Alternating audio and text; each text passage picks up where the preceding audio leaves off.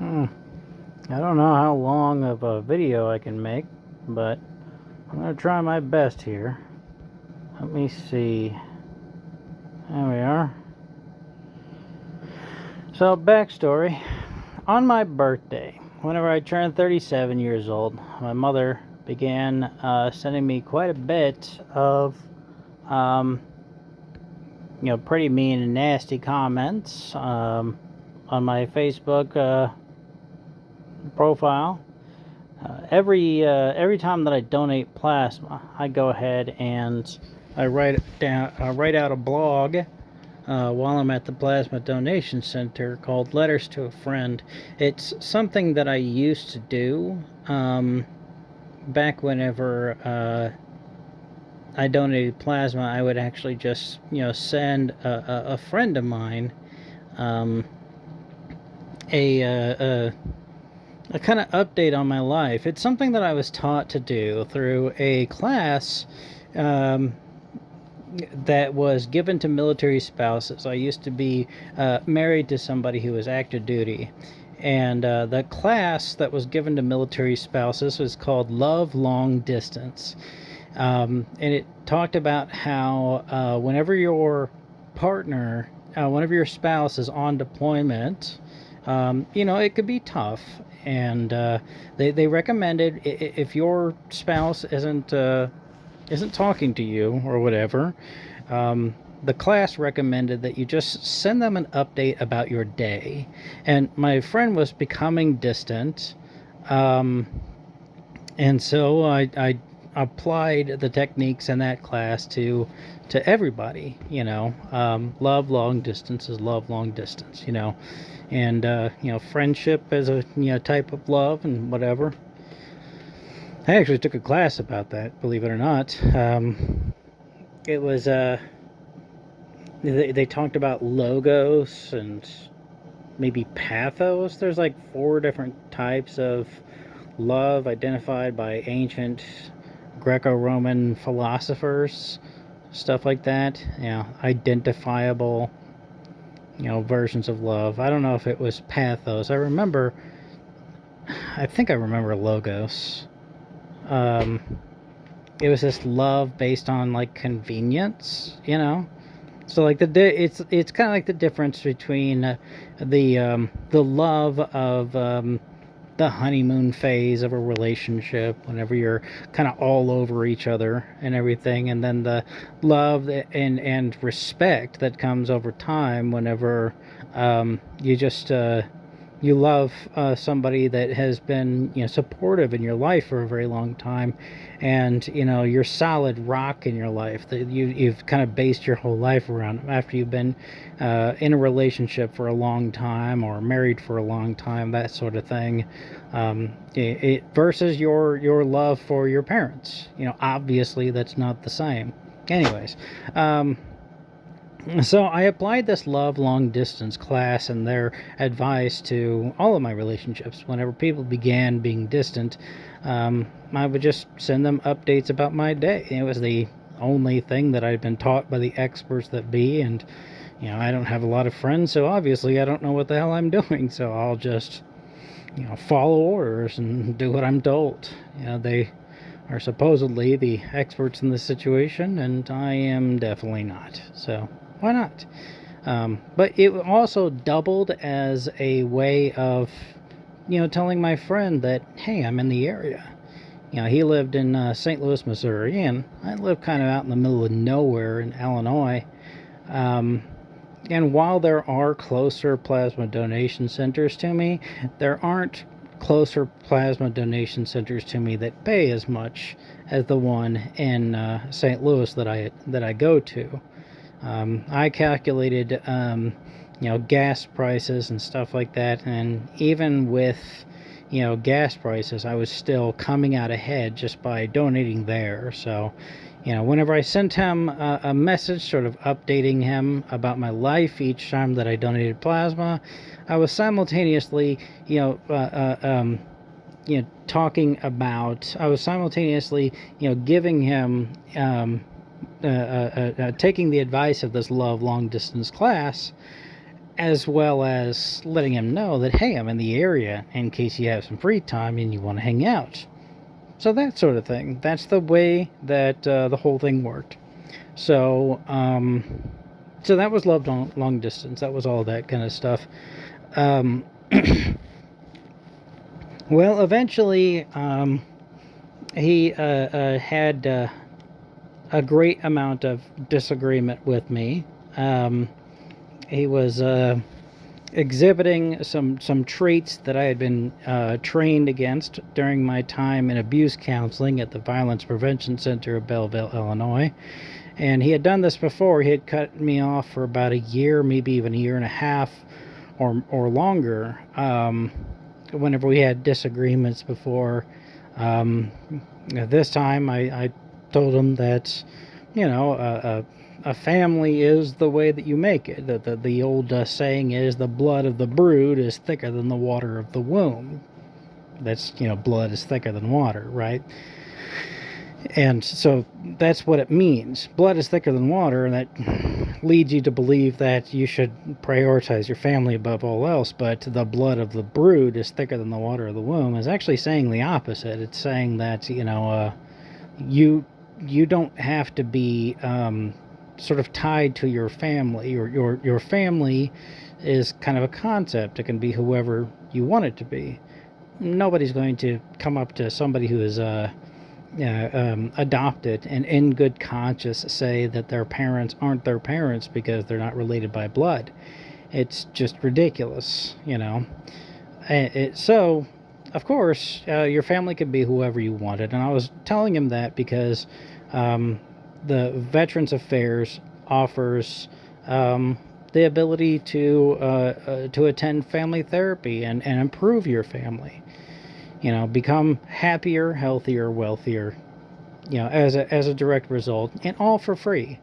And family therapy is something very specific. I can use my veteran benefits to, benefit others, which normally they plainly and only benefit myself, other than the things that I do because of the veterans that allow me to not have to ask for help from other people. It's like, nobody really has to help me out with student loans a lot of the times, because that was paid for through my veteran benefits. Nobody really has to help me out with hospital bills, because that's mainly paid for but through my veteran benefits. So, but this directly helps other people. So I offered him, I had some, criticisms, and so I said, he said that you're wrong and I'm right. That was his essential argument, that I'm wrong about all this. And I said, okay, let's just, we're in a disagreement. Let's go outside our own perspective. And since family is what you make of it, let's talk to the family therapist. I'll use my veteran benefits, and we can talk to the family therapist. This suggestion was very insulting to him. There's still that stigma in mental health, and they believe, so many people believe that talking to any therapist means that you're crazy, and being crazy is bad. Like it's kind of like attacking somebody because they have a cold, right? Doesn't make any sense. You're still treating somebody badly because they're sick in some way through no fault of their own. I think people would rather be mentally healthy than be mentally ill the vast majority of the time. So the stigma doesn't make much sense, but it's still very pervasive. Either way, after I suggested this, he, his wife and a lot of the people, they blocked me right away, and he stopped speaking to me, and that was years ago. So ever since then, and I had found it helpful to sort of think through my life, and come up with new solutions by laying it out like that, by having sending him an update on my life every time that I went to the plasma donation center was something that allowed me to come up with new ideas and everything, even whenever he wasn't responding to me. So in order to continue that practice, I started with this blog series, Letters to a Friend.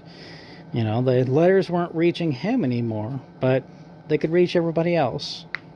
Either way, I had posted one of those blog posts on or around my birthday, and my mother, she replied to it with lots of, very mean and comments and whatnot. Now, my birthday was in the middle of September. It is every year, as you might expect. But trying to one of the things that I like to do is I like to try not to dox people. I like to try not to make anybody directly point to anybody. There's some stuff against stuff like that. You remember how Buds 131 got kicked off of YouTube because they said that pointing out those who are engaging in stolen valor as a form of bullying? You would think that stolen valor is against the law. It should be a freebie to just go ahead and point them out and put them on blast on the internet. But as it turns out, that the laws kind of vary by state. It's not like a federally mandated thing. To pretend to be a veteran or something like that, it's not a federally mandated thing. So while it's a crime in some circumstances, it's not a crime in others. So for one reason or another, he got kicked off of YouTube. He was a old Navy SEAL. He's a senior chief in E8 in the Navy in SEAL Team 2. A guy named Don Shipley. So there's rules against this on every platform. For Facebook, you can't really get away with bullying. For YouTube, you can't really get away with bullying. So sticking this video on those, or these types of videos on those websites, they could get removed. I can get banned, all sorts of different stuff.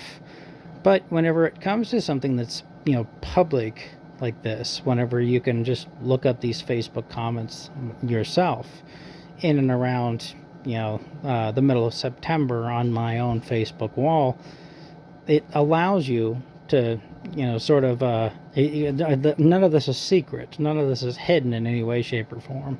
I still wanted to, for this video, to edit out a lot of the names and such, just so nobody really gets dragged into this whenever they'd rather not be.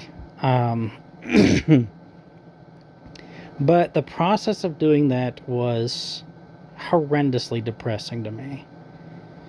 This is my mother. This is the woman who birthed me and raised me and everything. We used to be best friends, back to back against the whole world. My stepfather, for a great majority of my childhood, was very abusive towards my mother and I. And we used to be like Bonnie and Clyde. We used to just, talk about them and complain about them behind our backs, develop strategies to try not to piss them off, and, walk on eggshells, stuff like that. Nowadays they would call that an inappropriate relationship. She's treating me as a fellow adult rather than treating me properly like a child. But it doesn't change how I felt. I felt a lot of kinship towards my mother in those days and ages, and now she's just fully changed into this person who does not wish good things towards me. She doesn't want good things to happen to me. And she accuses me of a lot of things that she has no evidence that I'm guilty for and everything. So, reading through this to try to, edit out names and everything was a process that each time that I would try and I would go into it, I'd get horribly depressed and I wouldn't want to do it anymore. So I put it off for this long. And tomorrow's Thanksgiving. I'm going to have to see her again. A short time after she posted all this on my Facebook wall, she I went to my youngest cousin's birthday party, I believe, and my mother was there, and my oldest cousin didn't say a thing to me.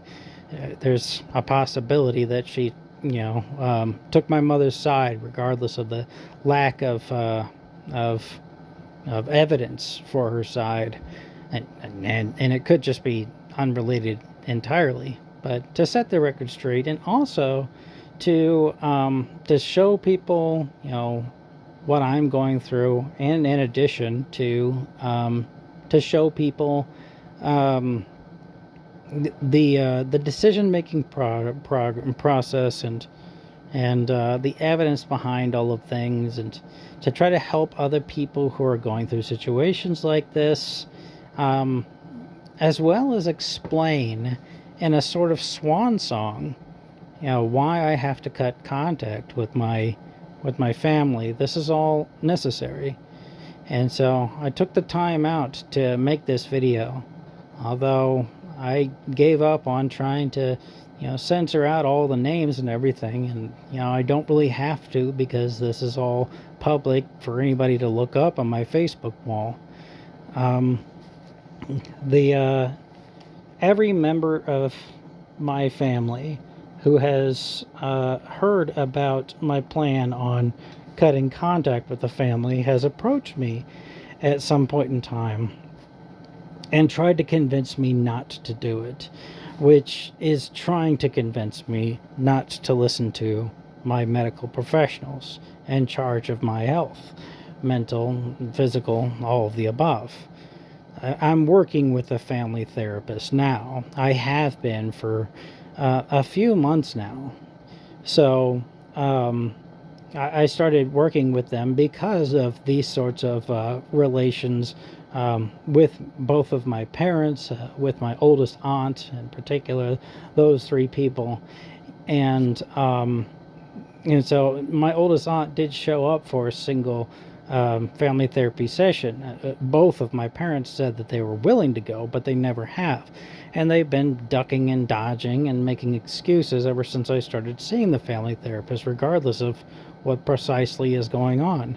It's very clear that they would much rather do me harm than actually create a family that's, happier, healthier, and a better family, a better quality family for all of those involved than to actually, they'd much rather hurt me than to do all of that.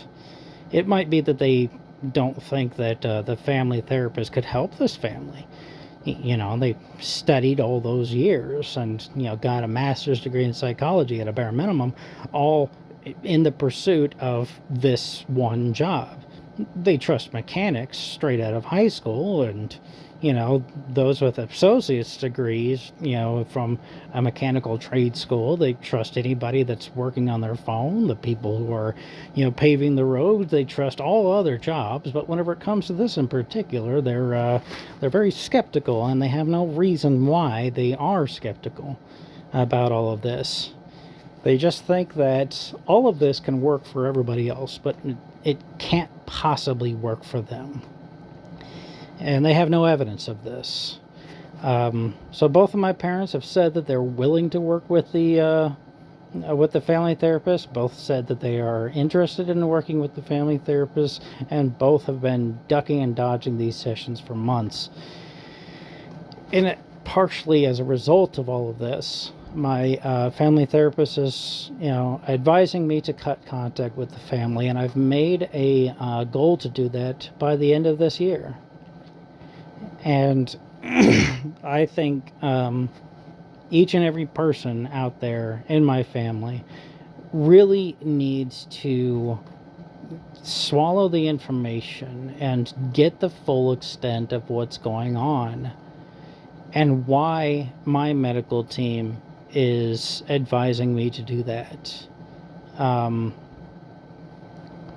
it's not just my family therapist. My psychiatrist at Veterans Affairs is fully on board with this. My abuse counselors were trying to get me to do this in 2017. Well, actually, 2018. The the people that ran the interpersonal psychology group, the psychologist in charge of that, is also on board with this. My primary care provider is on board with this at the with the Veterans Affairs. I have a whole medical team behind me. The psychologist that ran the depression group, specifically to help out with depression. The one that ran the anxiety group. I graduate from these groups, every 8 to 12 weeks, maybe even 16 weeks. And I have, I continue to take these groups. I continue to have pretty much, twice weekly, therapy. And still, each and every person that has looked at all this, that my family members that have had,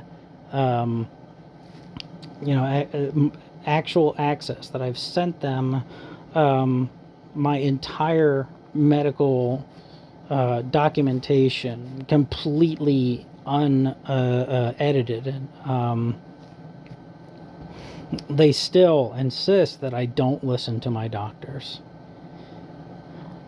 Now let's go back to the start. Why is it so important for me to listen to my doctors? Well, this all started probably in 2016 at some point in time. Yeah, it was 2016. I can remember. My ex-wife was on deployment. Like I said, I used to be married to somebody who was active duty. While she was on deployment, I had sent her a plea for better treatment, for her to stop being so abusive towards me if she possibly could, at a bare minimum, to treat me the way that she'd like to be treated. She refused to do so, said that it was all my fault, and I needed to do more, to do better, that somehow or another this had nothing to do with her, that there was nothing about her or her behavior that needed to change. So after reading that email, this dread and realization came into me, and I realized that nothing's going to change, that there's no man or gods out there that is going to force her to, treat me any better. And I had this horrible feeling that was paralyzing. And I remember just sitting in my car waiting for it to pass before, started, calling up the base clinic and everything, and trying to figure out what just happened to me, because there was something that felt very, very wrong.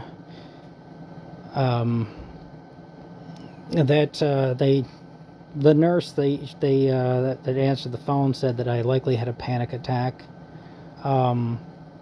She looked at my history. She said that there's a danger that it's the next time that this happens, it won't be a panic attack. It'll be a heart attack. And my grandfather on my father's side died of his first ever heart attack. She said, lower your stress now, or you're at risk of death. I took all this information and I sent it in an email to my wife at the time, and gave her the ability to double check the information. She didn't have to take the word of the nurse on the phone or whatever. She could actually see, like, hey, can people who are stressed have a heart attack? Yes. Did my grandfather on my father's side died of his first ever heart attack? Yes. Sending her the obituary, stuff like that, so she could double check this information and know that it's not manipulation, it's just the truth. And she still sent back that that she wasn't going to change, that this was all my fault, that the stress that I was under was created entirely by myself. There was nothing that she needed to do, and it was somehow or other my own fault.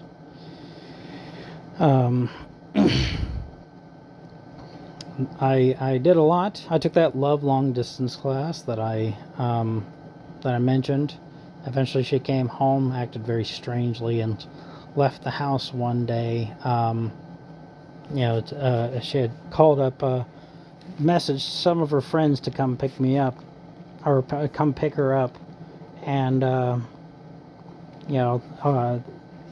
once she left, I called my youngest aunt, and she told me that this was a cycle of abuse that started in my childhood, and it's just going to keep continuing until I take abuse counseling. So I had to go back home to do so. I was living in California with my wife at the time, and I had to drive all the way back home and live with my grandparents, the only people that would really, support me at all. I certainly wasn't going to get any support from my father. He left my mom and I whenever I was 3 years old, and never paid child support. So, I went home, attended abuse counseling, and eventually went to the loony bin, went to the madhouse, the psychiatric inpatient program, after being declared in critical psychiatric condition by my primary care provider through TRICARE, Midwest, I guess.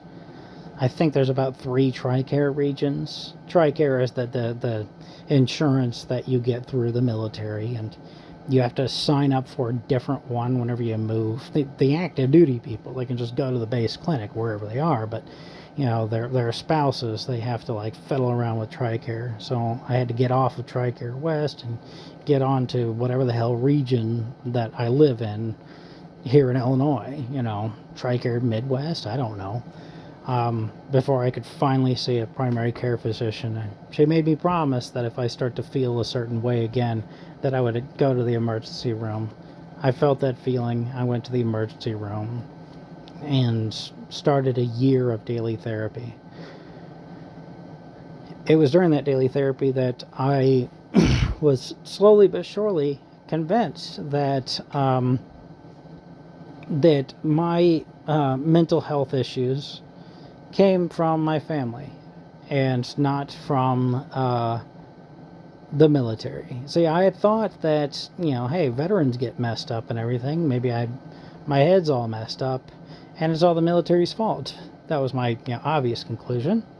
And therefore, the military had to, pay me money, right? I was disabled. I had been diagnosed with major depressive disorder, generalized anxiety disorder, adult attention deficit hyperactive disorder, high blood pressure, high cholesterol. I had been diagnosed with all these things, and this was directly following my successful completion of my bachelor's degree and denial of commission after passing all requirements through Army SROTC, Senior Reserve Officer Training Corps, the thing that pays you to go to college. It's a small stipend, but it still counts. And SROTC, that's for officers, that's for people with bachelor's degrees. I had already been active duty as an enlisted person without a bachelor's degree for 4 years myself, 2007 to 2011. But officers are held under stricter requirements, and I had passed all those requirements. But still, I had high blood pressure, high cholesterol. I was on the paleo diet. I took very good care of myself. I was still following all the orders from the medical team. I was monitored very sort of closely and everything during all this. I was very healthy. I had, I was exercising, quite often and everything. So what gives? How do I have high blood pressure and high cholesterol whenever I'd done all this for myself? It took them over a year of daily therapy, 5 days a week, to convince me that it wasn't the military's fault that I was suffering from all these different ailments and given all of these different medications. Lisinopril, the maximum possible dosage of sertraline that human beings are capable of being prescribed. The maximum possible dose of Strattera that human beings are capable of being prescribed. They switched me over to Vyvanse, and my next refill is going to be the maximum possible dosage that human beings are capable of being prescribed. Atorvastatin, hydroxyzine at night to help me sleep for the generalized anxiety disorder. This big bag of pills and everything, and they were saying that all of this is due to my family. And at first I just thought that they were trying to push the blame off onto my family. Of course I was going to defend my family. Of course I was going to be hard to convince whenever they had an economic incentive to not help me. If all of these illnesses was the military's fault, it would be their problem. These are genuine disabilities. These are mental illnesses and physical ailments and everything requiring medication. If the military had messed me up, it was their job to fix me. That's the way that veteran disability works. So the Veterans Affairs, they had an economic incentive to lie to me and say, oh, it's all your family's fault, not ours. Since I was married to somebody who was active duty at the time, I was also attending, psychological counseling with a psychologist and at Scott Air Force Base in the General Shiloh area, Illinois. It's just past the St. Clair Square Mall, I think. Right around Fairview Heights, Illinois. Up the road from the SWIC main campus, Southwestern Illinois College. I just don't know if it's in Mascoutah or Shiloh. I don't know where. My final duty station whenever I was active duty was Tinker Air Force Base in Oklahoma. It was essentially in Oklahoma City, Oklahoma, but it had its own zip code. Air Force bases tend to be quite large, much like, airports, right? They kind of are. They're pulling double duty. Anyways, so I'm not sure precisely, where it is located, but I was obviously going there. I know how to get there. I just don't know, where do the lines, what town is it officially in, if any. Anyways,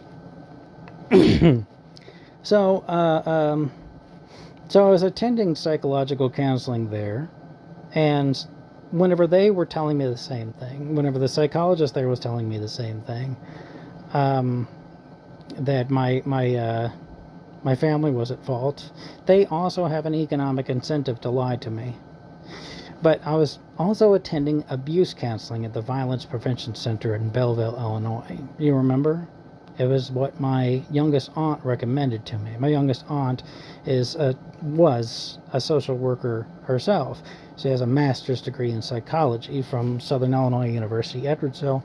And, she was a substance abuse counselor. So she couldn't help me in my particular situation, but she could, point me in the right direction. And she did. But the Violence Prevention Center of Belleville, Illinois is a civilian organization.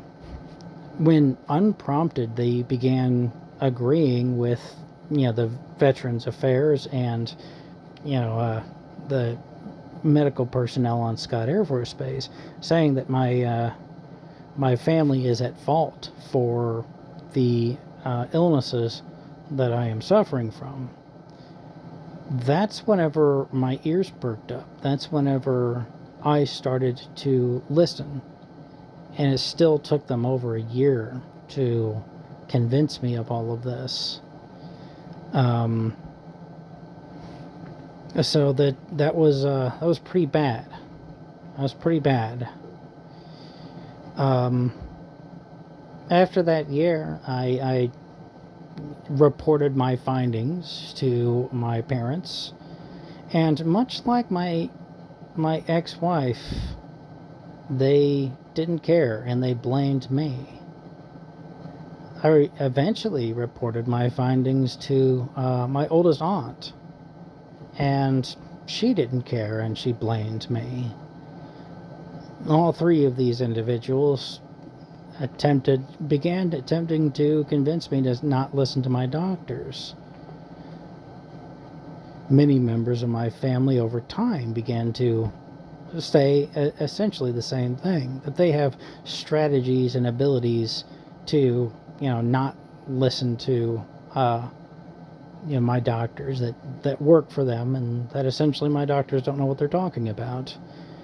They wouldn't bring any evidence to this, and often, they were victims of crimes themselves by these very same three individuals. Their strategies weren't working for them. They were still being victimized by them.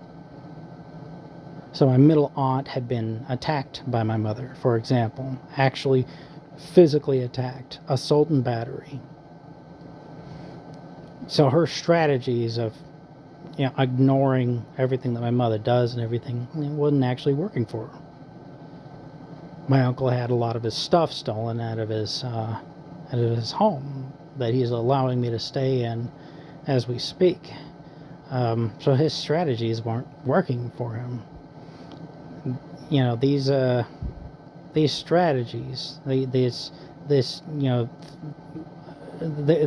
my family trying to convince me not to listen to my doctors, they don't come with any evidence. And the stakes are very high here. Need I remind you that TRICARE West identified that I had a panic attack, told me that next time it can be a heart attack, and I can die of my first ever heart attack, just like my grandfather on my father's side. There's been zero evidence that this is not what's at stake here. Literal death.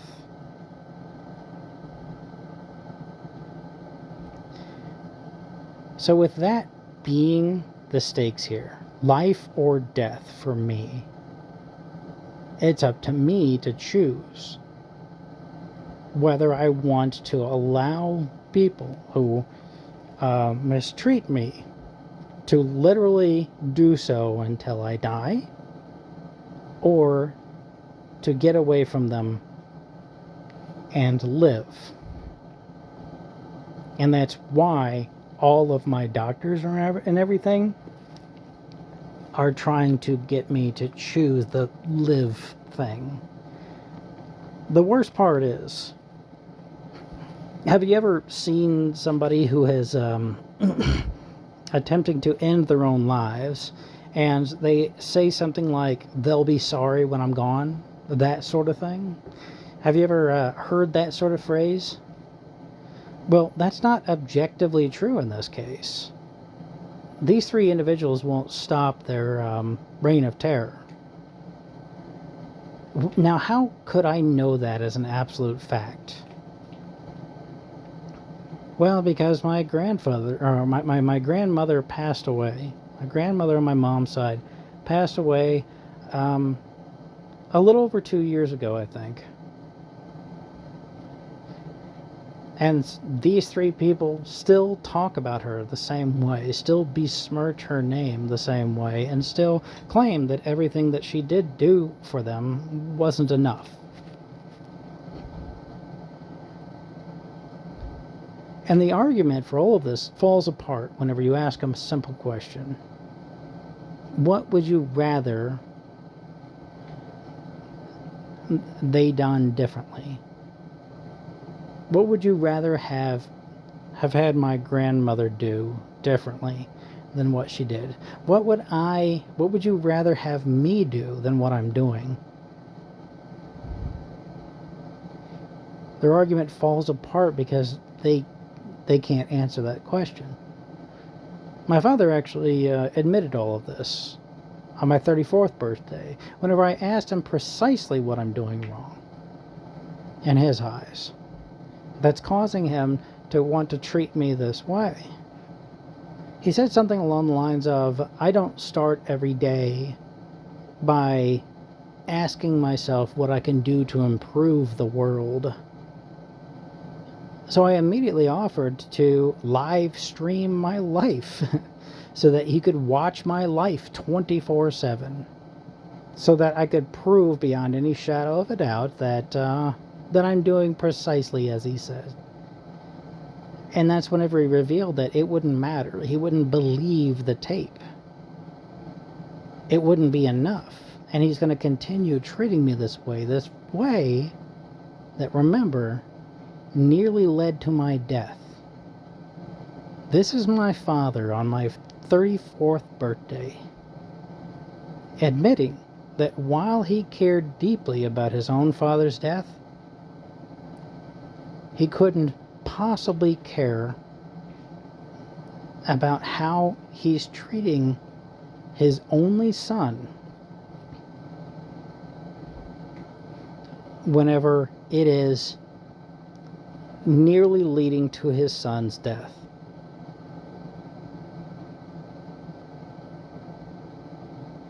All because he might be at fault.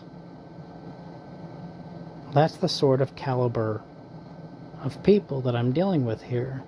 They don't care whether I live or die.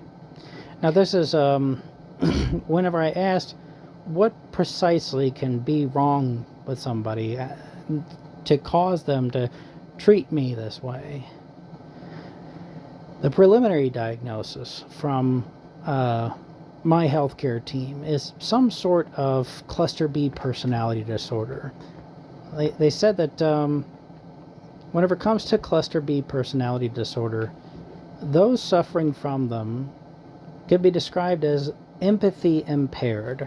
They're not quite psycho or sociopathic, but they're empathy impaired. It's just tougher for them to feel empathy for other people than anybody else. It's a side effect, a symptom of their disease, their illness that they are suffering from.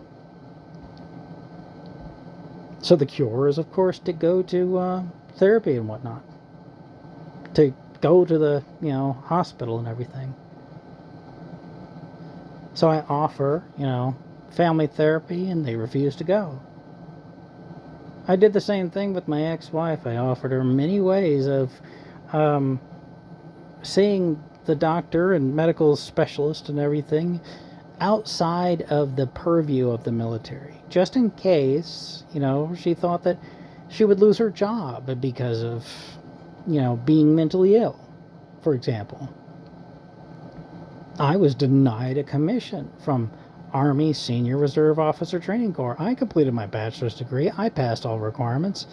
And they said, you can't work here because of your mental health. And at the time, I wasn't diagnosed with anything. I only got diagnosed with everything that I did get diagnosed with after my week-long stay at the Psychiatric Inpatient Center, in the Psychiatric Inpatient Program at Jefferson Barracks Veterans Affairs Medical Center in St. Louis, Missouri. So this was a lot. This was quite a bit.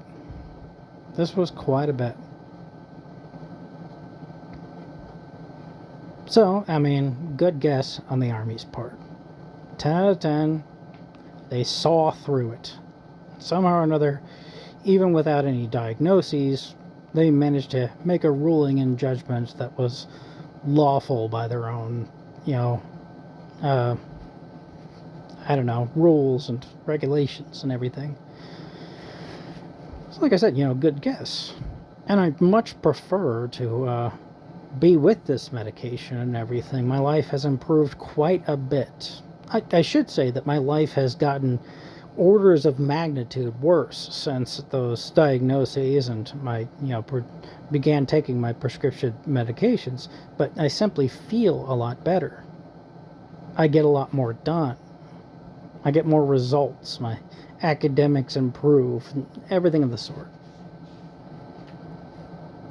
And that's not the case whenever, I talk about just having the job of being in the military. This genuinely improved my life. That wouldn't. I know, because I've done the active duty thing before, like I said. So, good guess from the Army. I'm happy about their decision with me. Genuinely. Well, this is something that I much prefer. Anyways. So it would make sense that my ex-wife would be scared of the possibility of losing her job at active duty in the military. I was offering her ways to see these medical professionals away from the military's eyes. But she took none of these opportunities. She drug out our divorce for over 3 years. Even spending the time to go far outside of the military base entirely so that she didn't have to deal with any of the legal team. Whenever she was here on vacation, attempting to force me to sign the divorce paperwork, rather than working out any of our differences. She actually went to a single, two marital counseling sections that was given to us, paid for by Military One Source, so the military. And our marriage counselor, Maricela Larkin, had told us, the first session, we only had about 5 minutes left of it.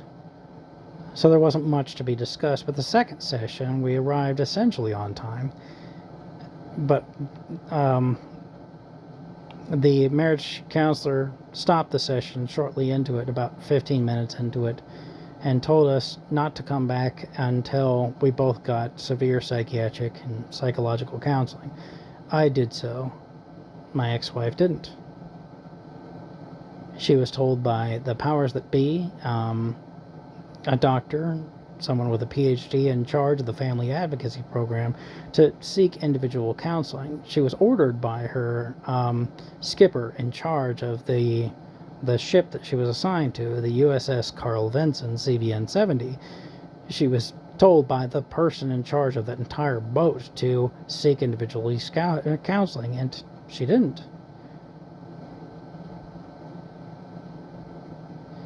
And she was told by our marriage counselor.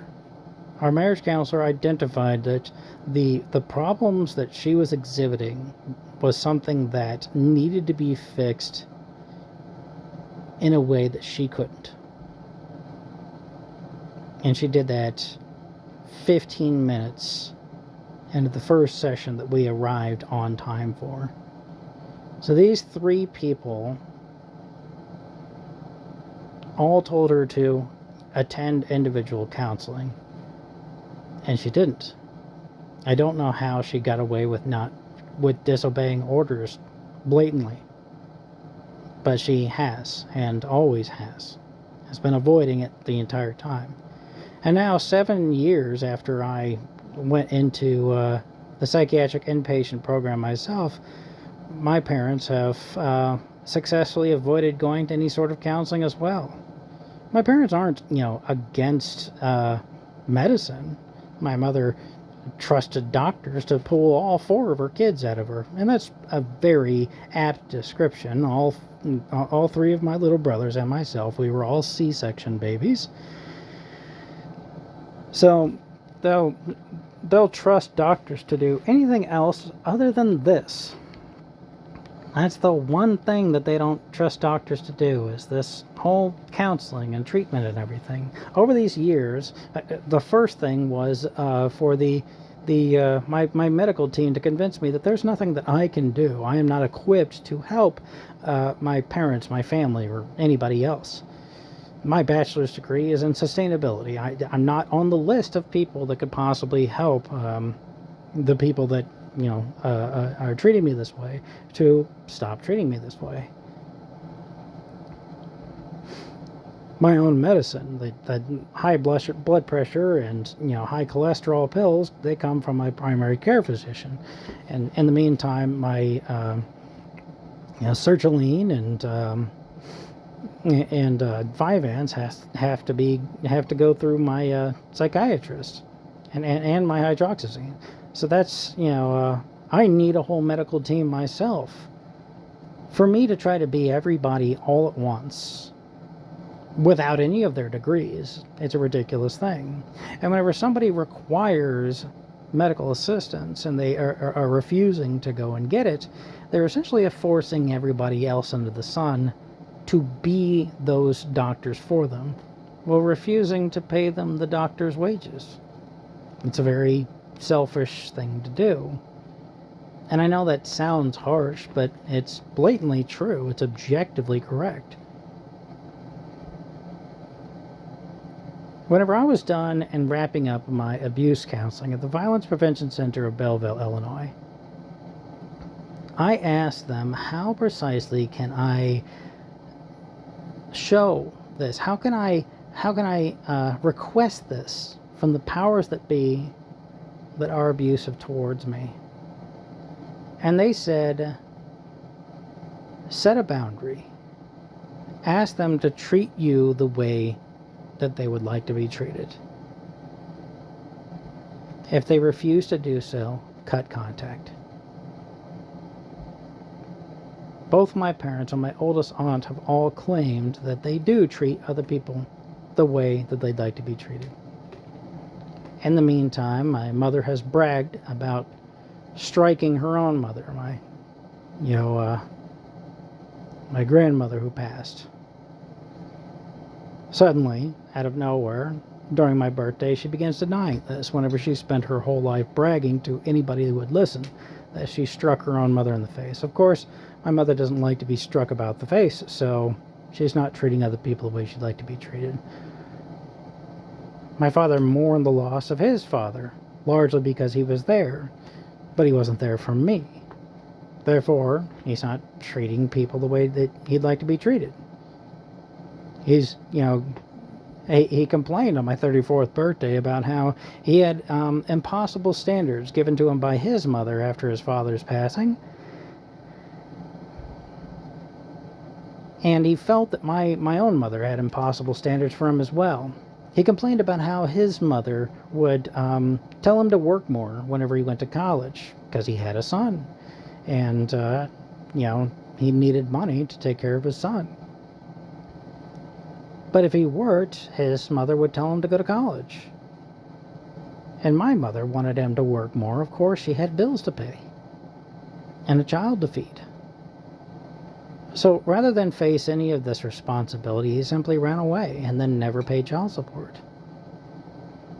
So he was telling me all of this on my 34th birthday, and then immediately following that, he presented to me his impossible standards and justified continuing to treat me the way that he did, regardless of the fact that it was nearly killing me the exact same way that his own father died.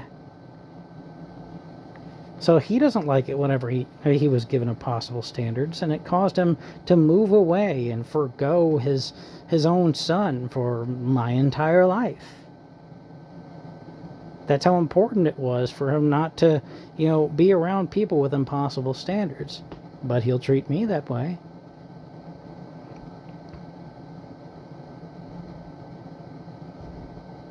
And of course, my oldest aunt, during the one family therapy session that she did show up for, she admitted to taking out a gun and putting it to my grandfather's head, attempting to kill him with it.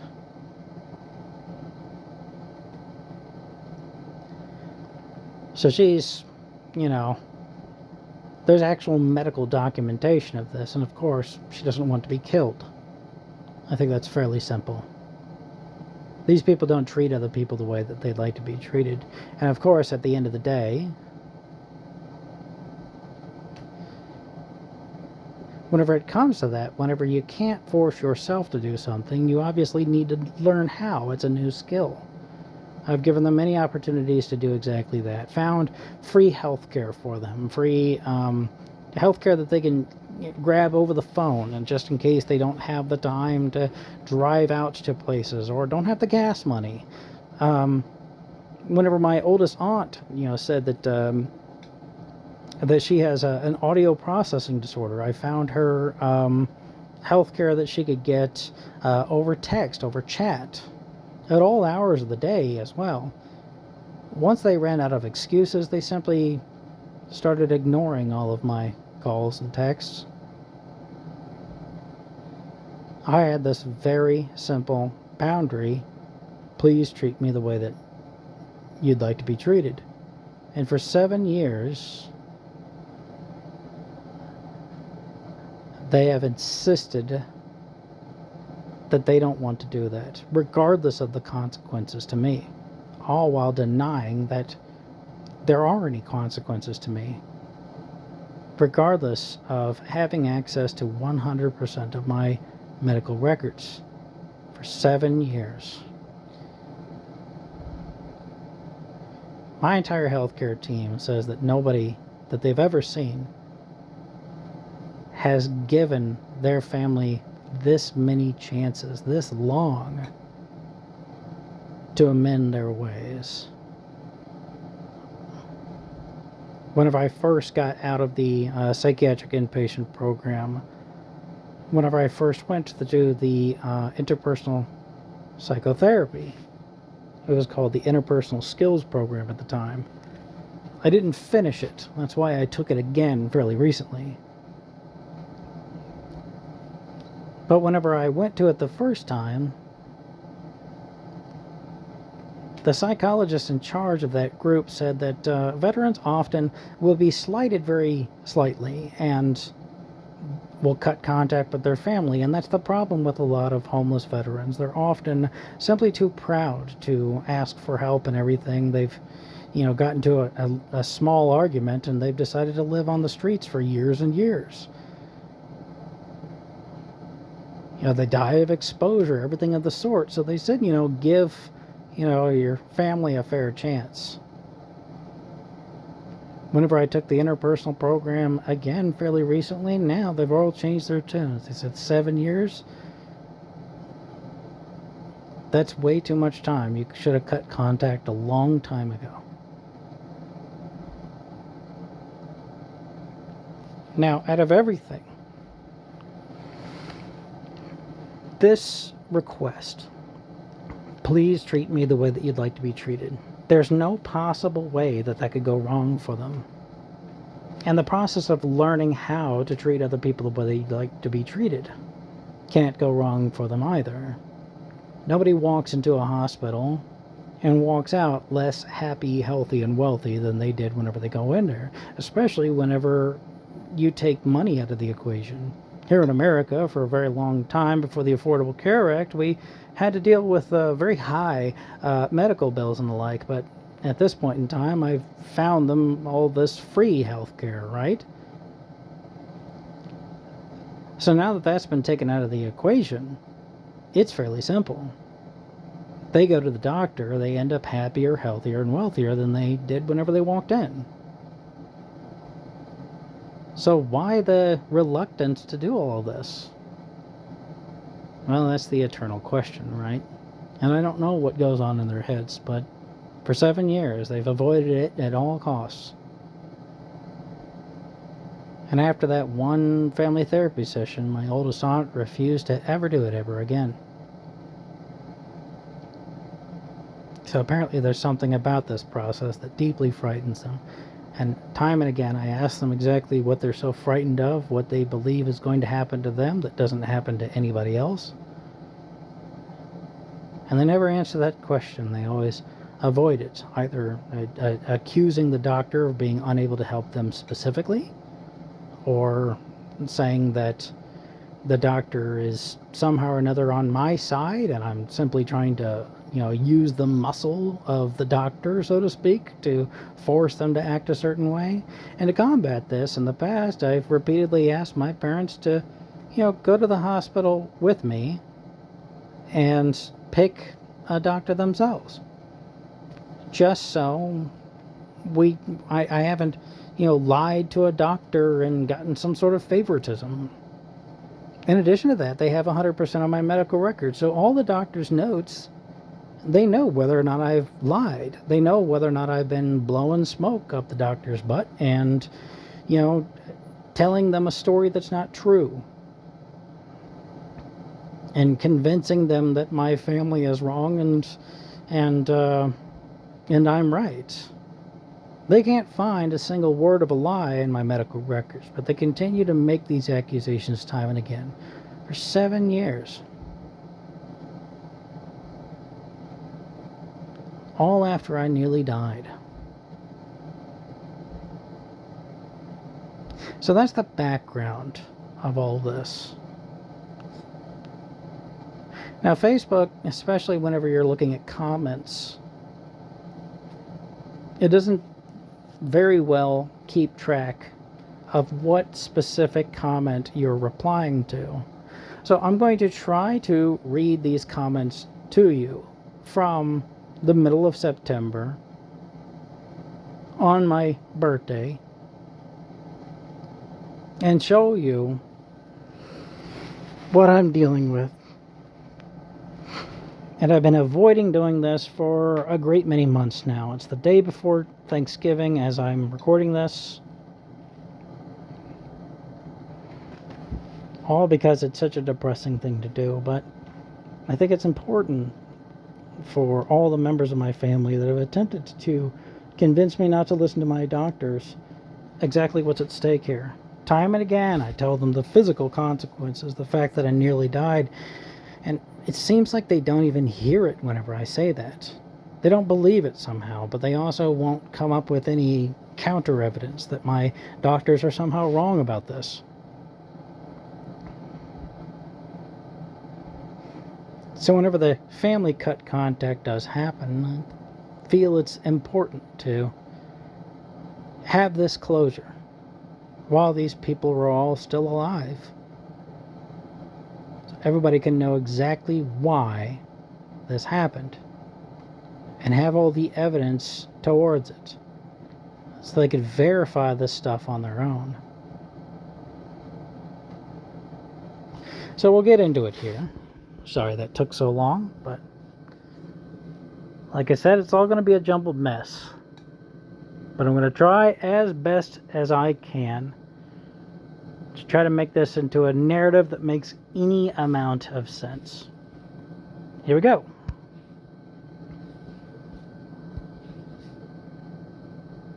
So here's how it starts. My mother says, "Happy birthday. I hope it's great. Cherish your years we had together before your world fell apart." My world fell apart. I started seeing the doctors. I started listening to them. She knows that. She has access to my medical records. So I say as much. My world didn't fall apart. Started seeing a doctor and listening to medical providers. You have all my medical records. The days that you cherish are the days that the doctor said I was extremely unhealthy and on the verge of death. Remember, TRICARE Midwest or whatever said that I was in critical psychiatric condition before I reported to the psychiatric inpatient program and stayed there for a week. She says, I've read your medical records. When you were a child, you were a joy to me, just not quite academically inclined. This isn't strictly true either. I used to be on the high honor roll. Whenever we were living on behind the Catholic Children's Home in Alton, Illinois, my mother had all of these accolades from me that she would paste on the wall of the utility room. All of my high honor roll things and awards and everything was pasted in the utility room. So this isn't strictly true either. So I said, "You just admitted that you prefer your own happiness to my health." Remember, she said, When you were a child, you were a joy to me. Whenever I was a child, I was deeply unhealthy. That's the argument from Veterans Affairs, Scott Air Force Base, the active duty military, and, TRICARE West, the Violence Prevention Center of Belleville, Illinois, a completely civilian organization. All of these people are confirming and telling me that I have always had these disorders. They simply weren't diagnosed until now, because all of these disorders came from my family and not from the military. And she has my medical records. She can confirm this on her own. She doesn't have to take my word for it. And my medical records have all the contact information for my medical providers as well. She can call them herself and double check this information. She doesn't have to take my word for it.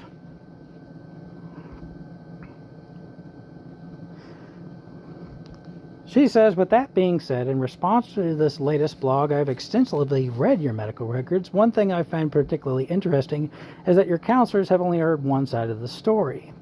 They've only heard your viewpoint. They have nothing to base an opinion or a diagnosis on without hearing the other side. That's a fact that I find quite eye-opening. Once again, since she has all of my medical records, she can see that whether or not I have lied to the doctors. So she's saying that, they only know one side of the story. But if the side of the story that they're hearing is true, if I'm walking into my doctor's appointments and telling them things like, Lincoln was assassinated by John Wilkes Booth, that the sky is blue, grass is green, if I'm saying the objective truth, then it doesn't matter that I'm the only one speaking, right? Whenever you don't care whether your child lives or dies, there's something wrong with you. The preliminary diagnosis from my medical team is some sort of cluster B personality traits, but they would know more if they actually met my parents, my oldest aunt. However, for 7 years, they have refused to meet with these people. Here we go. She says, another eye-opener with a mangled story of my abuse. You haven't even tried to get the real story straight. You are just blasting this half-assed account to the masses without even fact-checking, and of course so downplayed that it may as well not even happen in your lackluster account. The abuse my sister and I had endured would make a normal person's skin crawl. Normal being the key word here, but nobody wants the details of that, because if they were known, it might make it harder for everyone to ignore. You also have no idea how the abuse affected the other members of my family either. When shit rolls downhill, it hits everybody. So she's saying all of this based on my medical records. Now, my medical providers are not stenographers. They're not writing down every single word that I say about my mother's own abusive childhood. They're trying to get the cliff notes and everything and put it down as part of medical records. But that doesn't matter to her. Now, she wants 100% of her story to be out there, but she couldn't give a single shit about mine. She says, the relations on the farm were determined to be inappropriate and abusive. My grandfather was identified as the culprit. My grandmother moved with her kids 2 towns away, refusing to take my grandfather back until long after he graduated from his court-mandated therapy, holding a paper guaranteed that he'll clean up his act, complete with a number to call if he acts up again. She says, absolutely laughable. This account of my abuse and the details surrounding it is completely laughable. With a little research, you could have at least gotten that right, but I don't need a piece of paper like a pedigreed dog to know who I am or what I am. And what number? 911? What horse shit? So, of course, with any medical documentation, you're going to get the providers and everything. My grandfather had attended, court-mandated therapy and graduated as a result. My grandmother had that paperwork. She could send him to court-mandated therapy again if he began to act up. And again, and again. The contact information is there on the page. And of course, 911 is also available. All of this thing, these things are... She hasn't said a word about how what I said is untrue. And she certainly hasn't posted any proof either. So what gives?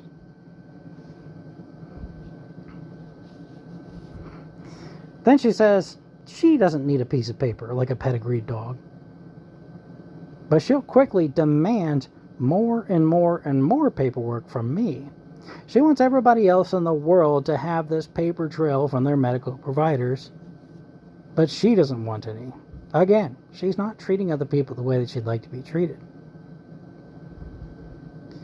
So I said, I've already emailed you several times asking for a single account in my medical records that you find fraudulent or incorrect, and you refuse to find one.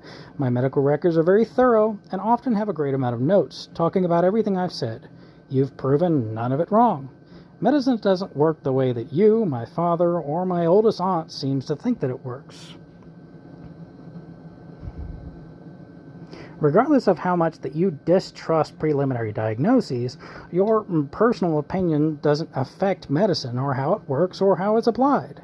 I have given you dozens of resources and ways that you can get medical care for free over the phone, through texting and chatting, all of the above. You could be spending your time getting better, but you're still attacking a veteran of 2 military branches instead. I was active duty in the Navy and then switched to Army SROTC whenever I began running out of post 9/11 GI Bill and needed more money for college. I've given you myriad ways to clear your name, and you've done none of it, and you haven't found a single slice of evidence that my medical records have been somehow altered or are fraudulent in any way. You continue to attack me based on what my doctor said about you, and I continue to constantly beg you to stop shooting the messenger. If you think that the doctors are wrong, you have their contact information. Your stepfather went to counseling. He had records of this. Grandma could have called those records if she thought his counseling was in some way faulty. I suggest that you do the same and receive some yourself. I love you, and I want you to be happy and healthy. I'm asking her to, get therapy and medication and treatment for her illnesses. She's saying that my coverage of her abuse is not enough. She's saying that she's still, receiving symptoms of her abuse, but she's refusing to get any of it treated. Imagine if somebody, they had a broken arm, and they could get it, fixed, go to the doctor and get a cast. But instead, they just forced you to, carry all their things for them and to do all the things for them that requires 2 hands and everything. That's what you're doing whenever you have an illness. You have identified it. You're constantly complaining about it, using it as a get-out-of-jail-free card. You're forcing everybody else to do the work of a doctor without ever offering them the doctor's compensation package. That's what you're doing, objectively speaking. I know that's harsh, but that is the objective truth of what is occurring. Nothing bad can happen to my parent, to my oldest aunt, to anybody by taking advantage of free medical resources. These free medical resources that I continue to offer them for over 7 years now. Nothing bad can happen to them. But still, she's claiming that somehow or another she can be harmed by this, or at least that's the assumption that she's making. Okay. More of this.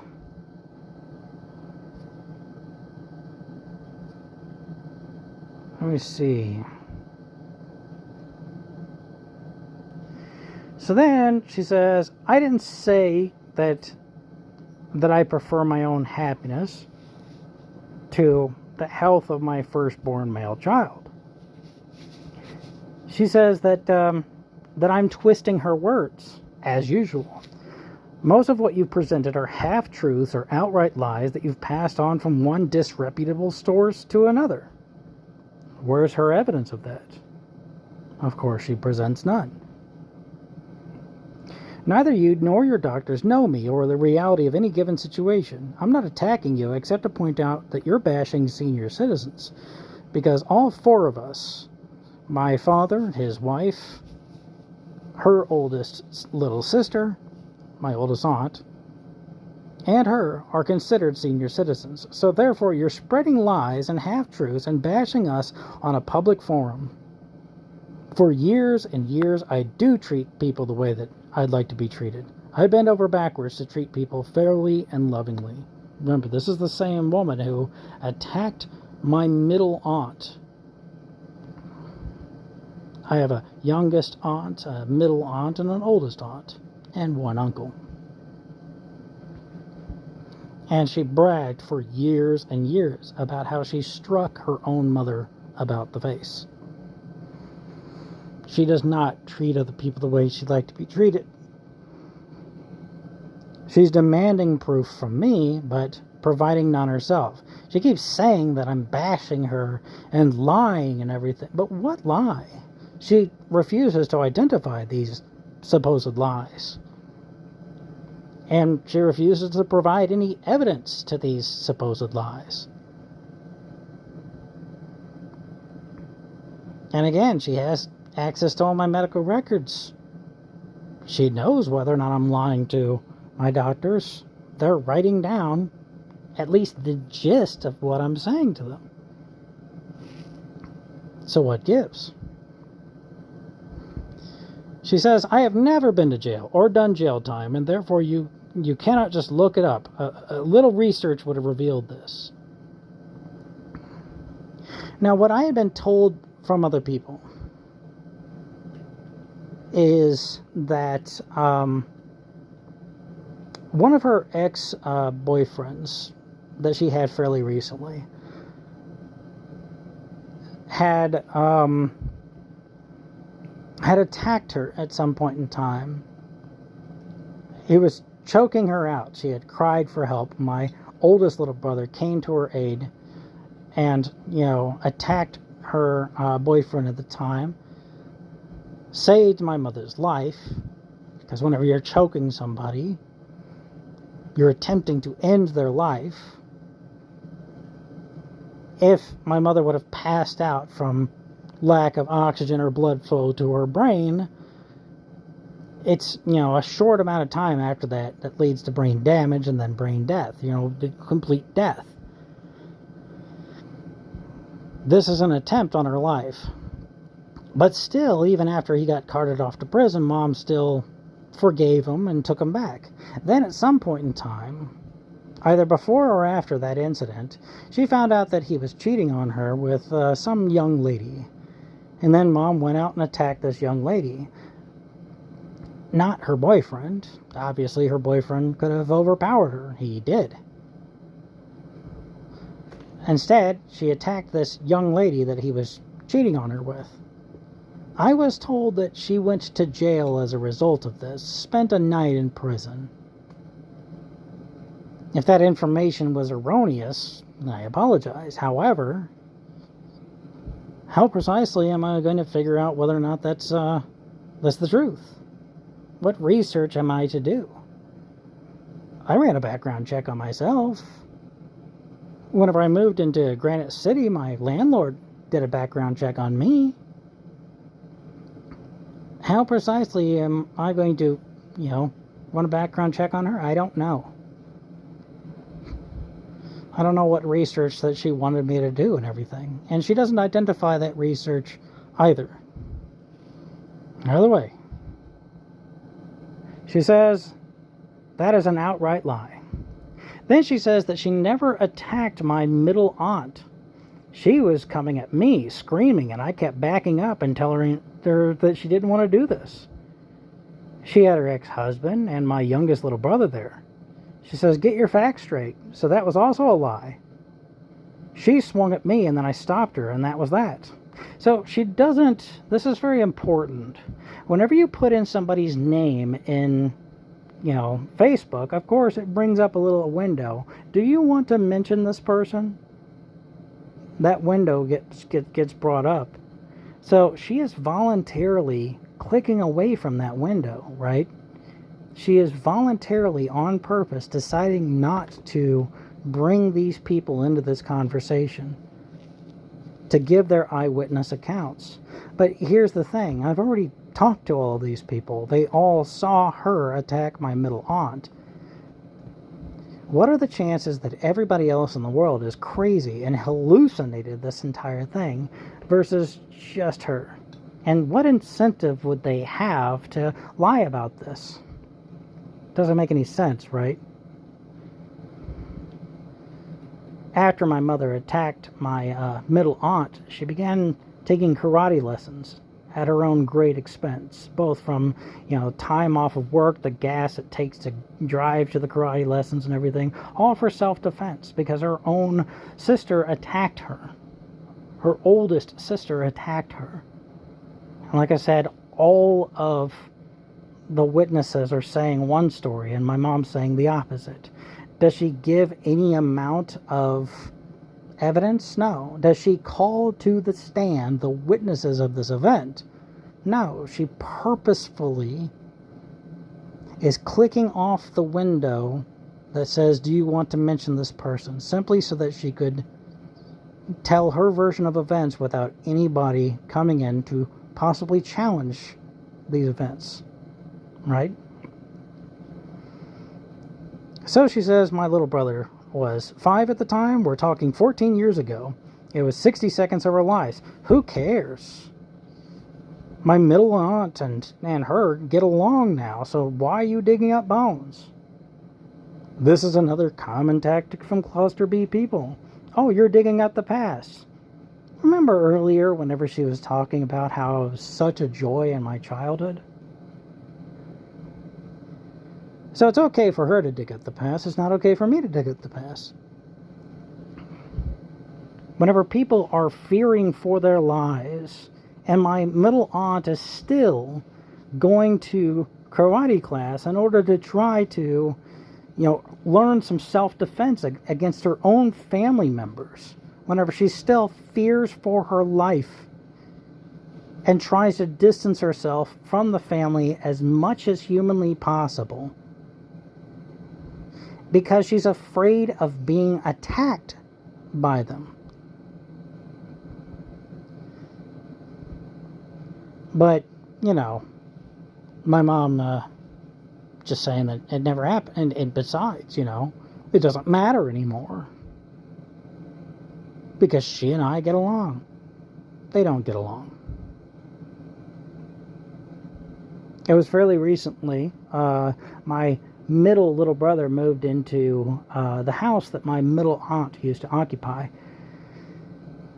My mother came in and took some tools without anybody's permission. The tools belonged to my middle aunt. Whenever they came back and moved from wherever they had moved to back to Illinois, they looked for the tools and they weren't there. So of course, my middle little brother is occupying that home where the tools were located.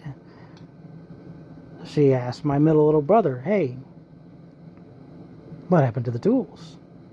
He says, "Mom took it." And he says, "Can you tell her to give it back?" And so he does, right there in front of everybody, inside the dining room of the farm, on speakerphone. He asked my mother to give those tools back, on speakerphone in front of many witnesses, my oldest aunt, my middle little brother, me, and possibly even my middle aunt's 2 kids. We all heard her say no, that she can give those tools back if she feels like it and when she feels like it. She feels entitled to other people's stuff. She can borrow without permission, steal, it doesn't matter. She doesn't treat other people the way she'd like to be treated. Fairly simple. Then she says that she didn't attack my grandmother. This is something that I personally witnessed. This is something that my oldest cousin personally witnessed as well. There were many, many witnesses to this. My stepfather at the time has told this story time and again throughout all these years. My little brothers all, they regularly interact with my former stepfather. My former stepfather is the father of 2 out of 3 of my little brothers. So these witnesses were there and everything, and again, she bragged about this pretty much my whole life ever since then. But now suddenly she's saying the exact opposite, that it didn't happen. Does she provide any evidence? Does she call any of the witnesses to the stand? Oh, of course not. Says, I didn't attack Mom either when she came to our house and behind the Catholic Children's Home. I was pregnant with your oldest little brother, and she was having a fit about her birth father and accusing me of wanting her stepfather to be my abuser when I was a child. I can't really identify what she's trying to say there. I'm being honest. I'm not trying to be mean here. So we're talking about a 2-minute ordeal that happened over 24 years ago. Again, in her mind, there's a statute of limitation on her actions, right? She can dredge up the past, but I can't. It's okay for her, not okay for anybody else. She says, I found out you were abused. We needed time to digest that fact, and I asked my parents to give us some time away from them so it wouldn't hurt us as bad. So again, your facts are wrong. Now, I'm not entirely sure how she found out I was abused and by who. I don't know what she's talking about here. Whenever I was 5 years old, we had a babysitter while we were living in Fidelity, Illinois, in a trailer, a mobile home, a quite small one, the smallest one in the whole town, in fact, at the time. This babysitter was 14, and I was 5. He decided to play house, and he wanted me to be the wife and him to be the husband. I didn't want to be the wife. It was abuse and assault of the highly inappropriate variety. The stuff that I can't say on YouTube, right? There was penetration involved. All right? So you get the idea? But that was whenever I was 5 years old. 2 years later, that young man hung himself. To this day, I still think that he was a man that, a child who was deeply disturbed and everything. Obviously, if you're going to abuse somebody so much younger than you and everything and take advantage of them in that manner, then I believe that, there's something wrong with your head that could have been fixed with, a lot of mental health and help and everything. I don't want any 16-year-old to take their own lives, regardless of the circumstances. My mother began, taking me to his grave time and again. Eventually, I told her, that I don't want to go to the grave. She asked me why, and I told her the truth. That's whenever it finally came out. Remember, this is 5 years old to 7 years old. And she's talking about something, whenever she struck her mother, I was roughly 12 years old. So I don't know what specific abuse that she's talking about. There was a point in time that she finally discovered the extent of the abuse I was suffering under my former stepfather, the father of 2 of 3 of my little brothers. He used to sit me in a chair after I got off of school. His favorite little chair, this raggedy thing that he stuck in the corner of the living room. He would tell me not to make a certain face, and then he would strike me about the face every time that I made this offending face. The problem was it didn't matter what face I made. He would just pace back and forth and do this over and over again. At some point in time, he started this routine while my mother was in the bathroom, and then once she came out, she discovered, him in the middle of this routine. He was wrapped up in his own world, taking out his aggression on me for some odd reason.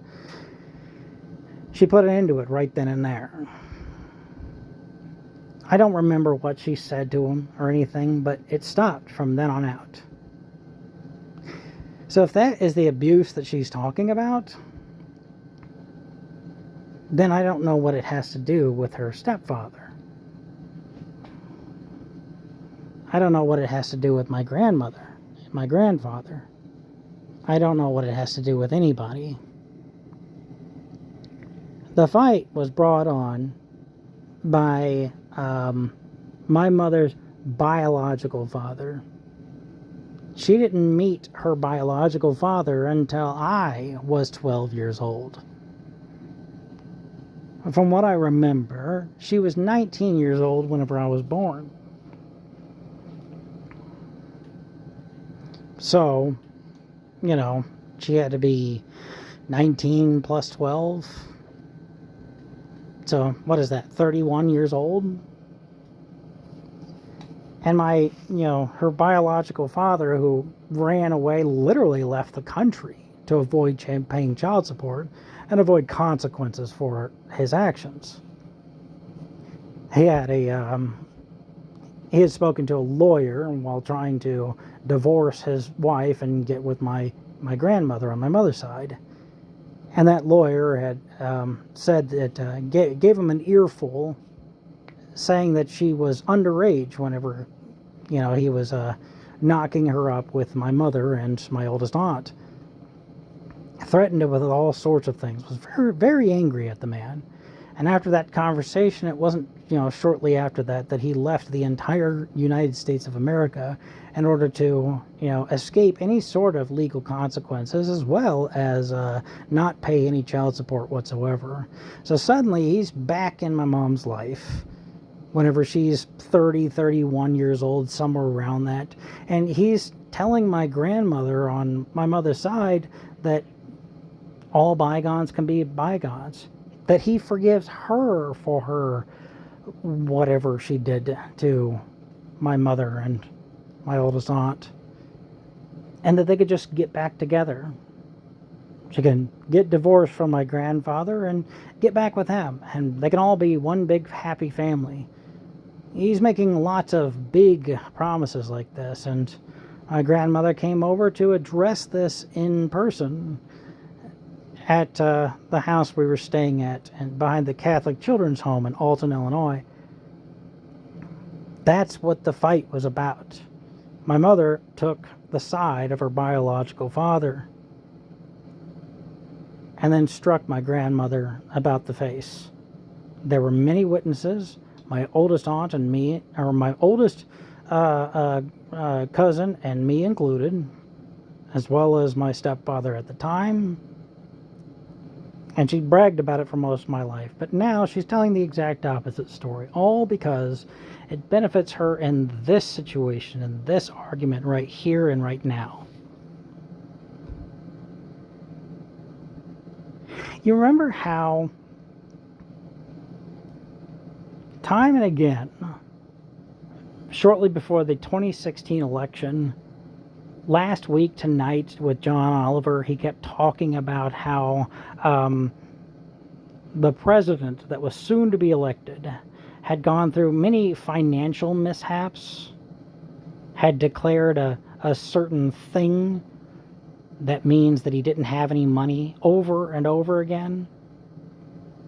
And then some sort of cease and desist happened, and then suddenly he couldn't bring that up anymore, ever again, and he never has. Do you remember all that? Do you remember whenever that happened? That's the story as I got it. The reason that the cease and desist sort of thing happens is because people don't like it whenever you mention their crimes. You're not going to get along with Mike Tyson if you talk about how he bit off Evander Holyfield's ear twice.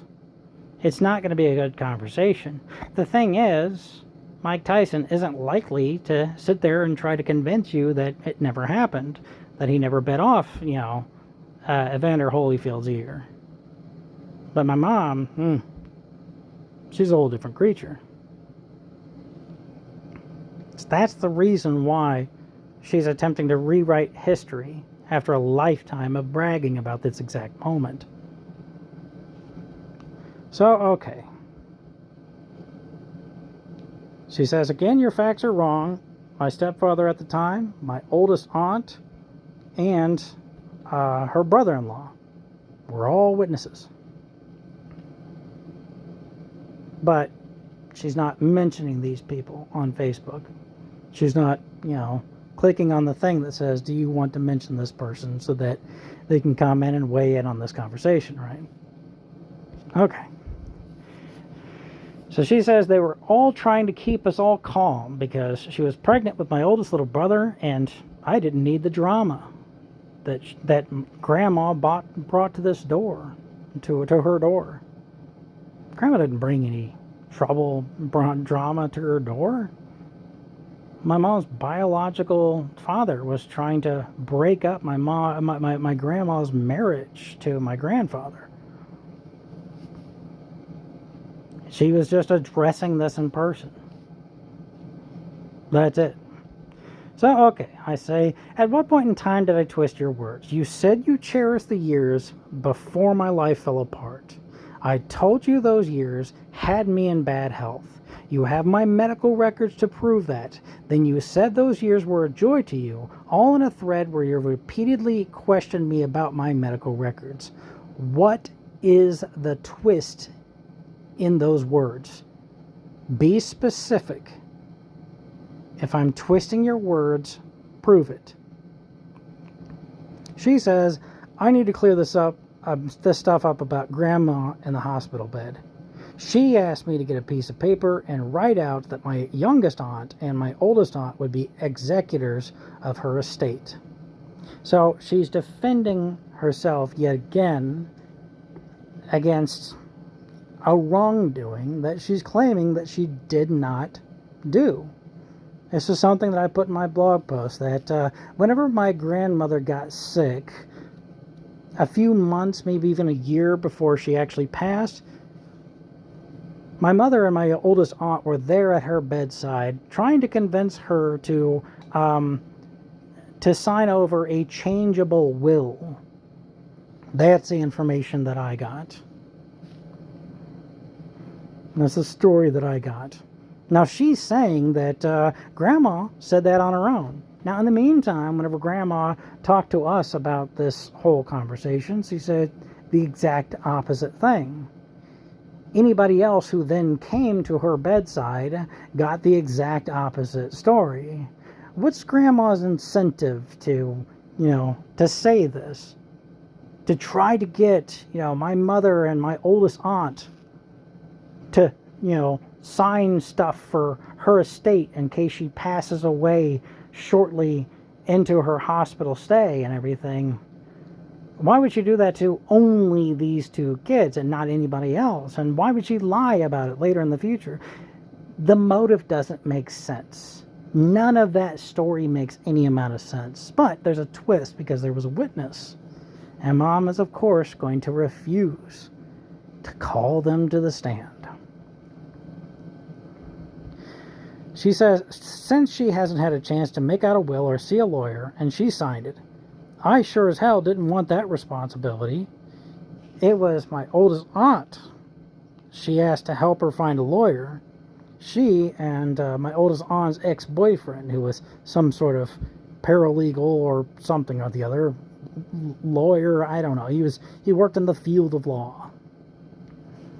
So my mom's telling the exact opposite story that literally the rest of my family is saying once again. She says, not me.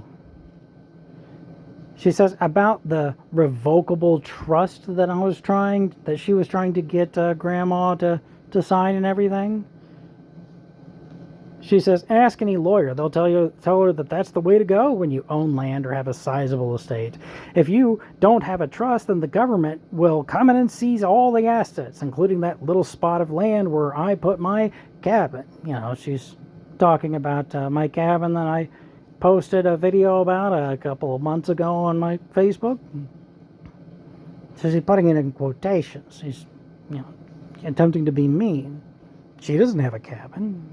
But she wants to attack my inability to build, But again, that's kind of like, it sounds like I'm reaching, but whenever you look at the rest of this, again, she's telling an entirely different story from what everybody else is saying.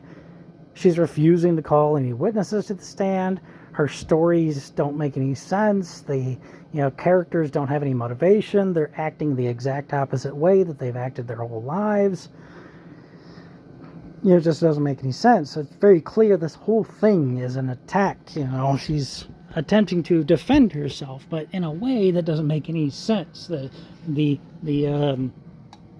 none of what she's saying makes any sense. She says it'll go in probate for years and years, and they will start selling off everything that's paid for to pay off any debt or creditors.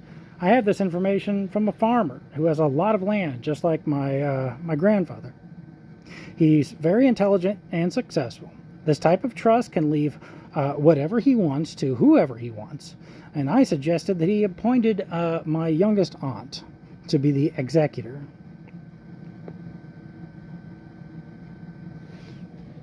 So at first, she was saying that she doesn't want the responsibility that Grandma brought up. Now she's saying that she's made a suggestion that my youngest aunt is in charge. That should be in charge. Two different stories, right? Maybe Grandma brought it up, and then she said, well, I don't want that. Maybe my youngest aunt should be in charge. But again, that's not the story that the rest of the entire family is saying. What are the odds that the entire rest of the family is crazy and she's the only sane one out there fighting against the whole world of crazies? And she's the only one that is refusing any sort of medical interventions, refusing to go to the hospital at all for any reason, refusing to post any amount of proof for all of these accusations and whatnot. What are the odds, right? I'll leave you to decide.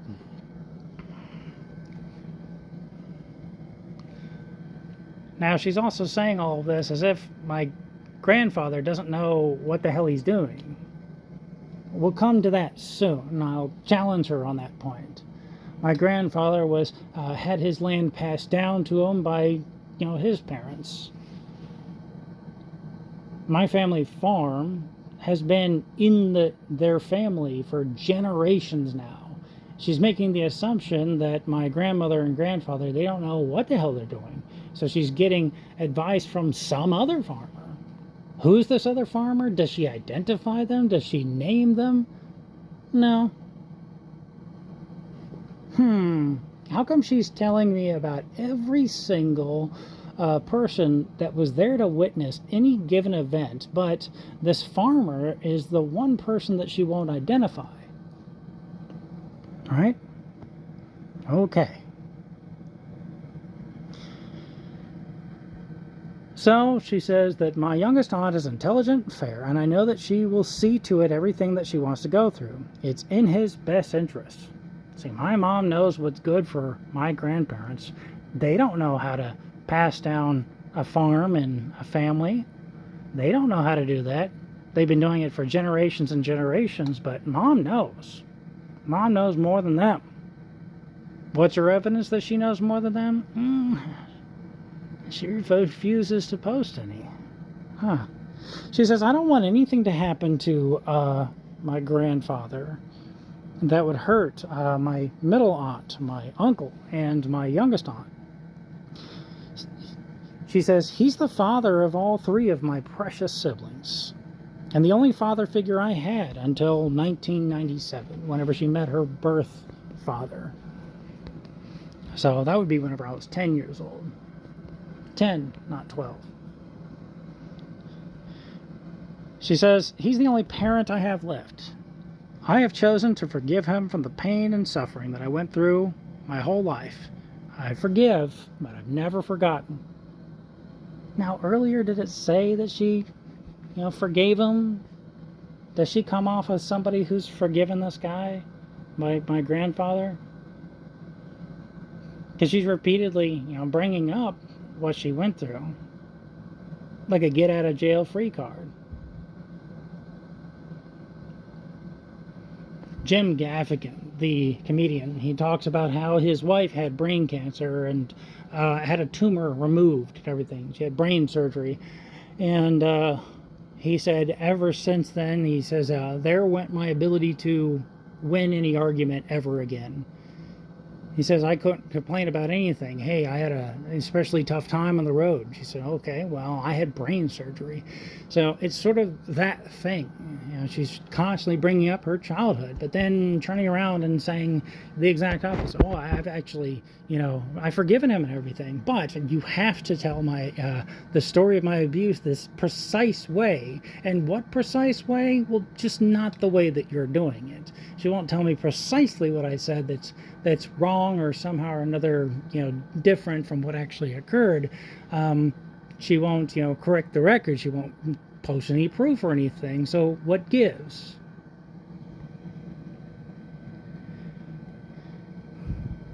She says, my grandpa was the only one trying to teach us anything, and I love that farm. It's the only real home I've ever had. He gave me a home, he gave me an education at Southwestern High School, and that I loved. He also paid for her to begin taking classes at Blackburn College in Carlinville, Illinois. She dropped out of Blackburn College, stating that why try to make more money later whenever she can simply make money now. So she dropped out of that college, but she won't mention that because, again, that's something that she did. He took care of our dental and physical health, gave us summers filled with walking beans, putting up straw and hay, and a huge garden with fresh vegetables to work in. He gave me that garden where I spent summers helping Grandma freeze and can everything for the harsh winters. He gave me a good work ethic that I'm proud of.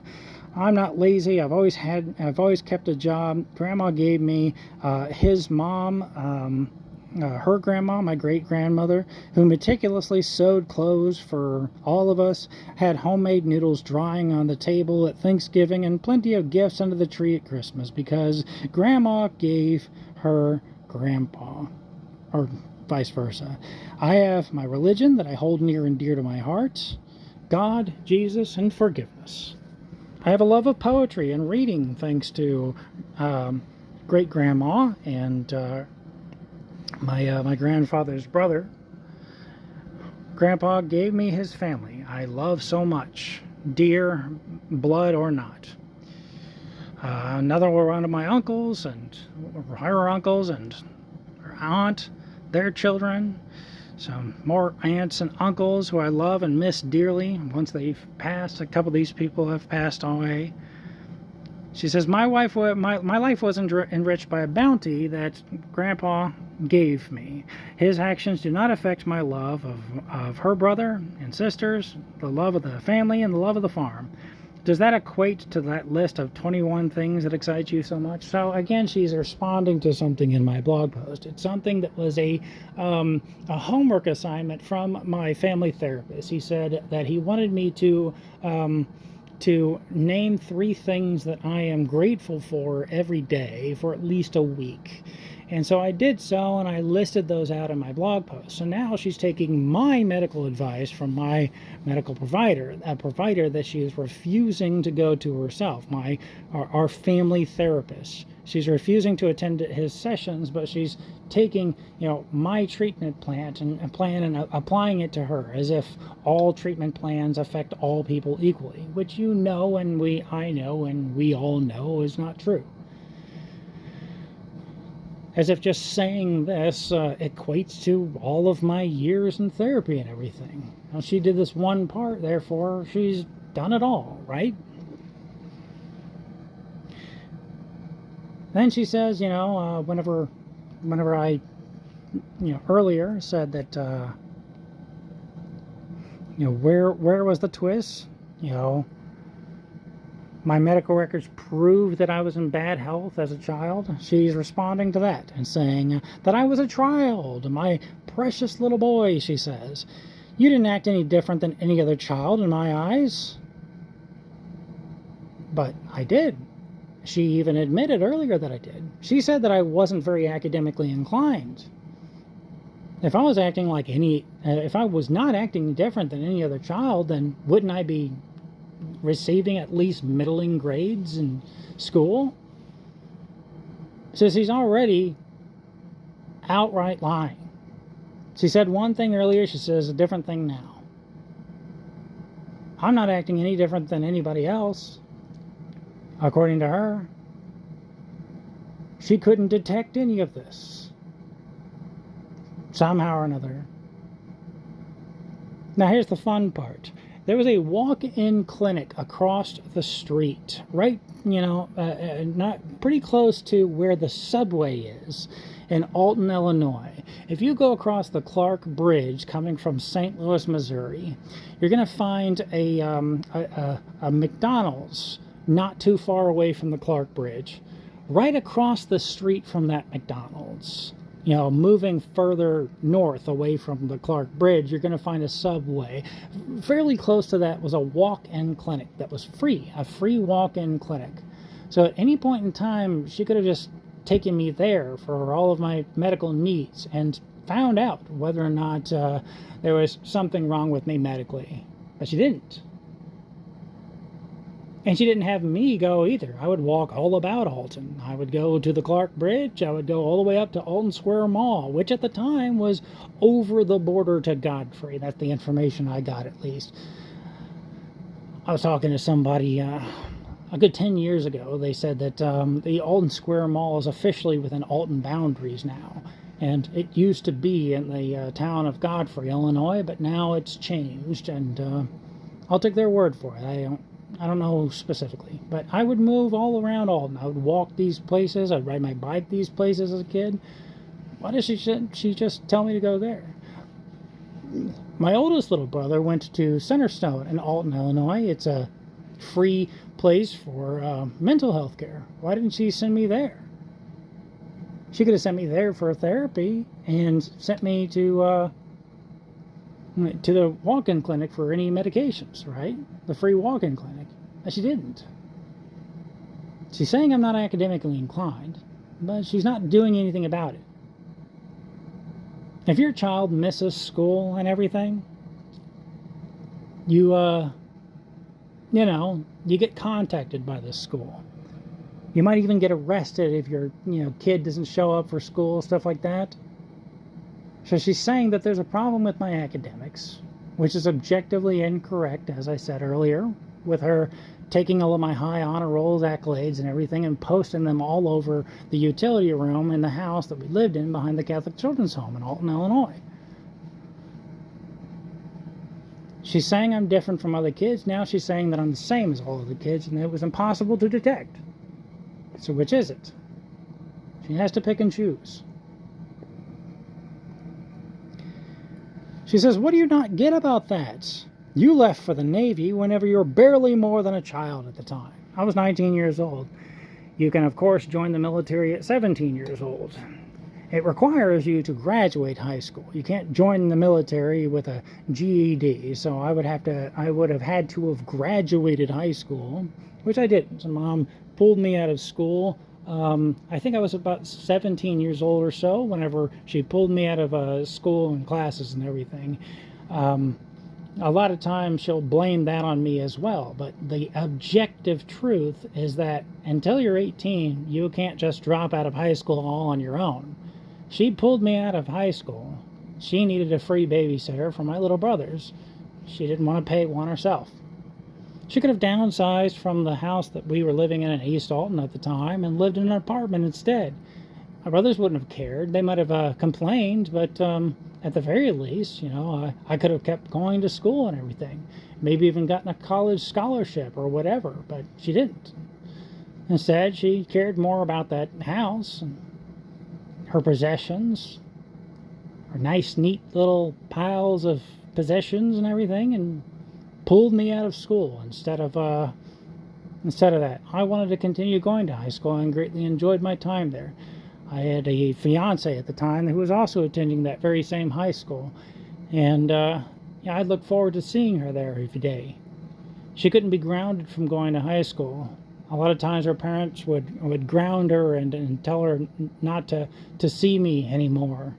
Several periods of our relationship where we had to spend weeks or even months apart because of her parents, and we could circumvent that simply by me going to school and her going to school. Could see each other in the halls after school shortly before she gets picked up or whatever and taken back home. Either way, so I was 19 years old. You can, of course, join the military whenever you're 18 years old, regardless of what happened, regardless of whether or not you went through high school or dropped out of high school. So I was 19 years old.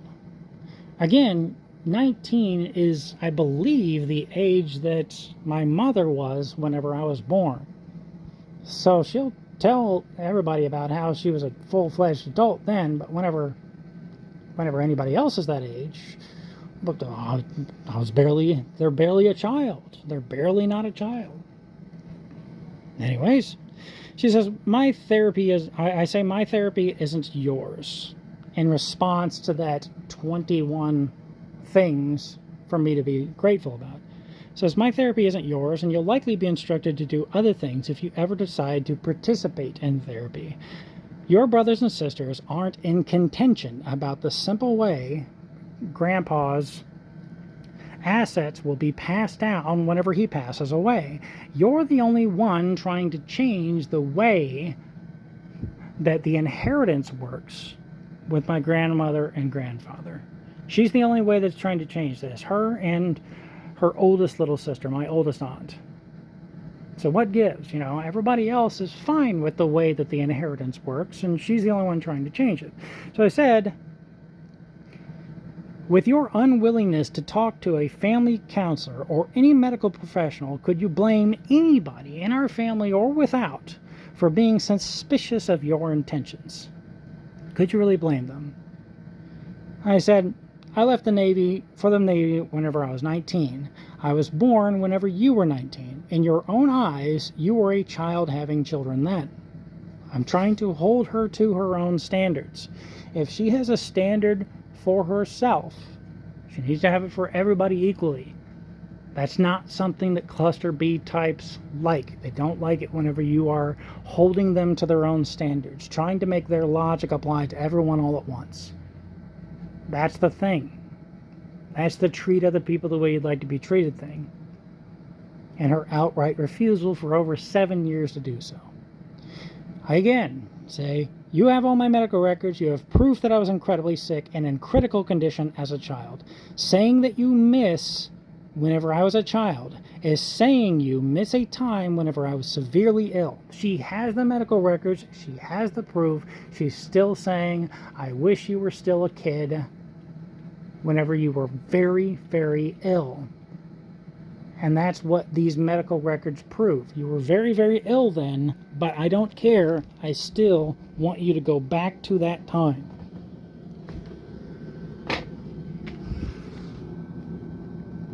So you can't have your cake and eat it too.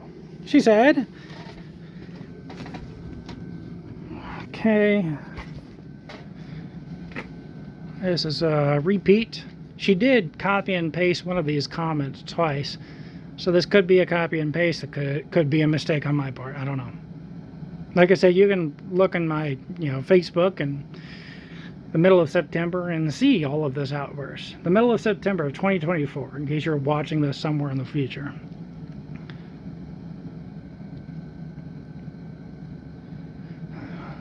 I respond.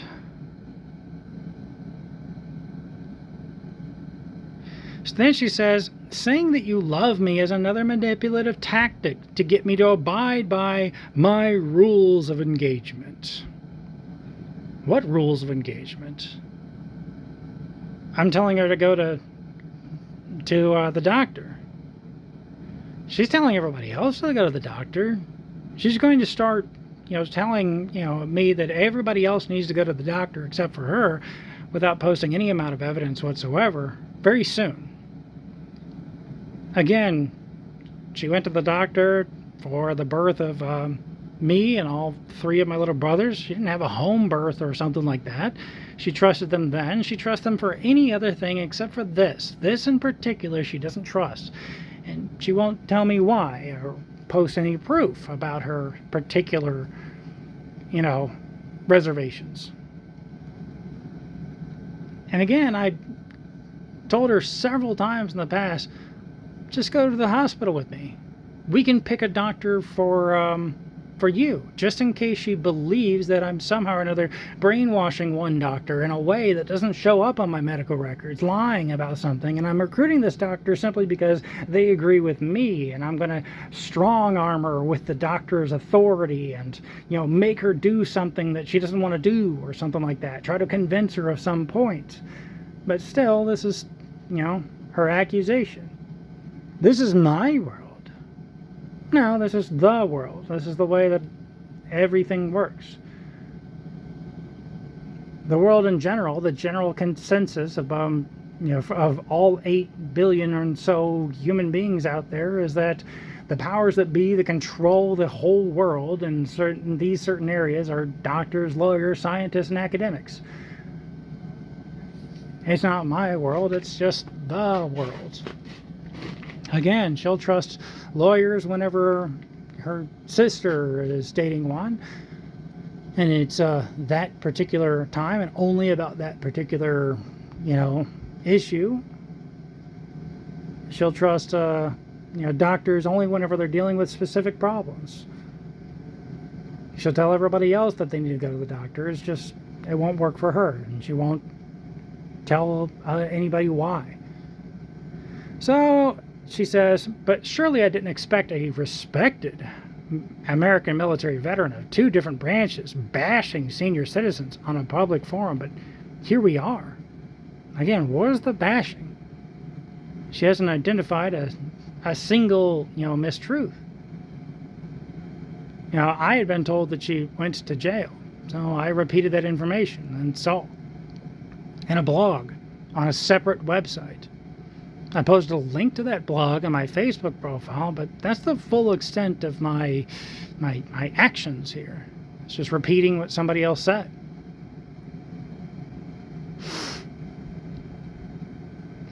And she's saying a respected American military veteran. I don't know about that. I don't know too many people at all that respect me. I live in my uncle's old house, his old mobile home that he abandoned for over 15 years. Got a lot of holes in the floor and everything. The particle board that was stretched out between the stick frame construction, a lot of it has completely disintegrated, and it's like in between these bores, every 16 inches on the center, there's like a dip in the floor, like a big U. Nobody thought that anybody could rehabilitate this place and live in it, and nobody thought that was possible, but I managed to. With the help of my uncle, eventually, he came over and saw the work that I'd done on it, and he thought that he could hook things up, and he did. He successfully fixed it up and everything, but there's nobody that wants to, switch lies with me. I have a composting toilet. It's a 5-gallon bucket. I use the restroom, so to speak, by pooping and peeing in a bucket and then covering my waste with anything from dirt to sand, whatever I could find. Cat litter sometimes, wood chips, sawdust, just to cut down on the smell. It works, but nobody wants to do that. Nobody in my family wants to switch lies with me. I shower using a garden hose, and that's only whenever I can, set up the garden hose. I believe right now, as I speak, it's below freezing temperatures. I can't set up the garden hose. All the water inside the garden hose is likely frozen. And in one big block of ice, I'm not going to get anything out of it. Before I even, they got the well working on this property, I used to go to a state park and then and grab 1 gallon of water at a time there. Eventually, they told me to quit, that the water was only for guests of the state park. I thought that since, veterans have free access to national parks, that would extend to state parks. I was apparently wrong. Nobody wants to switch lives with me. I don't really consider myself respected at all. But whatever. But here we are. She says, I have extensively read your medical records that you sent me. Your counselors, in their notes, repeatedly observe that the patient has narcissistic and type B characteristics and cannot take responsibility for his own actions. Isn't that the narcissist causing the kettles narcissistic? So she's claiming that my medical records prove that I'm actually the one that's narcissistic. She's using the know you strategy. After I left the psychiatric inpatient program at Jefferson Barracks Veterans Affairs Medical Facility in St. Louis, Missouri, I was diagnosed with adult attention deficit hyperactive disorder and was given Strattera. I was given the generic version. It's called atomoxetine, but I was given Strattera, and eventually they racked up that dosage until I was at the maximum possible dosage that a human being can be prescribed. Eventually, I took a learning disability test. I requested it from Veterans Affairs, trying to explain exactly how it took me so long to get my bachelor's degree. I started in 2011 after taking several college classes while active duty and even getting some extra credit from my time active duty.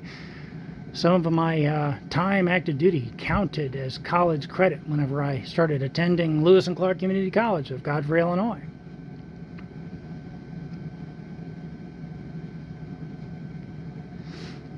So even then, it took me until late 2017 to finish a bachelor's degree. That's a long time, especially whenever you're not taking summers off.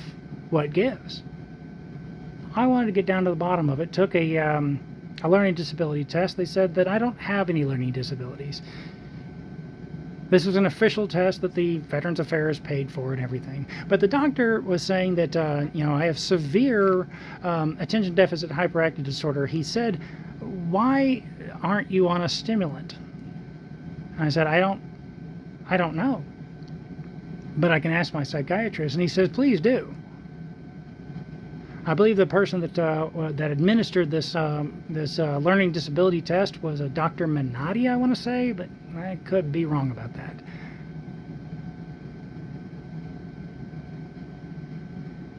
So I discussed the findings and everything with the rest of my family.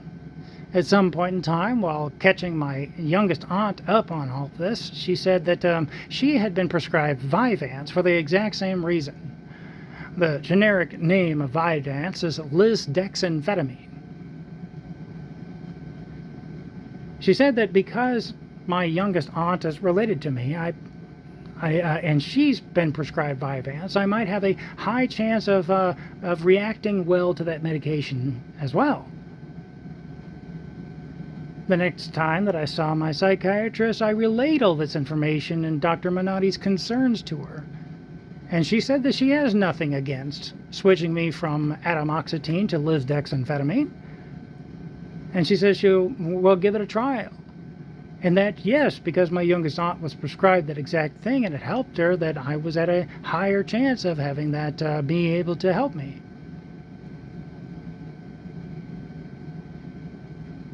So whenever my mom is saying, no, you, that I actually have the cluster B personality disorder and she doesn't. That's not the way the genetics work. If I had schizophrenia, then that would mean that the rest of my family should probably get checked for schizophrenia. It's very likely a genetic thing. We all need to get checked for whatever everybody else has. That's how this whole thing started. My grandfather on my father's side died of his first ever heart attack. Therefore, I had to be very careful about my heart health.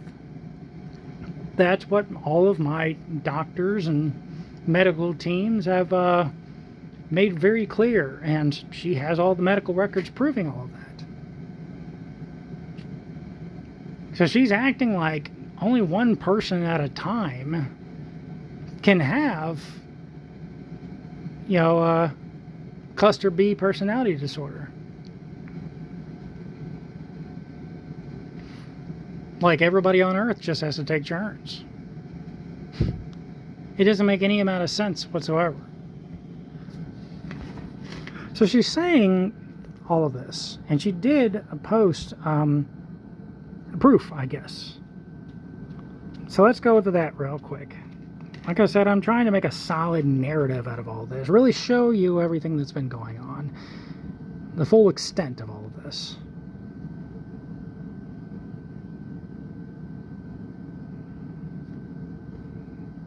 I don't know what all this is about. Some memes I've got into this folder. Let me see. Right here, I'm showing her that each and every time that she uses someone's name, a little box pops up showing who she's talking about, who I'm talking about. She's voluntarily clicking away from that box simply so she doesn't call other witnesses to the stand.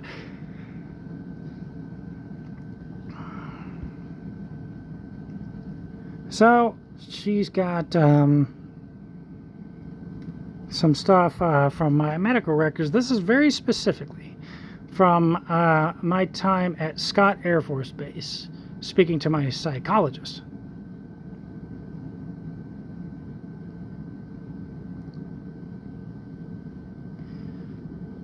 So let's see where specifically this comes from, because she is going to circle it for us.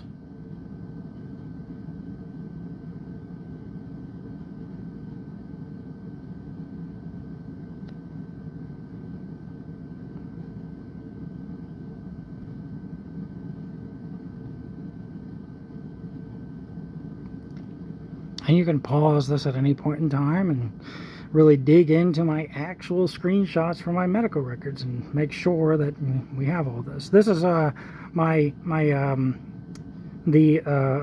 doctor, as it says, PhD, the doctor in charge of the family advocacy program in San Diego, stating that me and my ex-wife should get individual counseling. One of the people that she has blatantly refused to take their orders, to take their recommendations. I received the counseling, she didn't. I've got the proof that I received the counseling, right? These are my medical records. This is the counseling that I went and received. This is an actual domestic battery a thing that I put in, and I gave all the medical records for and everything else at in Alton, Illinois, about everything that went on whenever I was living with my ex-wife in San Diego. So the police, law enforcement, they're all on this, but later on Mom is going to call into question whether or not I actually was ever abused at all. She doesn't believe the cops. She doesn't believe the very people who decide what is and isn't abuse. And of course she sees everything from my the abuse counselors at the Violence Prevention Center in Belleville, Illinois. So she knows full well that that those people, that decide what is and isn't abuse, are saying that I was abused. But she doesn't believe them. And she sees all the medical records. She sees that everything I'm saying is no word of a lie. I haven't, fibbed to them at any point in time. But she doesn't trust them. She doesn't trust their judgment. Only her judgment. So what are her qualifications? Well, she graduated high school. That's something, I guess.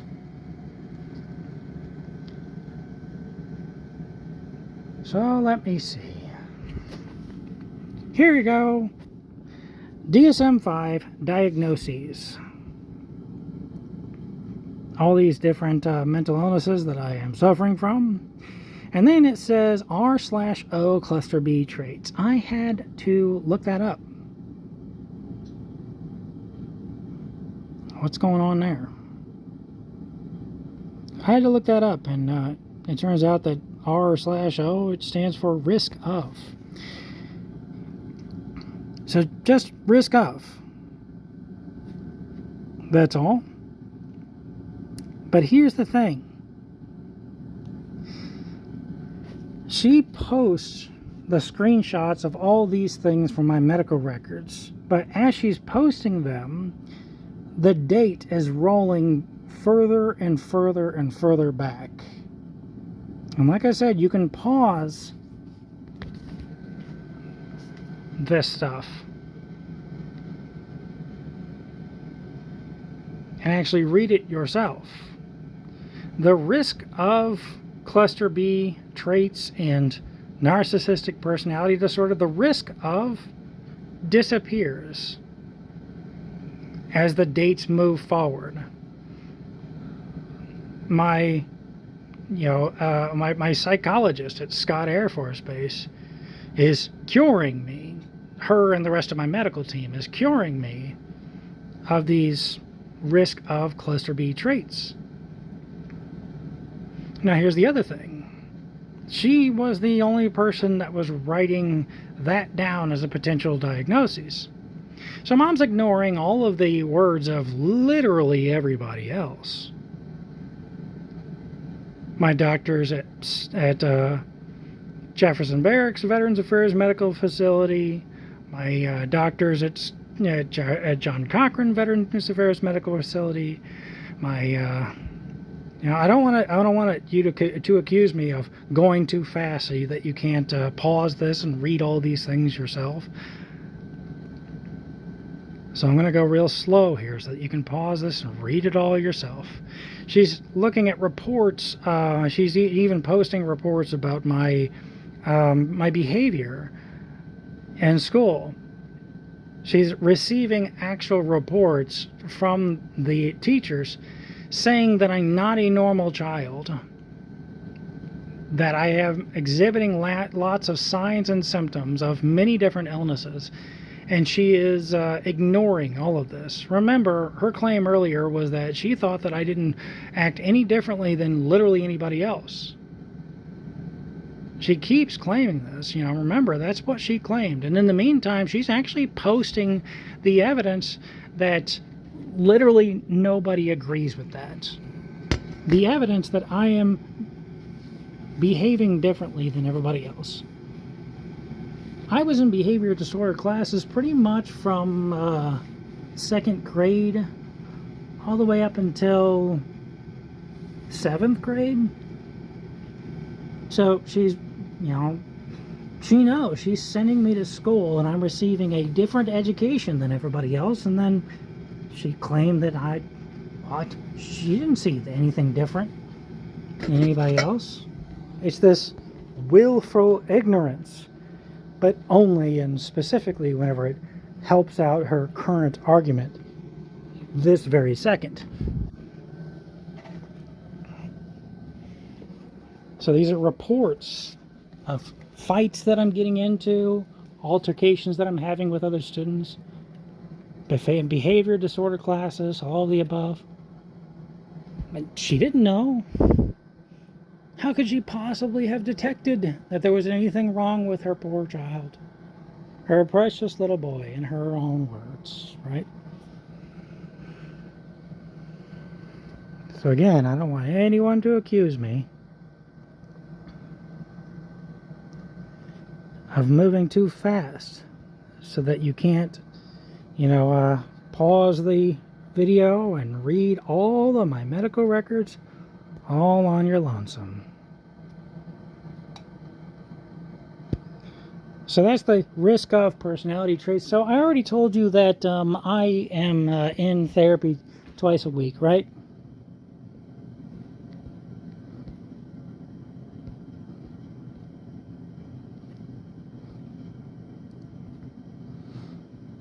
So, and I told you about the interpersonal psychotherapy group.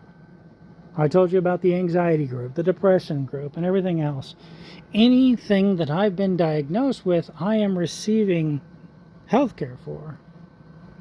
But this one risk of cluster B traits, way back when, a diagnosis that was just a risk of and eventually disappeared entirely from the actual medical records that she is posting from as the dates move forward. If that was the diagnosis, why would I avoid that in particular? Why would I not get that treated? Why would I not demand free medication from Veterans Affairs to combat that? If it's holding me back in life, then I'm going to try to fix it, right? I go to the doctor so that I can be, happier, healthier, wealthier, etc. at the end of my treatment.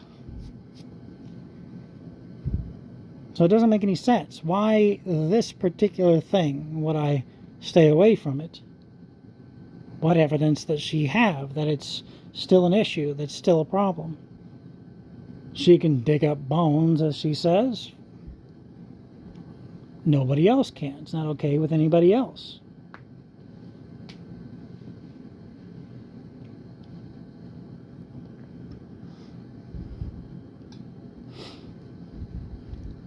And again, it's not like everybody on Earth has to take turns being, diagnosed with cluster B traits.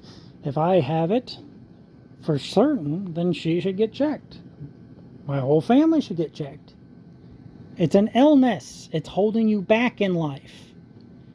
It's not a double-edged sword. If you get COVID, you're miserable. If you get, if you get a cold, the flu, you're miserable for a while. You don't want to have it. If you get a headache, you want to, take an aspirin or ibuprofen or acetaminophen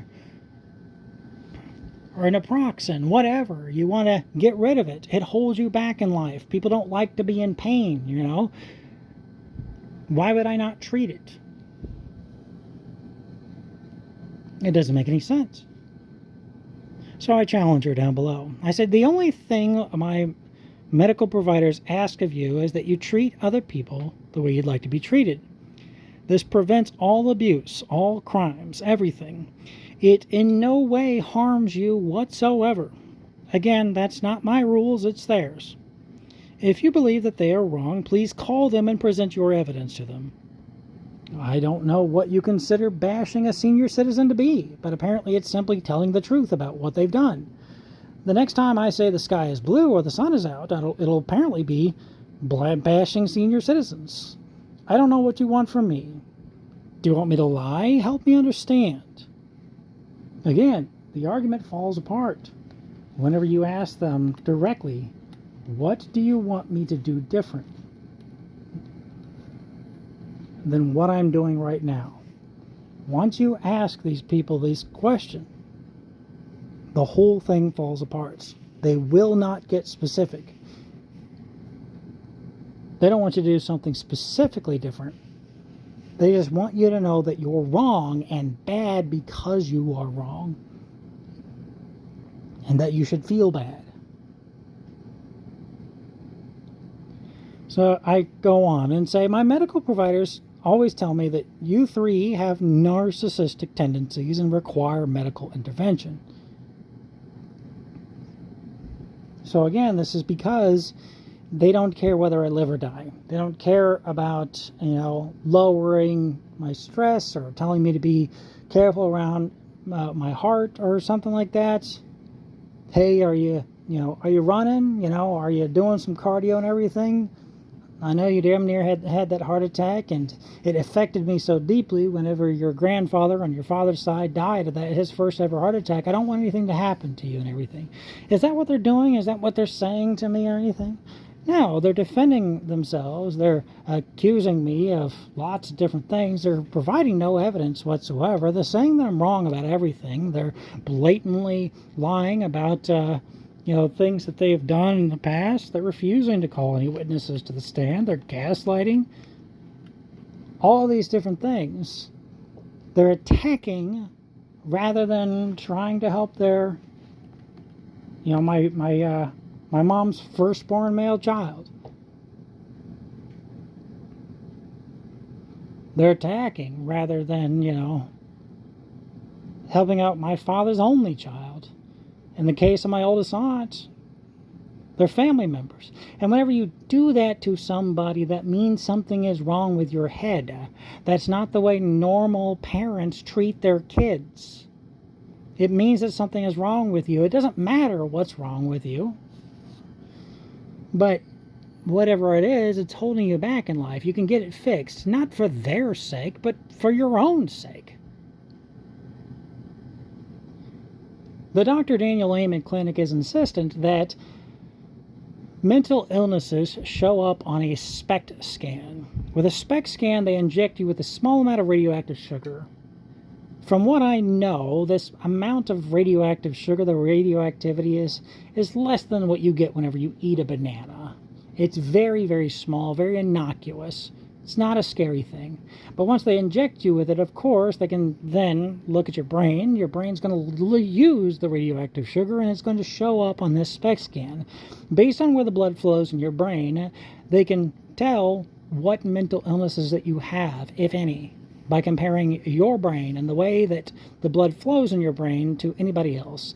This makes mental illnesses into physical illnesses. If a person believes in an X-ray and a broken bone, then they believe in mental illnesses at this point in time. It doesn't matter what's wrong with my parents and my oldest aunt. They can get it fixed. It is a physical thing that they can verify according to the Dr. Daniel Amen Clinic.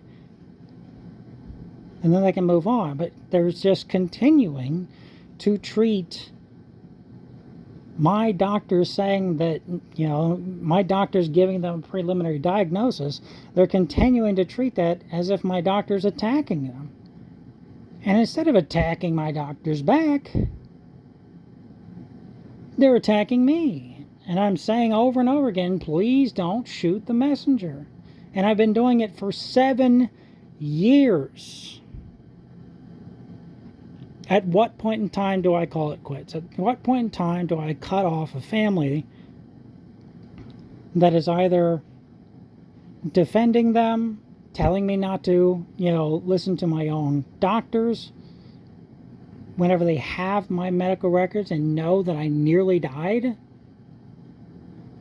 At what point in time do I escape before these people actually do cause within me a heart attack that I die of, much like my grandfather on my father's side?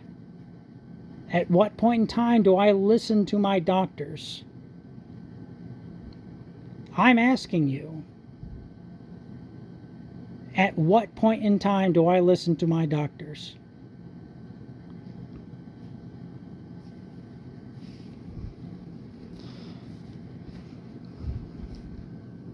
So the preliminary diagnosis from my doctors are that the reason that they're treating me this way is because they likely have narcissistic personality disorder. Just like it's not a bad thing and you're not a bad person for catching a cold, it's not a bad thing and you're not a bad person for, having a mental illness. It's not like you chose to get it. It's not like it was out there on the store shelf and you took it to the counter and bought it and then consumed it so it became a part of you. It's not a bad thing to be ill in any way, shape, or form. I know back in the day that anybody with any mental illness was called crazy and it was a big social stigma, but it's 2024. I'm showing them the exact things. My father broke his arm at some point in time. He went and he got an X-ray, confirmed that his arm was broken. They fixed it and everything. He didn't say that he was a bad person. He didn't feel bad about himself and everything. He wasn't attacking himself because he broke his arm. If mental illnesses show up on SPECT scan, like the Dr. Daniel Amen Clinic is insisting on, then what gives? Why are they specifically and only considering it an insult whenever my doctors say something that I then relay to them, and then they attack me because of what my doctor said? Why do they selectively think that mental illness is bad if it applies to them, but it's not a bad whenever it applies to anybody else unless they're arguing with them? Whenever I was a child, my mom had a very, very skinny friend. She had 2 first names, and they were kind of strung together. She was a very, very skinny person, like a Draugr from Skyrim, like a survivor of the camps that people went to in World War II. She was that skinny. Occasionally, Mom would take me to her, general place. It was like one of her friends from high school or something like that, and I believe it was whenever she took me to this general place, her friend's residence or something. There was a person. I never saw this person, but I was informed that he was mentally handicapped in some way, shape, or form. I could only hear this person, and that person would be screaming for the dog to shut up over and over and over again, regardless of whether or not the dog was making any noise. This is all that I remember from this whole situation. At no point in time did my mom attack that person for being mentally handicapped or say that they're mentally handicapped. She's very selective with this. If other people are mentally ill, she has no problem with it. Whenever I'm mentally ill, she has a problem with it, and she wants to blame me for my own mental illness and say that all my doctors are wrong about the cause of my mental illnesses. Whenever it applies to her, then the doctors are definitely wrong, and it's everybody else in the world that's crazy. But does she post any proof? Does she just go and get tested, even if it's free? No, of course not. She's not going to, post any amount of evidence whatsoever. So I said, if you told me I was a narcissist myself, I'd be in a program that should treat it. I've proven this on my medical records by attending multiple programs on attention deficit hyperactive disorder, anxiety, depression, all the above. If you feel my medical providers have given you or I an incorrect diagnosis or preliminary diagnosis, please contact them and present your evidence. All of the contact information for all of my medical providers are within these medical records that she has full access to and are posting screenshots of. She knows how to contact these people.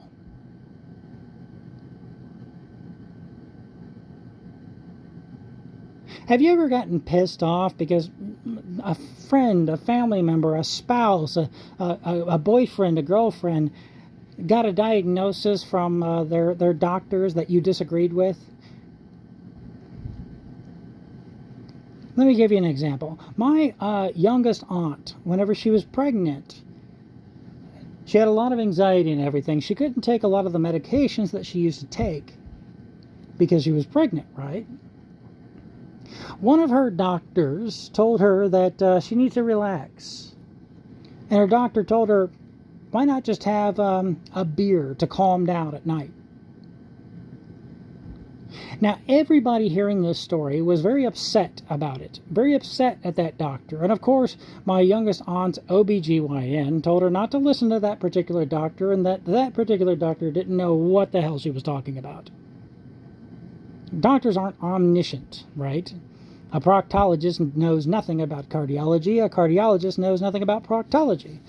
They can be wrong. They're human beings like everybody else. Doctors are a lot like seatbelts, right? The reason that you have to wear your seatbelt is because it reduces your chance of injury. If you crash your car and you are wearing a seatbelt, the seatbelt could choke you to death. It could kill you. but it has a much higher chance of saving you instead, and saving anybody else whenever you're not wearing your seatbelt and you go rocketing out of your, windshield and into somebody else, killing them instantly.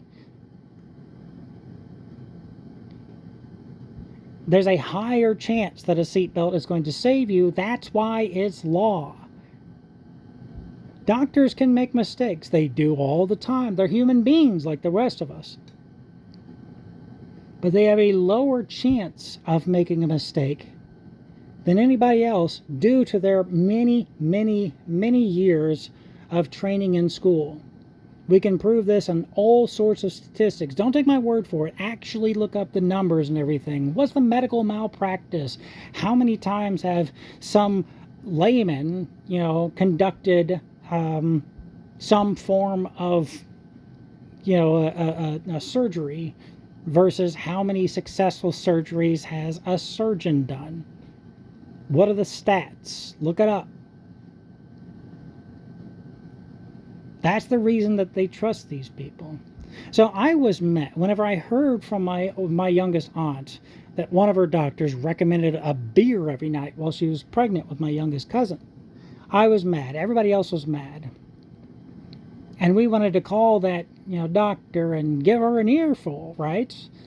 We were righteously angry, and even the OBGYN was in agreement with us that my youngest aunt shouldn't drink a beer every night. And thankfully, my youngest aunt didn't listen to that particular doctor, the one that wasn't the OBGYN that was, recommending her a nightly beer in the first place. She listened to the OBGYN instead.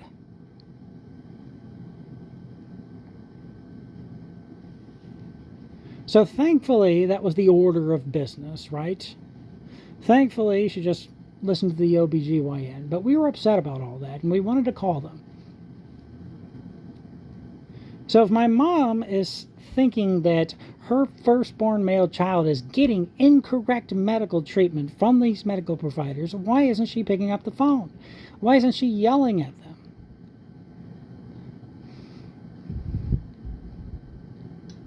Whenever I was a freshman in Alton High School, at some point in time, I just got sick and tired of going to school. It seemed like a waste of time. So I started hiding under my bed until everybody would leave. And then I would just hang out in the house all day, play video games, play with toys and everything else. Every time that I was absent, my mother would get a call. Time and again, my mother would be upset at the school administrators. Her kid would never skip out of school. He likes school, and she was right. I do like school. I just like video games and playing with toys more at that very particular point in time.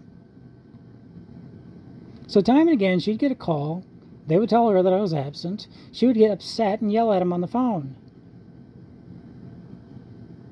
And after hearing this 3 or 4 times, finally she took off from work and then came home. Caught me in my room in the house that we lived in Alton, behind the Catholic Children's Home. I was sitting there playing with a toy. It was a really cool toy. It was like a little statuette of Diablo from the game Diablo, the final boss of the game. Very, very cool. She didn't even say anything. She just was upset, and she left. Eventually, she came home, laid down the law. I got grounded and everything, and I started attending school again. So she was that upset way back when, but now she just doesn't give a shit. She's, saying that she's under the impression that I'm getting the wrong medical care, but she's not upset about it. She's not upset enough to call these medical experts and everything and give them an earful. What gives? It's because she's lying through her teeth. She'll say anything. We've already established that. Oh, you were a completely normal child. Oh, but you're doing this. You're going to behavior disorder classes. Here's some screenshots of actual letters that I got from some of your teachers saying that you are not behaving like every other child. She's saying whatever. This is a full-blown attack She is trying to hurt her oldest male child, me. She wishes me harm. There's a therapist on YouTube, and his YouTube channel is Theremin Trees. I was introduced to his channel. It was recommended by somebody on a message board. They said that I really think this could help you out, and it did. And the video that they linked to me was part one of a two-part video saying that Theremin Trees, the guy that runs that channel, the therapist that runs that channel, he had his cluster B parent die, and he didn't feel a thing. He was so detached from all of this. Within those videos, or in, on, and around the time that those videos were released, in one of his videos, he talks about a term, and I think it's a very appropriate term.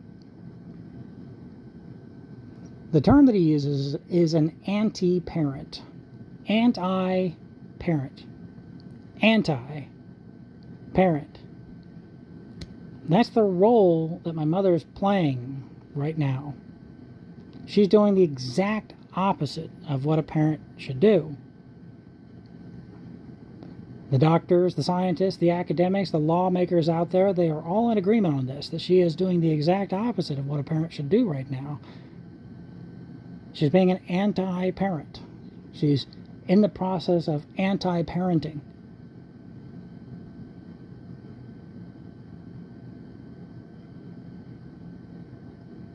So who would want to continue to spend their time with an anti-parent who doesn't care whether you live or die and is actively lying to you with proof, saying one thing, posting another, all the above, posting one thing, then the next, saying whatever? Would you want to hang around my mother after all this? How would you feel if your mother was treating you this way? My mother's parents never treated her this way. What gives? Why can't she just treat other people the way that she'd like to be treated? So it says, if they told me I was a narcissist myself, I'd been in a program to treat it. I've proven this in my medical records by attending a lot of things. If you believe I have an incorrect diagnosis, please contact them and present your evidence.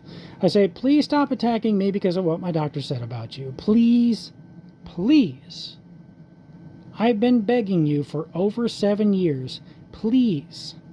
Nothing bad can happen to you if you get treatment. Something bad will happen to me if I stop treatment. She has all my medical records to confirm that this is fact. That if I stop listening to my doctors, I could die. She doesn't care.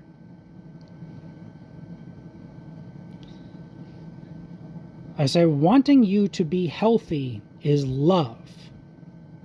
Admitting that you care more about your own happiness than your child's health is sick.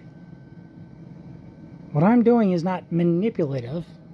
The result, if she takes my advice, if she does what I'm asking her to do, the result of that will be that she is happier, healthier, and wealthier. The result of if I take her advice is that I die. Is that I have a heart attack and die of my first ever heart attack, exactly the way that it is proven within my medical records that she's posting screenshots of. She knows that this is a life or death situation, and she doesn't give a shit. This is the way that she's talking to her firstborn male child on his 37th birthday. On a public forum. In Facebook comments. This is not a private conversation. You can look this up yourself. Middle of September 2024. You can view this thread and the way that my mother speaks to her firstborn male child. You don't have to take my word for any of this, that I've somehow manipulated these documents, that I'm somehow or another using Photoshop to make her look bad or anything. This is just what she said. I'm reading it out to you. We move on. She says, I didn't say anything of the sort, blah, blah, blah. Twisting her words. So this is where she copies and pastes one of her comments. So I say back to her, you literally posted a letter I wrote 17 years ago, but you're saying I'm digging up bones. All the witnesses say that you attacked your middle little sister. You're the only one that's saying anything differently. A few days before this whole tirade, she had posted a letter with no comment on one of my blog posts. And it was a letter that I wrote 17 years ago. It's a letter that I'm not proud of. I was being very immature in the letter.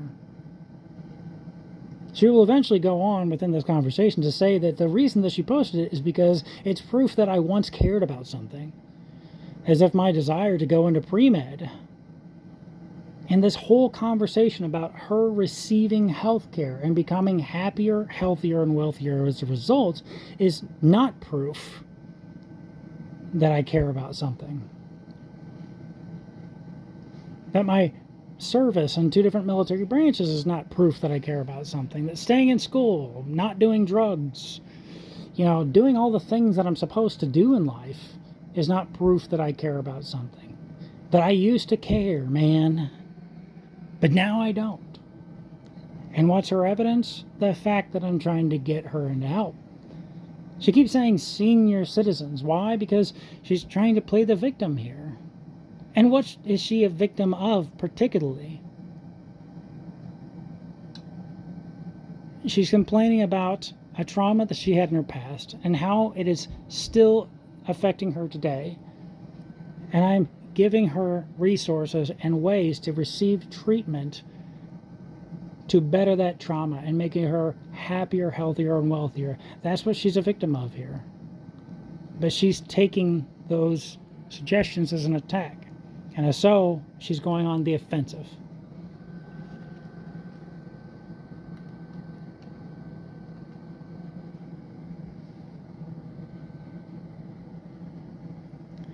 So I said, no.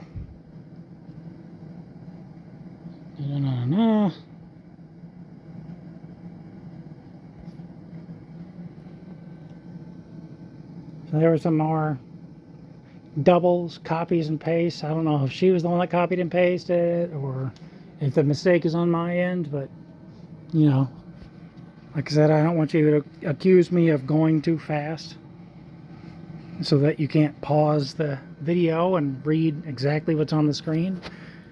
You don't have to take my word for it. Like I said, September 2015, my Facebook profile is public. Nobody is blocked from it.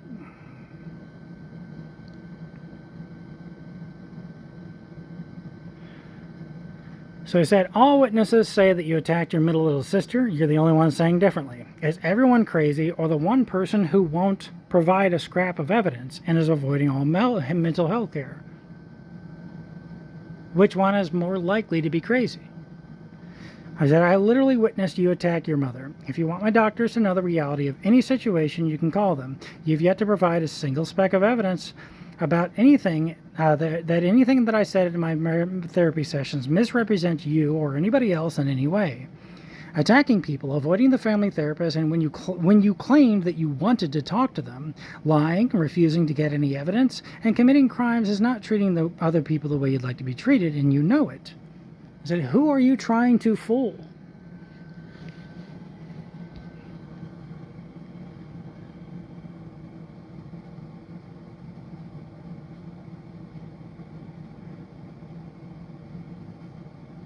Okay.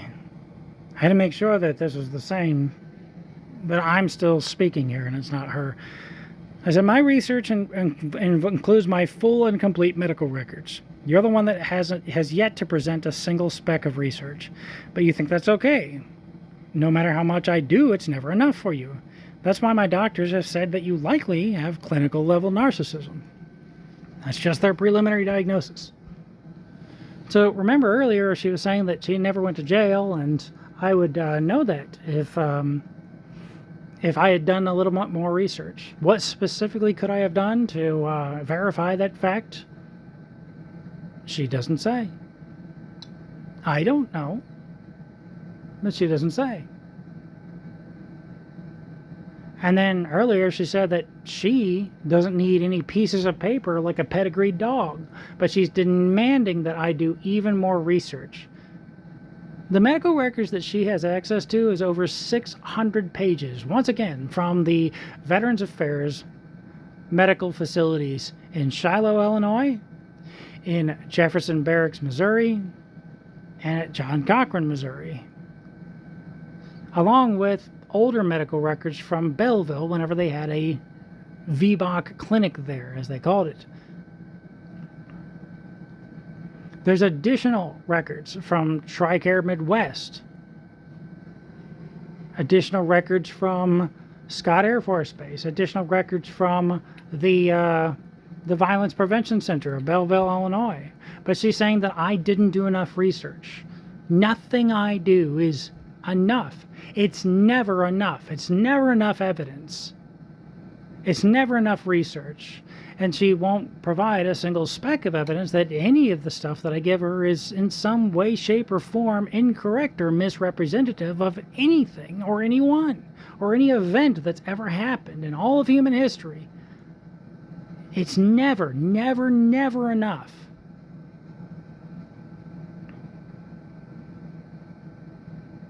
I said, I don't want you attacking people. You were abused, and the abuser got treatment and came back with proof that he will stop abusing you. You attacked others, and I want you to get treatment and proof that you'll stop attacking others. Much like, her abuser got treatment and proof that he won't, mistreat other people again. You demand these things from others, and it's never enough. We ask the bare minimum from you, and it's too much.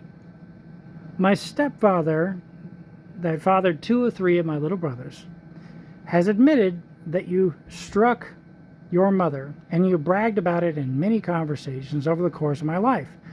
Again, who are you trying to fool? Me, my cousins, grandma's side of the family? There were so many witnesses on the same page. This attempt at gaslighting is ridiculous. Why is it too much to ask for you to get a doctor to promise that you'll stop attacking people? My doctors aren't asking for much. Please stop attacking me for what my doctors have told you.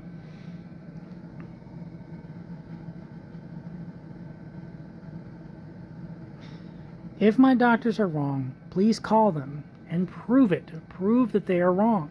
Prove that they're incorrect. Please provide some proof.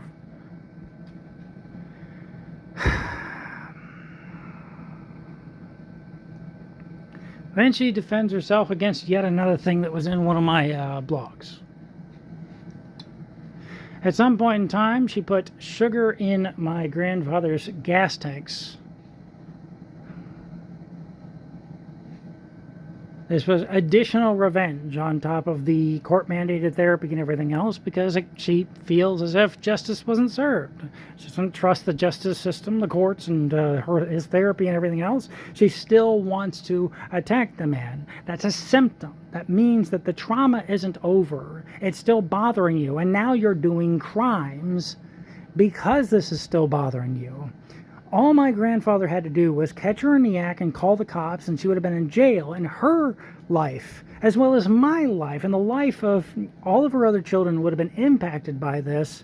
She would have been unable to get a job and everything else. So her past is, making her think that it's okay to do crimes. And all we're doing is saying, please go to a therapist and complete some form of therapy that says, I'm not going to do these crimes anymore. I want you to answer this question. You, the person watching this, listening to this, whatever you're doing, I want you to answer this question. What can I benefit from if she does this? if she goes and graduates from a program that says, hey, we're the people that make people stop doing crimes, and here's a guarantee that your loved one won't do crimes anymore. How does that benefit me? And how does that hurt her in any way, shape, form? How? How does this damage her in any way, shape, or form? What bad thing can happen to her if she does this? She's attacking other human beings. She's stealing shit. She's borrowing things without permission. Burglary, housebreaking, larceny, with dozens of witnesses at a time, all which she refuses to call to the stand. She's doing all this stuff, and I don't want her to go to jail. I don't want her to struggle to pay her bills for the rest of her life because nobody will, will hire a convict. I'm trying to help her. It is very clear that I'm trying to help her and that she's trying to hurt me. She has the proof that I nearly died, and still she's attacking me and telling me that everything that I've ever done and ever thought about and ever saw is incorrect. That somehow or another, all of this is wrong. I imagined it. It didn't happen that way. And then here's all the witnesses, and by the way, I won't call them to the stand. I won't, do all of that. But it didn't happen that way. And everybody else is crazy but me. And I know I'm not going to pose any proof. Just take my word for it, right? So in addition to putting gas in my grandfather's, or putting sugar in my grandfather's gas tanks up at the farm many years, whenever I was a child. And then again, bragging about it to anybody that could listen, which is why I know about it. She told me about it over and over and over again. Remember whenever I said that I went to Dr. Minotti and I got a learning disability test? I was there for hours getting this, seeing whether or not I have a learning disability. At the conclusion of that, his conclusion was that my memory is very, very good. Way above average. So I have actual medical evidence that my memory is very good. But again, there's all these witnesses. You don't have to take my word for it. All she has to do is actually call these people to the stand. And then we can see whenever everybody else is telling one story and she's telling the next, which is exactly why she doesn't want to mention any of these people. She just wants to lie to me and say it didn't happen that way. And then post zero proof. Now, in addition to putting sugar in my grandfather's gas tank, she also poured nails all over the driveway. So he was telling this story one day, telling about how him and my uncle had to go up and down the driveway with a magnet, very low to the driveway, after it already, punctured a tire or whatever. However, he figured out that there was nails in the driveway. And he had to painstakingly lose a day of work by cleaning the nails out of his driveway. But the thing was that the nails kind of continued on a path. And they went all the way down the road to the right. And down towards the bottoms where there's a bridge on the road that my family farm is on. There was a bunch of nails. So upon investigating all of this, my grandfather, the Vietnam War veteran, my grandfather, who was trained to do this sort of tracking thing as a person in the infantry and an E5 in the military,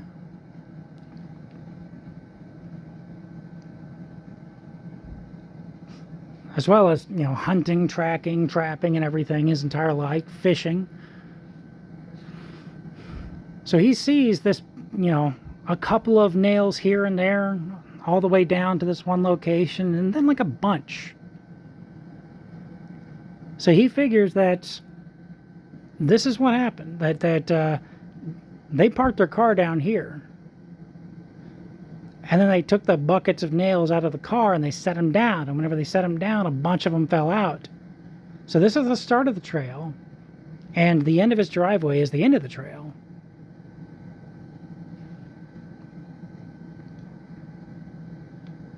But she bragged to everybody that would listen that she put sugar in his gas tanks. But suddenly, all these years later, oh no, I didn't put sugars in the gas tank.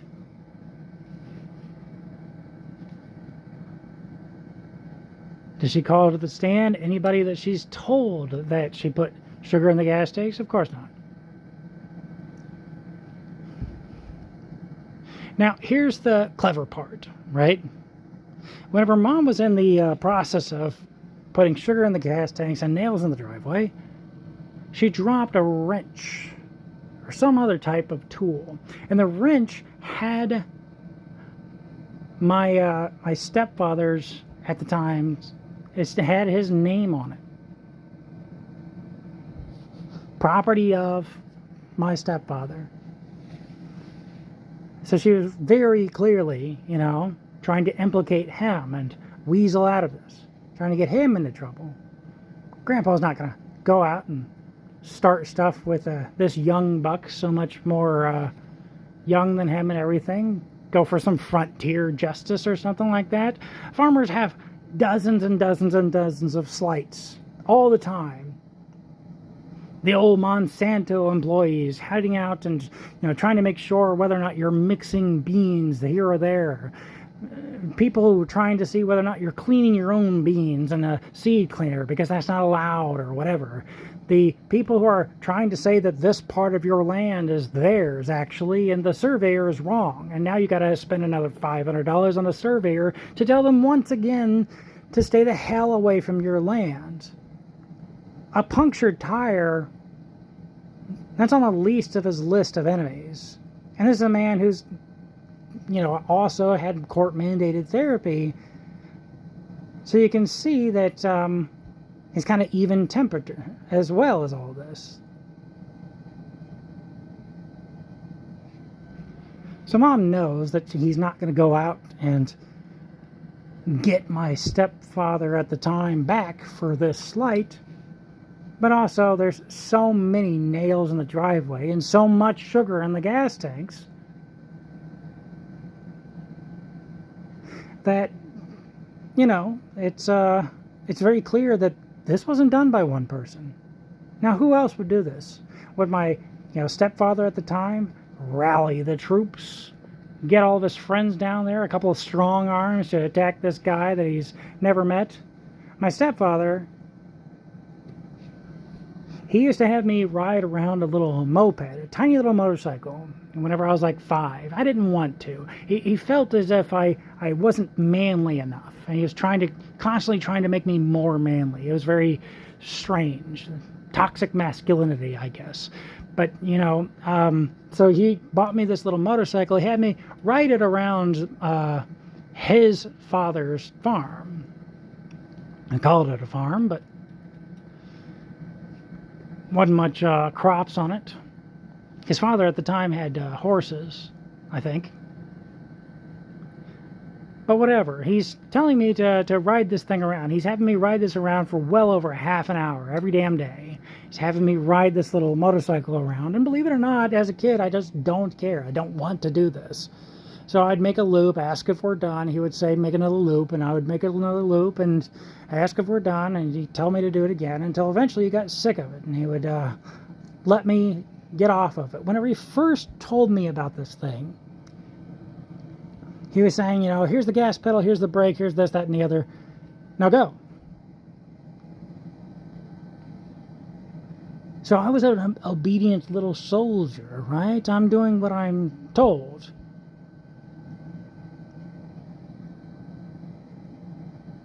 So that's why, I got into 2 different branches in the military. That's why I stay in school, don't do drugs. I have a clean criminal record and whatnot. You know that you can't be military police if you don't have a clean a clean criminal record. I didn't know this until I got into boot camp. One of my other boot camp attendees, I guess, in my boot camp division was lamenting the fact that he couldn't be a military police person himself because he had a record. He had a criminal record. So I'm being a good little soldier even as a young boy and doing exactly what I'm told. So at some point in time, my stepfather at the time decided to quiz me, and he says, I make a loop, come back, and I say, hey, am I done? Can I go? Can I go play video games or something like that? Watch cartoons? And he says, I want you to ride directly towards that fence as fast as you can. Okay. So I start driving directly towards that fence as fast as I can. And then he yells at me, hit the brakes. I'm thinking, which one was the brakes? I don't remember. I've been kind of just slowing down and then putting my feet on the ground like I'm riding a bicycle, right? That's the way that I'm getting to a stop. I'm confused. I don't know where the brakes are. I can't remember. And so I bash into this wooden fence as fast as this little motorcycle can go. My head busts wide open. There's blood everywhere. But my stepfather at the time, he can't help me. Because my stepfather faints at the sight of blood. This is the man that my mom is getting ready to blame for going to a farm, someone else's farm, a farm of a Vietnam veteran who's armed to the teeth with many guns, and he's just all by himself, unprompted, pouring sugar in gas tanks and a bunch of nails in the driveway. According to my grandfather and my uncle, who had to clean up all this mess, so she's not only hurting her, the person that she still holds a grudge against all these years later and is still, exhibiting these symptoms. It's not over the trauma. So she's not only doing all this,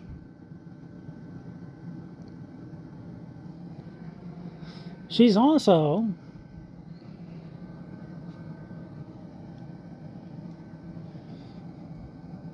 saying that he did all this by himself.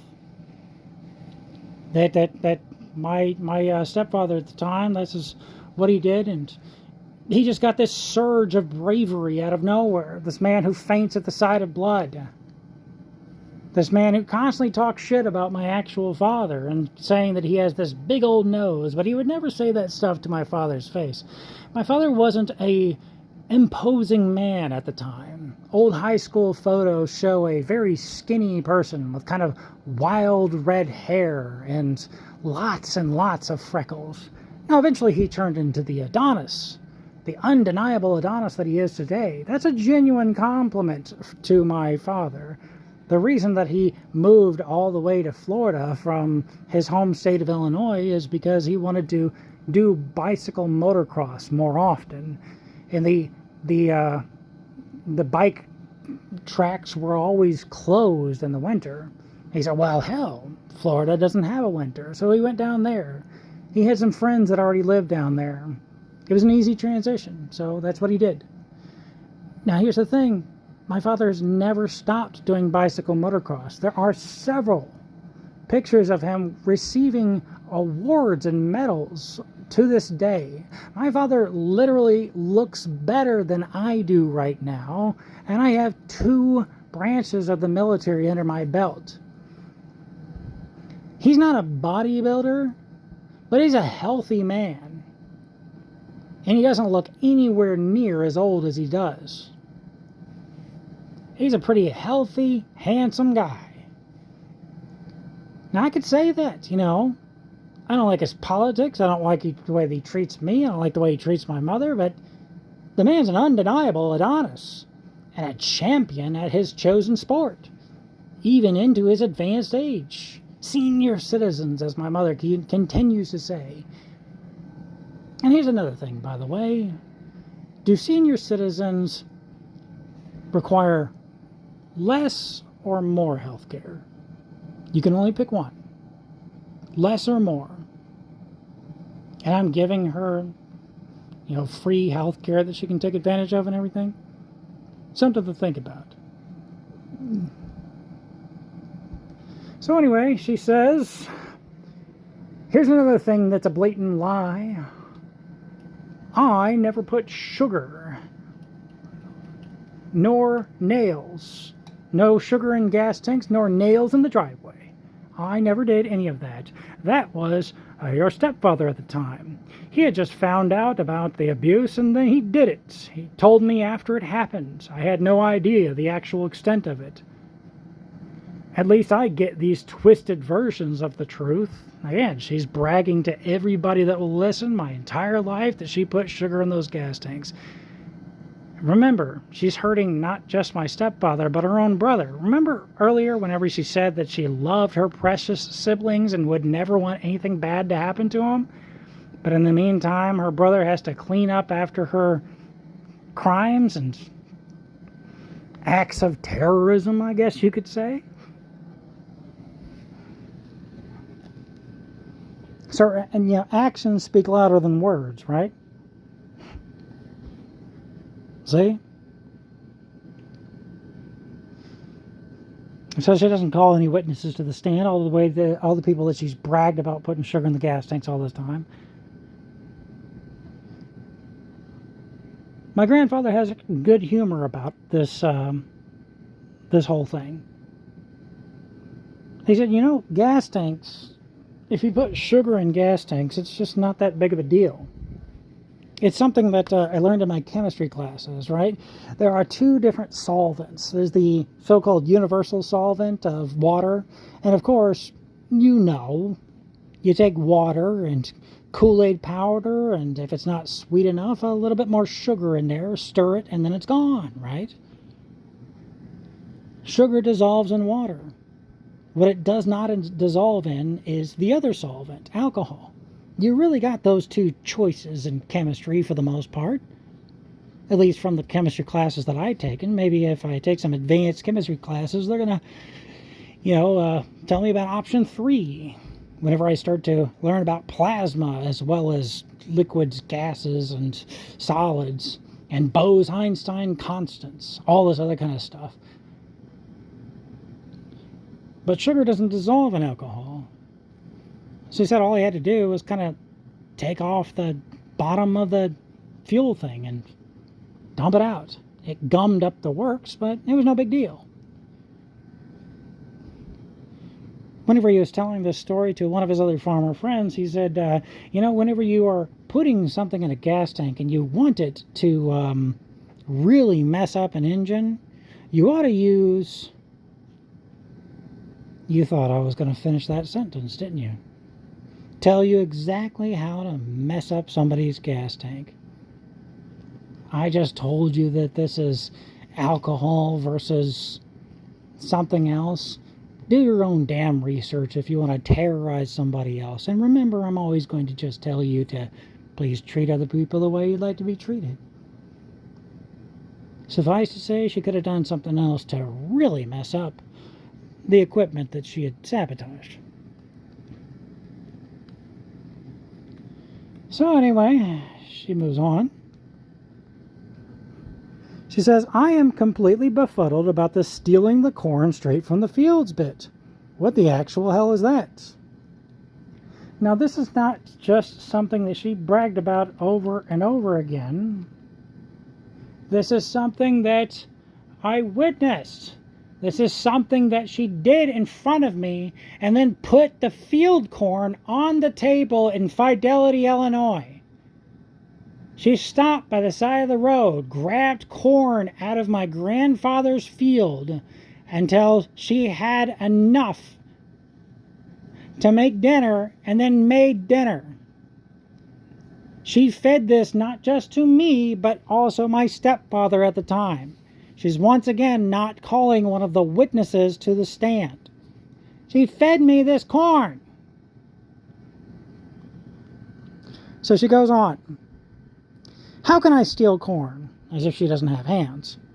With no tractors, no wagons, no combine, and no incentive. It's food. Why does anybody eat corn? And if you can get it for free, why would you pay for it? Especially enough to make a dent in the yield or finances. I don't know if you notice this, but I don't own any of those things, and it would take me a very long time to do it by hand. And then what? Put it in my hatchback? I don't know what hatchback she's talking about. At the time that this incident occurred, she had a Toyota pickup truck. Is that corn on the cob or loose corn? I'm just curious. Did I do it all by my lonesome? And then she says that she didn't steal a bunch of my uncle's stuff. But the story that she's going to tell about how she didn't steal my uncle's stuff, it's a doozy. But let's deal with the corn bit. Is taking a couple of ears of corn from my grandfather's field, is that going to make a dent in the yield or finances? Is it? Now let me tell you a story to answer this question. Let me tell you a story that happened rather recently. At some point in time, I got this message from my middle little brother, a message on Facebook. He said, I think Grandpa needs help. Could you go down to the farm and get Grandpa some help? I said, sure. I got my stuff together and I immediately went down to the farm. What does Grandpa need help with? I'm living on his land. Sure, I'm living in my uncle's old mobile home, but it's on my grandfather's land. That man is paying my power bill every month. I could sign up for a low-income heating and energy assistance program, but I'd have to lower my energy costs and everything. So that's why I'm trying to do all of this, build the cabin and everything else. I'm trying to lower my energy costs, so if the old man kicks off and I'm somehow or another allowed to stay on this land, then, I can have LIHEAP, Low Income Heating Energy Assistance Program. I can have LIHEAP, pay the bills. I offered to do that, but, Grandpa said he'd have to separate out all of his electric bills and everything. It would be kind of a pain. So he's just, whatever. He's letting me stay here rent-free, and he's paying my electric bill. Of course I'm gonna jump and go and help him. So I go down to help him. I said, okay, well, my middle little brother said that you need some help. And he looks at me and he goes, that's because he fucked up. Oh. I said, well, what did he do? He said he was driving the skid steer. It's a forklift. Calls it a skid steer. I think everybody around here calls it a skid steer. It's a country thing. It's kind of like washing your hands, I guess. He says he was driving the skid steer and he had a box of corn. It's these big plastic boxes. They kind of look like a black IBC tote. Kind of. And it was full of loose corn. He had ran it through a machine that takes the corn off of the cobs, right? And he put it in this box. And apparently my middle little brother had taken a corner too sharply and whacked that box on the side of the barn or the shed or another piece of equipment. He just whacked the side of the box on something, and all of that loose corn went spilling out of the bottom of that box. So Grandpa starts his rant. That's about $1,000 worth of corn in that damn box. Just gone off. This is what my grandfather does. I says, well, okay, well, what can I do? What can I do to help? He says, I need you to get a shop vac get out there and suck up as much of that corn as you can off of the ground. We can put it in the box and figure out some way to filter out all the little rocks and everything. And so we spent some time trying to look for a shop vac. We can't find one. And I said, you know what? I think my uncle left me a shop vac in his old house. Let me just go up there. And so as I'm driving back up to my uncle's old mobile home, I sent my middle little brother a quick little message on Facebook Messenger. It's an audio message, and I'm telling him that if you feel bad about messing up today at work and spilling that box of corn, I need you to remember about all the different mistakes that Grandpa has made, some of which have been way more costly. He's over here ranting and raving about $1,000 worth of corn, but remember that he had an old rickety ladder and refused to replace it. So then one day, whenever my uncle was over there, that ladder broke. He fell off of it, and now my uncle can't taste anything anymore ever again. He had to be helicoptered out of there. He spent a long time in the hospital. Broke his ribs and all this kind of things because Grandpa didn't replace a ladder. I said, I need you to remember that, who's talking to you? What ground does he have to stand on whenever he's yelling at you about any given mistake? I need you to keep that into perspective. I said, don't you feel bad about yourself for a moment. What you did today was a small mistake. And it's a mistake that anybody could have made. And the man who's ranting and raving and throwing a fit right now, he doesn't have any room to talk. I sent him that audio message. I go down here, I get to this mobile home I'm presently occupying. I grab my uncle's old shop vac. I go back to the farm and take up a little of the seed. The shop vac breaks because it's well over 15 years old. No fault of anybody else's, just time does that to things. He sends me out to Walmart to pick up a brand new shop vac and gives me the farm credit card. I go up there, I pick up a brand new shop vac. I buy myself a couple Maseratis and a Lamborghini, and then I come back. I'm kidding. Besides, he has the credit card statements. It's been very easy to catch me there. I don't think there's any Maserati or Lamborghini dealerships around here. I don't think he has that high of a credit limit. Anyways, so I come back with the brand new shop vac, and I'm out there and I'm sucking up all this loose corn from the ground. And as I'm doing so, I'm curious. Each time that I have to dump out this thing, I get, a little bit of time to do some math. It's something that my father used to do. He told me about it. He said, whenever he had to work boring jobs, like as a machinist or something like that, whenever he had to do these boring jobs, he would do math in his head to help pass the time. So every time that I'm, pouring this, this damn shop vac into this box, this big plastic box, I'm, looking things up on the phone with my other hand. So I start looking up, how much is corn worth? What am I doing out here, right? What the hell is going on?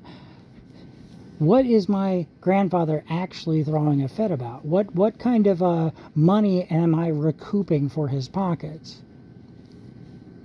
By my estimation, I likely took about $160 of beans off of the ground. We paid for the shop vac about 4 times maybe. But he was going to have to spend a lot more man hours and everything trying to, get the rocks out of him and everything before he could finally send him to the mill or whatever. Whoever the hell pays him for these crops. So that's the $160. How many ears of corn did my mom grab in front of me and in front of my old stepfather and cook for dinner in Fidelity, Illinois? I don't know. But here's the thing. Do you have some stuff lying around in your home? What if I just took some of it? Would you like if I did that? If I just went over and just took, some of it without permission, without telling you or anything like that? Just came over and grabbed a small portion of whatever that you had. Maybe you got some firewood stacked up for the winter. I could use some firewood. What if I just went over and stole some? The point is that the stuff adds up. And my grandfather does care about this stuff.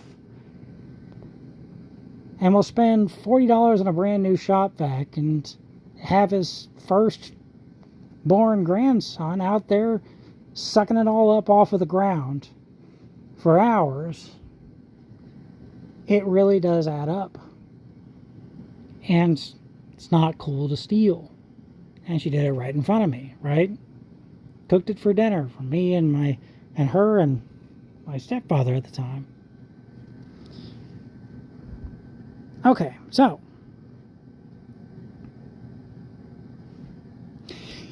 then she says that she didn't raid my uncle's house for his valuables. Long after my uncle moved out of this house. See, my uncle was married to somebody who was a little bit of a drug addict. She would make and take meth. She wasn't really a meth salesman, but she would make it sometimes, and she would definitely take it as often as she possibly could, as much as she possibly could. She was also a kleptomaniac. She wasn't a nice lady, and she also was pretty abusive towards him. So after the divorce, he kind of didn't want to even be in this house anymore. So he full on abandoned it. And with the help of my grandparents, he bought the house that my middle little brother is currently living in, and the one that my middle aunt spent some time living in as well. Where she left her tools and my mom borrowed the tools without permission, sort of thing. So after he kind of abandoned this house and everything in it, because it just brought back so many bad memories, and this is a farm family, so we're very reluctant to go to the doctor for any given reason, especially whenever it comes to therapy and talking it out about our feelings. My uncle didn't do that. He just abandoned the whole house instead. One thing is easier than another, right? He's talking to people every single day. What gives? Why not talk to somebody with a master's degree in psychology at a bare minimum? Either way, whatever his thought process was, that's what he did. And so after he abandoned this house for a little bit, Mom eventually came back through and then just grabbed just about everything that was worth anything in here. It was all kind of put together. It was lived in, right? People lived here. It's not like my uncle's a real messy guy. You would think that that'd be something that his current wife would talk about at some point in time, complain about. Hey, you're real messy, but he wasn't. This place was pretty put together. But then after my mom went through it, it looked like a tornado went through it. Now, here's her story about how that never actually happened. She didn't take anything from my uncle's house. She didn't steal nothing from her brother. Her brother that she says is her precious little brother earlier, remember? That she doesn't want anything bad to happen to him. And yet she's directly taking out of his pockets, directly taking his valuables. So anyway, here's her story about how this never really happened. Let's look at all the characters that she brings up and everything, and exactly what these characters do. So okay, she says, that house had been vacant for at least 10 years. Mom had taken me around to take pictures of local barns. Why would Grandma want pictures of local barns? Is there any, in all the photo albums that is around the farm, are there any photo albums full of barns? Are there any framed pictures of barns around the farm? Any of that? No? Now, did Grandma complain about how my mom would take her out to go take pictures of barns? And she didn't want to go take pictures of barns because she knows these people and don't want to trespass on their property because farmers are usually armed to the teeth and don't like it whenever people trespass on their property to take pictures of their friggin' barns? Yes. And did other people witness my mom taking Grandma out to take pictures of her barns? Yes. Does Grandma have any photos of barns in her photo albums? No. Does Mom have any pictures of barns in her photo albums? I don't know. I'll be honest. I don't know. But Mom is the shutterbug. She's the one that had an interest in photography. She's the one that's pro bono, taking pictures of people's weddings and stuff like that. Has been sought after for her photographic prowess. Who was so proud about one of her cousins or something like that because he took pictures of the Blue Angels, the Navy's kind of showmanship, I don't know, plane team, like fly over and do shows at I don't know, sports events and everything. Yeah. So why would Grandma say, please, only my oldest little girl, can you please take me out to take pictures of barns? Doesn't make any sense. These characters and their motivations, they just don't make any sense. This is bad writing. This is somehow Palpatine returned. It just doesn't make any sense, right? Okay, so, because barns are my thing, okay? I had already driven past the driveway. Then Grandma asked, why don't you go back there? So I was thinking, she says, Grandma says, why don't you want to go back there? I says, I was thinking, I don't really want to go back there. But then Grandma had her turn around and then go by the trailer, my uncle's mobile home that I'm presently occupying and recording this in.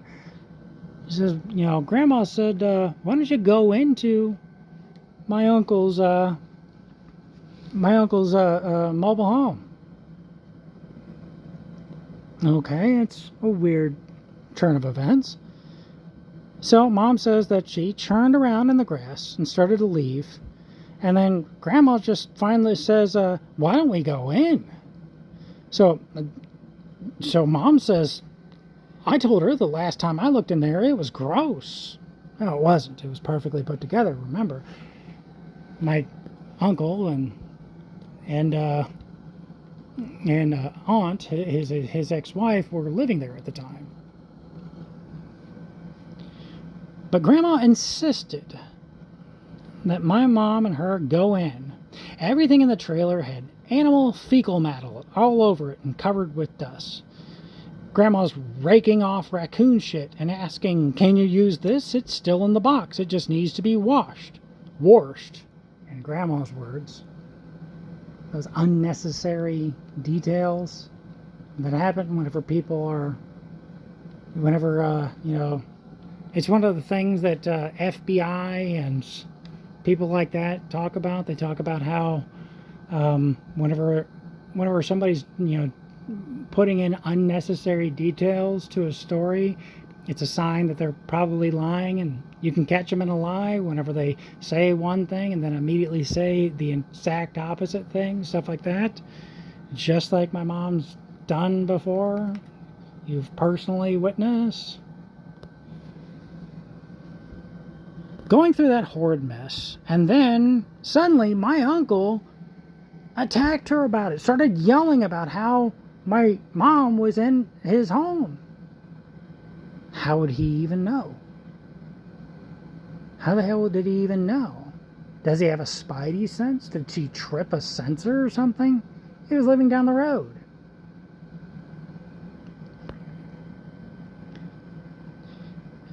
And he yelled at my uncle yelled at my poor mother in front of my grandma. And my grandma said nothing. So yeah, valuables, like a cheap flat electric grill that Grandma shoved onto me because it was in the box, so valuable. Wow, does that sound like my mother as you've seen so far?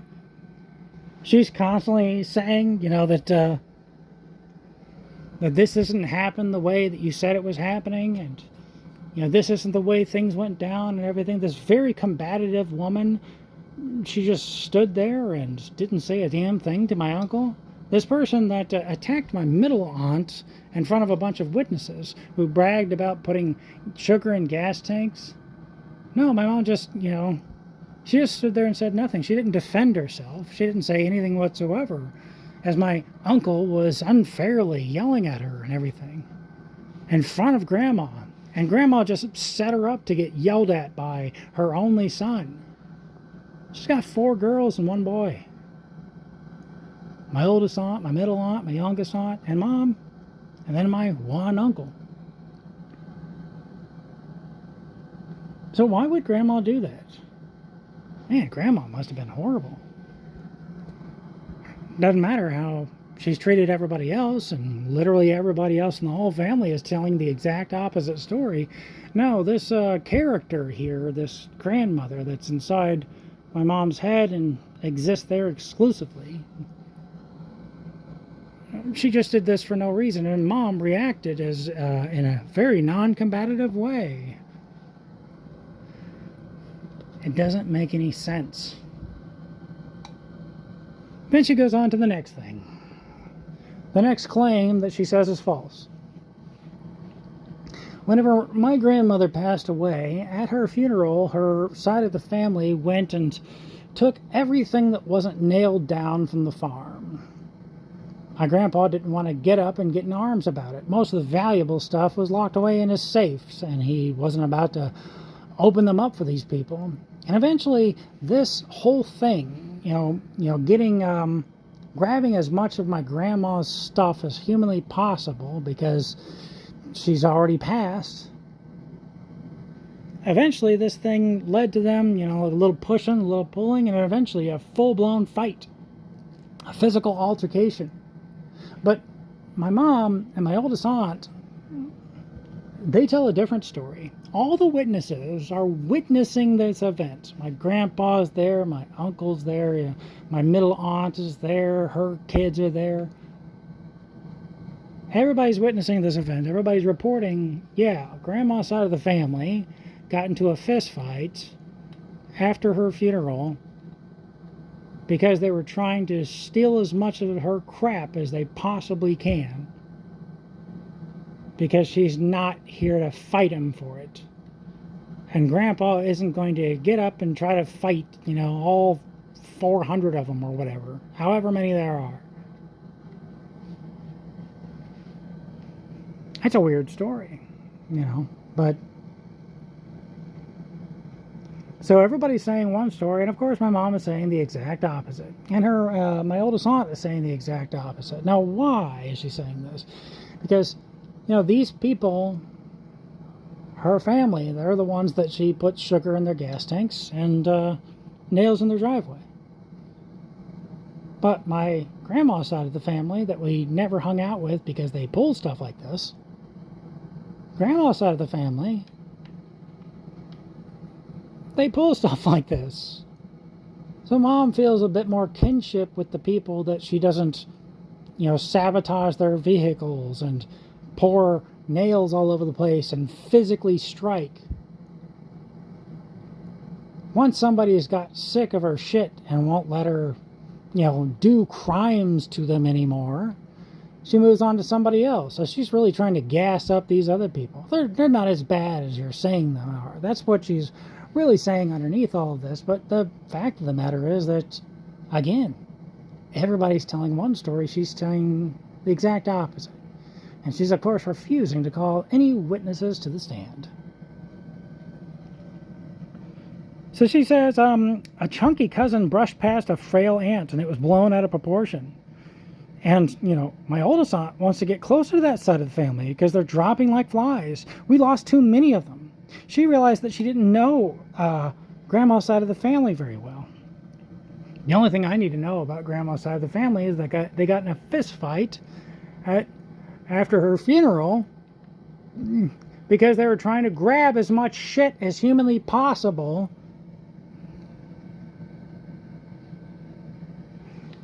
because Grandma wasn't there to stop them. That's the only thing that I need to know about that side of the family. That doesn't sound like people that I want to go out and talk with. If I want to, talk to criminals and everything, the prison system has a pen pal system in place. I can talk to some of them. I have my pick of the litter. I can go with the least criminal one or whatever. Get real good friends with them.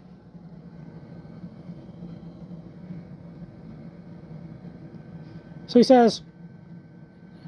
says, neither of us, and I'm only including my oldest aunt and herself, are gunslingers. This is not the Wild West here. Once again, my oldest aunt, in the only family therapy session that she showed up with, she admitted to taking out a gun and pointing it at my grandfather and attempting to kill him with it. I wasn't there for this. All I get is eyewitness testimony, even from him himself. I don't know what happened. What happened after this? Did she successfully fire the gun and it bounced off of him like he's Superman? Did the gun fail to fire? I don't know. I just don't know. But she admitted it to our family therapist. She's on record as part of the medical records of saying this. But Mom's saying that it doesn't happen. It didn't happen. They're not gunslingers. They would never do something like this. Unfortunately, she and her oldest little sister need to collaborate, get their story straight, more effectively lie. Or, of course, my recommendation, to treat other people the way you'd like to be treated instead. Whatever. It's not my recommendation, it's my doctor's recommendation. Whatever.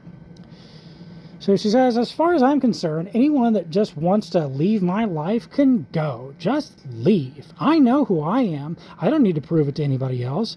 I'm stronger now than ever. I've picked myself up out of the rubble that has been my life. I fought my way through depression, overcame the abuse, the name-calling, the bullying, the someone trying to force me to be what they want me to be. I've battled the nightmares and gotten help for the depression and anxiety. So anybody that doesn't want to be in my life the way that I am may leave.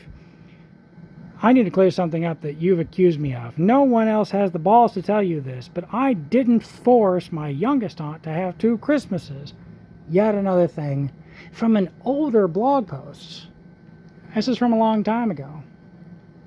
At some point in time, my mom didn't want to see me at the family Christmas or whatever, and so whenever it was to be held at my youngest aunt's home instead, my youngest aunt cooked dinner twice because my mom didn't want to see me in particular at dinner. Why? Because I wanted to treat other people the way she'd like to be treated, and she doesn't like that.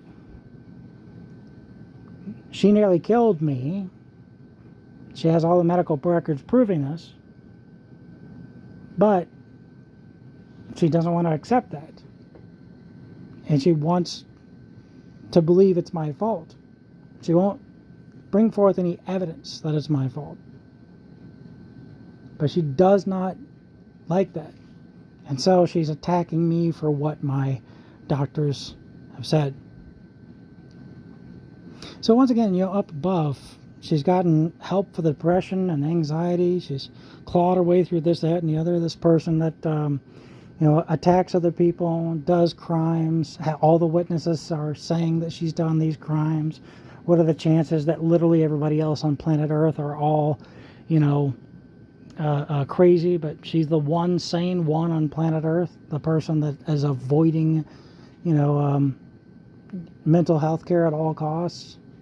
The only thing being asked of her is to treat other people the way she'd like to be treated. Nothing whatsoever bad can happen to her as a result of all this. The health care being offered to her is free. What specific, help did she get for the depression and anxiety?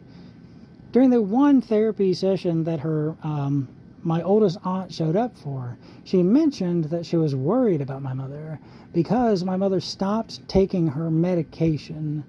She said that she's not as creative or productive or whatever on her medication, but she saw that my mom was suffering from some form of ADD, ADHD, or something like that, and couldn't really get herself straight.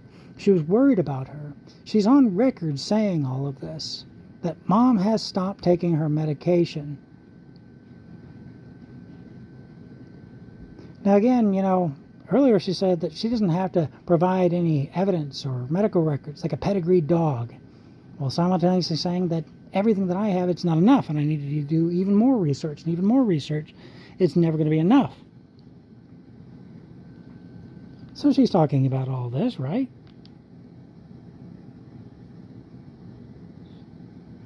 So what precisely is the thing?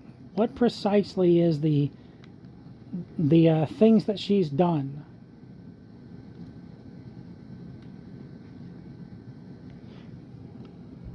To, overcome these things, to get help from these things. And how come she's got all of my medical records and she's not posting any of hers? Even edited, anything like that. What gives? If she's truly gotten help, she doesn't need anything else, then why doesn't she prove it? I did. Nothing I do is enough. Nothing that I ask of her is a small enough favor. And again, the recommendations, please treat other people the way you'd like to be treated. Here's some free health care for you to attend. Here's how you can do it over the phone for free so that you don't waste any gas money. Here's how you can do it over the chat for free, 24/7. Just in case you don't feel like talking to somebody, you can just text back and forth. What bad thing is going to happen to her? All while she's continuing to say that these are my symptoms. My abuser is the reason why it's okay for me to do this. So she's still suffering from it. She's not fully healed. I'm telling her the way to exonerate herself, to get a SPECT scan, the Dr. Daniel Amen Clinic. It'll all show up, whether or not she has a perfectly healthy brain. There's nothing, wrong with her. So what gives? Why, we're getting a different story right now, aren't we?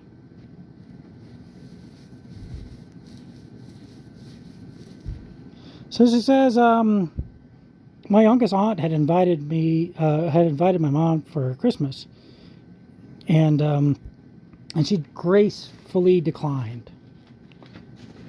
Then she asked why. So I firmly stated that I have no desire to put up with that's me, that's Matthew, my bullshit, my tiresome bullshit. Once again, my tiresome bullshit is well over 600 pages of medical records saying that I nearly died the exact same way that my grandfather on my father's side, and my only, the only thing that my medical team requested of her is to please treat other people the way you'd like to be treated. That's the tiresome bullshit. That's it.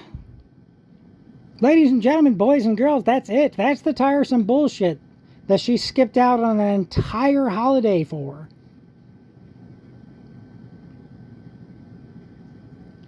She says, I just have no patience for that this time of year.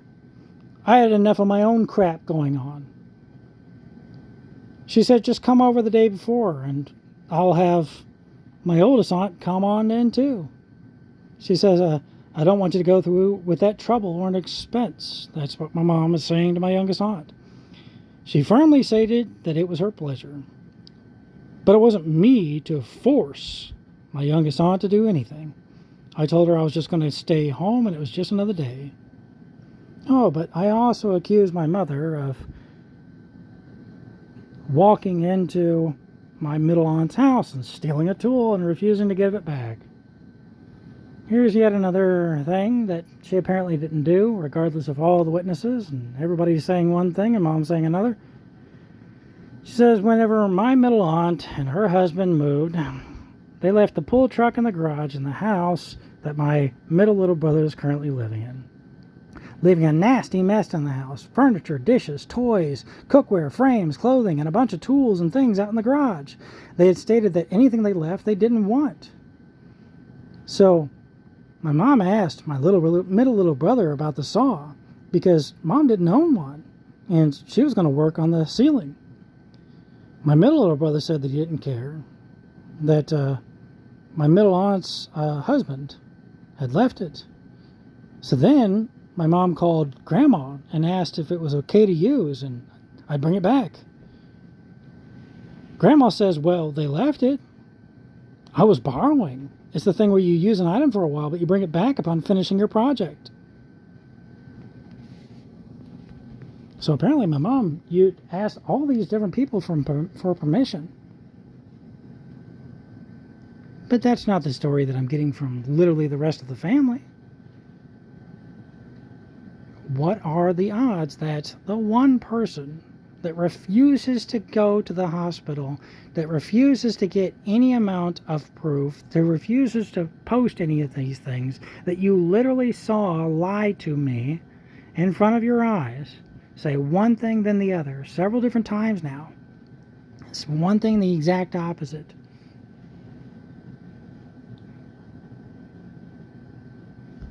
What are the chances that she's the only sane one out of the whole bunch?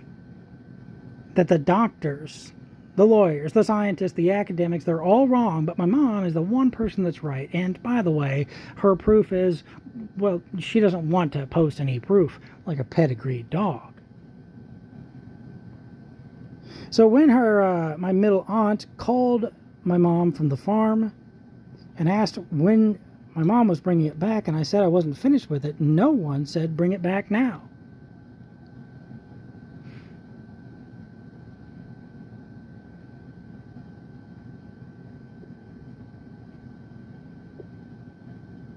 Not one person.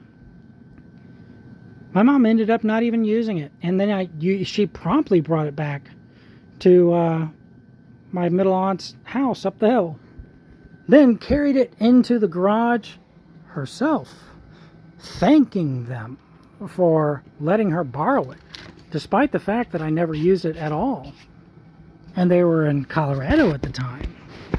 And it was the house that my middle little brother and his girlfriend were living in. And I had permission. She had permission from Grandma. So another story wrong again. Because I enjoy painting my mom like a villain, and my father, and my oldest aunt, and my ex-wife. I just enjoy painting these people as villains. Now again, am I painting these people as villains? Or am I repeating what the stories that have been told to me? The people who've told me these stories, calling all the witnesses to the stand and everything, and she is refusing to do that exact thing. Which one of those two things is occurring?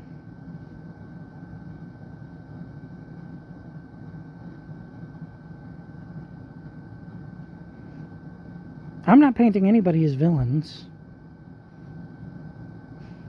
I'm repeating what other people say. Saying who said it. She's saying the exact opposite, saying that everybody else is crazy, that they all lie, but she's the only one telling the truth.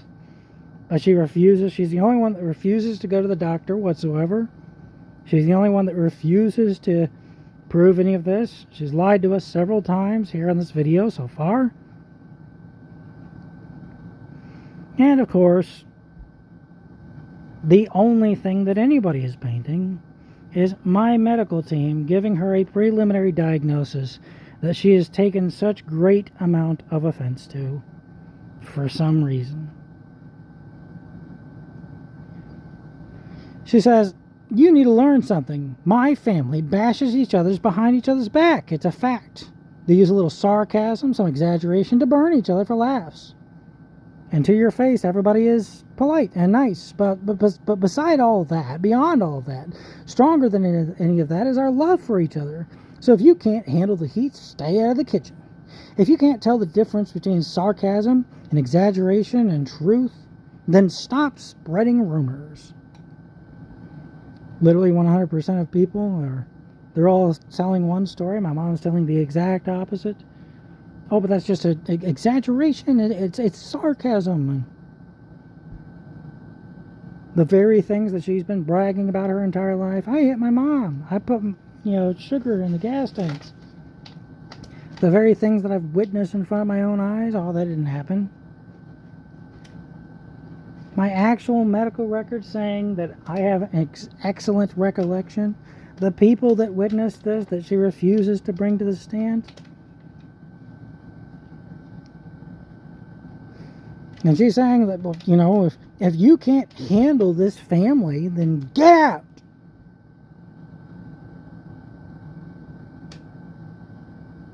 Well, is this family appropriate? Is this the proper way for a family to live? If this was the case, is this the proper way for a family to live? Period. Well, let's ask the expert. The person who spent their entire lives studying about whether or not families are having appropriate relationships and what to do as a result. How to live a happy, healthy life and improve family relations. Let's take a look-see. What does that person say? Well, our family therapist, who has a PhD and is overqualified for this job as a direct result. My family therapist says, your family is very inappropriate. Please leave your family before they kill you. And it's assisting me through this process. My primary care physician is in agreement. The doctor.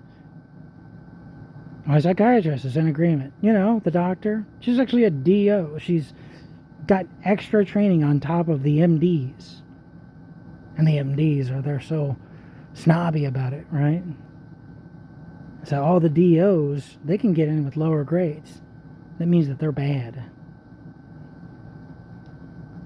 Medical elitism aside, she's had additional training that they haven't. Would you rather your doctor have additional training or less training? You be the judge. So anyway, they're all in agreement on this. The interpersonal psychotherapy group, not just the person in charge, but literally everybody else in the group. The depression group. The anxiety group. Violence Prevention Center, Belleville, Illinois, a civilian organization. 3 separate hospitals. Indoor clinics full of Veterans Affairs doctors. Medical professionals of all given variety. They're all saying one thing, but she's saying the other thing. This family therapist, his only job is for us to become a happier, healthier family. For months now, I've been inviting her, my father, and my oldest aunt to family therapy sessions every single week. Every week. And my oldest aunt went to one. There's one. The rest of them, I refused to show up. Both of them said that not only would they, are they interested in going there, but they are willing to go there. And then whenever it comes time for action, actions speak louder than words. They're a ghost. She's saying, leave this toxic relationship and everything, this toxic family. If you can't handle it, well, nobody can handle it. That's what everybody's saying. everybody's got all of these conditions and everything. They can't get their lives straight. They're suffering several different illnesses. Again, my youngest aunt, she's also been prescribed Vyvanse. Now, has she gone to all the therapy required to figure out what's the cause? The depression, the anxiety, the fact that my uncle gave up an entire house that he paid for that I'm currently occupying. Is that normal behavior? Everybody in the family that she swears to God that she cares so much about, they're all suffering a lot of different illnesses and everything, and it's very clear.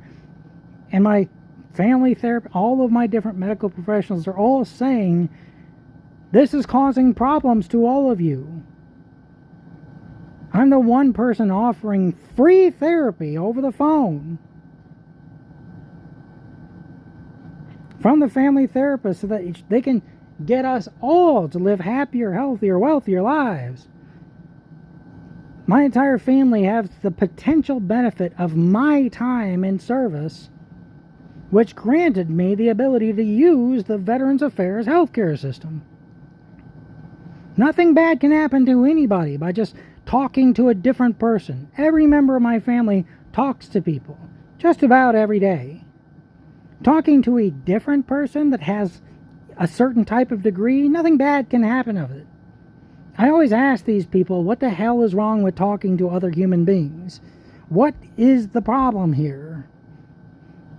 I try to feed them scenarios like, hey, your significant other that you've been dating or, married to for so long, if they got, a master's degree in psychology, would you quit talking to them? Would that be a reason to run away like you do every week from our family therapy session? So what's their answer? Well, they ignore the question and often ignore me entirely. I haven't talked to my own father in years now, years. He won't talk to me. He won't take my phone calls. Nothing.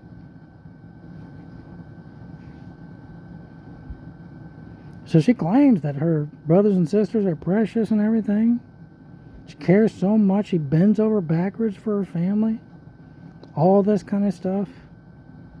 But whenever the rubber meets the road, she doesn't want any of their lives to improve. Anti-parenting. Anti-parenting.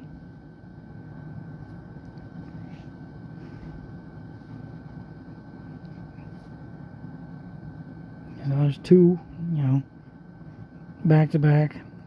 It's probably my thing. Like I said, she only copied and pasted one message.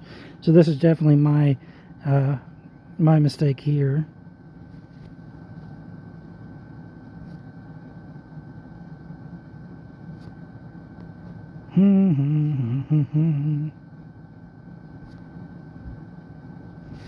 So then she says, the simple way that Grandpa's assets are passed down? Have you looked at the law? Literally everybody is okay with the simple way that Grandpa is going to pass down his assets and the fact that his family has been passing down farms for years and years and years and generations. So she says, the simple way that Grandpa's assets are passed down? Have you even looked at the law? Any estate that is over $100,000 will be put in probate if there isn't anything to put in place to protect it, such as a trust.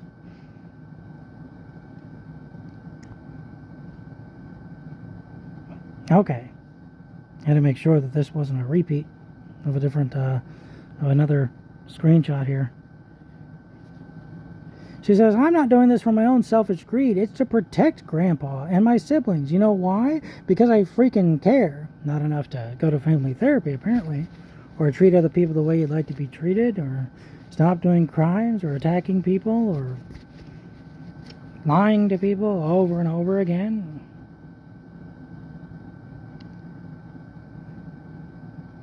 And I'm trying to protect Grandpa too.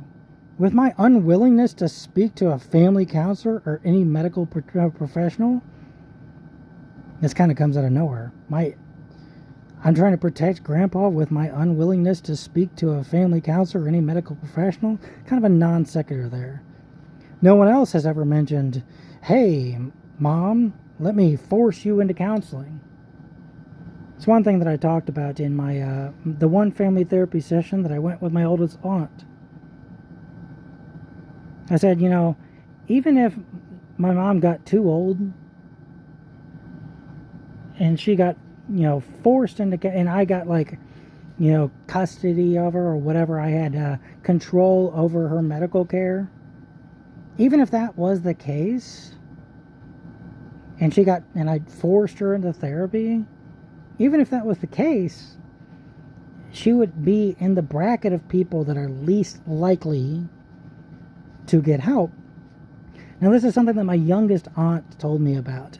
The reason that my youngest aunt is no longer a substance abuse counselor is because most people who are in substance abuse counseling have been court mandated to go there.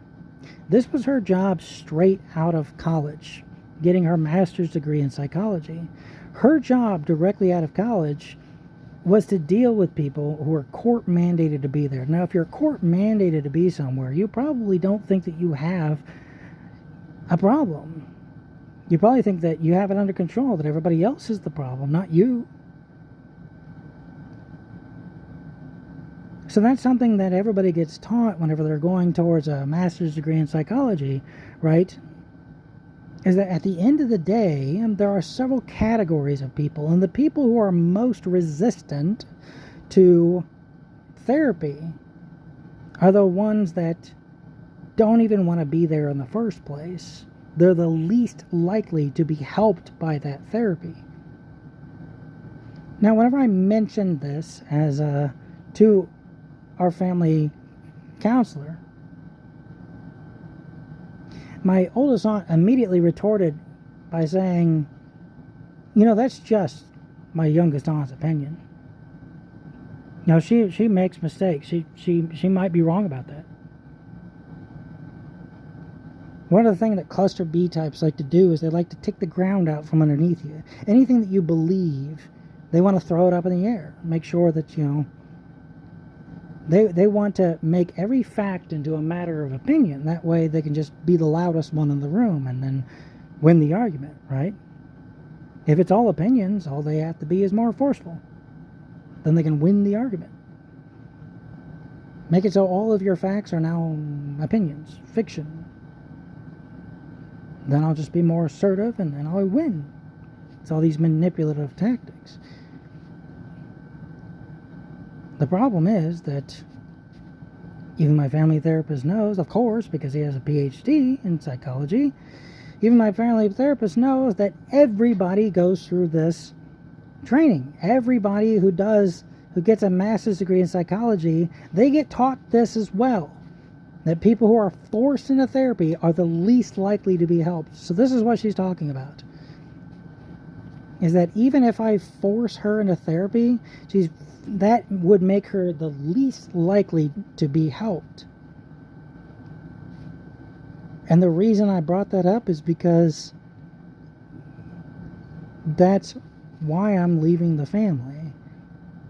Is that even if I somehow or another force my mom into therapy, my dad into therapy, my oldest aunt into therapy, even if I somehow or another gained that much power over them, it's not likely that they would be helped. Again, there's nothing bad that can happen to them to learn how to treat other people the way they'd like to be treated. Something bad that can happen to them. These free versions of healthcare and everything, just switching from talking to somebody with a master's degree in psychology. There's nothing bad that can happen to them that they're doing this. They're going to leave the situation happier, healthier, and wealthier, just like literally everybody else that does that exact thing. There's nothing in God's green earth that you can come up with to prove that somehow or another I mean these people harm. There's no harm that can come to them.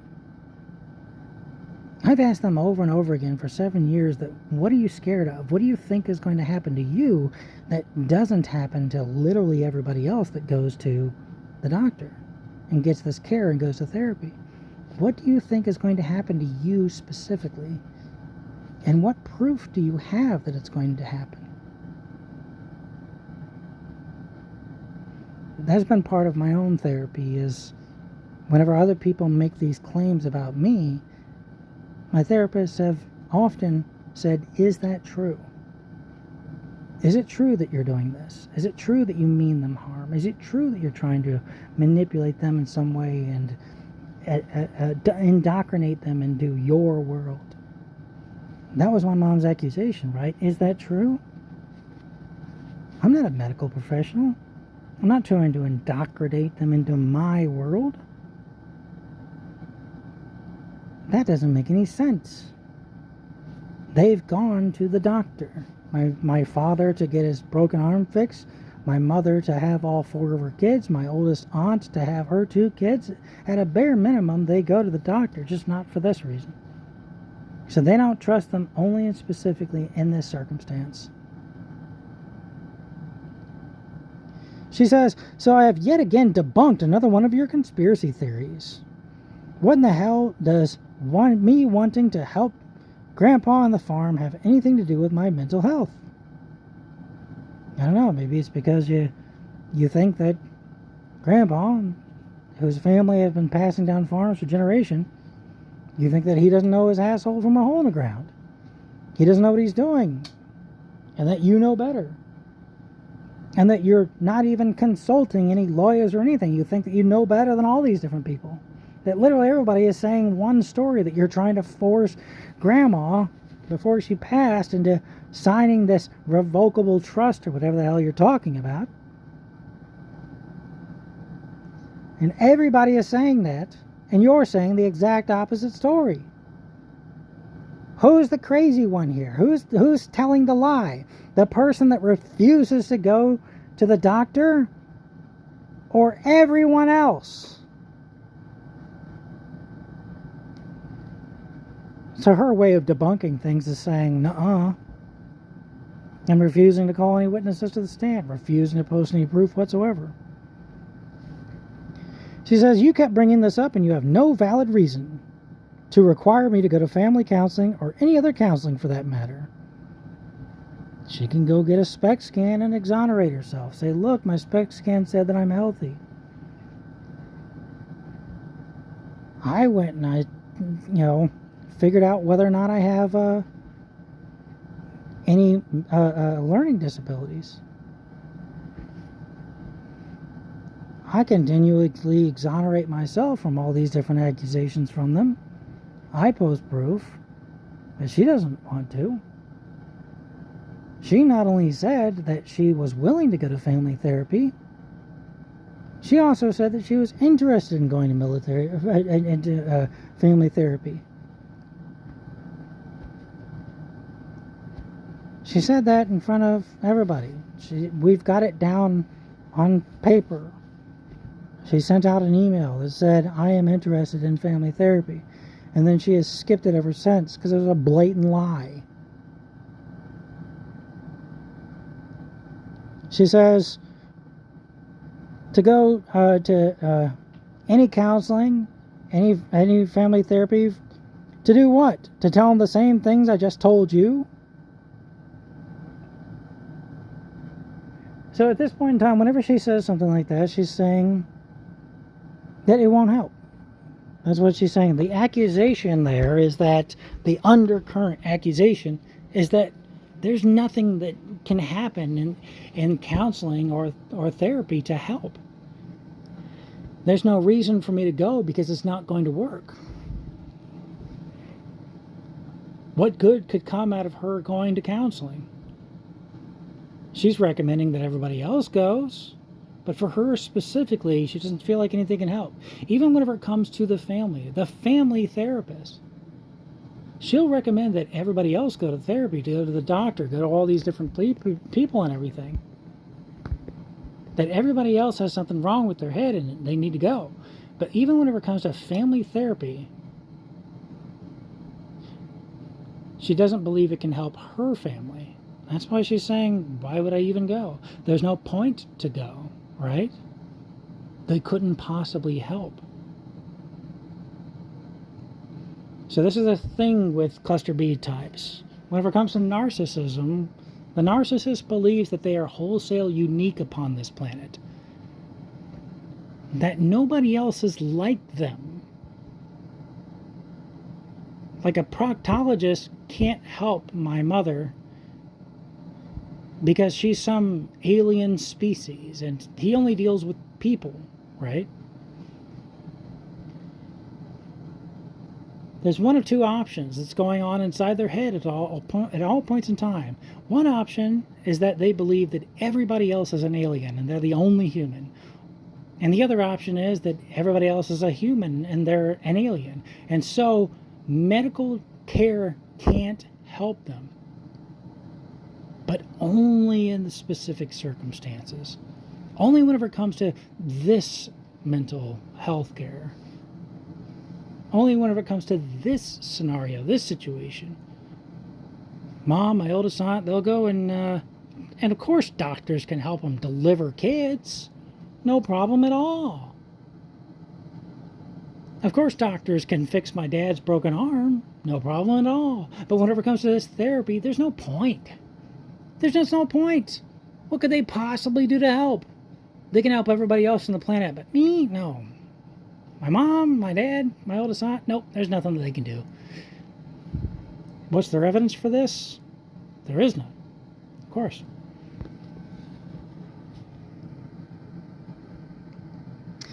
To answer the critically ill saga, she says, you've now imposed on your childhood.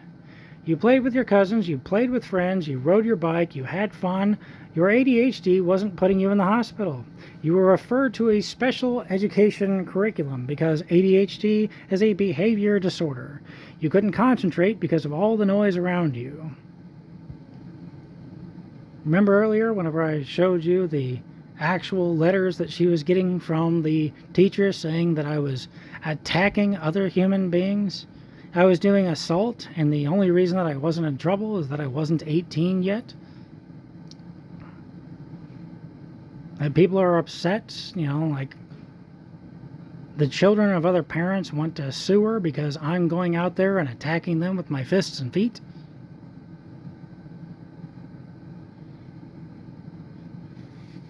So she'll post proof that I have a genuine behavior disorder. ADHD doesn't make you attack other human beings. A broken home does. An abusive stepfather does. My stepfather didn't just beat the hell out of me. He beat the hell out of my mom. This shit happened daily. Whenever we were at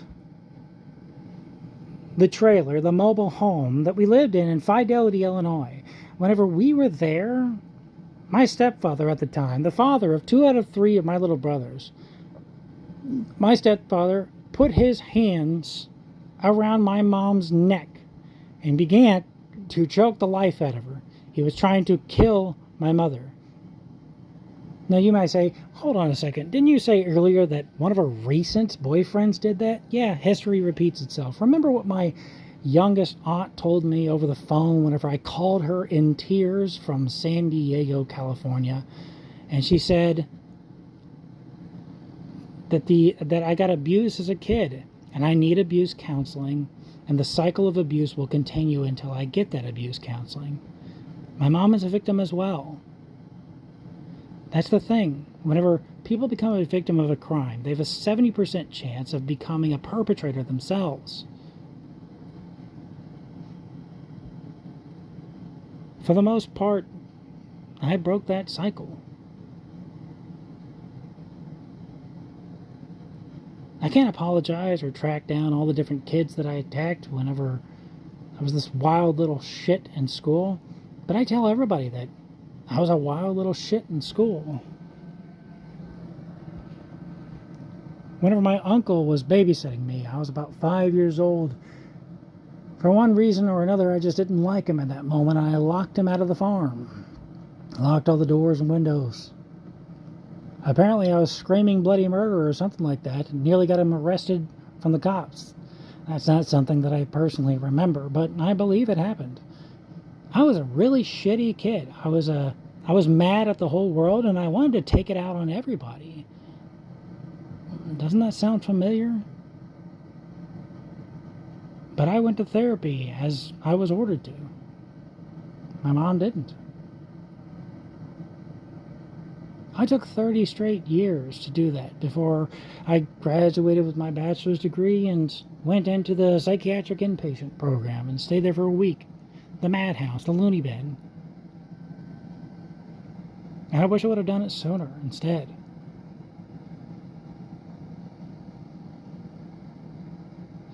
So my mom is 55 plus. I think I said before that she was 19 years old whenever I was born, right? So she's 19 plus 37. So that's 20 plus 36. She's 56, I think. I understand, not going out there to get the health care that you need. But the reason that I was avoiding that is because I knew that if I went, I would never be able to go in the military ever again. What I didn't know at the time is that it just wasn't in that capacity. People think that it's the other way around, that social workers, dentists, that if you work as a cardiologist in the Army, for example, that you've got to be better than all the other soldiers, that you got to be more in shape than all the other soldiers, that you have to have a clean medical record and you can't take any medications or whatsoever. You have to not only be, in the same shape as the Navy SEALs, you have to be in better shape. But objectively speaking, that's not true. And you can look on the Uniformed Services University Healthcare Sciences websites to confirm as much. They prefer that you're in shape. They're not going to enforce it. Why would the military, who can't get regular enlisted recruits, turn down the aid of a cardiologist because he takes 2 depression pills every night? It doesn't make any sense. They're not going to do that. So I didn't know that I could just simply stay in school until I became useful to the military and then go back.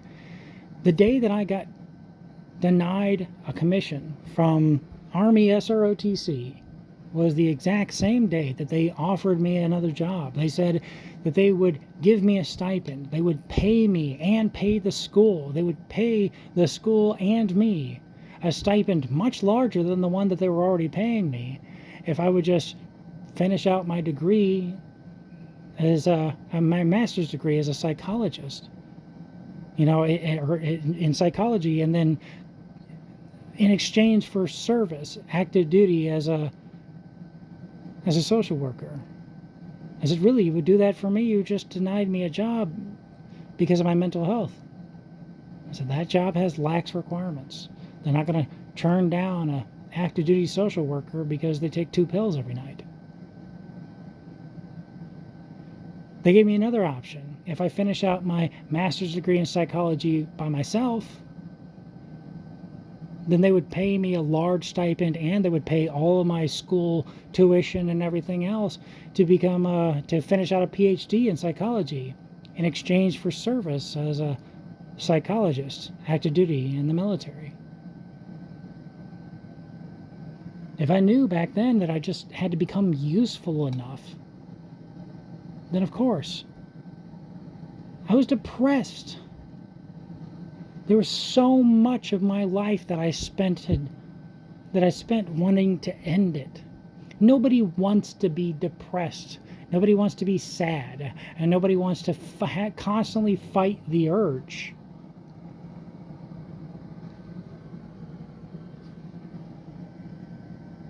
Nobody wants to constantly fight the urge to end your own life. The Thanatos drive. The call of the void. Nobody wants to do that.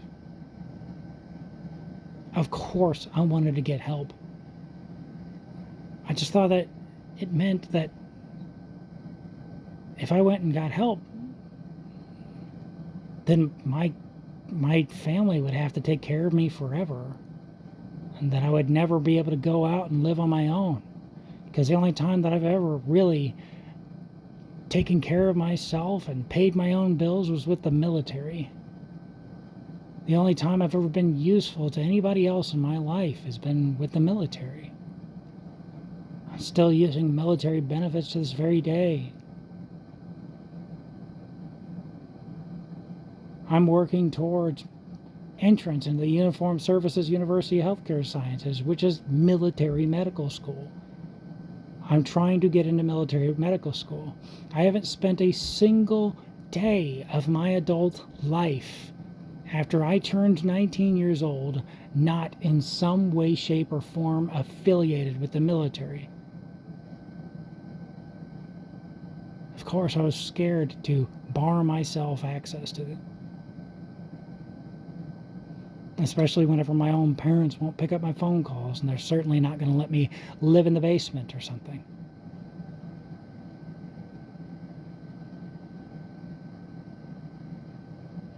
I know that my grandparents aren't long for this world.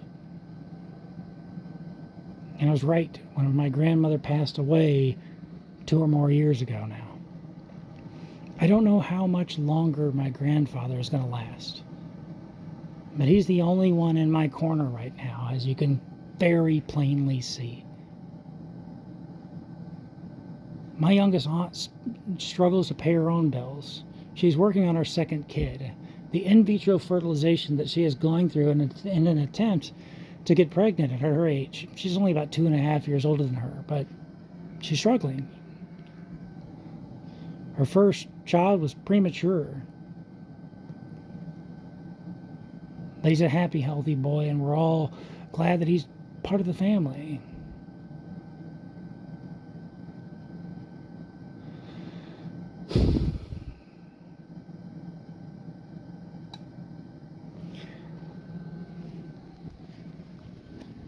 She's struggling to pay the bills. She can't help me out. My middle aunt, she's offered to help me before, but she's constantly moving from one state to the next. They can't figure out how to find a place where they can afford and be there and everything. My uncle doesn't live in his own house. He lives in his wife's house. It's their house together, but she had the house before she met him. Not only would he have to offer me help, but his wife would too. And here's the kicker. His wife has 2 kids of her own. One of them is in college, and the other one is getting pretty close to college age.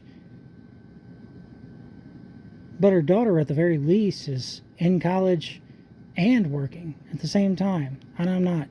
Why? Because it took me this long to finish my bachelor's degree, and I'm scared to death. I tried to pass one single chemistry class, and it took me 2 tries. The first try, I was working on the farm the whole time, and I failed. The second try, I succeeded at passing that chemistry class, but I wasn't working on the farm. I'm nearly maxed out on my undergraduate student loans. The federal loans, I'm nearly maxed out on it. I have about 2 more tries whenever it comes to chemistry, Chem 2, which I failed once, gotten a D in or whatever. They want me to have a C. And organic chemistry. I've got an uncle-in-law who's an actual doctor, medical doctor, MD. He said that organic chemistry is the hardest class that he ever took. And I'm some stupid country bumpkin from a trailer park in Fidelity, Illinois. It's not even a trailer park. I learned a good 10, 15 years ago that Fidelity, Illinois doesn't qualify as a trailer park. It actually qualifies as a shanty town. That was the definition that I looked up at the time. For God's sakes, what the hell am I even doing? I'm scared to death.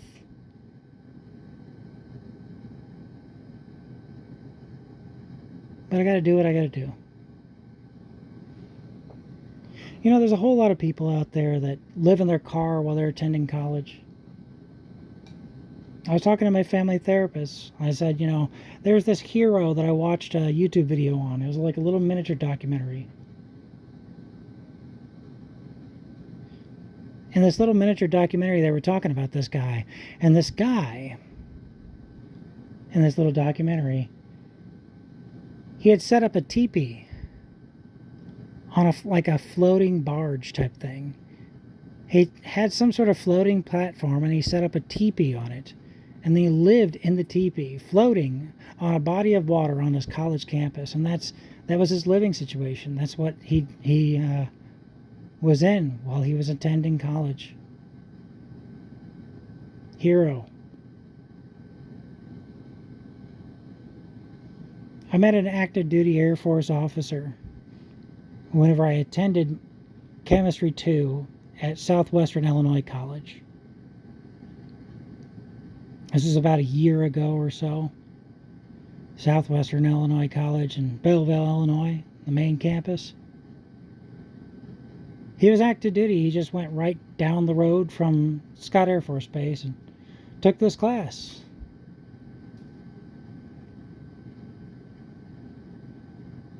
He invited me over to help him study one day.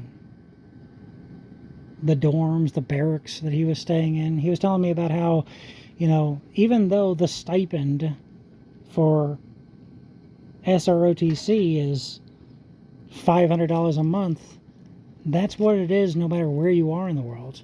And he was taking classes in California. $500, I don't know if you know this, it's not enough to live in California. I don't know how he got through all of that. I said, you're tough enough. You are tough enough to pass this class. Whenever I went over to his barracks and to try to help him study,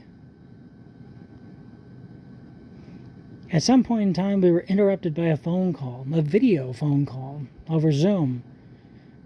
One of his other fellow Air Force officers called him and walked him through a problem that he was having trouble on. He not only had the tutor access that I did at tutor.com, paid for by the military, he not only had all the other, things. He not only lived right across the street from Southwestern Illinois College, right behind the Walmart. That's where his barracks that he was staying at was, as an active duty Air Force officer. He not only had all of that, but, he also had friends that had literally taken the classes before and was willing to call him at 11 o'clock at night and walk him through one of the problems that he was having trouble with on his homework.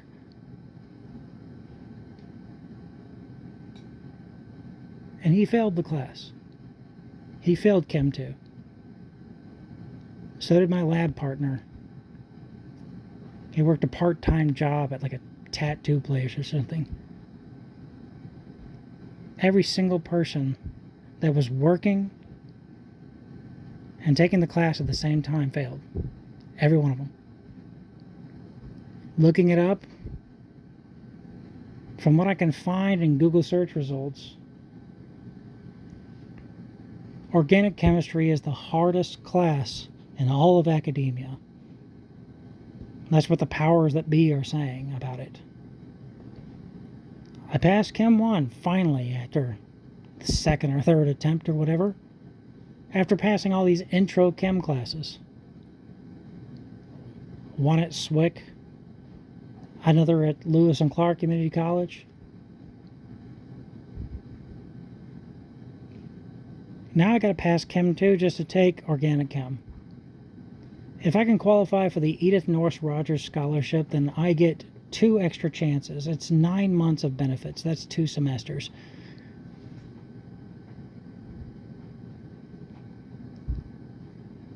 If I pass Chem 2 my second time up, then I can move on to organic chem. The Edith Norris Rogers Scholarship will give me 1 shot at it. After that, it's back to undergraduate student loans. and I'll have 2 more shots, and then it's over. If I fail the class 2 times, then I'm screwed. The Edith North Rogers Scholarship,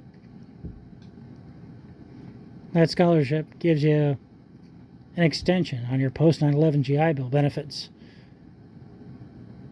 That $1,300 a month or whatever of stipend, so long as that you go to classes in person.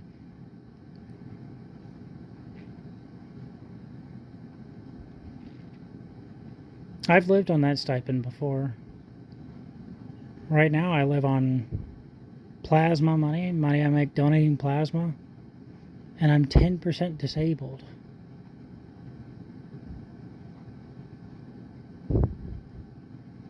You can look up precisely how much money I make. It's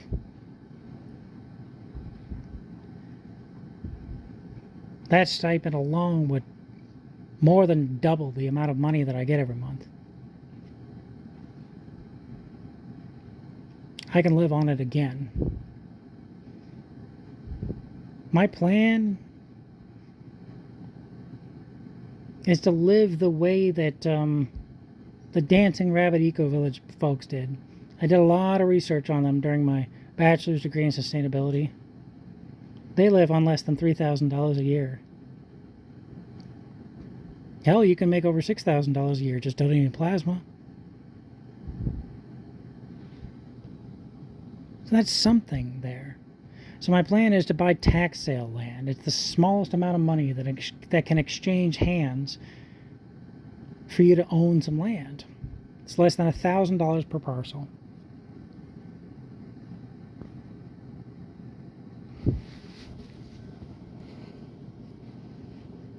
So I just got to save up that $1,000. Got to go out there. Got to build something on it, like this shitty cabin that I built over here on my grandpa's land, or this dome that I'm working on from ziptiedomes.com. I just got to build one of those and try to dig a well or something and gather water a couple of gallons at a time from a state park like I used to before they kick me out and maybe quit. Or try for a national park this time, and hopefully, because veterans have free access to national parks, hopefully they'll let me, take water from their damn spigot.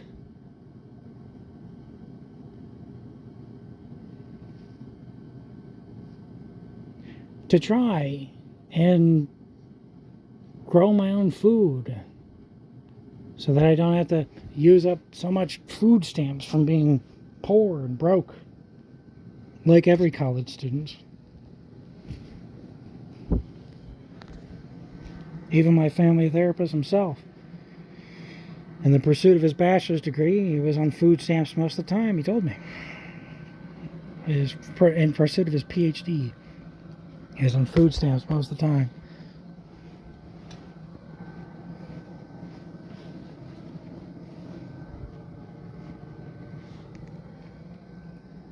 He said, don't feel bad about it.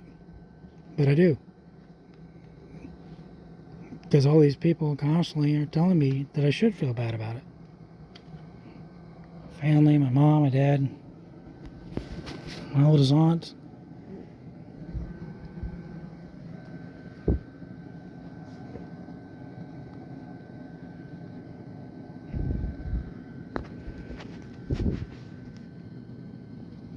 Plan is to get a couple of 3D print a couple of windmills, right?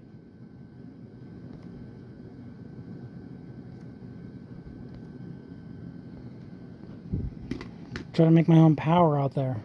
And that's the plan. That's all I got. Cut off the family.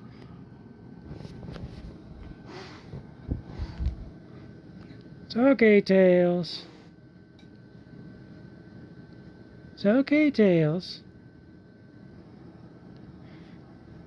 Taking care of my my middle aunt's 2 cats. And the older one, started to growl at my cat. So I put my hand on his back, and then he started to hiss at her.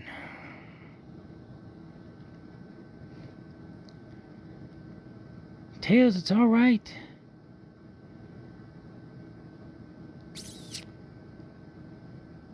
Go sit down somewhere. Try to stay warm, Tails. She doesn't know whether she wants to leave the house because she just got hissed at, or sit down somewhere and try to get out of the cold. Alright, hopefully everybody's calmed down now. Little spat, little whatever here. But that's the plan. That's all I got. That's all I can do to try to stay in school. Don't do drugs. Keep a clean medical record.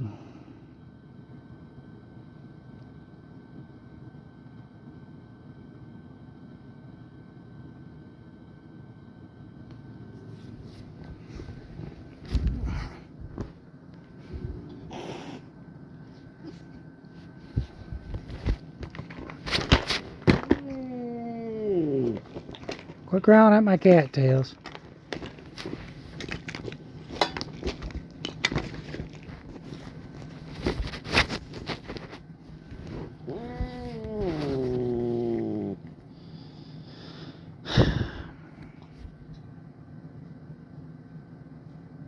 Alright, she's decided to leave the house. Get curious and hunt around for a little bit, whatever she wants to do out there. Okay. So that's my big plan. It's all I've got.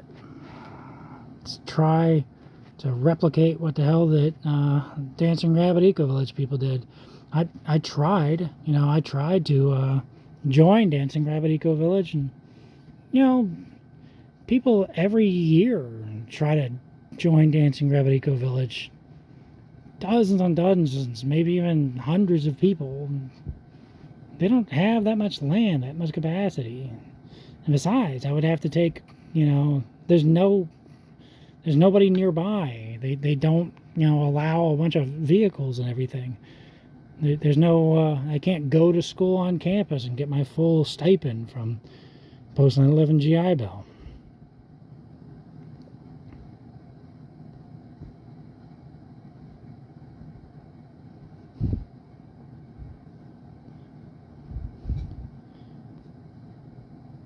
So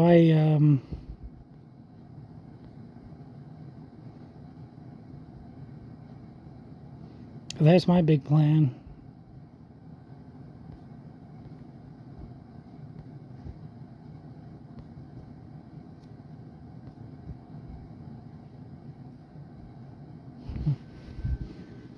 And that's all I can do. Once my grandpa passes away, there's nobody else that can help me. My oldest aunt said, leave. Said, I don't care if you live or die. I'm not going to treat anybody any differently. I don't care what the doctors say. I don't care that you almost died. I don't care that the only thing you're asking is to treat other people the way you'd like to be treated. She said, leave. My mom, as you just saw, she just said, leave. My dad, he won't even talk to me.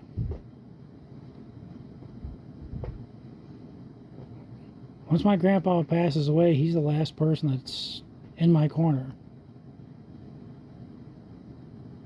I learned fairly recently that over 95% of pre-med students rely 100% on student loans to pay everything while they're going through college.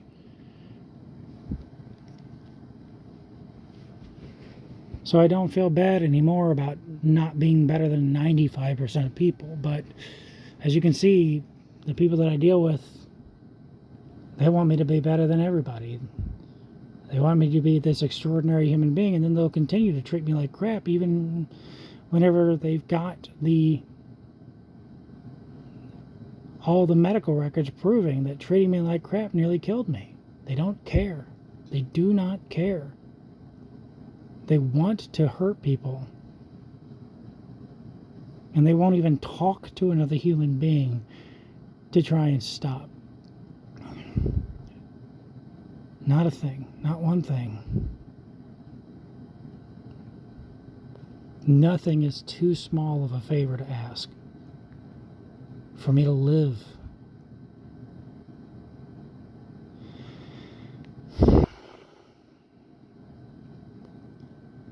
So Mom says you couldn't sit still, you had anxiety and had a hard time making friends, you exhibited self-soothing behaviors.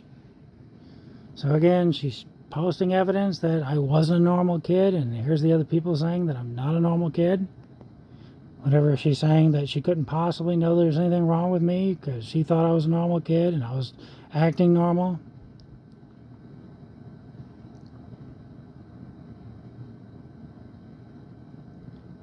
She said, you had been abused, and that didn't come to light until 1999 because you didn't know it was wrong. Your words, not mine. Again, I don't know what she's talking about at this point in time. I was born in 1987. In 1999, I was 11 or 12. I was abused by my 14-year-old babysitter whenever I was 5 years old. My 14-year-old babysitter took his own life whenever he was 16 years old. That's whenever Mom started taking me to the cemetery. And I eventually told her that I didn't want to go, and the reason why.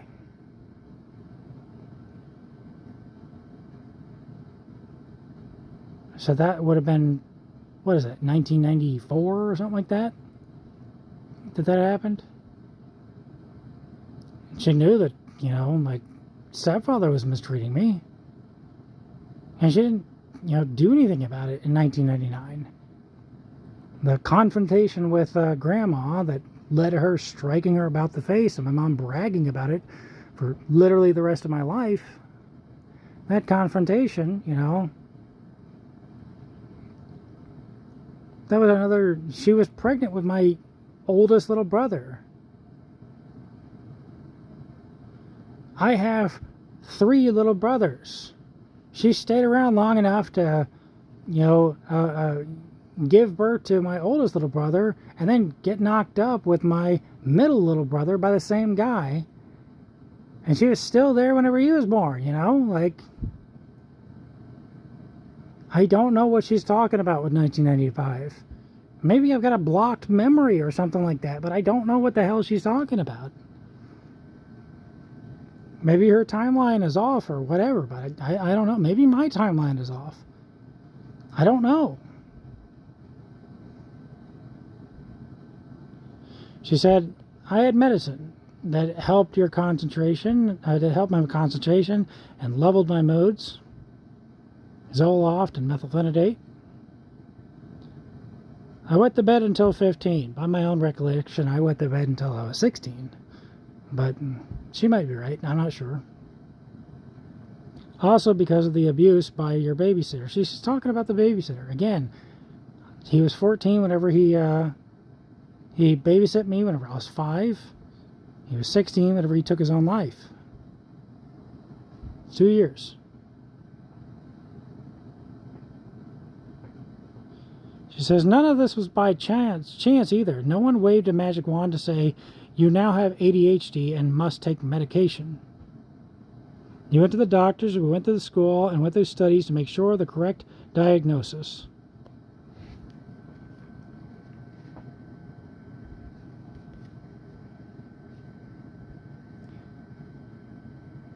She says, I even took you to the Children's Hospital in St. Louis and talked to a doctor there to diagnose this. You went to several counters, a psychiatrist, and received therapies. More evidence that I wasn't a normal kid. And she keeps saying that I was a normal kid. And that she had no way of thinking that there was anything wrong with me. She's saying, here's the things that were wrong with you. And that's what I miss. I miss whenever you were a kid, whenever all these things were wrong with you, when you were abused by this person. And that's what she's saying. Whenever earlier she said, I didn't know that there was anything wrong with you. She'd already said that I was a joy to her whenever I was a kid, and there was all these things wrong with me. Which is it? She says, with that being said, in response to this latest blog, no, that's...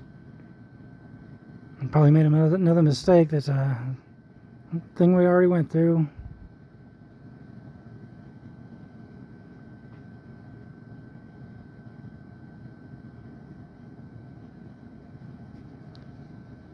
She says, because of concentration, no one ever suggested you were near death, not one, or that you were critically ill, needed hospitalized, or anything that severe.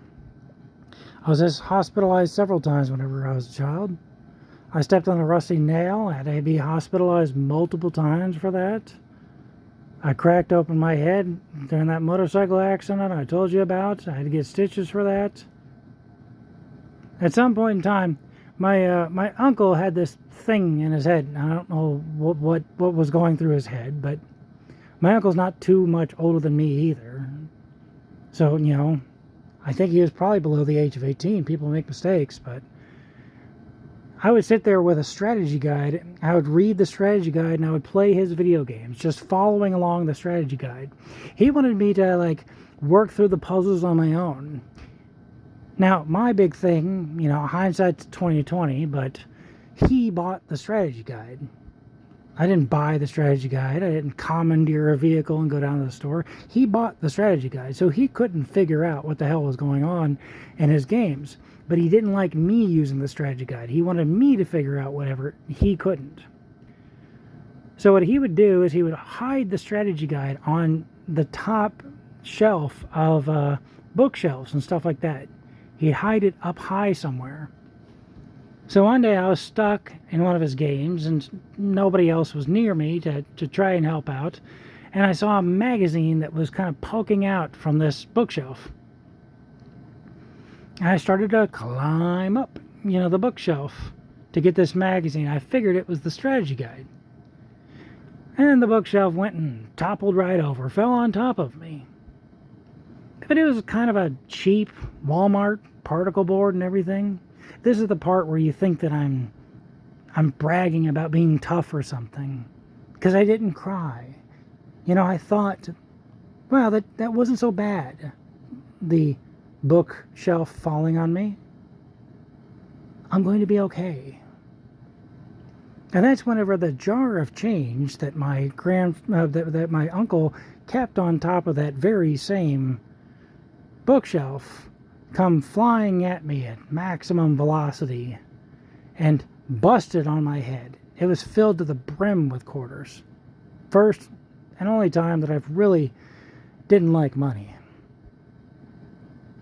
Busted on my head, and I took a minute to process the shock and then started wailing out loud. Grandma came in, snatched me up and took me to the hospital. I think I needed stitches for that as well. I was in and out of the hospital all the damn time.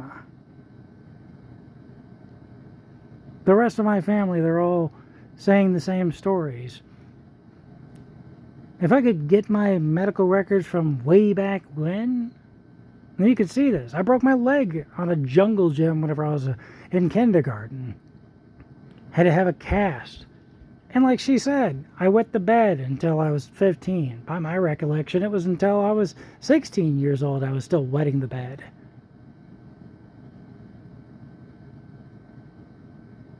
Now, I was wetting the bed before that babysitter came around, by the way.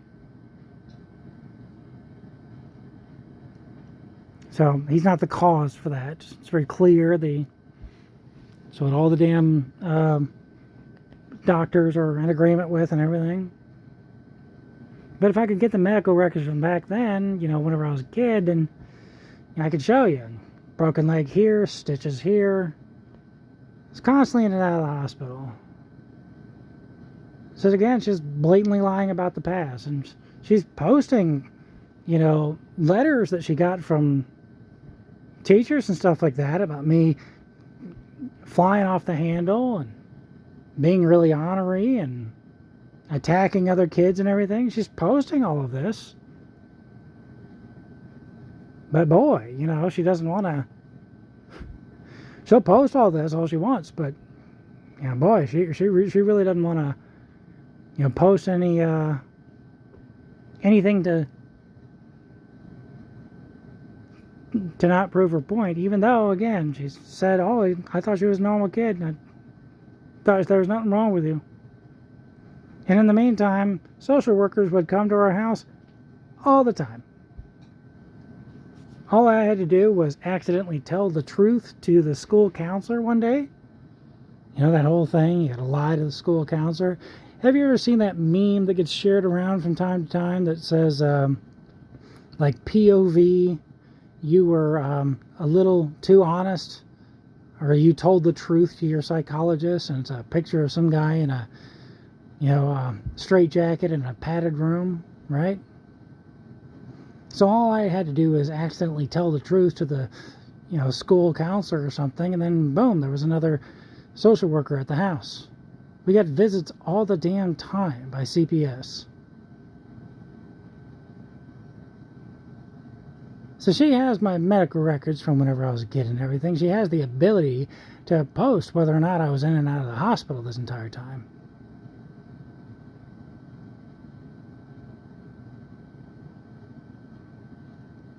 But she's not just telling this story about how I was a perfectly healthy kid and I was never near death or whatever.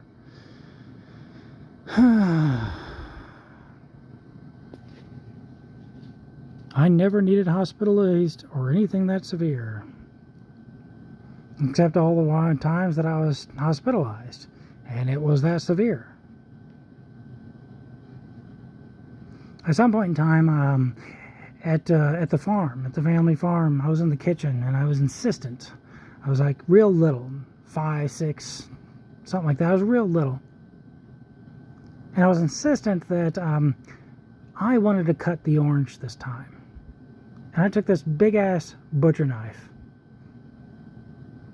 in one hand and the orange in the other hand. And I cut through the orange. Now the only problem was that I also cut through my other hand, down to the bone. I had to go to the hospital for that as well. I was constantly in and out of the hospital. Did I tell you that I'm not that smart? Last time I took an IQ test, I got 105. That was a long time ago. I was a kid.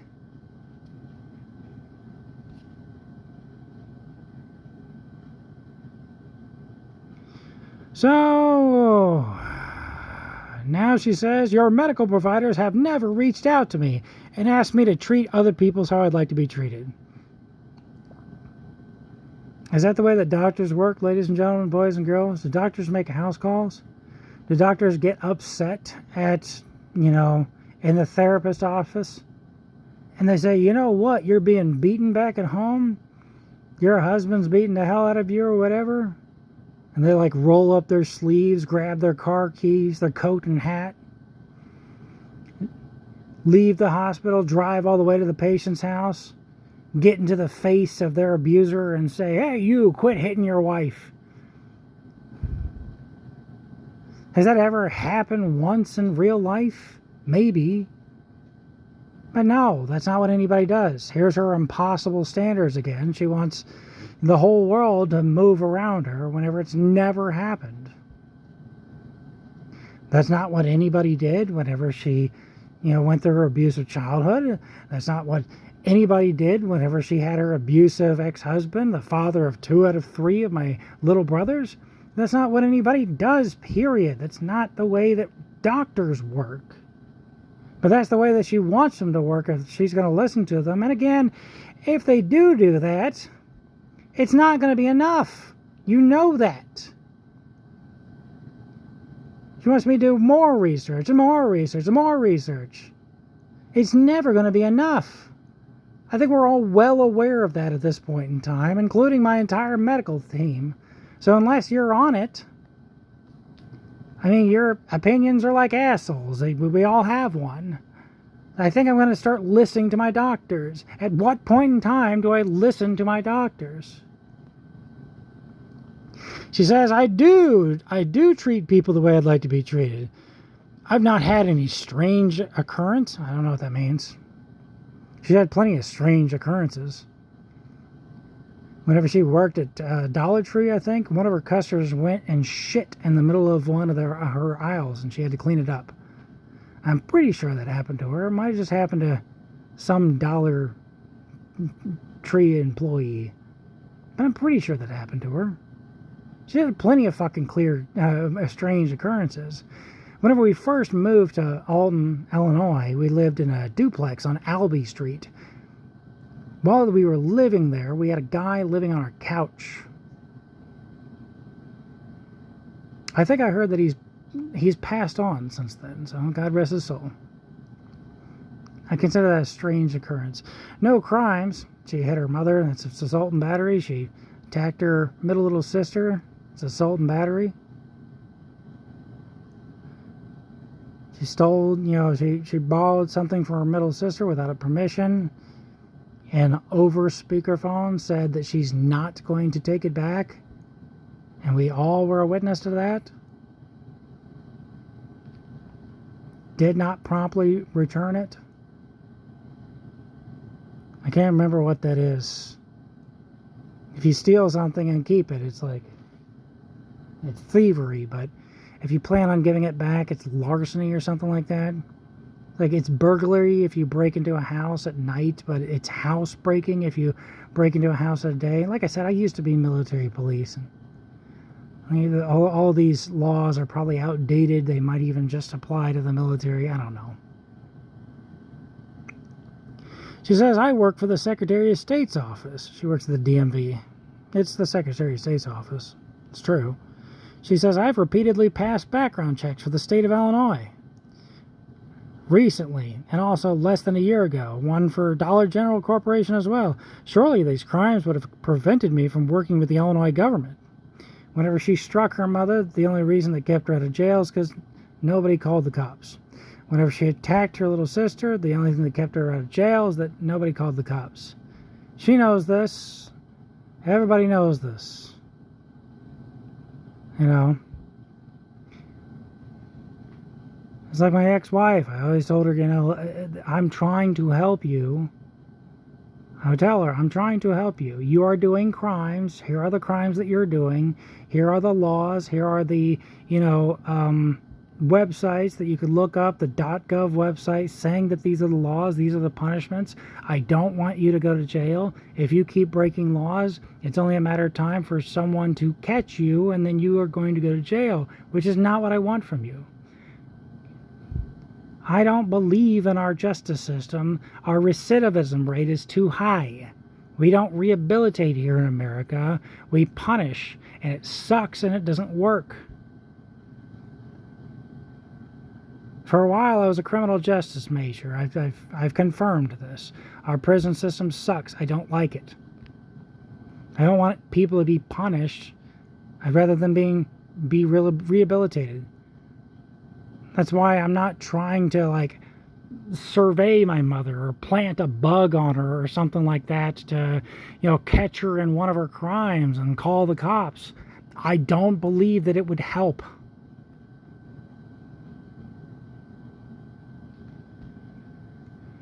But she knows that whenever you break the law, you break the law, and you only get in trouble when you get caught. She's still got these impossible standards. She wants, the only way that she's going to listen to cops is if they're omniscient and they can see and hear everything, and they can smell the second that you fart in an elevator and it's against the law in that particular region of the world or whatever. And even then, she wouldn't listen. You and I both know that at this point. Nothing's ever going to be enough for her. That's why I got to leave. That's why all of my medical team is telling me, leave. Run for your fucking life. I don't care what you have to do. Run, leave, go. Escape. While your heart is still beating, literally. So then she says, my second oldest cousin Grandma and my middle aunt and her ex-husband and my youngest brother were the only witnesses whenever she attacked my middle aunt. Then she says that my middle aunt likes to exaggerate the truth. She came at my mom screaming about how they all worked hard on the farm, not just her and my oldest aunt. My mom never said that they didn't. She's never flat out attacked anyone without due cause to defend herself, or her words or actions. She bragged about punching her mom in the face for my entire life. Now it's the exact opposite story. She's mentioning every single person that was there to witness the event, but she's not actually tagging them on Facebook so they can come weigh in on this. She says, attacking is a strange way of describing me protecting myself from a 49-year-old woman who came to my house just to start shit. Her biological father was trying to break up my grandma's marriage. She says, I was 31 and pregnant. So you can continue this frivolous line of conversation if you must. You're only going to believe what you want to believe and what all the other witnesses are saying. This no longer affects me. You're beating a dead horse, beating around a now leafless tree.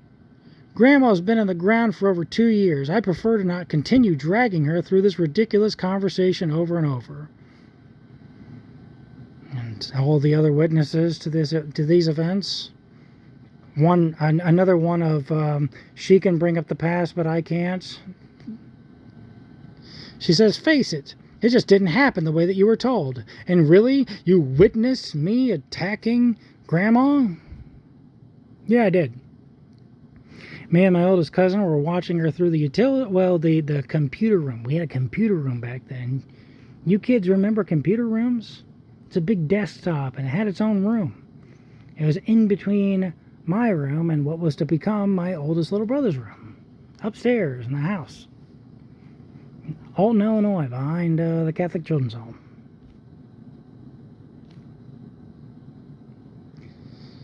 She says, P.S. I posted the letter you wrote 17 years ago to show that you had loved and cared about someone or something, not to attack you. Again, she thinks I don't love and care about anybody whenever I'm going through pre-med. Doesn't make any sense.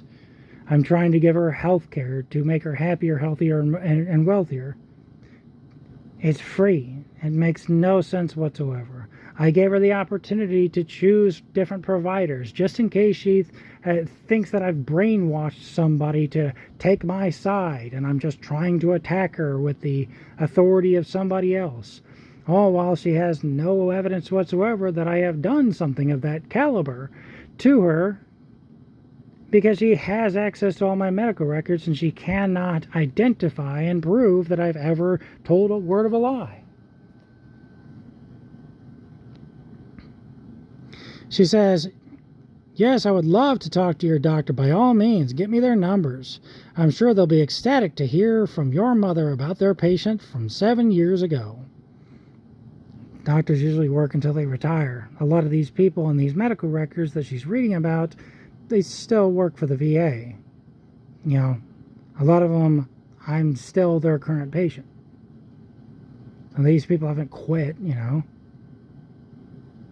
And again, all that contact information has been in the medical records the entire time. She's just trying to make it seem like I've told her to call, but I haven't given her the ability, right?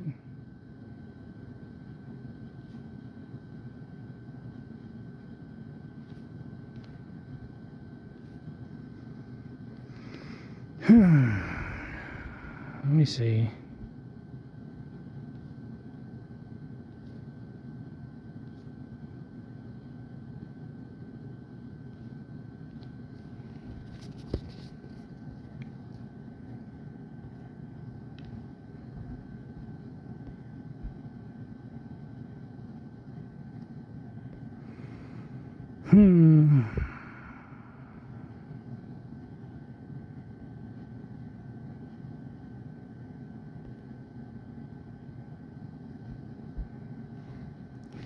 So I told her Everyone else were eyewitnesses that Grandma didn't pester you about your inheritance. It was the other way around. I think I will believe literally everyone else except for the one person who just admitted that she doesn't believe the medical records of her own son, hasn't found a speck of evidence that they're in some way incorrect, and just said that she refuses to prove to anyone anything right after ranting about how I don't have enough evidence for her, and is refusing mental health care services. The chances that the whole world is crazy is low. The chances that the one lady who refuses to prove that she isn't crazy is at least a little bit higher. As for the revocable trust that you wanted Grandma to sign, your middle little sister has been doing taxes on the farm for years now. Your youngest sister has a master's degree. Your brother has been working for the farm for years now. Grandpa has been working on the farm for his whole life and has a bachelor's degree in agriculture. His whole farm family has been passing down farms for millennia. Isn't it weird that you're the only one jazzed about this whole revocable trust thing? Do you have any evidence that Grandpa doesn't know what the hell he's doing for his own farm? Oh, that's right. You just said that you don't have to prove anything. I forgot. What did you say your source was? Some other farmer? Huh. I farm upvotes on Reddit, and I disagree. So I guess we're at an impasse. Oh, well. And you were given your religion, which you hold dearly? Which one was that? The one that you made up? It's definitely not Christianity, given your lack of attendance to any church and ignoring passages like Matthew 6:10. As on earth, so true in heaven. Whoops, looks like God wants you to listen to doctors and medical records in Matthew 7:12. In everything, do to others as you would have them do unto you, which is literally treat others the way you'd like to be treated. Come on, Mom, at least read the passages that you based my name upon. I'm the one who became a minister. Your claim that they gave you this religion that you hold dearly is just a tad dubious. She says this post is laughable at best. Again, she's laughing at the fact that her oldest male child nearly died, and he's asking her to please treat me the way you'd like to be treated to prevent my death. And here's all my medical records proving that I nearly died whenever you didn't do that. So she's laughing. This is funny as fuck. She says, go ahead and enjoy your little mockery. I'm strong enough to take it. I spent so much time under your thumb and walking in eggshells around you to avoid your penetrating, disapproving glare and your sour looks. It's just exhausting. It sounds exhausting. I asked her for this one thing. Gave her all the medical records and everything. Told her that I nearly died because she didn't have it. What a fucking tragedy. So profound and exaggerating, no kidding? Because that's not what I said. Please read slower and make sure you're responding to reality. None of the fantasies that you make up as you go along. Grandma and I never talked about the inheritance. Now is a brand new claim.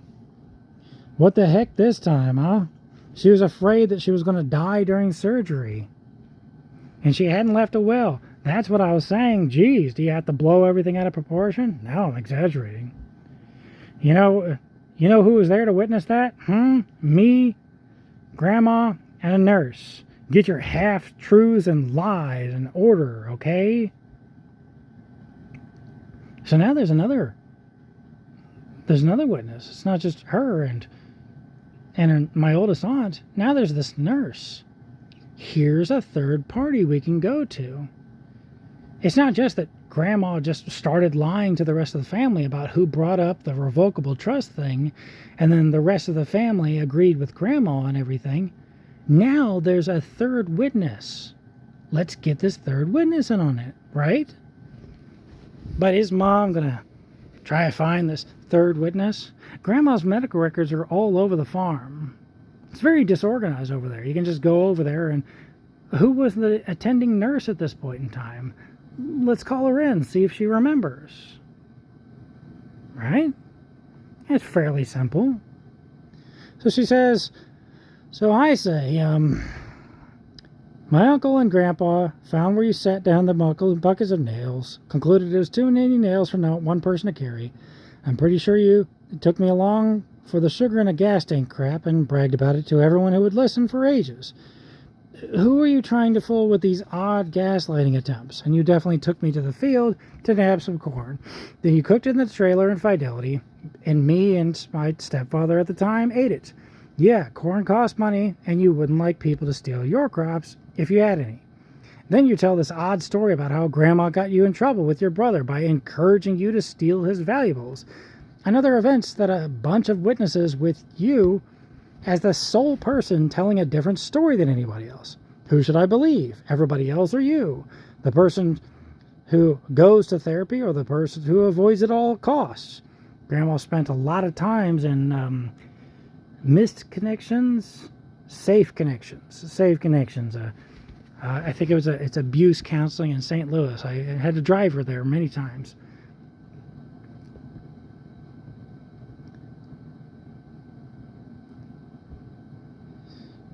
So she said. So I said, who should I have believe? The person who went to therapy, or the person who avoids it at all costs, and the one who has unedited medical records stating that she is a lethal danger to everyone around her. If she nearly caused a heart attack to kill me, then she's doing that to everybody. I'm not especially vulnerable to her. I'm not Superman. She's not Kryptonite. She's doing that damage to everybody. These people that she claims to care about, she's doing that damage to everybody. Yeah, everybody else might have a higher chance of surviving their first heart attack than I do. But if she causes enough heart attacks, they will eventually die. It will eventually kill them.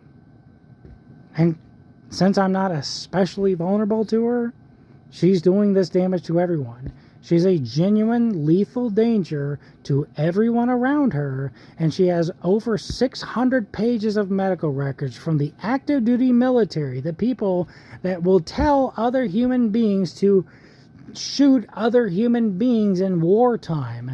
And they are saying, with no exaggeration, that she is a lethal danger to her veteran of 2 military branches son. And so is a civilian organization, the Abuse Counseling at Violence Prevention Center, Belleville, Illinois. So is the Veterans Affairs, TRICARE West, TRICARE Midwest.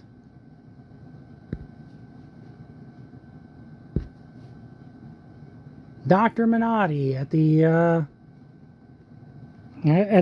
center where they test, whether or not you have learning disabilities that I went to. I believe that's another civilian organization. And my family counselor. They're all in agreement here.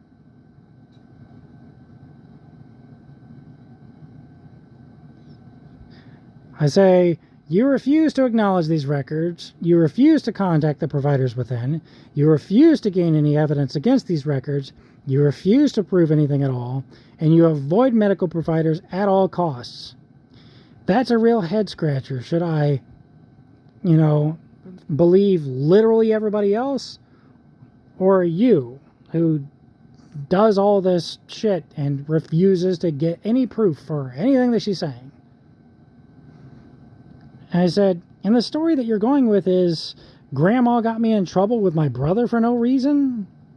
Come on, you'd think that you'd come up with, that would come up with in her therapy sessions, listed in her medical records, which are just lying around the farm for anybody to look at. Whenever she was going to Safe Connections for years. But you don't need no evidence, right? Everybody else needs more and more and more and more and more evidence. She doesn't need to present anything whatsoever. I said, everyone at the funeral said that there was a fist fight. You and your oldest sister tell a different story. Who do I believe? You two or literally everyone else? You two are constantly avoiding medical providers at all costs, or literally everyone else?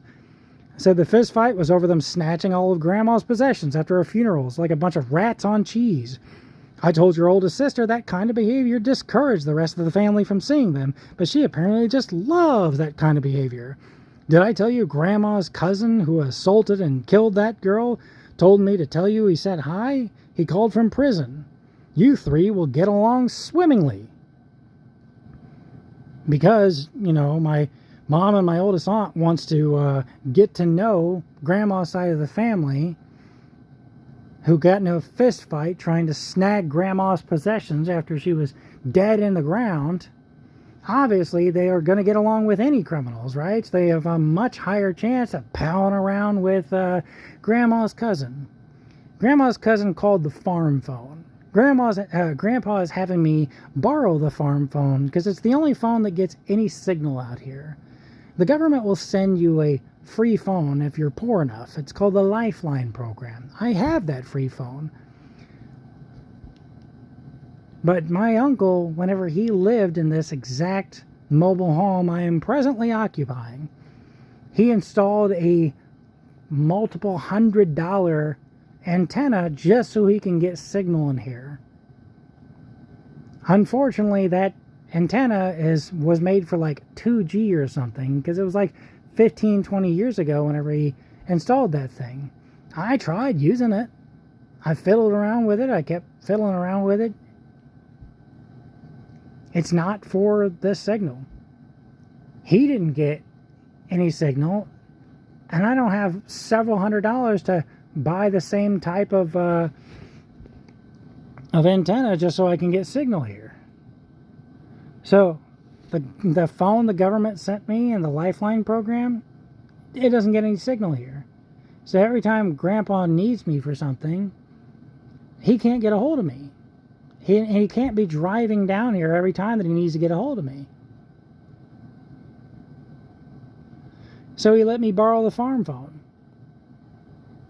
The family farm has had a number attached to the family farm for ages and ages and ages. My entire life, I think. But for one reason or another, whenever house phones ceased to exist, the farm phone number got attached to a cell phone. And since my grandpa couldn't get a hold of me with my cell phone number, he let me borrow the farm phone. So that's what I'm using right now, the farm phone. Well, I got a call one day and I picked it up. It was a free phone call from some penitentiary. As it turns out, it was Grandma's cousin, the one who's been in jail and is going to spend the rest of his life in jail for assaulting and taking part in the slaying of another human being, a young girl.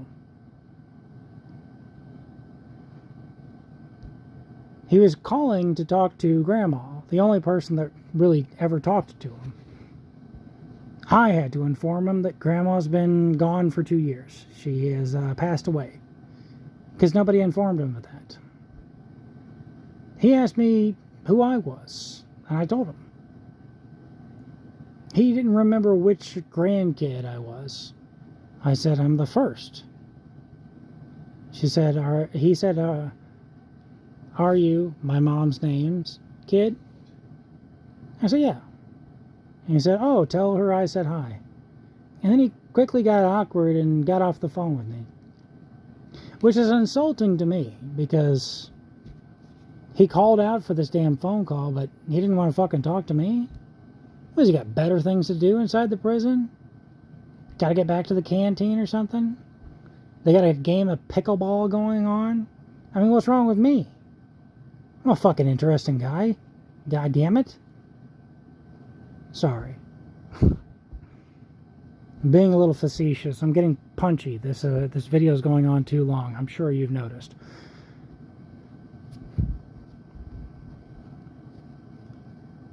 So I let Mom know that he said hi.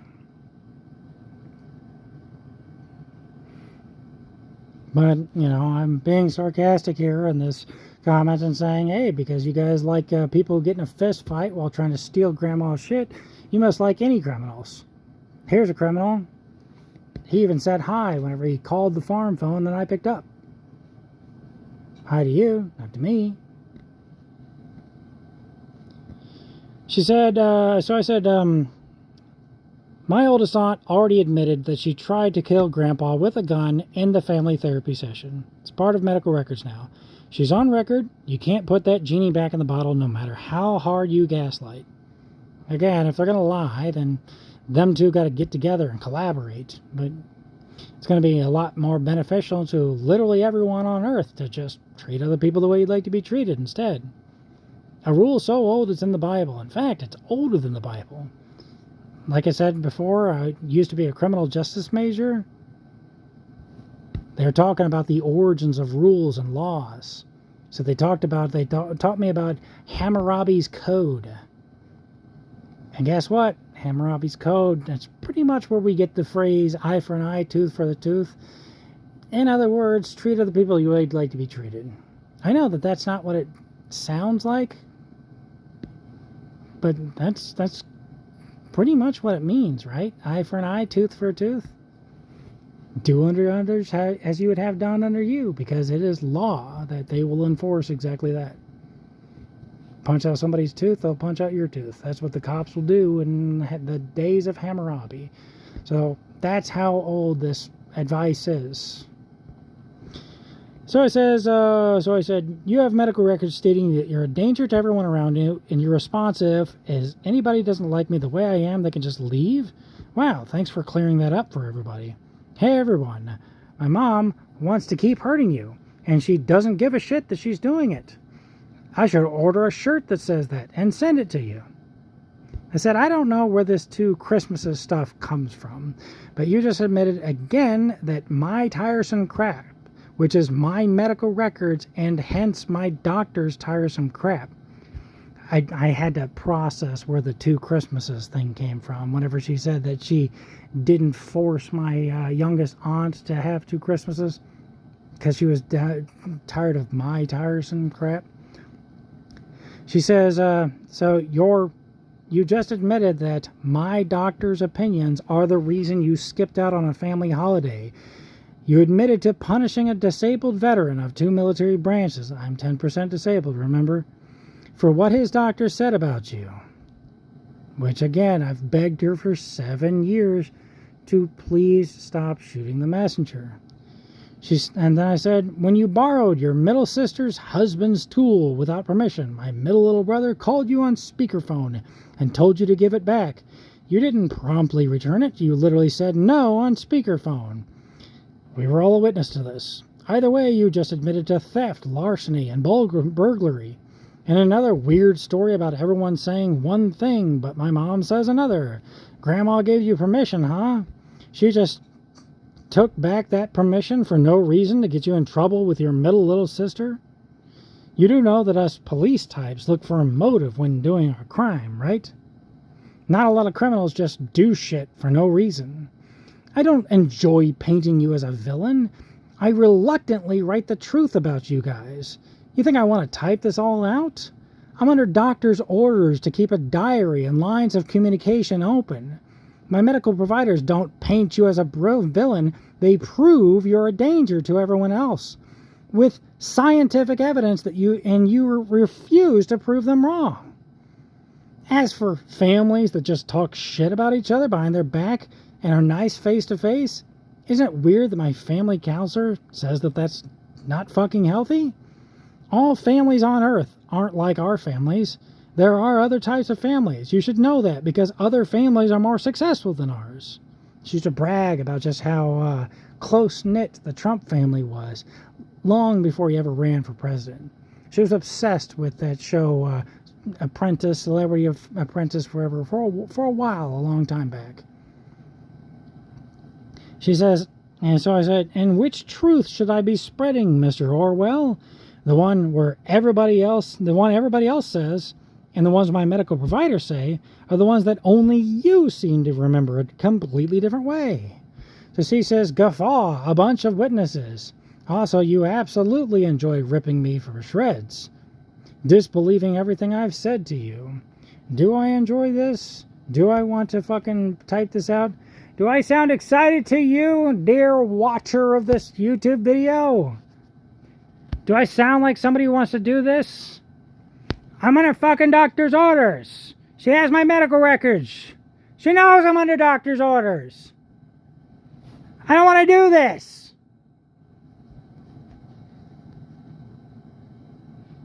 She said, you're absolutely childish, but whatever, truth. Obviously, you can't handle the truth. That's a movie quote. Never watched that movie, by the way. Just saw that clip, you know. She says, I don't have medical records stating that I'm harming anyone. You have your medical records with a one-sided opinion. And opinions are like assholes. Everybody has one. And I don't need a second opinion. She's got the medical records. She knows that no word of it is a lie. Again, if I say that the sky is blue, will the sky not be blue because it's only one side of the story? She sees that in the medical records is the objective proof. They're showing her specifically how she's doing damage to other people. They're proving this scientifically. She has all this ability to exonerate herself if she believes that she is not doing damage to other human beings. She has the ability to do this for free. She's been not proving herself innocent for 7 years. Over 7 years.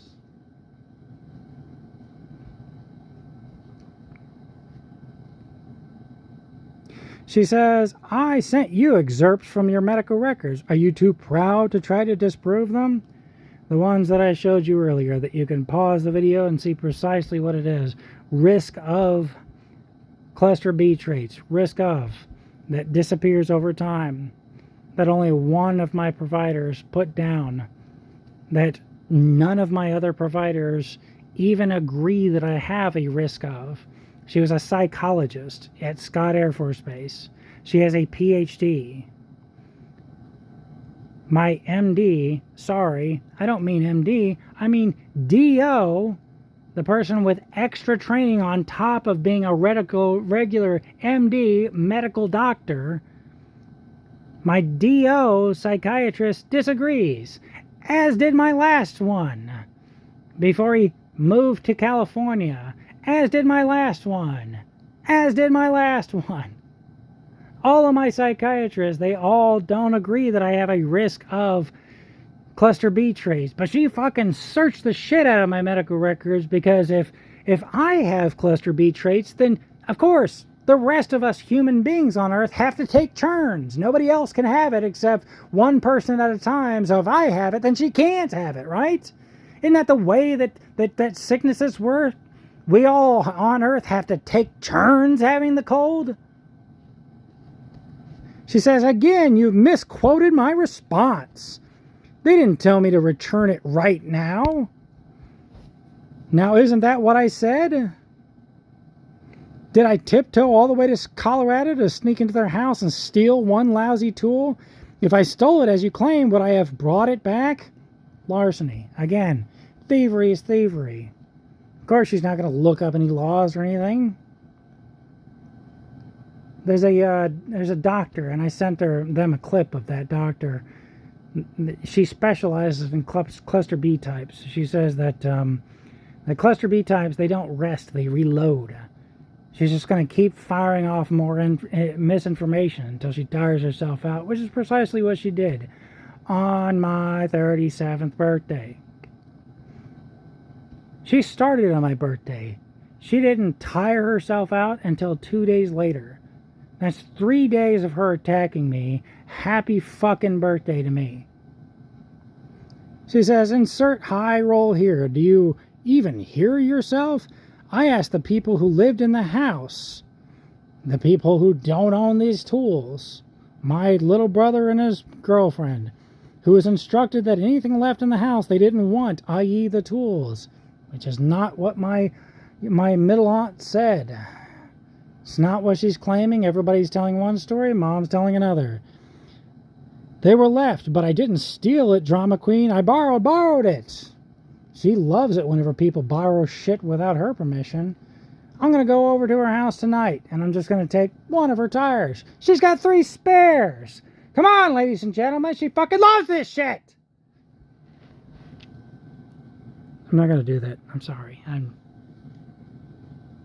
tired. It's the day before Thanksgiving. My birthday was halfway through September. Obviously, I've been procrastinating on this for a very long time. I don't want to do this.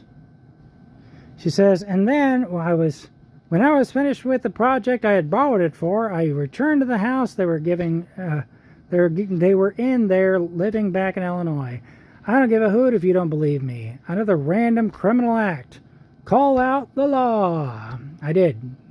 Burglary, larceny. I told her precisely what she did wrong so that she could double check and look it up herself. Burglary, larceny, thievery, housebreaking, you know. Oh, and please stop taking things out of context. Please, I never said that all families do that, backstabbing, etc. I just mentioned ours. You just love to exaggerate. Yeah, she didn't say that all families did it, but she said, leave if you don't like it. But earlier, before all this happened, she's on record. She's got this email stating that she's interested in talking to my family therapist, who agrees that my family isn't healthy, that I need to get the fuck out, or I might die of a heart attack caused by these three people, my mom, my dad, my oldest aunt, that they're going to kill me by causing a heart attack in me. She has 100% of these medical records. You can't one side of the story whenever it's a heart attack. My dad didn't go to the doctor with a broken bone, with a broken arm, to get his arm fixed, but it was just one fucking side of the story. Did the doctor ask the bone for its side of the story? That's not the way physical symptoms work. It's not the way mental symptoms work. Again, it shows up on a SPECT scan according to the Dr. Daniel Amen Clinic.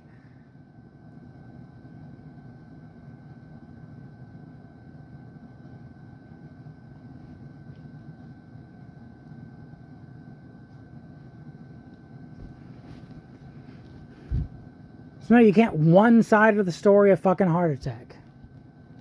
And one side of the story from Veterans Affairs, from several civilian organizations, TRICARE West, the active duty military, fucking psychologist actually on base at Scott Air Force Base. There's a lot of fucking people who are in charge of health care for humans on planet Earth that all us human beings are in consensual agreement with, that these are the people in charge. If mom passes out in the middle of the road, she's likely to wake up in the hospital. It doesn't matter if she fucking believes in healthcare or not. And again, she does, but just not for this specific scenario. She believes that everybody else on Earth can be helped by, mental health care and everything. Everybody but her in particular. And her family, so long as that it involves her in some way, shape, or form. This is not a healthy family. 100% of my healthcare providers are in agreement with that fact. They're telling me to leave before they kill me. When do I start listening to my doctors?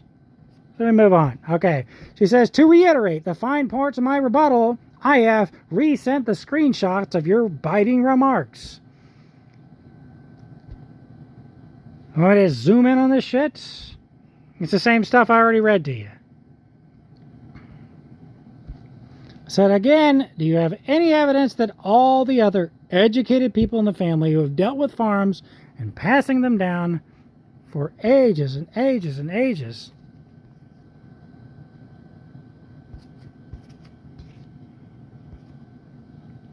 for centuries, do you have any evidence that all these people all don't know what they're doing, but you alone have the solution?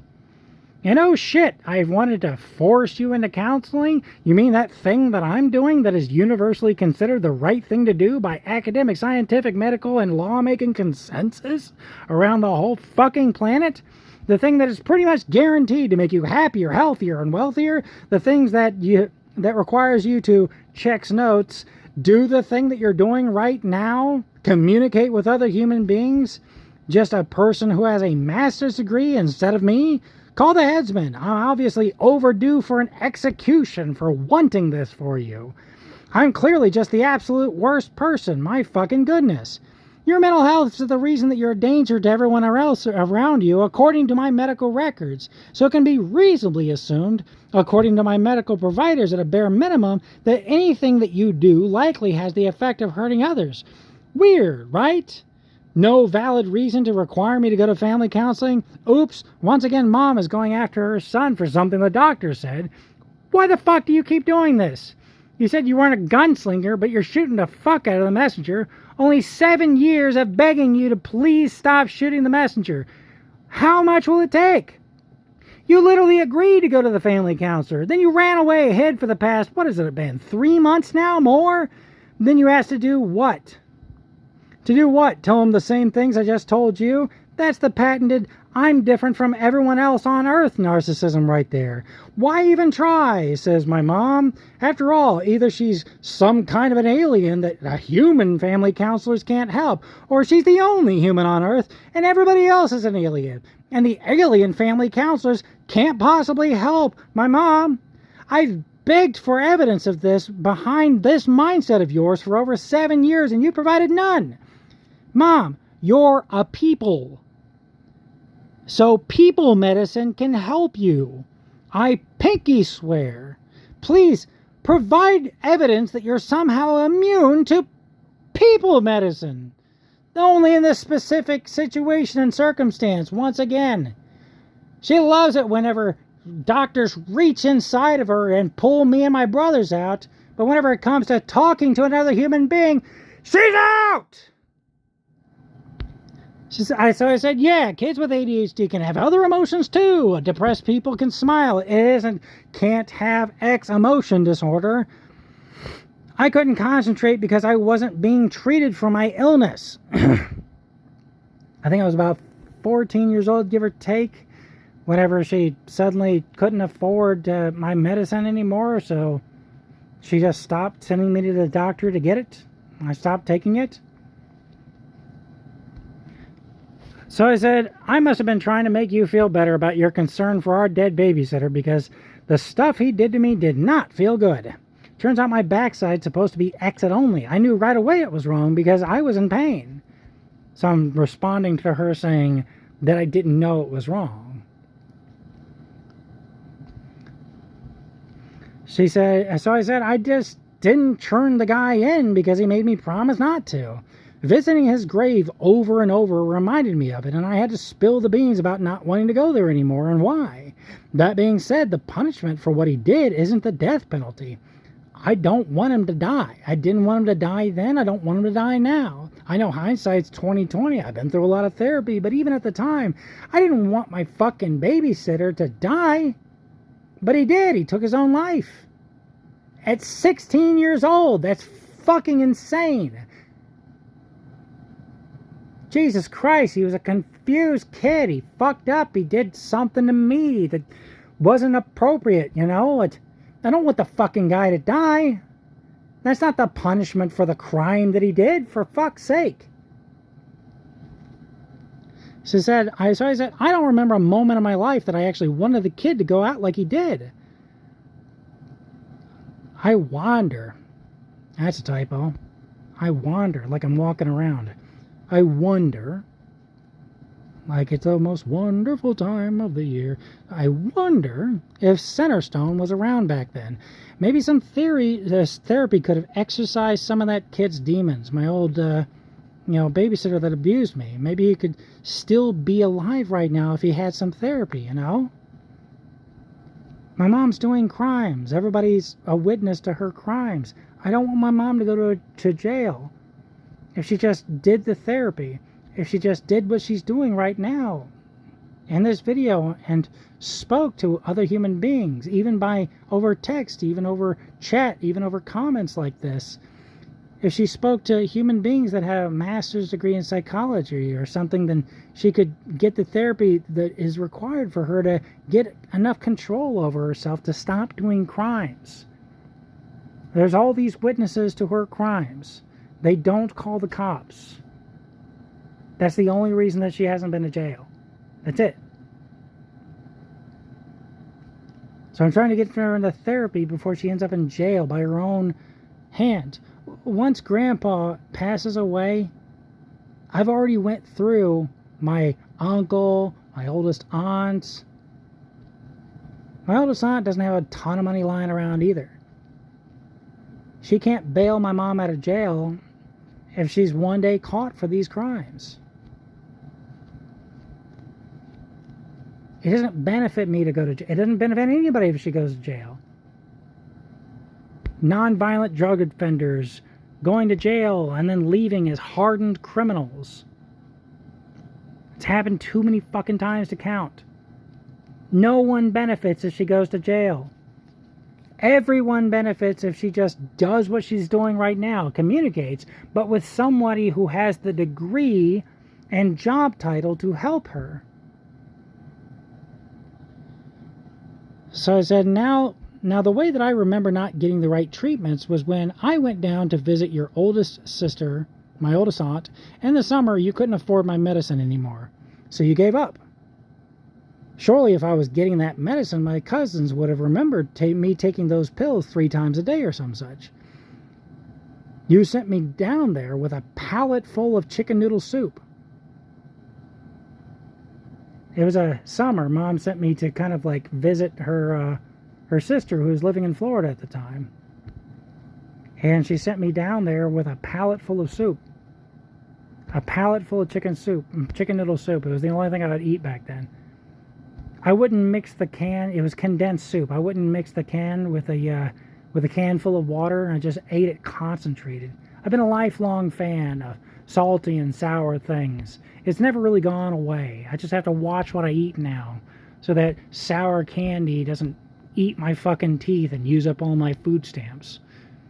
And I don't just buy a jar of pickles and eat the whole thing and then sit on the toilet shitting all day. It's funny, but it's not an exaggeration. It's what fucking happened. I said, I remember those were the days I refused to eat anything else. Just chicken noodle soup concentrate, no water added. Then I got my first migraine. I don't know if my diet had anything to do with it, but I had another one in 2015. They put me on opiates. But back then, I must have been a tough little guy because I just sat in the corner of a dark room in my oldest aunt's house for like a week. I said, hey, why didn't we ever just use that free walk-in clinic down by the McDonald's that burned down in Alton? The one by the Clark Bridge? It's gone now, but it was right across the street from McDonald's for ages. So I'm asking her a genuine question. Why didn't we just use that? But she doesn't respond. She ignores the question, moves on, continues attacking. Remember, like that one doctor said, cluster B types, they don't pause, they reload. So she says, you aren't hurting me. I know that's what you want. Yeah, I want to hurt her by sending her to therapy and everything. It's going to make her happier, healthier, well. She assumes that I have ill intent. I've asked her repeatedly to prove that I have ill intent, to prove that somehow or another going to therapy is going to hurt her in any way, shape, or form. For over 7 years, she's refused to prove that somehow or another these people are going to sneak in and, I don't know, insert a yerk into her brain like a fucking Animorphs series or something. I don't know what the fuck she thinks is going to happen if she just goes to therapy. I don't know what the hell what she's doing for over 7 fucking years. These 3 people have been avoiding fucking therapy. What the fuck do they think is going to happen? And was there proof that that's going to happen? I've been asking that question for over 7 years. She says, I don't give a rat's ass what my cousin in jail has to say. He is my cousin. It wouldn't be uncommon to send a greeting. I'm sure he's desperate by now for attention from his extended family. He's only been to jail since June of 1986. So yeah, that really stings, Matthew. Ouch. Yeah, I'm really trying to hurt her there by saying that you want to get to know criminals who fist fought at your mom's funeral. So here's a criminal who said hi to you and wants to talk to you. My mom, my oldest aunt, and my father would really get along with this criminal because they want to see criminals. She says, P.S. Have you noticed the whiteboard still hanging on the safes in the living room at the farm? It's because of the side effects of the medicine and her illness. I don't know if she's used the word affect right there. Is it effect? Is it affect? There's this old Tumblr post that says, somebody was asking an English teacher what to use. Do they use effect or affect? And the English teacher said he'd been teaching for like 20 years, got his PhD in the subject, and he doesn't know, so he avoids using either one. Either way, sorry. ADHD, remember? So, she says, she couldn't remember if she took her medicine. She says, Grandma had holes in her memory the last few years. She couldn't remember if she took her medicine on time that day or at all. So am I surprised that she doesn't remember 30 seconds on the phone 2 weeks prior? Not even a little bit. Same thing with the trip to the old trailer. No, I'm not surprised at all that she doesn't remember that, right? I'm not mad about it. She missed out on a lot that happened because her memory kept slipping. Proof of this is the whiteboards. She's talking about the fucking armloads of pills that my grandma had to take. Literally everyone on planet Earth has trouble remembering whether or not they took the pills. That's why whenever you have birth control, they fucking have it in that little fucking, Yu-Gi-Oh! Dual disc thing. That's why everybody has those Monday, Wednesday, Tuesday, Thursday, Friday fucking pill trays and everything. Everyone on Earth fucking can't remember whether or not they took their pills today. I can't remember whether or not I fucking took my pills today. I took Strattera twice in the same day. I had a fucking horrendous headache afterwards because that's one of the fucking side effects of Strattera.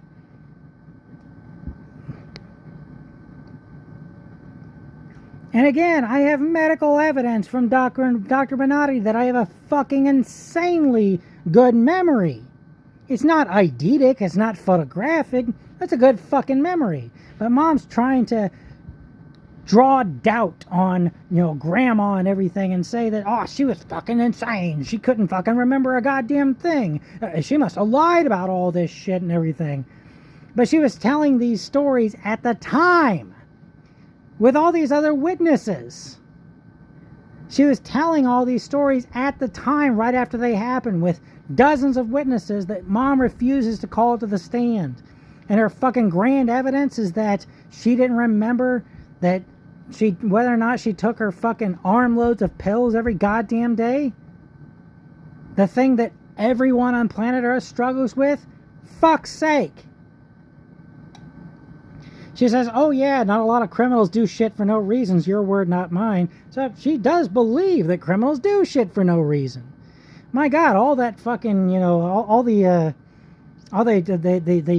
footage of the Columbine shooters, talking to the camera and everything, the oodles and oodles of evidence, the manifestos by every fucking Tom, Dick, and Harry on this fucking planet that have ever done a mass shooting or fucking whatever. No, all of those don't exist. All the crime shows that she's watched for fucking years of her life about motives, they don't fucking exist anymore. Not right now, because it doesn't fucking help her argument. So she says, so again, explain how and why I stole one lousy tool and brought it back when there are dozens of expensive tools I could have stolen and sold for darn good money. Explain again why I didn't take advantage of that. I don't fucking know. You're the one that refuses to go to the doctor. Your doctors could explain to me how your brain works, but you refuse to go to them. I'm not a fucking doctor. I don't know how your head works. I don't steal other people's tools without permission. She says, and I'm a... Fuck me.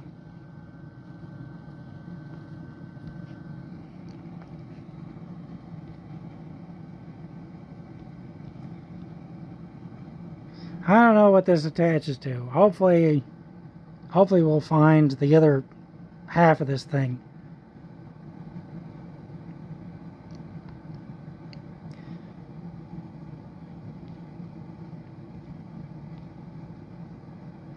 And I said, oh, fuck. You know, I've been giving you sour looks. I'm so sorry. I know my medical records prove that you nearly murdered me, but I admit sour looks are just not a just punishment. Should I volunteer for the firing line or the electric chair? Come on, I want to see what happens if I eat a bunch of popcorn kernels right before they shock me to death. You know, she's got medical records proving she nearly murdered a person, but she's complaining that I gave her sour looks once. Fuck me, man. I'm due for the guillotine. I'm a fucking piece of shit, boys. So I talk about my my Ritalin, methylphenidate, and Zoloft use whenever I was a kid. Whenever I got prescribed those things, whenever I was a kid. So whenever I first joined the Navy, they sent me to the Drury Inn, and then the next day they woke us all up and took us through MEPS, the Military Entrance Processing Station in St. Louis, Missouri. I got through most of it, and then eventually they had me talk to a person, and that person, whatever doctor it was, said that, you know, were you ever on any medications? I said, yeah, I took Ritalin or methylphenidate as a kid, and Zoloft. And so that doctor sent me back. She sent me back to the recruiting station. The next week, my recruiter at the U.S. Navy recruiting station across the road from the new Alton High in Alton, Illinois, had asked me if I had any medical records from my childhood. I was 19 years old. Of course I didn't have my fucking medical records from my childhood shoved up my ass at all points in time. Believe it or not, I wasn't a very organized individual at 19 years old. So I said, no. And then my recruiter said I should be quiet about my childhood medications. So like a good little sailor, I listened.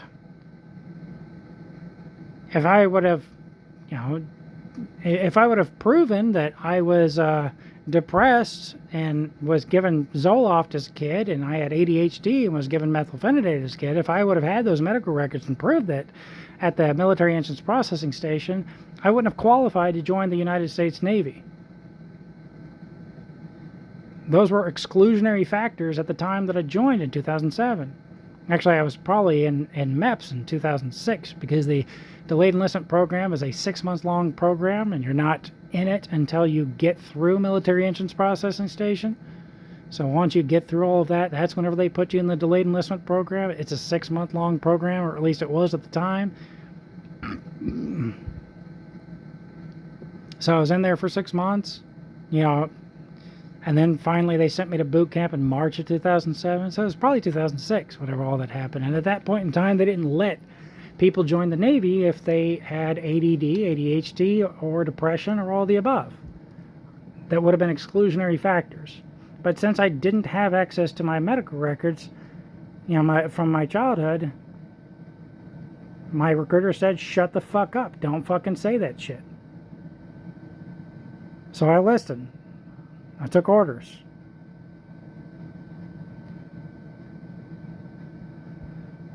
So then I outperformed so many of my colleagues without any medication or treatment that it wasn't even funny. I was an E2 before I joined. You're supposed to join as an E1. And I had a GED, a general education diploma. I reached E5 in 4 years in a locked-up rate with too many people. I was one of 3 people in my rate. A rate in the Navy is a job. I was one of 3 Master at Arms in the United States Navy, stationed at Tinker Air Force Base. I was one of 3 people that made that advancement cycle and became an E5 whenever I did. 3 people. I was one of them. That's how much I was a good little sailor. And did what I was told. Took my vitamins and said my prayers. The old Ric Flair we used to say. I said I was a good little boy. My buddy I joined with was removed from service after 5 years as an E3 in a wide open rate after going to the Navy's version of Fat Camp more than once. He really was. I can't remember what the hell they called that program. It's basically it's fucking fat camp. It's for people who don't meet physical standards. And he went there like several times, I think. I convinced one of my high school friends to join, and his job, it was wide open. There was lots of room for advancement, but he was E3, and after 5 years in the Navy, they kicked him out. They kicked him out because he never got above E3. I was an E4 after 4 years. Yeah, I fucking did my job. So I said, and he had a high school diploma. I'll give you a hint. His name rhymes with, just in case you're listening, I'm not going to say what his name rhymed with. So I said all this to say that the doctors were very impressed with me in the loony bin. They were amazed that I'd survived for as long as I did. Things would have been better if I'd consistently been in treatment and had medication. That much is clear. But I was so independent, I probably would have sought out that medication and treatment myself if I knew about it. I kick myself for not knowing about Centerstone and that free walk-in clinic, as well as Blackburn College being free to us poor farm peasants. Yeah, the Navy paid for my school and health care, but I never needed them to. I could have gone into that walk-in clinic across the street from the McDonald's that burned down in Alton, Illinois, the one that's right across the Clark Bridge. But I never needed the Navy to pay for my school and health care. I could have used that free walk-in clinic. I could have went to Centerstone for my mental health care. I didn't have to, waste all my time in the military. I'm glad that I did. I really am. But I didn't need to. And that's the thing. There's a lot of people out there that are, the military people that kind of pound their chest, you know what I mean? The ones that say, I fucking joined the military, I fucking toughed it out and everything, so if you want my benefits, I'll tell you my recruiter and everything. Most people in the United States of America cannot join the military. They do not qualify. I was lucky enough to be born with 2 arms, 2 legs, fucking 2 eyes and everything. I was lucky to be able to join the military. As I said before, I didn't fucking qualify. If I would have proven that I had depression and ADHD as a child by showing my medical records, if I had them on hand, I would never have been allowed. I was lucky to have been able to join the military. But whenever other people want my benefits, whenever other people want to go to therapy and stuff like that, that's why I fucking find these free resources for them, because they don't have my resources. I was lucky enough to become a veteran and have these resources and be able to go to school and everything. So whenever I, try to help other people out, I used to be one of those people too, and I'm fucking embarrassed about it. I used to be the people that would say, if you want my benefits, then I'll introduce you to my recruiter. I used to be the people one of those people that fucking pounded my chest and said, if you want the things that I have, then you got to do the things that I did. And that's horseshit, because most people aren't able to do that.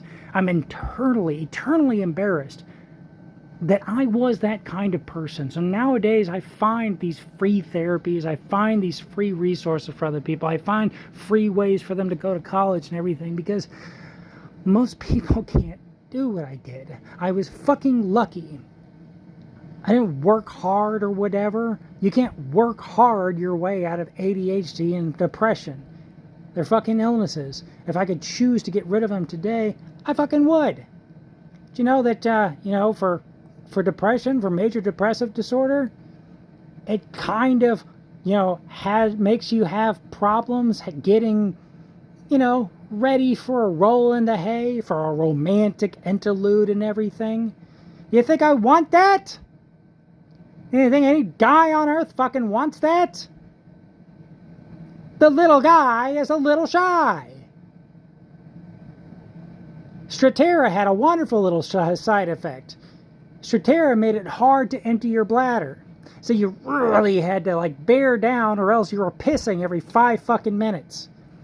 So one day I was sitting there, I was about to take a shower, and I was trying to empty the last of my bladder, because God knows I didn't want to fucking piss in the shower and get it on my fabric curtains. My fabric shower curtains. So one day I'm sitting there in the bathroom, and the studio apartment that I was living in Alton, Illinois at the time, and I'm standing at the toilet and I'm really bearing down, trying to piss out the last couple of drops.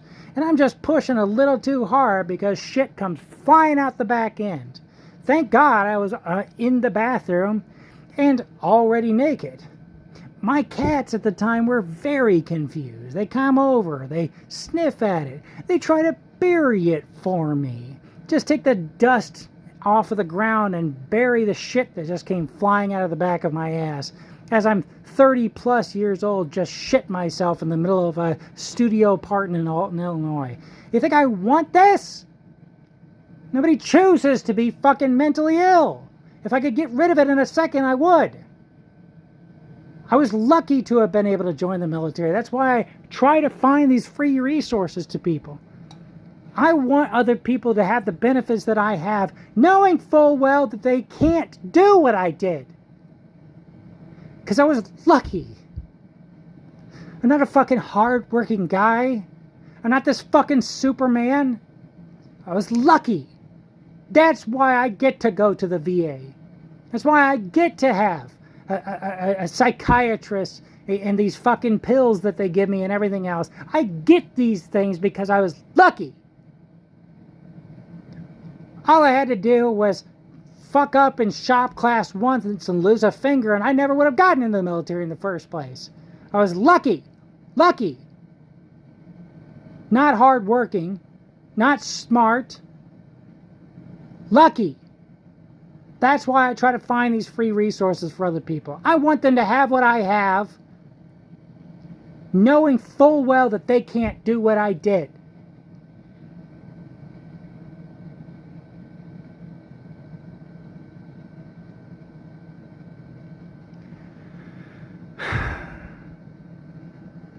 So I had these benefits all along. I could have went to that free walk-in clinic. I could have went to Centerstone and got free mental health care, therapy, and everything. It's a good lesson for those who came after me, because I didn't qualify to join the military in the first place. My middle aunt's oldest kid tried to join, and he couldn't with his mental illness. My middle aunt's oldest kid has autism spectrum disorder. He tried to join the military, but they wouldn't let him.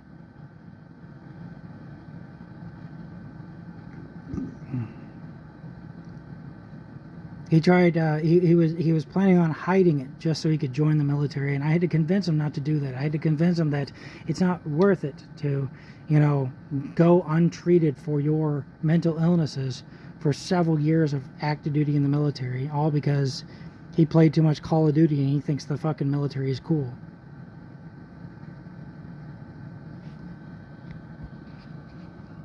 So I'm glad that my middle aunt's oldest kid is enjoying a better world than I did, with a lot less death and destruction.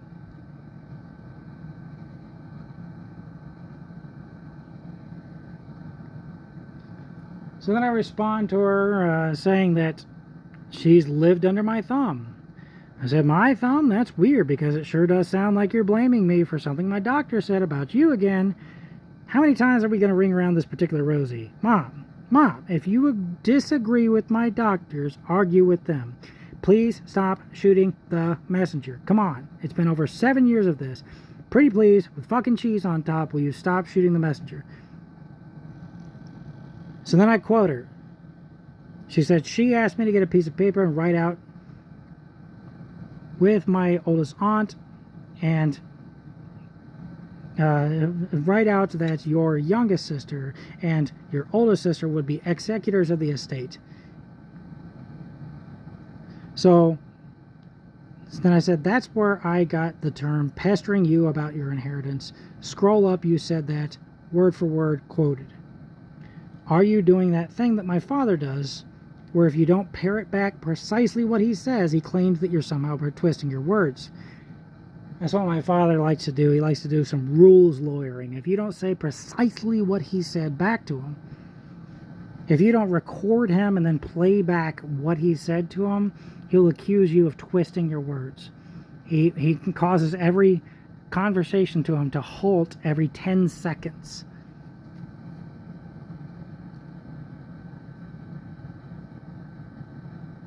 I said, because that's not the way communication is supposed to work, which is why we need a family counselor. You think that this kind of litigious horse shit is okay. So does my dad.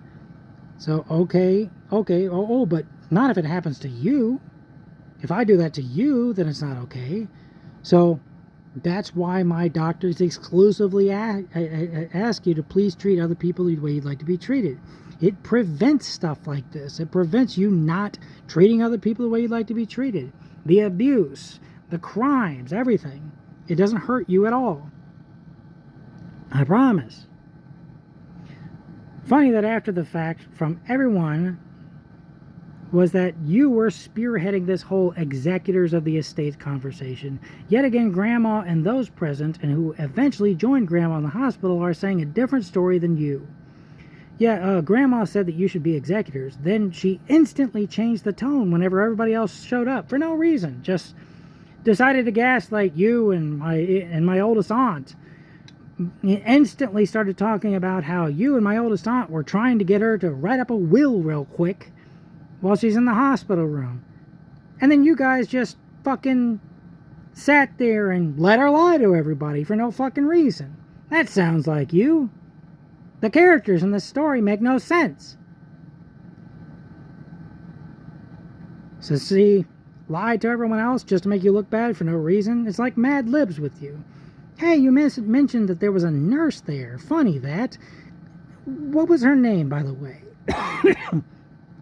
You can dig it out of her charts from that day and call her.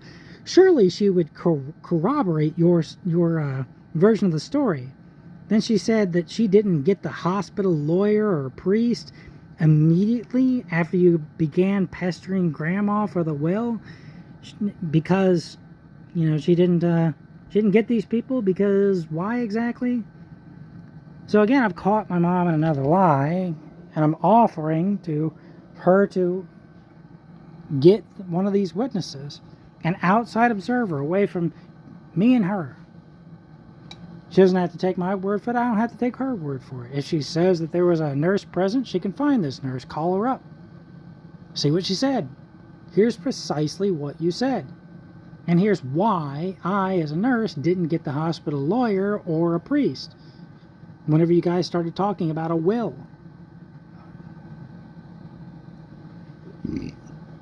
So now, of course, she's going to change her tune. She's going to say, well, it's too far back. You can't dredge up the past, but I can. It's not fair whenever you do what I do to everybody else. To me, I'm allowed to treat everybody else like shit in a way that I have over 600 pages of medical records proving that nearly killed you, the person I'm having a conversation with right now. It's okay for me to fucking treat other people so badly that they nearly die. But it's not okay for you to dredge up the past. So here we go. Mute point again, Matthew. She means moot. I'll call her out on this in a second. Who cares but you? And she's saying, this isn't what I did and everything. But no, I'm the only one that cares, right? She's the one that fucking brought it up. It's not important for me to care that much. You can't prove I'm wrong, and I can't prove I'm right. So how's about we agree to disagree, pretty please, with cheese on top? Again, she can prove which one of us is right and wrong. She can just fucking call the nurse. If she remembers this, she's talking about third witness. She can prove who's right and who's wrong. She has this fucking ability. But she won't, because she knows she's fucking lying through her teeth. She's lied to us several times already. You've seen it in fucking person. You've seen this. This is what she does. She lies. She fucking gaslights. It's this constant fucking never-ending abuse. I've explained this to her before. Whenever you gaslight another human being, you damage their brain. It shows up on a SPECT scan according to the Dr. Daniel Amen Clinic. You remember that study way back when where they had 11 plants or something like that and one actual participant? So, 11 people that have been told to do something, but one actual person they were running an experiment on. It was something like this. they had like a big screen, and they would ask everybody in the room, which line is bigger? There would be one line that would be like an inch. The second line would be, 3 inches. And the third line would be like 10 inches. Very fucking obvious. But then 11 actors in a row would say B, the one that was in the middle. The one that's clearly not the longest line. And so like 11 or so people in a row would all say B, B, B, B, B, B, B, and then they would get to the participant. Can you imagine what the fuck the participant said? Yes, the participant in this particular study would say B. Of course they did. Now, here's the question that the researchers at the time had. Did that person say B just because they didn't want to buck the boat, rock the boat or whatever? They didn't want to disagree with everybody else? So they attached electrodes, ran the whole study again. No, as it turns out, that study was changing their brain chemistry. They'd be confused in the first couple of people that would say B. The one that was like 3 inches long was longer than the one that was clearly 10 inches long. They'd be confused for a little while, but eventually they would convince themselves that everyone else was literally right. After the study, they would insist that B was the correct answer, even after the jig was up. They had to stop running that study because that's fucking brain damage. That's damaging a person's brain. He's going to run his entire life thinking that 3 inches is 10 inches, which is going to be a terrible news for anybody that man sleeps with if the participant was a male.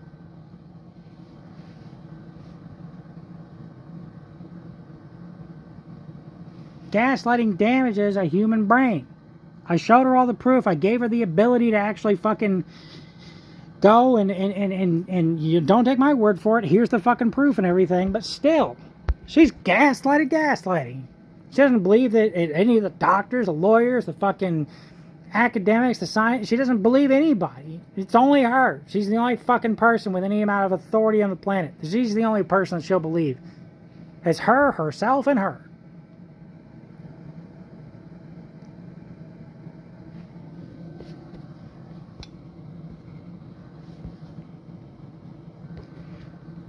So she says, pretty pleased with cheese on top. Again, she was scared. She had a bad memory. Her evidence, of course, is the reminders to take your medicine, the ones that everybody on Earth needs. That's why they designed specific equipment for literally everybody on Earth to remember to take their fucking pills. No one else in the family was there. She's gone. So this tiny 5 minutes of time makes no difference in a way to anybody but you. Pestering. How quaint. It was a simple request by her, not me. Still a mute point. I wasn't thinking nor hoping that she would pass away for surgery, so what would I have to gain again? Whatever the fuck that you were trying to get from her. Whatever the fuck that you were trying to get her to sign away on the will. Whatever unfair share of the fucking farm or whatever the fuck else that you were trying to get out of Grandma that particular day. You and your, oldest sister in the room. But again, there's a third witness. It's the fucking nurse that you talked about. Let's call her up. Mom refuses to do so. Why? All because she just doesn't care about it. Then why the fuck did she bring it up? Because she does care about it. Because she's lying through her fucking teeth. She says, and there's another adorable accusation. So you're accusing your recruiter in the U.S. Navy who basically encouraged you to lie about your childhood medical records. I'll give him a call and see if he backs you up on this one because, it would be proof. Or do you have it on paper, signed and notarized that he had encouraged you to lie by omission? Again, no amount of anything is enough, is a small enough favor to ask of my mother for her to bring forth some fucking proof or evidence. But no amount of what I fucking say is enough evidence for her. She wants somebody, a recruiter for the United States Navy, to fucking perjurize himself on paper And do you think, ladies and gentlemen, boys and girls, that'd be enough for her? A fucking course it wouldn't be. A fucking course it wouldn't be. Nothing is ever going to be enough. At a bare minimum, my dad had the balls to admit it, that nothing's going to be enough, and he's going to keep trying to kill his son for as long as he fucking lives. All because he doesn't want to talk to somebody with a master's degree. Fuck's sake! There's never a small enough fucking favor to these people. So I said, disbelieving everything that you say to me, you keep saying things I personally witnessed didn't happen, all while refusing to bring in the other witnesses to corroborate your accounts. Everyone says one thing, you say another, and refuse to get any evidence that literally everyone is wrong but you. But I'm supposed to just believe that the whole world is nuts, but you, the person that's avoiding mental health care at all costs. I'm supposed to believe that you have the one truth, the capital T truth, like you're some sort of God on earth. You gotta have to at least walk on water to convince me. My medical records are again extensive in the notes about what I said in those sessions. You failed to produce a single instance of proof that there's some sort of lie represented within them. You continue to call them opinions, but you haven't proven a single one wrong with any amount of evidence. Weird how that works. Me disprove medical records? Mommy, that's not the way that works. You see, if I don't agree with something in them, I can just call them and discuss it. Oh, by the way, so can you. If they're saying something different now than what they said then, it's likely a developing diagnosis. More evidence presented itself, so they put me in treatment. If I was actually the narcissist, they would have put me in treatment for it. I'd have no choice in the matter. You know how they can send out a guy to come pick me up, right? It's that disabled veteran transportation service thing. Not all of us have a caretaker, you know? They locked me into the loony bin, you know? I didn't get out. I didn't go to, they didn't let me out in the yard to play. No. Didn't get to play around on the playground equipment or anything like that. They didn't let me frolic in the fucking meadows. I was locked in there with the rest of the crazy veterans. And I would say it's fairly obvious that they were, by and large, a lot less crazy than I am. There was one altercation, but it was okay. So I said, once again with this litigious nonsense, Mom, whenever a person says something and you say something back, you don't just repeat each other ad nauseum. I've taken a couple of communication classes, but you can double check with a professor down at the college in case you think that that's how it works. When you're in therapy, you'll always say something like, my boyfriend always talks over to me in conversation, and your therapist will be like, you feel like he's not responsive to your needs or something. They don't just robotically repeat you. That's why we need the family therapist. No one is trying to force you to repeat my words back to me exactly, but you're doing that to me. That's why my doctors ask you to please treat other people the way you'd like to be treated.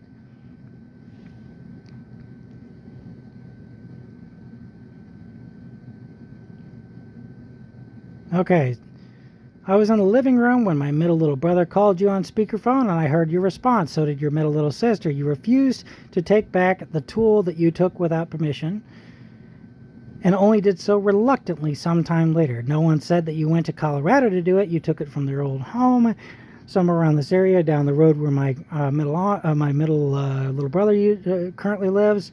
And yes, that is still stealing. Read the laws. Here's your ability to verify this information on your own. Don't take my word for it. Here's your ability to verify the information on your own. So now you're saying my middle little brother gave you permission as well, and you're dragging his girlfriend into this. Another story everyone tells one way, but you tell an entirely different way. How come on the phone, when my middle little brother asked you for your middle little sister's tool back, you instantly responded?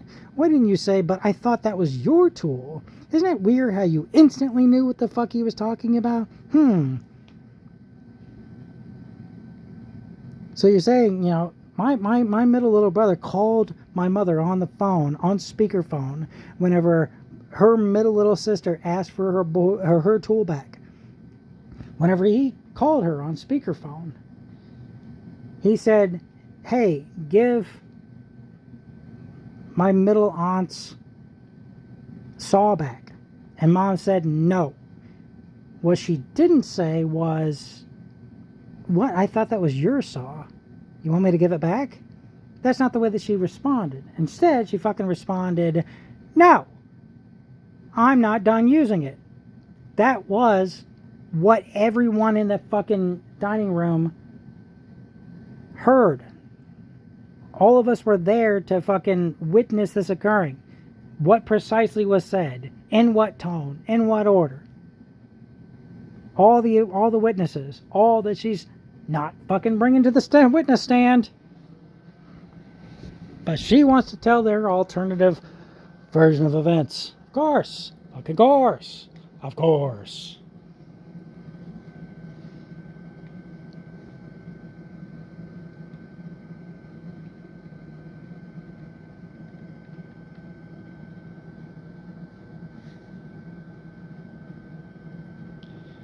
Borrowing without permission is theft. You broke the law, read the laws. I'm not here to read Illinois state laws to you. Again, she's asking me for more. It's never enough. It's never enough.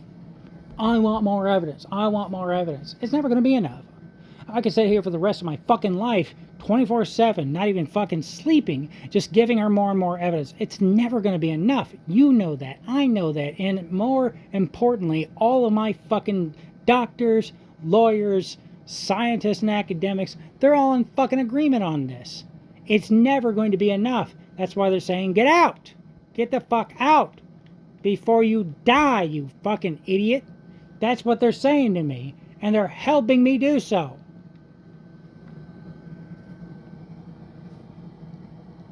They're all in agreement on this plan. Please leave your family as fast as you fucking possibly can.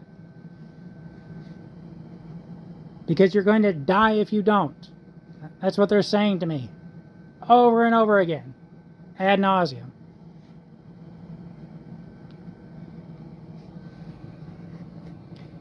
So I say, at another time, you demand I call out a specific law because no amount of research is enough for you. But I demand even a single molecule of evidence. You say you don't need to prove anything at all. This one-sided relationship is classic narcissism. That's why you've got that preliminary diagnosis. If you disagree with it, prove my medical team wrong. Get any amount of evidence whatsoever. Prove them wrong.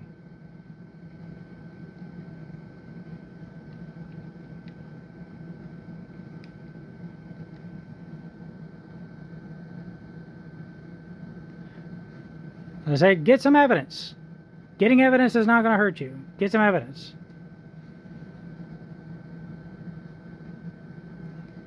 So say, yeah, you never said all families, but ours isn't healthy. Our family therapist has a PhD. He's overqualified. He studied families until he ran out of crap to study about families. He knows everything a person can know about them, and ours isn't healthy. But it can be fixed. It's made of people. People who have this illness or that, and these treatments that exist for all these illnesses. We can live happier, healthier, and wealthier lives. Your insistence on hurting the other people, the way that my medical records prove that you are, is not helping anyone. You say you love and care about these people? Okay, then why are you hurting them? You have the proof that you're hurting them. My medical records don't say you're exclusively hurting me. So why do you insist on hurting people that you supposedly love? That's sick, Mom. Please stop. Please stop hurting people. Prove the medical records wrong. Anything. Stop shooting the messenger. What do we have to do to get you to stop hurting us? What do the rest of us have to do to get you to stop hurting your fucking family and everybody else around you? So I said, biting remarks, shit, that does justify the fact that my medical records prove that you nearly killed your disabled veteran son. Holy shit, am I a horrible person? She says, for God's sake, quit trying to sound all high and mighty. Just call the cops with your myriad proof and have them take me away already. Of course, again, she wants all cops to be fucking omniscient, or else she's not going to fucking listen to them. Oh, unless you fucking steal something of hers, then she'll fucking call the cops right away. I fucking seen her do it before. Son of a fucking bitch. And I said, I don't want to hurt you. There's no evidence that I want to fucking hurt you. Have you been listening at all? Can you explain to me precisely how offering resources for free medical care over the phone and text is going to hurt you? Please show me on the doll where the bad doctor touched you. I was making a point that you and your oldest sister gravitate towards people who have exhibited all signs, and that's the wrong spelling of exhibited, who has exhibited all signs of making your situation in life worse. I'm talking about my suggestion to get to know, my grandma's cousin who fucking assaulted and killed that lady and is in prison for the rest of his life. So you and your oldest sister gravitate towards people who have exhibited all signs of making your situation and life worse. Remember, my stepfather and and father of 2 or 3 of my little brothers tried to kill my mom, tried to choke the life out of her, was choking my mom. And then I talked about one of her quite recent boyfriends in the past couple of years who also choked my mom. These things come in cycles and everything. She gravitates towards people who are going to make her situation in life worse and even end it. It's just like my youngest aunt said. Whenever I called her in tears on the phone in San Diego, California, she said, the cycle of abuse will continue unless you get abuse counseling. You need abuse counseling. Here's the fucking truth of the matter. Here's the actual truth of the matter. Anybody can stumble upon the cure for being abused. Everything that abuse counselors know inside their head is something that you listening to this can learn. You can learn everything that's inside their head without even actually going and taking their training and everything. You know how you can sit on college classes without ever actually paying tuition? You're really just paying for the fucking degree, right? So you can just go and do all that. You don't even have to do that. You can actually stumble upon their answers. But the fucking problem is that there's billions and trillions and quadrillions and barillions of fucking answers out there. So by the time that you try each and every little thing, you're probably going to fucking die of old age before you guess the right choice. That's why people recommend that you just go to the fucking expert, the person who's done nothing but, study how to fucking stop people from abusing you their entire fucking life. They got, a master's degree in psychology. Their entire job is to stop people from abusing you. So they know how to stop people from abusing you. My ex-wife used to hit me. She used to punch me and kick me with her fucking fists and feet. And I didn't like that. I don't know anybody who fucking does. But that's what she used to do. She used to actually fucking physically attack me. And no, I didn't fucking call the cops because she's not fucking a Muhammad Ali. It didn't hurt that much and didn't even really leave a bruise or whatever. It just hurts emotionally whenever somebody means you harm, which is exactly what's happening here. My mom's fucking attacking her fucking disabled veteran of 2 military branches son, who's got a clean medical record, doesn't do drugs, stays in school, and has 2 separate fucking degrees, associates and bachelors, and it's never enough. Nothing that I fucking do is enough, and she just wants to attack me. She just keeps fucking attacking me, literally gaslighting me, which causes damage to the human brain after I've given her everything required for her to verify that fact. It shows up on a SPECT scan. It's like breaking a bone. Even if the bone doesn't poke through your skin, it's still fucking broken. It shows up on an x-ray. Gaslighting shows up on a SPECT scan. And I told her that. I gave her all the resources required to double check that information to make sure that I'm not fucking lying to her. But still, nothing is enough. And nothing will ever be enough. And you know that. And I know that. My fucking medical team knows that. So when do I start fucking listening to them? You tell me. When do I start listening to my doctors? So I said, I dated my ex-wife. If I would have picked up on the red flags, I wouldn't have married her. I went to abuse counseling and got the training to recognize the red flags. Now I haven't had a single incident on the scale of my ex-wife ever since. You've been beaten by romantic partners. They can teach you how to avoid these types of people.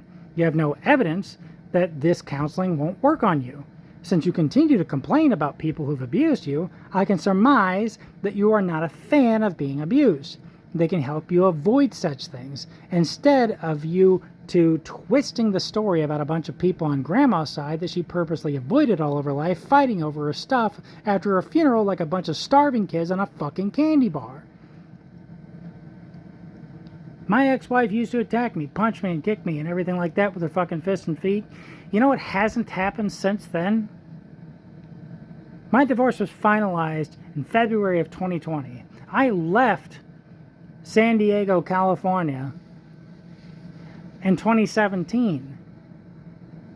No human being has attacked me with their fists and feet ever since then. And not because I'm agoraphobic and never leave the house. Because I went and got the abuse counseling that my youngest aunt suggested I got. I have no doubt in my body that my youngest aunt saved my life that day. No matter what she does, no matter how bad things get in her life, the absolute truth is that my youngest aunt saved my life that day. So I hope that she knows that in her heart and it helps her sleep at night. Because really, she fucking saved my life that day. No one has attacked me since I began abuse counseling. No one. They know how to make it stop. They know how to recognize the red flags. You know, there's an old poem that I read back in my days of being obsessed with self-help. I was a fucking lighthouse, man. I stayed lit for you. Sorry. I'm thinking of the Very Bad Things, the movie Very Bad Things. Boyd in that movie, he was Christian Slater. He's a really big self-help guy. Sorry. Because this thing is going on way too long. Anyways. So, back in the day, I used to be obsessed with self-improvement and stuff like that, and all these self-help books and whatnot. And I read this poem back then, but it was weird. It's like deja vu. To hear it read to me again. Whenever I was in the psychiatric inpatient program at Jefferson Barracks, Veterans Affairs Medical Center, St. Louis, Missouri, at some point in time earlier on in the day, there was a therapist in there that was holding like a little class, a little powwow. And I was kind of out of it. They gave everybody hydroxyzine and double the dosage that they've currently prescribed to me. They gave everybody that medicine and it knocked you out for like 12 hours. That's why I asked for half the dose to help me sleep. And I've been taking that every night ever since then. So I was kind of out of it, kind of groggy. So I didn't really go in there and sit around the circle for this little impromptu powwow, whatever the hell it was. But I was within earshot, and I heard the therapist talk about this this poem. The poem goes a little bit like this. I think it's a stanza in 5 parts, something like that. I don't know. You might have heard of it before. It goes a little bit like this. In the first part, a person walks down the street, and there's a hole in the street. I fall in the hole. I can't get out. It's not my fault. I look around. It takes me ages to get out. In the second part, I walk down a street. There's a hole in the street. I pretend not to see it. I fall in the hole. I can't get out. It's not my fault. It takes me a while to get out. And the third part, I walk down a street. There's a hole in the street. I see the hole in the street. I fall down the hole.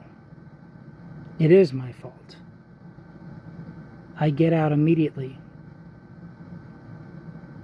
In the fourth part, I walk down the street. There's a hole in the street. I walk down the hole, or I walk around the hole.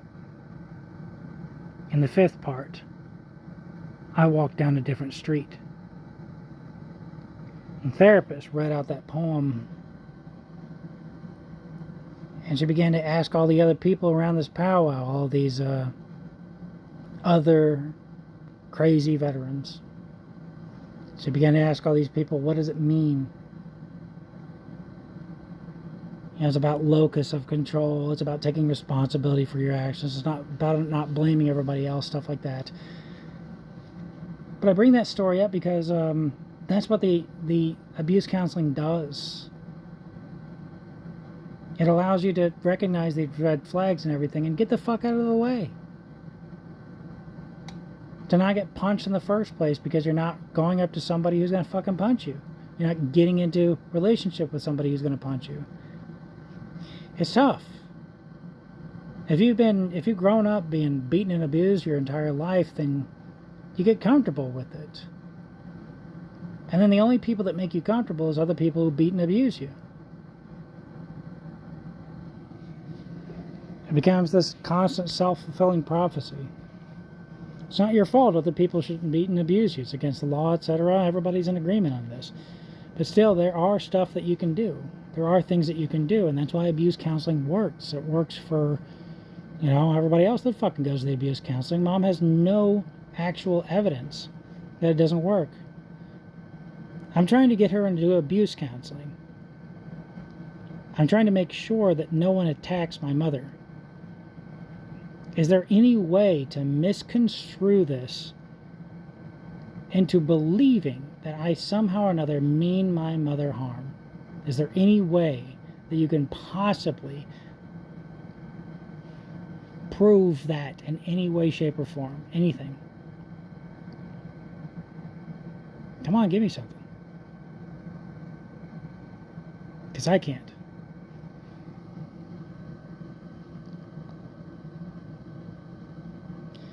I said, Grandma's memory was improving according to her therapist. So again, she's got all the medical evidence that she's wrong about this. She's just making a claim that, Grandma was crazy, therefore everything that she said was a lie. Here's my evidence. Whiteboards on how you should fucking take your medicine. So all of our therapists are saying that her memory was improving. It's documented in Grandma's medical records lying all around the farm. She can prove this. We can prove this.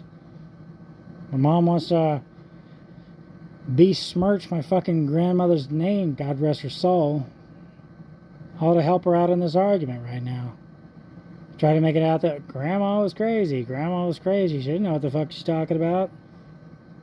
She sees things, man. She's hallucinating fucking 24/7. It's not what her fucking medical team says. They're the ones that diagnose whether or not what you're seeing is real. Fuck me. Grandma's memory was improving according to her therapist. People forget to take medicine. It's a lot to remember. If Grandma had holes in her memory because of that, then all teenagers have brain worms whenever they forget to scoff their birth control pills. You watched a lot of true crime crap my whole life. Remember all the episodes where the detective was like, oh man, yeah, they just did that for no reason, yeah. Man, the prisons are full of people who just go sit on the toilet, right? Like, they don't have to shit. They just sit there on the toilet because they just do things for no reason, right? Try to cram food into their eye instead of their mouth. Wear pants on their head instead of their legs. Come on, Ma, get some fucking evidence. Anything. You're talking to former military police. I don't try to convince you that Dollar Tree would have been better off if they added full-size Toyota Corollas on the fucking shelf, and I don't cite my source as being, I don't have to prove nothing. I fucking give evidence.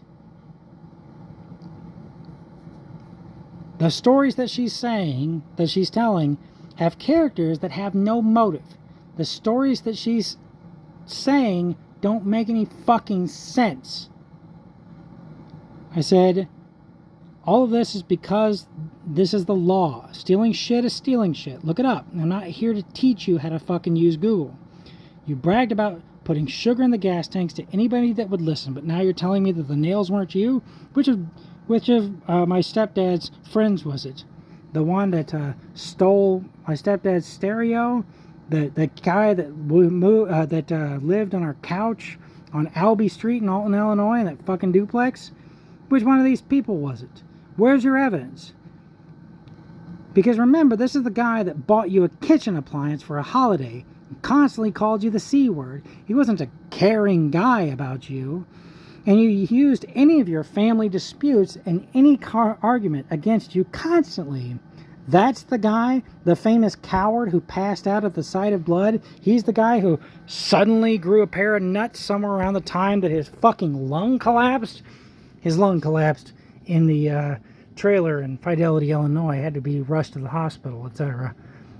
All to cause damage to a man that he knew was armed and had heard stories of his hair trigger killing anything near his farm animals.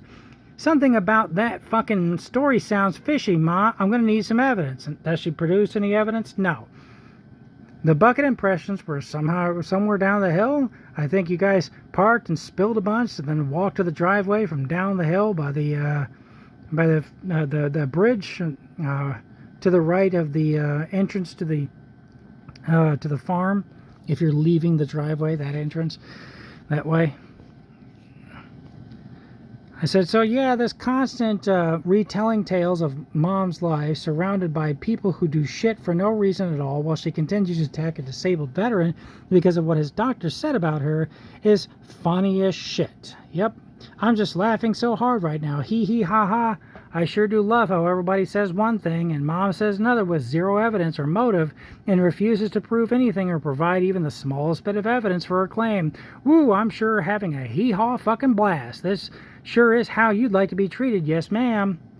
So she's talking about probate now, probate court. She's again trying to prove with basic fucking Google searches on the first fucking links that agree with her argument that Grandpa, who's had a family passing down fucking farms for generations now, millennia, Grandpa doesn't know what the fuck he's doing, and that Grandma should have fucking signed over her rights to her in that fucking hospital bed right then and there. But remember, it's not the right story. The story that she's saying is that Grandma brought this up, but still, Mom's hung up on it. Remember, I'm the only one that gives a rat's ass about this, and that's why she said that I should just fucking drop it, but she's coming up right now. See, look, here's her basic Google search on the fucking word probate.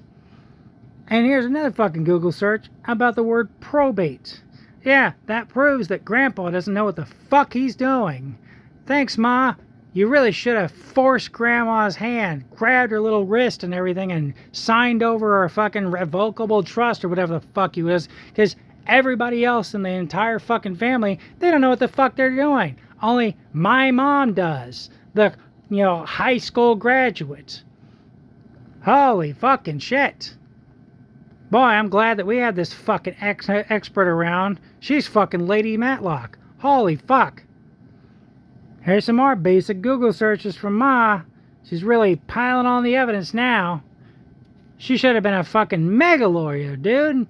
Look at all this shit. Basic Google searches? Man, my grandpa, he didn't learn fucking shit whenever he got his bachelor's degree in agriculture. That man doesn't know what the fuck he's doing. Everybody is a fucking absolute dumb shit compared to my fucking mother. Can't you see this shit? She says, I'm such a villain. That's why I want his trust for his best interest. Again, oh, Mom just fucking cares so goddamn much about everybody around the world. That's why she refuses to go to fucking family therapy. She cares so goddamn much about her family. And I'm the only one that fucking gives a shit about this whole will thing that she tried to get Grandma to do before she died. She's the only fucking one that, I'm the only one that gives a shit about this. That's why she keeps bringing it up. She says, Honestly, at this point in your games, I could care less if you believe me or not. There's nothing that says I must prove a single thing to you. Here's another common thing. You remember whenever I said that she fucking has to? That she has to do this? And fucking everybody does. It's all this fucking cluster B horseshit. Well, I don't gotta. Nobody fucking said you gotta. Nobody said it's your goddamn job to prove this to me, but you're constantly demanding that I prove more and more and more things to you, and it's never enough evidence. You don't present a fucking molecule, atom, quark, or fucking gluon of evidence for any of the shit that you've been fucking talking about.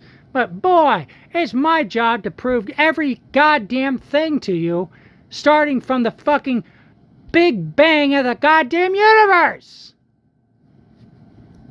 And still, it's not going to be enough. Do you think it's going to be enough, dear reader, dear listener, dear fucking watcher? Do you think that this is going to be enough? Do you think that she's really going to fucking take this into her hands now? Oh, I'm just one fucking piece of paper away from, completely fucking changing her mind. No! Of course not. My academics agree with this. My fucking professors agree with this. The scientists agree with this. The lawmakers agree with this. My entire fucking medical team agrees with this. That's why they're telling me to leave before this fucking crazy lady kills you. And she's doing that much damage to everybody. If I could take all the rest of my family and put it into the fucking Noah's Ark and take them away from this, I fucking would. But I can't. I'm one man. What am I supposed to do? Get a blackjack, sneak around in the middle of the night, conk my fucking grandpa on the back of his head, and carry his ass way the fuck out to wherever the fuck I end up? So that they're away from my mom, my fucking, my dad, my fucking oldest aunt and everything? There's nothing I can do. These people have their own fucking free will. They have to choose whether or not they want to continue taking this abuse from these people. These people have all of the evidence that they nearly murdered me. And look how much she gives a shit about that. They have all the evidence that she's doing this much damage to everyone. I'm not fucking Superman. She's not kryptonite. I'm not especially vulnerable to her abuse. She's doing this much damage to everyone. I don't want anybody to be abused like this. I'm trying to get my mom into abuse counseling so nobody chokes the life out of her anymore. There's no one on God's green earth that can come up with any evidence that I'm somehow or another mean her harm. It doesn't make a fucking lick of sense. I still don't know what the fuck these people are afraid of. What the fuck do they think is going to happen? They talk to a fucking person with a master's degree and they fucking explode their head like it's the season 2 of fucking Boys on Amazon? What the hell do they think is going to happen? And what evidence do they have that that is going to happen?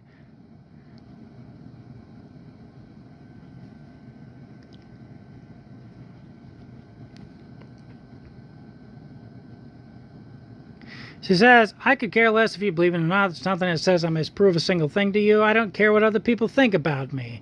Except all the times that she keeps saying that she cares about what other people think about her. And of course, if she actually didn't care what people think about her, then why is she continuing to type? Obviously, she doesn't give a shit what I think about her, right?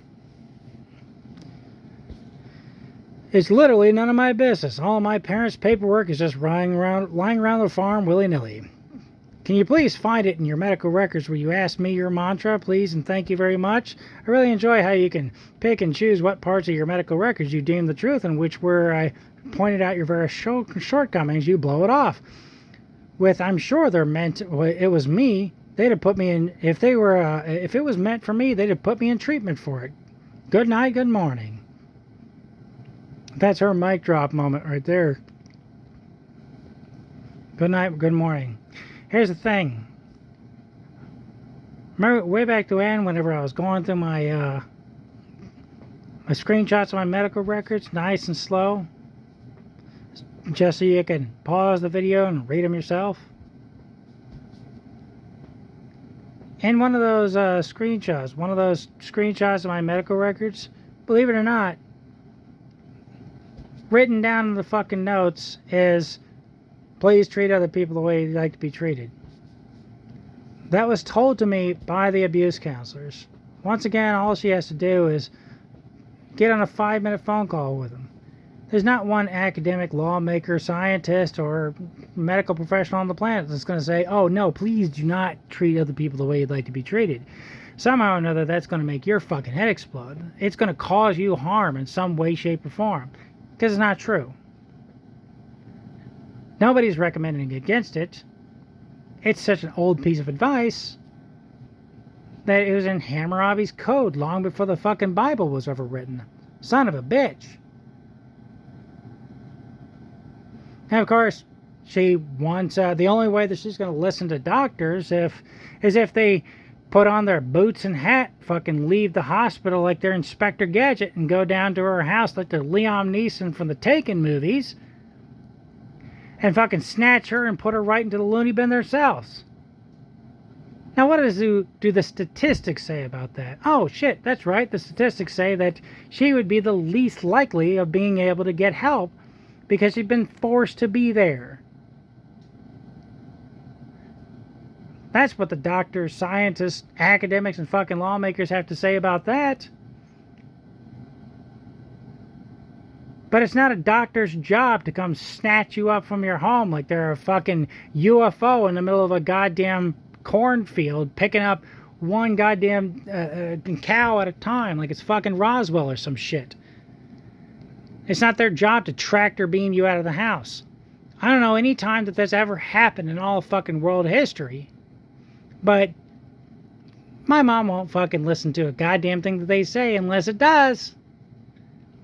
So unless everybody in the whole fucking world bends over backwards to her, they're all full of shit. And she's the fucking grand poobah champion of all this kind of shit. Everybody else in the whole fucking world better take a hot balloon down to fucking my mom's house, snatch her up and put her in a padded room. Then she'll listen, right? And that's not what the academics, lawmakers, scientists, and my entire fucking medical team say about it. They say, get the hell out of there. She's never going to listen. Leave before this crazy fucking lady kills you. And they're fucking helping me do it.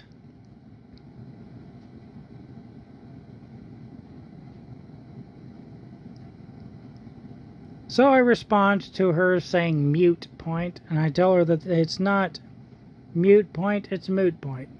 I'm not trying to embarrass her or anything. In fact, I immediately compliment her. I said, the only person in this that has a better vocabulary than you in this entire family is your youngest sister, and she has a master's degree. I literally just complimented her, but does she hear that? Nope. Nope. Cluster B types, they don't pause, they reload. I said, you care about this. You brought this up, and yeah, we can both prove who is right or wrong. If the nurse was in the room, her name is on the chart. She can confirm or deny. We don't have to agree to disagree. I literally laid it out, step by step, how we can both prove whether you lied about this or not. Her memory was improving according to her therapist. It was in her charts. She wouldn't forget and immediately reverse a conversation the second somebody else walked in. You know that you can prove this one way or the next. And the thing is that you won't, because you know the truth. You also know what kind of damage gaslighting does to the brain and how to prove that. So the fact that you keep twisting these stories to push off blame on everybody else is depressing. How can anybody want to hurt their own disabled veteran son this fucking badly? How could you possibly think that this behavior is okay? Please just fucking get help. All this typing could have been done to a therapist. You would have been happier, healthier, and wealthier now, but instead you're just attacking me about what my doctor said about you. Please just fucking stop hurting people. What's it going to take for you to stop? You brought it up. You brought it up. Apparently this matters to you since you keep up this fucking ad hominem to try and cover the truth instead of proving it this way or that. You see, Ma, all this typing takes a long time. But we're arguing about whether the sky is blue or not. I could save a lot of time by just pointing up. We can prove it one way or the other super fast. But you keep up these attacks. Why do you like hurting other people so much? Why not just go get some fucking help? What do you have against being happier, healthier, and wealthier? I don't know, Ma. What did you have to gain by being the executor of her trust? You tell me. You were there. What were you trying to get? If you're just honest, people can help you out. I've told you that a million times in the last 7 years. Just say what you want. Fuck what people think. Then they can help you. And she's always got to fucking set up a Rube Goldberg device to get what she wants. She's always got to manipulate and do some plan and, you know, serpentine, fucking whatever to get what she wants instead of just asking for it. And I don't understand why. I don't know what the fucking thing is. Why? My ex-wife couldn't tell me. She can't tell me. My dad doesn't tell me. My oldest aunt won't tell me. Why not just ask for what you want? I don't know. I have no fucking idea. And they won't tell me. I keep asking. I've been for over 7 years. They don't fucking tell me. So I give her the Joey Tribbiani's moo point. She's saying it's a mute point. I say, you know, Joey Tribbiani says moo point.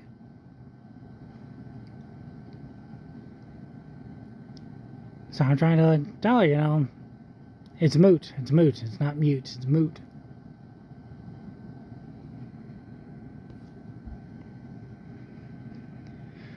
So I said,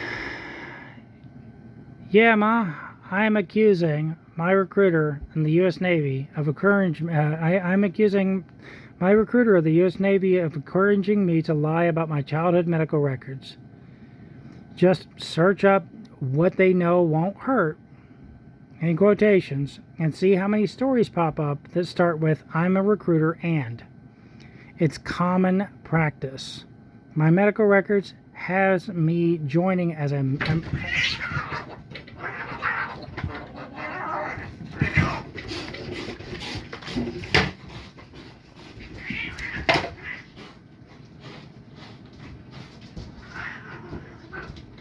Well, now my cat is fighting with my middle aunt's youngest cat.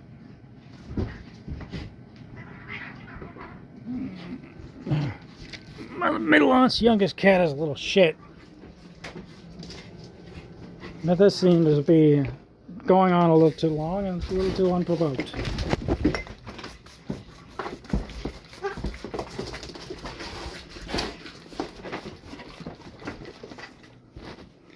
There we go.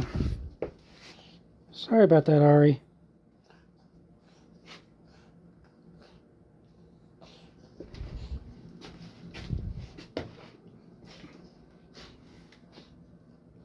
Poor girl. Sitting there really breathing hard. Had to squirt the shit out of both of them with my little squirt gun. Quit that shit, kitty. Don't go chasing girls, Geekette. Both of my middle aunt's cats are girls. And he's a guy. You just tell him not to chase girls.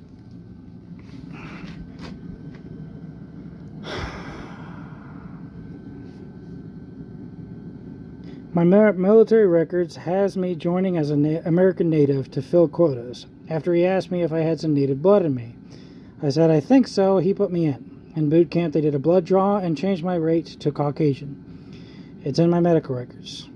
It's wild. So yeah, that is why I called him out by name. He will probably admit it if you call him up. Give him a call. You used to praise me for always telling the truth. Like when I told your coworker, there's this really strange guy at Everything's a Dollar whenever she worked at Chesterfield Mall in Missouri. Whenever your coworker thought that his hair looked real cool, and he thought that, you know, I thought he was the coolest, so he thought that, you know, I was going to think it's pretty cool. Everybody else was criticizing him for it. So I said, gee, man, your hair looks stupid. Mom loves telling that story. You know, she's accusing me of constantly lying and everything like this, but it doesn't fit the motive. It doesn't fit my character. There's no, evidence of this. There's no, through line through time of me constantly lying again and again, something like this. There's no proof whatsoever. She just accuses me of lying and doesn't back it up whatsoever. Not one bit. It doesn't fit my character. There's no evidence of it. There's no history of it. I'm not a big lying guy. And still, she just fucking accuses me of it.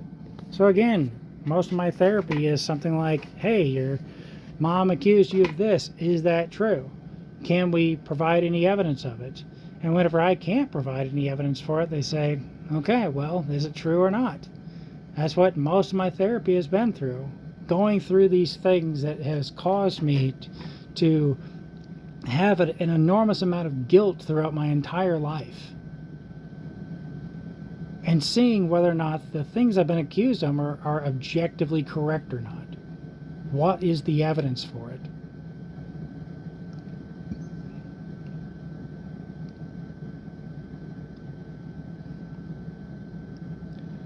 So I said, establish a motive. Why would I lie if I wasn't directly ordered to? Why would I be so honest in my life, but then suddenly lie then? What's your counter evidence? Burden of proof. Come on, Ma. I cited my sources. It's your turn. So I said, you and your oldest sister like to use remarks like high and mighty to take those arguments out of the realm of proof and into the muck of opinion. You know the statute of limitations on your crimes. If you could be taken away, you would. But I can't take you away, and you know it.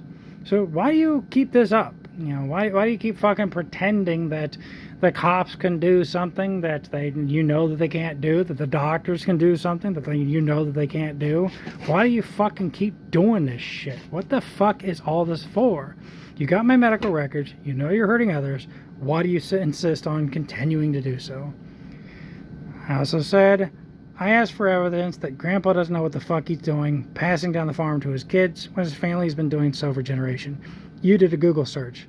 Do you think that he's incapable of doing a Google search? What makes you think that your solution is better than one his family has always done?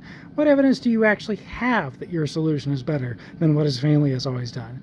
Why do you think a single Google search makes you smarter than every member of my grandfather's entire fucking family going back to the goddamn caveman days? Do you have any evidence that this assumption of yours is in fact true? She says, well, if all I do is lie, lie, lie, then by all means, no matter what I say or explain, it means nothing. You keep saying, bring your witnesses. I try, and you say I'm dragging someone into it. Which one is it? Never said that she's dragging somebody into it, did I? You got the ability to rewind.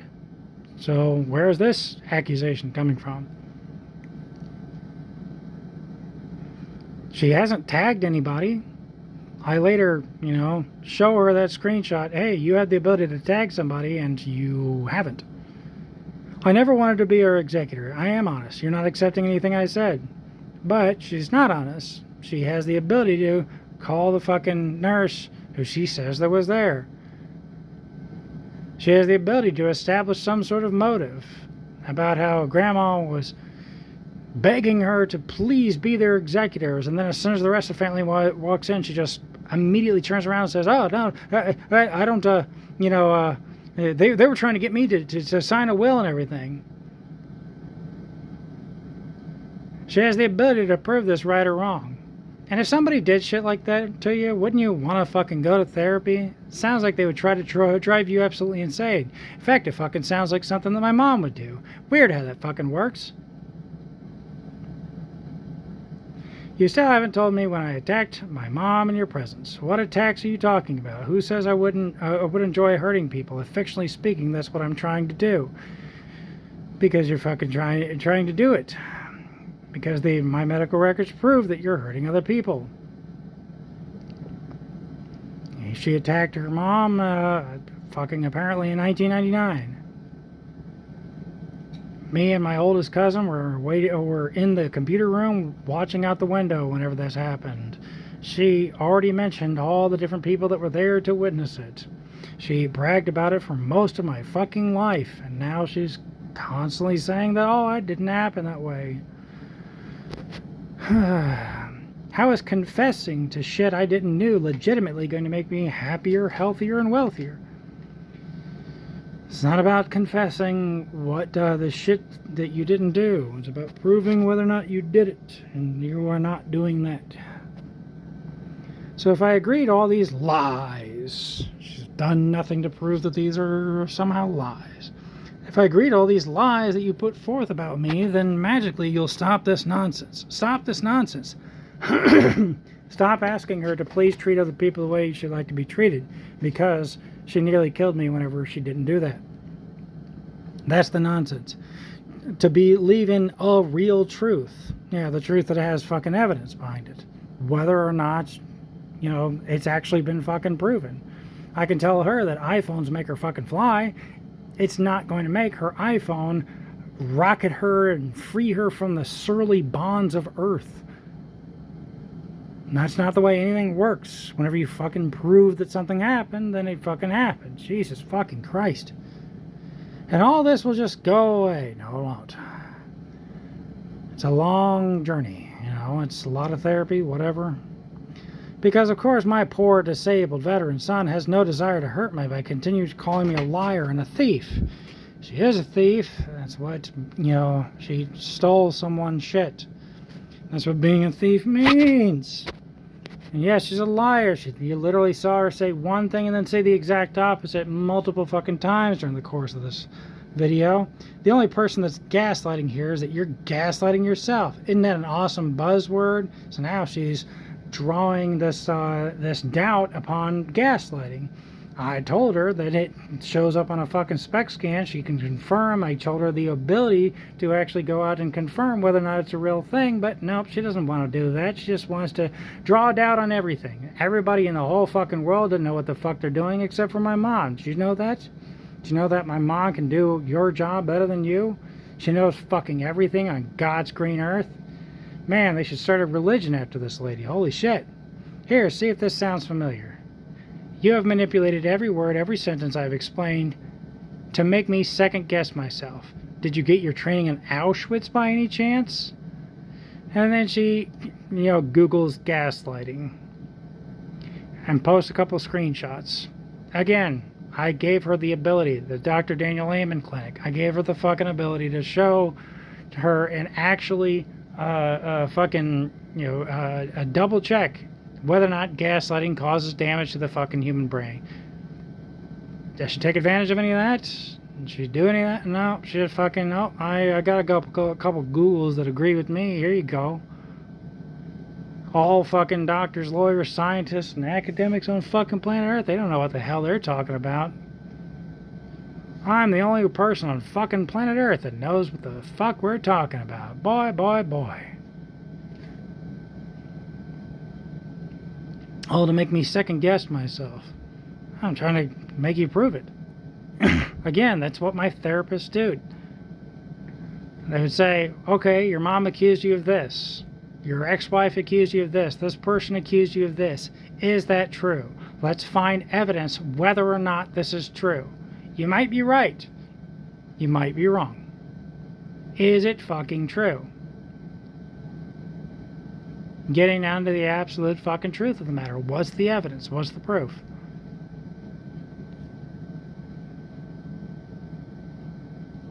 These quick Google searches of the word gaslighting sounds like every single word that you've typed out to me, bending and twisting and flat out denying everything. So let's see. Do I really have an incentive to join you in your screwed up version of reality? I think not. Not really. And again, join me. I'm listening to my doctors. He listens to the doctors whenever he gave birth to me and my little brothers, but not this part. No, this is the one fucking thing. Somehow or another, everybody else can go to therapy and end up happy, healthy, wealthy, and everything, but mom, when she goes to therapy, it'll fucking make her goddamn head explode or some shit. What's her evidence to this? Lickety fucking split. She doesn't have a goddamn little bit of evidence for it. Of fucking course not. Of course not. flat out denying everything. You're the one that's got the ability to prove you're right or wrong. I said, all right, what games precisely am I playing? You have my medical records, that's reality. You have proof that you're hurting people, and I'm asking you to please stop. No one said that you have to prove anything, but you can. Instead, you insist on wasting time arguing about things that can be easily proven, and attacked your disabled veteran son because you don't like what his doctors say about you. What makes you think that this is okay? Why do you insist on hurting others? I'm asking you, no one is telling you, I'm asking you to please prove my doctors wrong, or explain why you want to hurt other people so much. If you think my doctors didn't ask you to treat other people the way you'd be treated, please contact them directly. Stop attacking me because of what they said. Please, the request cannot hurt you. I don't know why you are spending hours arguing against it. So she said, I already asked for their numbers, the numbers for your doctors, you haven't provided them. As if they don't exist in my medical records. And of course, they're plastered all fucking over my medical records. So there's that. You have proof that your doctors called me a liar, a thief, and a narcissist. Yeah, call them. Call them. I don't need, the doctors to fucking call you a liar. You fucking said several liars all by your lonesome. And the doctors don't have to call you a thief. The definition of the word fucking thief can call you a thief. Son of a fucking bitch. I showed you proof on your own medical records that they said you, the patient, exhibited these behaviors. And yes, my proof was blown off. How does that hurt? Risk of cluster B traits. That's all she could get. Risk of cluster B traits. And then it disappears over time. And once again, none of my other doctors agreed with that diagnosis, or else they would have put me in treatment for it. Earlier, she said that if everything, was that I was saying was true, then the doctors would have busted down her door like the fucking SEAL Team 6 and went and grabbed her and put her into treatment, as if that's the way that any fucking thing works. I don't know if that has ever happened in all of goddamn human history, but she's not going to believe a fucking thing until that happens to her. Of course, this is again talking about Veterans Affairs, and she doesn't fucking qualify for Veterans Affairs. What fucking gives? She says, oh look, more of your medical records. So here's some great things. Here's my own mother saying that my abuse counselors are wrong, that actually my ex-wife never actually abused me. It must have been the other way around. Everybody in the world, they don't know what the fuck they're doing. But my mom, she's the only one that knows what the hell they're talking about. So she says, accusing an 85-pound, 9-foot-tall ex-wife of battery, strangulation, stalking, extreme jealousy. Were you lying on the floor when she beat you up? Were you tied down? Does she hulk out to accomplish that? Please, in detail, explain how this happened to my poor, disabled veteran son.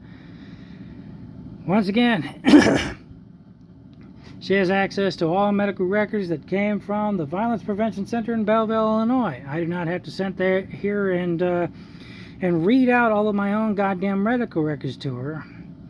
The abuse counselor said the abuse took place. Abuse took place. That's the way this fucking works. They fucking study for 6 years and they decide what is and isn't abuse. That's their only fucking job. They're abuse counselors.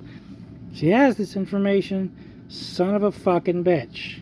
By the way, whenever I met my ex-wife, whenever I first began dating her, she was 92 pounds, not 85 pounds. Of course, she bulked up, and she did start attacking me shortly after she joined the delayed enlistment program. She'd put on quite a few pounds since then. Just, like a couple. I'm not saying that she was bulky and had muscles, but she went through P90X, P90X Plus, Insanity the Asylum with me. We worked out together on that shit. So if you're not, able to work out Insanity the Asylum and shit like that, and she did CrossFit with me whenever we lived in Korea in 2013. So if you're not strong enough to do shit like that, she was. She hit me, and like I said, didn't hurt. I don't think that she even ever left bruises, but it's upsetting whenever somebody that you love and care about is attacking you. This is what's happening right here and now, and it's why I fucking procrastinated on this for so long, because this is goddamn depressing. Is this the way that you want your mom to treat you? Is this the way that my mom wanted her mom to treat her? Fucking course not.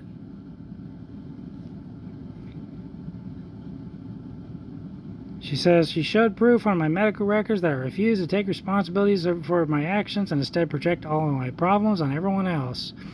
Again, that was a risk of that over the dates, over the times, eventually disappeared, and it was only from my one psychologist. Everyone else that have put me through batteries and batteries and batteries of fucking tests over and over again, psychologists, psychiatrists, social workers, all of the above, they do not agree with that diagnosis. That diagnosis, which again was just a risk of. And again, if she is proven beyond any fucking shadow of a doubt that I was a super double mega narcissist or whatever else, that just means that she would have to get checked, because it runs in the fucking family. Human beings do not have to take turns with a single illness. We do not have to pass a cold around the world like it's a fucking voltage in a chain reaction or some shit. So here's her post in the medical records. She says, it literally states that none of this abuse from your wife hurt you, but it was distressing. And it says you were married 6 years. This was by 11/9/2017. By my account, that's still not 6. Like I said, earlier, I, scrolled through my medical records real slow for you, so you can pause and read them all if you fucking want to. It's all up to you whether you want to or not. See whether or not she's full of shit. Here you go. But if one of my, I was looking for this. I was trying to figure out what the fuck she was talking about. If that is specifically what she said, that we were married for 6 years, it's not true. We were dating for 6 years. I met her probably late 2011, so in 2017, that would be accurate. We, of course, were not married for 6 years. We didn't get married until 2015. And we didn't finalize divorce until February 2020. If my doctors made a fucking mistake on my medical records, that doesn't mean that you cannot acquit. It doesn't mean that, I just fucking throw out the baby with the fucking bathwater. The doctor fucking misspelled my name once. God damn, that means that it's all null and void, right? Ladies and gentlemen, fucking boys and girls.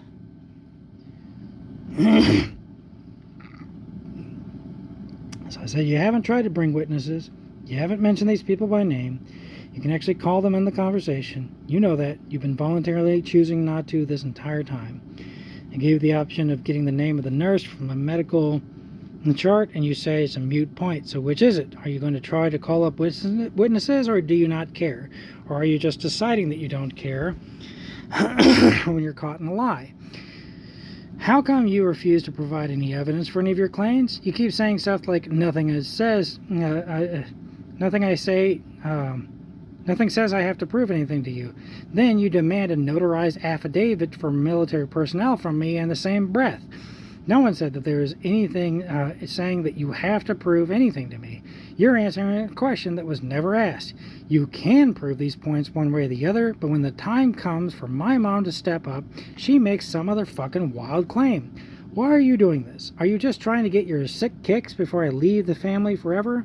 What makes you think treatment won't work for you? Do you have any evidence that it won't work for you? Do you have my medical records proving that you're hurting people? Why do you insist on continuing to do so instead of using treatment to become happier, healthier, and wealthier? Do you think it somehow won't work for you? What's your evidence of that? So now you're saying that you never wanted to be her executor, and you're being honest, and I'm not accepting what you say. Well, I had accepted that you said you didn't care, but now you're bringing it up again. You have a way to prove this. You can call that fucking nurse, but instead you keep arguing about it instead. Why? I don't have to accept what you say. If the sky is blue, and I'm saying it isn't, you can point up. You can point up. Why aren't you? Do you not care, or are you going to bring it up again? You attacked your mother behind the Catholic Children's Home in Alton, Illinois. My cousins and I were watching from out the second-story window in the computer room. There's nothing fictional about my medical records. You tried for 9 months to get my littlest brother's father to look at yours, to even acknowledge your swollen belly. This is my littlest brother's father. See, I'm the only son from my father. And 2 out of 3 of my little brothers were born from my stepdad of a great many years. And then came my last and final little brother. That's whenever Mom said, okay, I'm not going to have a girl, obviously, so she got her tubes tied. No more kids. My littlest brother's father refused to acknowledge her pregnancy until my littlest brother was born. And then suddenly after that, he's trying to take my littlest brother away from the rest of us, saying that he doesn't want my littlest brother to hang out with the rest of us. Again, this is with me, joining the military and everything else. Staying in school, not doing drugs, clean criminal record. He doesn't want the corrupting influence of my little brothers to rub off on his precious little kid, but he ignored my mom the entire time that she was pregnant. It wasn't real to him until she had my littlest brother.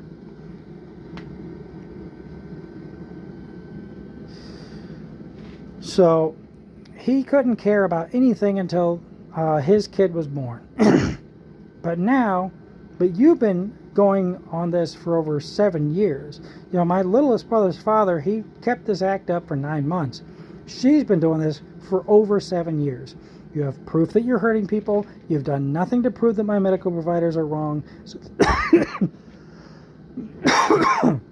So I ask you again, why? Why do you like hurting people? There's nothing fictional. You have proof. So why do you want to keep doing it? What makes you think it's okay? So then you mentioned confessing to shit that you didn't you. See, that's weird. I approved what I did, and you didn't with medical records and the like. I proved what I did with medical records and the like. Then my job was done. You've spent over 7 years arguing instead and attacking the messenger. I've given you the chance multiple times in this conversation to prove something rather than argue, and you made a ton of excuses but brought forth no evidence. This isn't about confessing anything. It's about getting help. If you accurately look at the person in the mirror, you can change that person easily. If you see a person much better than you in the mirror, you may find yourself one day suffering without knowing why. How many anorexics insist that they're fat? Did I spell anorexics correctly, by the way? If you accurately see yourself, that's the first step to being happier, healthier, and wealthier. So this is weird, but you keep saying you agree to all these supposed lies I'm supposedly spreading. You expect things to change? But you're saying if you agree to all these supposed lies I'm supposedly spreading, you expect things to change? No. Things change when you prove them one way or the other. For over 7 years, I've said medical records. I pointed up, the sky was blue, and you argued about it. You used to occupy most of my time, most of my thoughts. When I took care of the house, I went bankrupt. When I took my oldest little brother to Fort Knox, it cost me $5,000. My oldest little brother, he was struggling to pass high school. My mom asked for help. She caught him with weed. She didn't want him on the devil's lettuce, And so she was like, please help me. So I tried to help her. And the only thing that I could really think of was, hey, the military helped me and everything. So I took him down to Fort Knox. I pulled some strings and everything to get him a spot into the National Guard's Challenge Program, which is a program that takes at-risk youth and everything, and in 5 months gets them caught up on all of their credits, and they get like a $60,000 scholarship on top of everything else. I think that's what I read about it at the time. And they get a mentor for the rest of their life and everything to every time that they start to slide towards possibly doing something wrong or something like that, they'll pull them from the brink.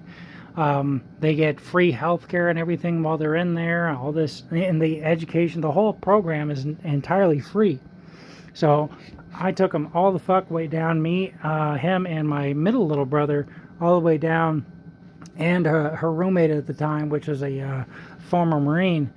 And I took all of them down to Fort Knox to check out the National Guard Challenge Program.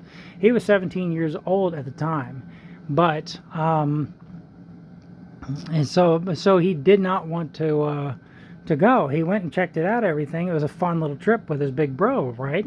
My middle little brother said that he'd love to go and everything, but this wasn't for him. This wasn't about him and everything. He was like, oh yeah, I'd love to go and stuff like that. But he really resisted it. And I said, it's not your decision. It's my mom's decision because you're 17 years old. So, you're not 18 yet. You don't get to make that choice. So, after I set up all the bowling pins and everything for her to knock it down, I went and I got married to my ex-wife. I went on to better pastures.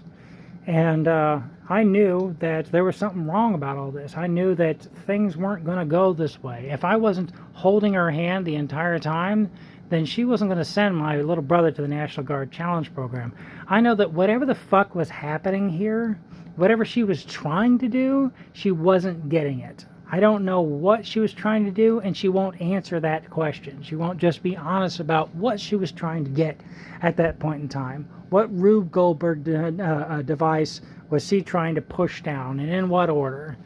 Either way, what ended up happening was I left, I got married to my ex-wife and everything, moved on to better pastures, and of course, Mom didn't send my oldest little brother to the National Guard Challenge Program. Whenever the time came, at first, she blamed my grandma. She said that Grandma had the paperwork, and Grandma didn't send my oldest little brother. It's all her fault.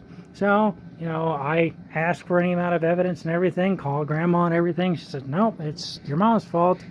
And then, suddenly my mom finds that the paperwork, oh, she just lost it. It was in it was behind the driver's seat of her car in that little pocket back there, I couldn't find it. So now she's changed her story again. See, this is exactly what, police and caretakers do and everything. Whenever you fucking change your story, it probably means that you're lying. This is not fucking true. So now she's told two different stories. Oh, I lost the fucking paperwork. But first, it was Grandma's fault.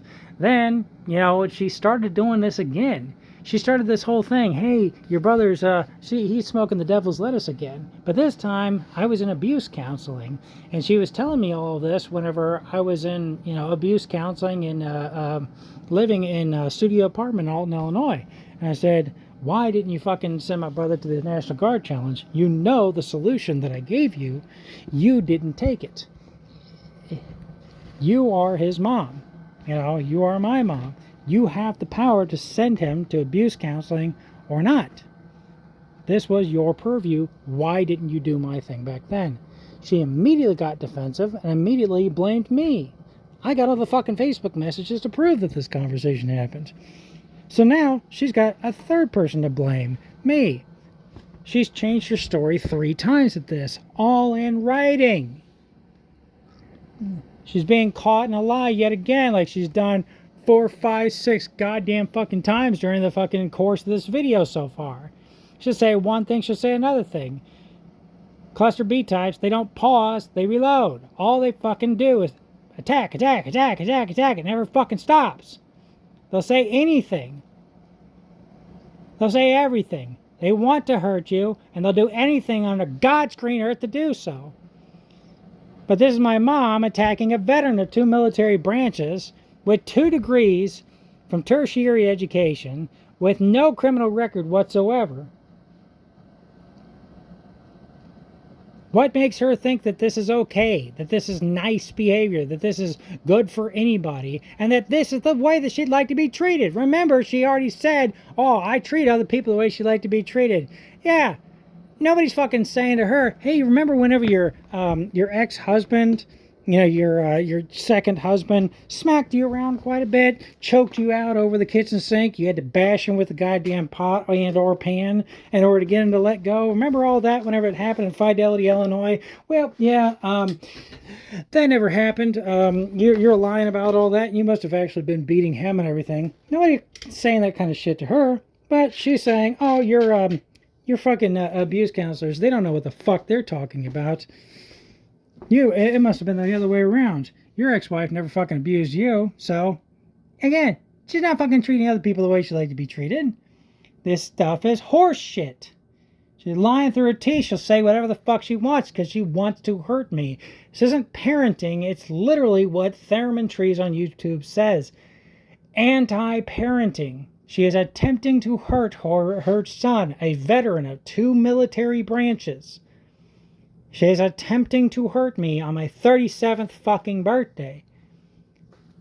There's no doctor, there's no goddamn academic out there, there's no lawyer, there's no fucking scientist out there that is going to say that what she is doing is the correct thing to do. No one.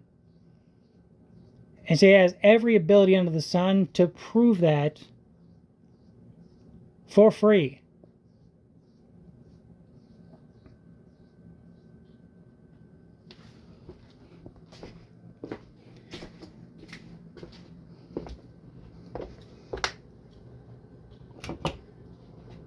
So whenever I took my little brother to Fort Knox to show him the National Guard Challenge program, it cost me $5,000. See, at the time, my grandfather was allowing me to borrow one of his cars. And about halfway there, we stopped somewhere, and then the whole fucking front end fell out or some shit.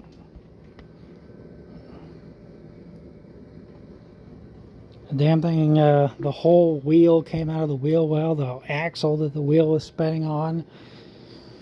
Dogs and cats living together, you know, complete anarchy and fucking chaos. It was a nightmare, you know. So I had to get the whole thing towed, but I also had to keep my cool. So it wasn't bust. I was trying to help my little brothers, right? So I called a taxi cab. You know, first I had to made sure, talk to my grandpa and everything, got it towed so that he could sell it to a scrapyard or go and pick it up, whatever the hell he wanted to do with it. Hey, this is what happened to your car. Sorry about that. Obviously, we were leaving a gas station, so we were doing everything on our part. We didn't fucking Dukes of Hazzard the fuck thing to make the axle fall out of the goddamn thing. We did the best we could. You knew that we were going to take this trip and everything. That's that. So I called him and everything and got everything cleared out with him. And then I had to call a taxi cab so that we could rent a car. I had the taxi cab take us to the nearest airport, spoke with the rental car people behind the desk, rented a nice little car, continued on our journey down to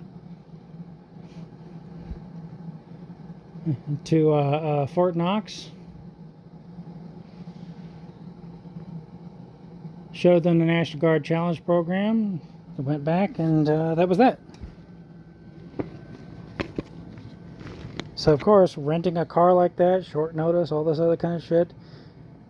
Then I got 2 different hotel rooms, one for me and my 2 little brothers, and one for my mom's roommate, just so he can have some time alone, Paid for it all out of my own pocket. I didn't have this money, man. I was racking up credit cards. This was debt and everything. And I did it anyway for my little brothers.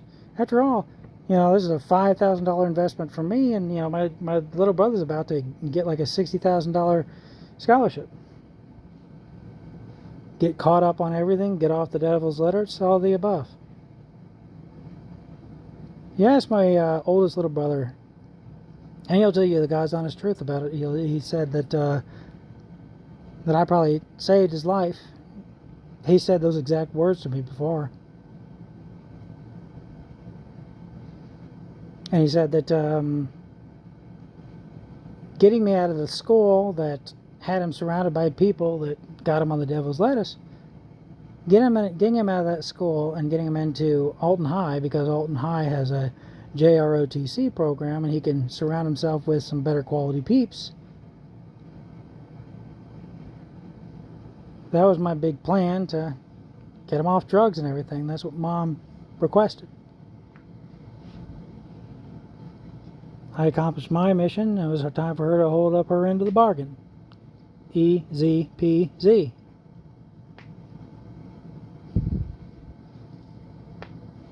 So here's the end of that story. And it was told to me by my oldest little brother. My oldest little brother did graduate high school. That's something that I was never able to do. Here's the kicker. He was 20 years old whenever he graduated high school. 20. 2-0. I literally did not know that that was possible. That's how long my mom sent him back. Set him back for not sending him to that National Guard Challenge program. $5,000 down the train. But hey, I tried. Tried my hardest, tried my best.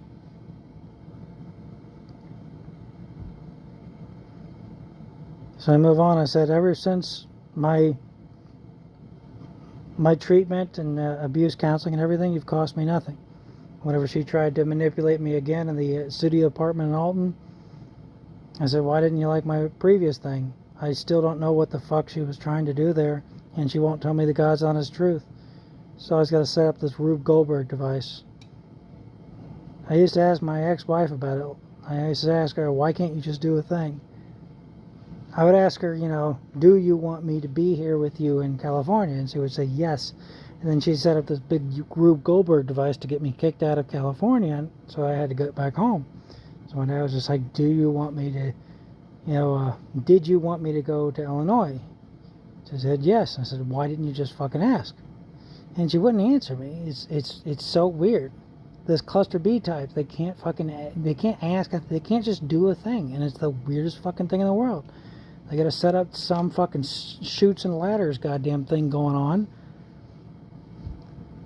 so they can Rube Goldberg device whatever the fuck they want. They can't just ask for a thing.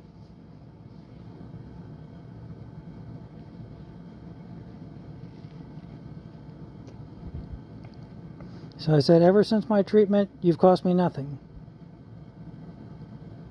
Cost me $5,000 to try to help my little brother at your request. Ever since my treatment, you've cost me nothing. I'm happier, healthier, and wealthier, and I have the medical records to prove it. In that time, you were attacked by 2 different boyfriends. 2 different people choked her. It wasn't just the one. Forgot all about that shit. My oldest little brother had to beat the hell out of the one. But I forgot, I think either right before that or no, it was before that, because she was with that guy whenever she came down to the studio apartment in Alton, Illinois.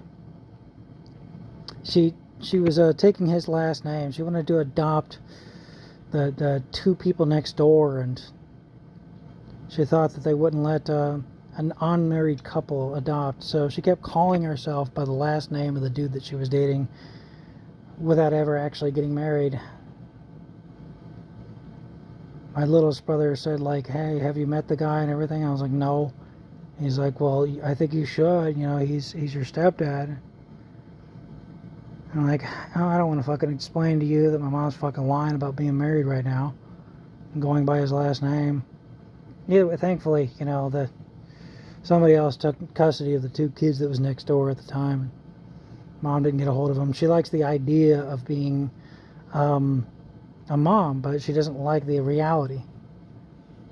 Whenever she got fired from Dollar Tree way back when at a managerial position, of course she was put on unemployment right away. Unemployment and got food stamps. And we had so much fucking food from the food stamps that she had to buy a deep freeze and stick it in the basement. True story. She had to buy a deep freeze and stick it in the basement because we were getting so much fucking food from the food stamps we couldn't fucking spend it all. But the thing was, even after 2 weeks of sticking around me and my little brothers, she couldn't fucking stand us. She loves the idea of being a mother and being seen as a mother. But the practicality of it, it's not so much. Mom kicked me out whenever I was 17 years old, said that she could either feed my little brothers or feed me. I jumped on the sword. Left. Had some cousins on my former stepfather's side. They had been divorced for about a couple of years at that point in time. them cousins said that they let me stay if I ever needed it. And so I went down there and asked if they were serious about that, and they said, yeah. I said, so can I move in? They said, yeah. So I did. I took a semester at Southwestern High School. I was 17 years old. Mom kicked me out of the house. And the thing is, it's been like a descending ladder or whatever ever since then, right? My oldest little brother got kicked out like before he was 17, or like whenever he was freshly 17. At least I had like a couple of months. My middle little brother was out at age 16. My littlest brother was out before that. He's been living with his dad ever since, I think. He kicks these kids out more and more and more. She loves the idea of being seen as a mother. She doesn't like the practicality of it. She couldn't fucking stand us. Never has. Never will. As you can see.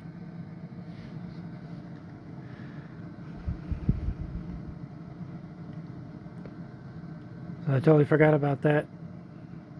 She had 2 boyfriends that both tried to choke the life out of her, both tried to kill her. The one boyfriend that my oldest little brother beat the hell out of to get him off my mom and stop choking her.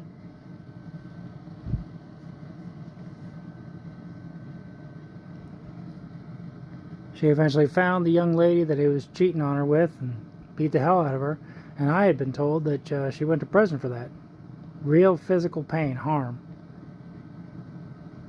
You haven't harmed me or my bank account ever since I started abuse counseling. It works. You have no proof that it won't work for you somehow. Then you say you magically will stop this nonsense. What nonsense precisely? Relaying what my doctor said to me, continue to following doctor's orders, passing on the request for you to treat other people the way you like to be treated? That's the fucking nonsense? Continuing to wish you well despite your treatment of me? Define that statement. Elaborate. You think that she defines or elaborates that statement? Of course she fucking doesn't. Said, we live in the real world. Magic isn't real. There's nothing magical about medical treatment. But I bet you felt pretty magical every time a doctor removed my brothers and I from you and handed new life over. I feel like my antidepressants are a little magical. That's why I want to be a doctor too, bring a little magic to others in this world. And I truly did. Remember, I didn't get any of this treatment, any of these diagnoses, and any of this medication until I was 30 years old. I had already had 4 years active duty, several years in the active drilling reserves with the Navy and the Army SROTC as well. I had been to 5 different countries around the whole world, and I had been very strict in the paleo diet under my medical team and everything else, keeping a close eye on me the entire time I was doing all this shit. And then a doctor gives me 2 little white pills and says that it's going to change my world. Of course I didn't fucking believe him. But I was out of options, so I did it anyways. My life got objectively worse. I got divorced. I moved out of that studio apartment in Alton, Illinois, and into a camper that my grandparents gave me.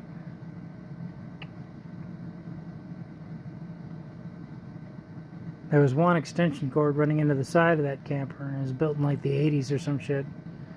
Eventually, the extension cord ate itself. Something or the other started a little fire, melted the damn plug. I kept smelling burning plastic. I didn't know what the fuck was going on. And then suddenly all the lights went out. So I took one of the windows out of the camper and dragged in a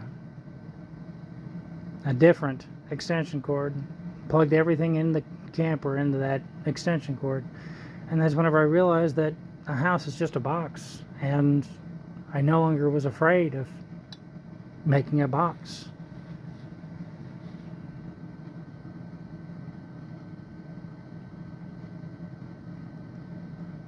That was in February 2020. Whenever I got divorced from my ex-wife, she took everything. She literally took everything out of her bank account. I had to beg her to put it back.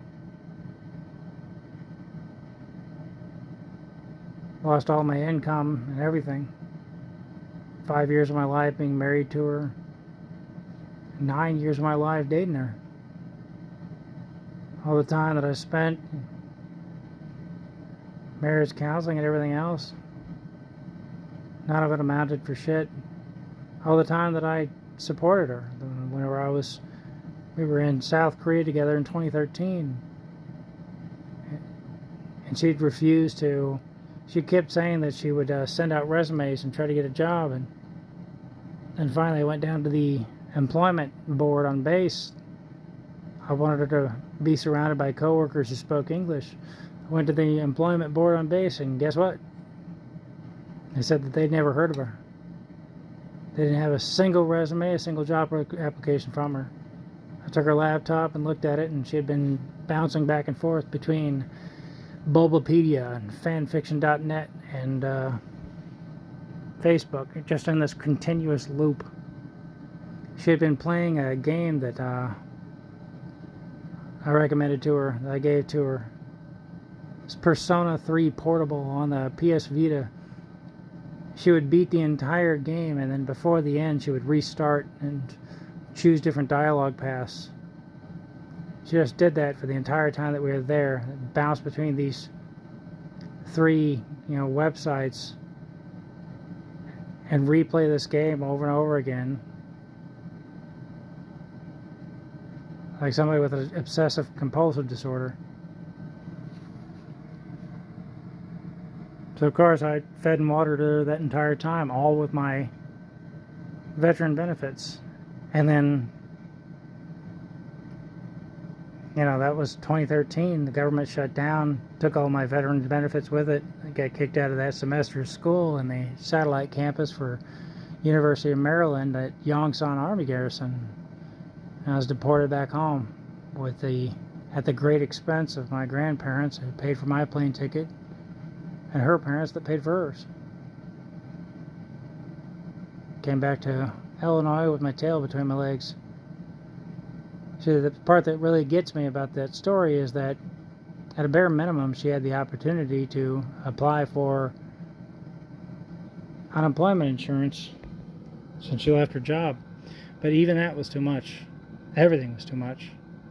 I asked her why she thought that all this was okay. She said that her mom didn't have a job for quite a long time, and her mom's husband would take care of her, so she just figured that was the way to do it. I'd ask her over and over again why she couldn't just treat other people the way she'd like to be treated. History repeats itself. And then my youngest aunt told me to get into abuse counseling. And it's never happened ever again ever since then.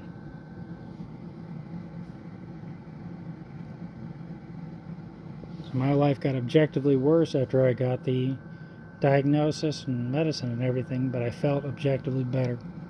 And I continued to move on. My mom has accused me of saying that my treatment's not working.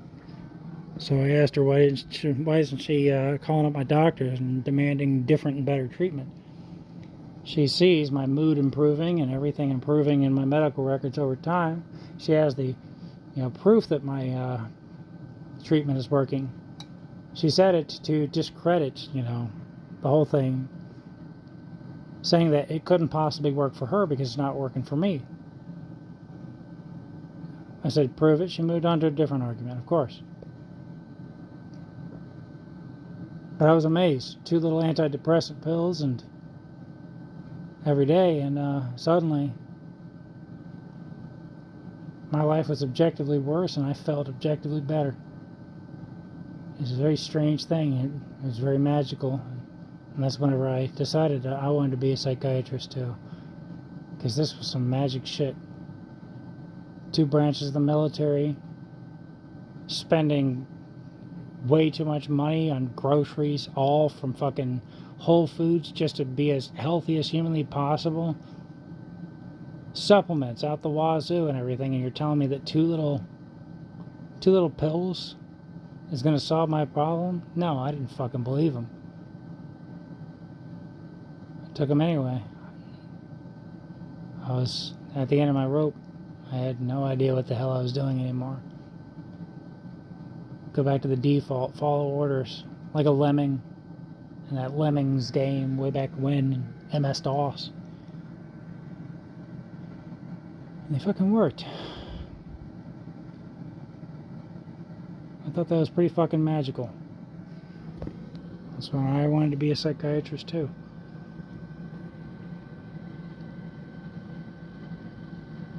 So I said, this isn't about getting me to believe in a real truth. It's not about me at all. You keep saying this. I keep saying that this will make you happier, healthier, and wealthier. And you keep talking about me. Who gives a shit about me? You don't. That much is obvious, since you've been fighting me for over 7 years about what my medical records say about you. This is about you. It's always been about you. This will make you happier, healthier, and wealthier. If you won't do it for the people you supposedly care about, do it for you. If you prove your claims beyond any shadow of a doubt with evidence, it won't matter what I do. I can keep blustering about how the sky isn't blue for over 7 years, and you can keep pointing up. It'll save you a lot of time and heartache. You have no proof it won't. You're a thief. You stole shit. You know the law. Look it up. Hey, I'm a thief too, believe it or not. Whenever I was like 5 or 10 or something, I was super hungry at Raging Rivers Water Park in the Grafton area, Illinois, down the river road. I was super hungry at that water park. I went into the little gift shop and I stole a Laffy Taffy right off the shelf at the gift shop, and I ran away to the far end of the locker room, and I ate it super quick. I threw the wrapper in the trash. I didn't even read the joke. Wasn't the right thing to do. I'm not defending myself. I'm just not taking offense to the label like you are. See? No sweat. This stuff really works. You have no proof that the whole therapy thing won't work for you. So I'm trying to, develop some rapport with her. Yeah, she stole shit from my middle aunt. I stole shit from a gift shop in Raging Rivers Water Park. That's the honest to God truth. That really happened. I did that. Hey, statute of limitations, right? But yeah, I'm not defending my actions. It wasn't the right thing to do. I was just fucking hungry. I said gaslighting isn't a buzzword. It's a real thing that causes actual damage to the human brain that can be seen on the SPECS scan. I've told you that many times. You can close your eyes and cover your ears, but that's not going to change the truth. Over 7 years of you arguing hasn't changed a thing on my medical records. See how cool that is? I could have wrote a book debut about gaslighting, but instead I just proved it one way or the other. If you think I'm gaslighting myself, that'd be a matter for my therapist. You'd have to you have their contact information. Contact them. Bring proof. So there you go, claiming that I'm twisting stuff with no proof. No proof. Are you having fun? Surely you have some evidence of this, right? Come on, due diligence. That thing that you did back in high school, you remember, right? How you cite your sources at the bottom of your essay? But I like the ad hominem and Godwin's Law combo. Oh, I have medical records proving I nearly killed my son. I better call him a Nazi. It's okay to kill Nazis. So then, like I said, I showed how whenever I start to type in somebody's name, it offers the opportunity to tag them. Way back when, she shared a post on Facebook with my little brothers, and in it was a video of some people making an A-frame cabin super quick with some with some pallets. And she tagged all of my little brothers and said, will one of you send it to your oldest little brother? Or your oldest brother, me. And so she knows how to tag people. She's just being willfully ignorant because she doesn't want to call the witnesses to the stand. She knows that she's lying through her teeth. By the way, that wonderful video that she wanted to send me involved a fake fireplace that was made out of a plastic sink turned upside down. It was not functional whatsoever, and some of the wall was made out of paper. I don't think that was going to last me through the winter. Just an idea. I recorded a couple things about it as a response, but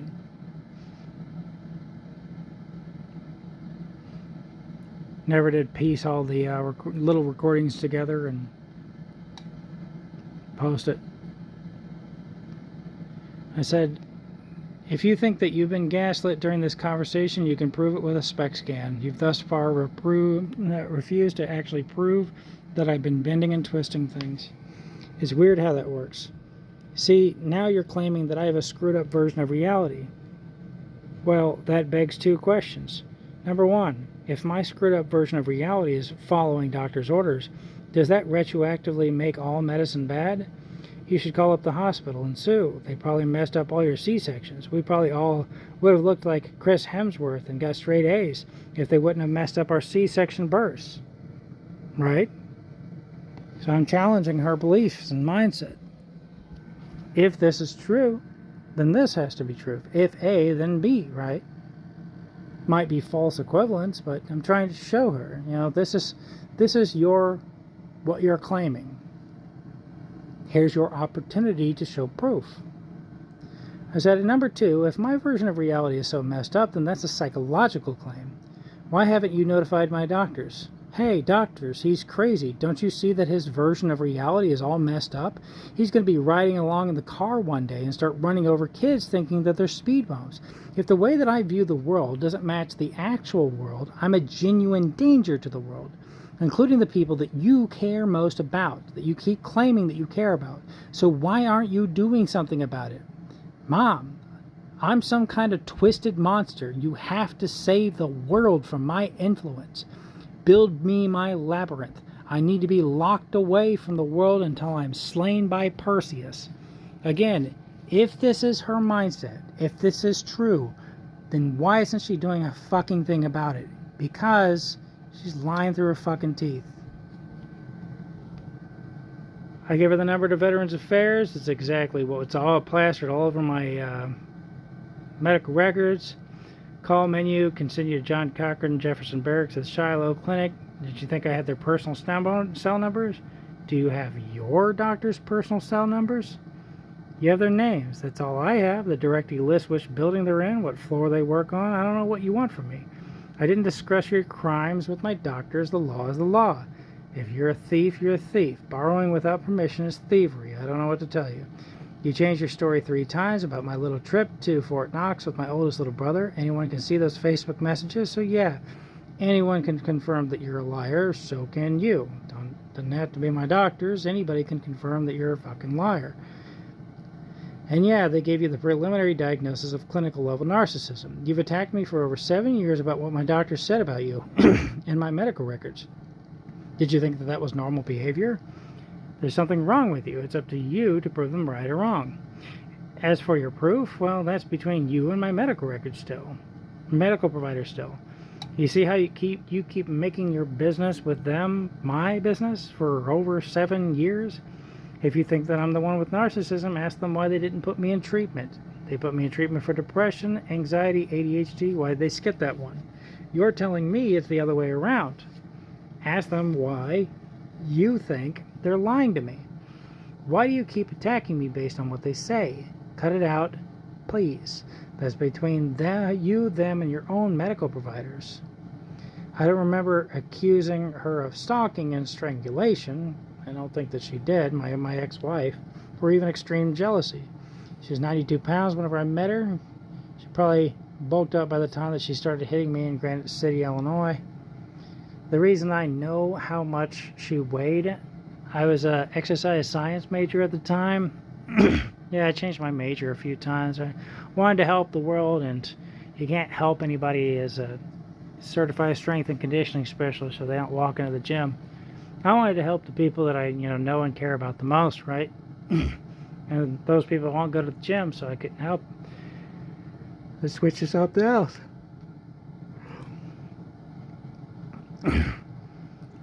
For those antidepressant pills, I didn't think that they would work. They worked anyway. That was the key. If you get some nurses and orderlies, if what my mom has a cure in pill form, and you get some orderlies or whatever to shove it in her mouth every day or put it in her IV, whatever, then it gets cured. It doesn't matter whether or not she thinks it's going to work, or, that they mean her harm somehow. It'll work whatever not she thinks that it's going to fucking work. That's the magic. That's why I want to fucking do that. I was an exercise science major. Exercise psychology, same problem. Psychology, again, if you get forced to be there, then it has a very low chance of working. Then I was communications. I was just thinking that maybe I can be more persuasive and get these people in the right places that can help them out. And then that's whenever I ran across a sociology elective course, and I switched my major over to that. Because they had the real answers. They had the reason why I was suffering, why I grew up in a mobile home, and why everything was all fucked up in my life. Powerful people. Changes over time. Sundown towns. Redlining, blockbusting. White flight. It finally gave example and with solid evidence and everything. They would tell you the exact people who signed what laws and at what points in time. They're the ones that fucked up your life. And here's some examples of people who've unfucked their lives. Like Dancing Rabbit Eco Village. They live in Rutledge, Missouri. They live one fucking state away from me, and they live on $3,000 a year. That's crazy. I was making like $1,300 a month with my stipend. I was trying to get it to stretch. I wanted to stay in school until I was done with school. Until I ran out of school to take. Those people knew how to fucking stretch the almighty dollar. I wanted to be like them. Tried to join. They said no. I went to South Korea. My next stop was going to be the Philippines. And then the government shut down, and the end of the story. My smarter friends, they retired to the Philippines.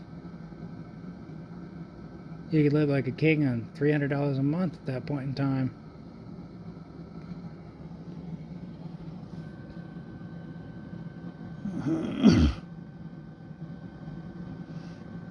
I was an exercise science major whenever I first started taking full-time college classes.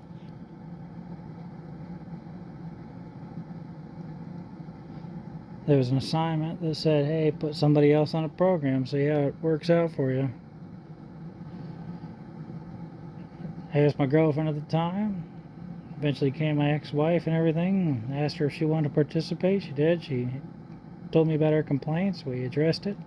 At the end of the workout, at the end of the 6 weeks or whatever it was, and had a folder full of all of her medical information that I could surmise and that the assignment asked me for. And I still have that lying around somewhere. I was real proud of it, that assignment. But yeah, she was 92 pounds. Anyhow. I said, look, Ma, the Violence Prevention Center in Belleville, Illinois defines what is and isn't abuse. If my ex-wife was the one abused, then where's your proof? Because they were pretty clear on who was abusing who. They got all the diagnostic criteria, signs, records, incidents, police reports. Contact them about it. I don't need to describe the whole medical field to you about everything that's ever happened to me. That's literally their job. Please stop attacking me based on what they say. It's been over 7 years. What is it going to take for you to stop? Describe. Misspelled that there. Said, 3 days ago you replied to something about how narcissists tend to try and find any small flaw in something and assume that's proof that the whole case needs to be thrown out, missing the point as of he who has not sinned cast the first stone. That Jesus guy is really important to you, huh? Not enough to listen to him at all, I guess. My best guess is that they mistook our relationship length for our marital length. We met late 2011, if I can recall correctly. I'm responding to her saying that we weren't married for 6 years. That is correct. We were not married for 6 years. But we were dating for 6 years by the time that 2017 rolled around, give or take. But yeah, she was pretty paranoid, and I ate nothing but bread and water for over a year in California. She monitored everywhere I went and blocked doorways when she wanted something. And yeah, none of it really hurt whenever she hit and kicked me. When she kicked me, sometimes it would knock the wind out of me, but seeing a woman I loved and devoted my life to physically attacking me was distressing. It was almost as distressing as having the woman who gave you life call your own medical records into question without any evidence. I mean, imagine if your mom did that to you. It'd be pretty fucked up. Too bad you refused to get any medical records of your own. Mom said I performed a Google search to explain things to you, not myself. I'm already aware of how this works. Again, the almighty Google. Anybody who can do a basic Google search, they know more than every fucking doctor, lawyer, scientist, and academic on the goddamn planet. Boy, start a religion after my mother, people, I tell you. She knows everything. She knows all. There is no mom here, only Zool. I, like you, am only repeating what I've seen or heard. I am not smarter than the rest of the family. Just said that the Google search. I know I know my grandpa can do a Google search. That wasn't my point. There's no assumption. So go ahead and twist my words yet again. Yes, there is an assumption. You're assuming that grandpa doesn't know how to, pass down his family. You're assuming that, and then you're trying to get grandma to sign this trust, this revocable trust or whatever. You're assuming that he doesn't know about this. You're assuming that you know more than him. You're not double checking with any lawyers or anything else. You're just trying to get grandma to sign something because you don't fucking give a shit about these people. You're trying to get more from them. You're lying through your fucking teeth, and you know that you could call the nurse witness to the fucking stand and prove this right or wrong. You're so full of shit, your eyes are literally fucking brown. She says, go ahead, twist my words yet again to serve your purposes. I'll drop it, no problem. Saying she just fucking brought it up again, but oh no, I'll drop it, no problem. But he didn't ask me to not put in my input. You are. It's not what I fucking asked her. I never at any point in time said, don't fucking talk to grandpa about how he, does the heritage. You are. And you don't control grandpa either. I never said I did. Never tried to control grandpa. What the fuck is she talking about? She quotes me, his family has always done. I said, she says, this is first generation. Get your story straight. And you keep veering off topic to Fantasyland with caveman and generations. Again, this bothers you and no one else. She's the one that fucking brought it up. Caveman and generations. So again, my grandpa got, this land passed down to him by his father. That's not what first generation means. Fuck is she talking about? They've been doing this whole passing down land thing for quite some time now. Grandpa's family came from Germany. They were probably doing the farmer thing then. Why else would he go to the United States and, start over in a new career path? I don't think that's the way that shit works. Yeah, generations. All the way back to the fucking agricultural revolution, they've probably been doing this shit. They know what the fuck they're doing. My mom doesn't. I never asked her not to give her input. I told her what everybody else told me and what everybody else keeps saying. She tried to get my grandma to sign some shit because she was in a hospital bed. She was afraid that she was going to die. She probably thought that a revocable trust or whatever the fuck is going to give her more, and she's going to steal more shit from her brothers and sisters that she swears to God she loves so overly much. All while stealing shit from them and everything else. She says, I read through every word, every sentence in your medical records. Not one time did they refer to your dad, my ex-wife, or my mom as narcissistic. So, since they didn't write down a preliminary diagnosis of someone else on my medical records, it doesn't count. Of course, that's not what any fucking Tom, Dick, or that's not what anyone does. That's not what anyone fucking does. It's not what they do to... They don't give a preliminary diagnosis for somebody else on your medical records. Again, she has these impossible standards that's never happened in all fucking human history. On the other hand, your medical records consistently stated you as narcissistic, borderline, BBD, self-centered, and have a tendency to blame all your problems on everyone else and never accepting the consequences of your own behavior. Once again, she has medical records from Veterans Affairs, from the Abuse Counseling Center, the Violence Prevention Center, Belleville, Illinois. You know, all these different things, and all she can find was medical records from Scott Air Force Base. Did you see any medical records from anybody else? No. She specifically searched for hours and hours to find anything that agrees with her, rather than just fucking calling my medical providers and having a 5-minute conversation with them. Going and getting a spec scan and fucking proving whether or not she's crazy, or just, you know, come to the conclusion that more than one person at a time could be narcissistic. Asking my medical providers if I'm narcissistic and self-centered, why haven't they given me any treatment? She won't answer any of these inquiries because, of course, she's just fucking trying to undermine everything that I do. You know, gaslight me, try to get me to doubt myself and everything, and all the projection that she has been accusing me of is, of course, what she actually does. And this is, of course, what the doctor that specializes in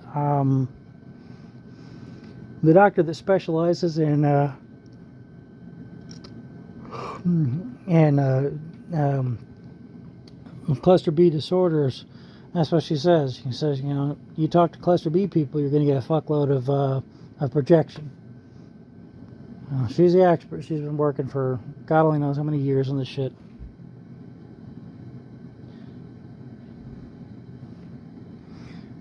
So she's got one thing from one psychologist, not an MD, not a DO, and it disappears over time, as seen in her own fucking screenshots.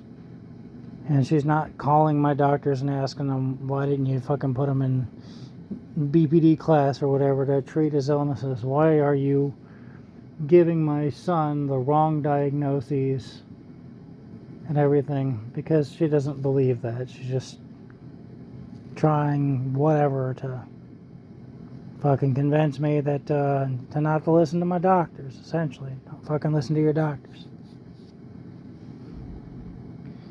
And she still thinks that only one person in the whole world can have narcissism at any one time. We all have to take turns with the illness. Mom says it's my turn on the illness. She says, with these examples, brings up all them fucking screenshots of my medical records that I went through real slow for you earlier on in this video. She says, this was over a 25-hour process to dig through every page with a fine-tooth comb to realize that you're literally the one gaslighting yourself and my father, not once in these pages, and that a doctor required me to have therapy. Of course, that's not the way that the doctors don't write in the margins that other people should have therapy, and nobody fucking requires it. There's not like an order that you can, you know, put in the goddamn corners or of somebody else's medical record that's going to apply to anybody else. My doctors aren't going to have, you know, say, you know, put fucking down at the bottom of one of my patient notes, you know, fucking Klaatu, Verata, Nictu or some shit, and then suddenly my mom is teleported to a goddamn doctor's, you know, office or anything. That's not the way anything works. She's got these impossible standards, and she fucking knows it. And whenever, you know, her second husband was choking the life out of her, no doctor that she went to went and, you know, got on their coat and tie and fucking got a Ninja Turtle outfit and went and told, you know, her second husband to cut it out or he's going to give him a real good beat down with fucking nunchucks or some shit. It's not the way that fucking doctors work. Impossible standards, and she fucking knows it. It doesn't matter what anybody does. The whole God himself could come down and point, you know, poke his finger in my mom's chest and say, hey, quit doing this shit. And she'll say, it won't be good enough. Like I said, my dad at least had the balls to fucking admit that it's not good enough. My mom just keeps up this fucking campaign. She said, nothing said that it requires me to treat people I'd like to be treated. Once again, nobody is saying anything that she's required to do any diddly dick.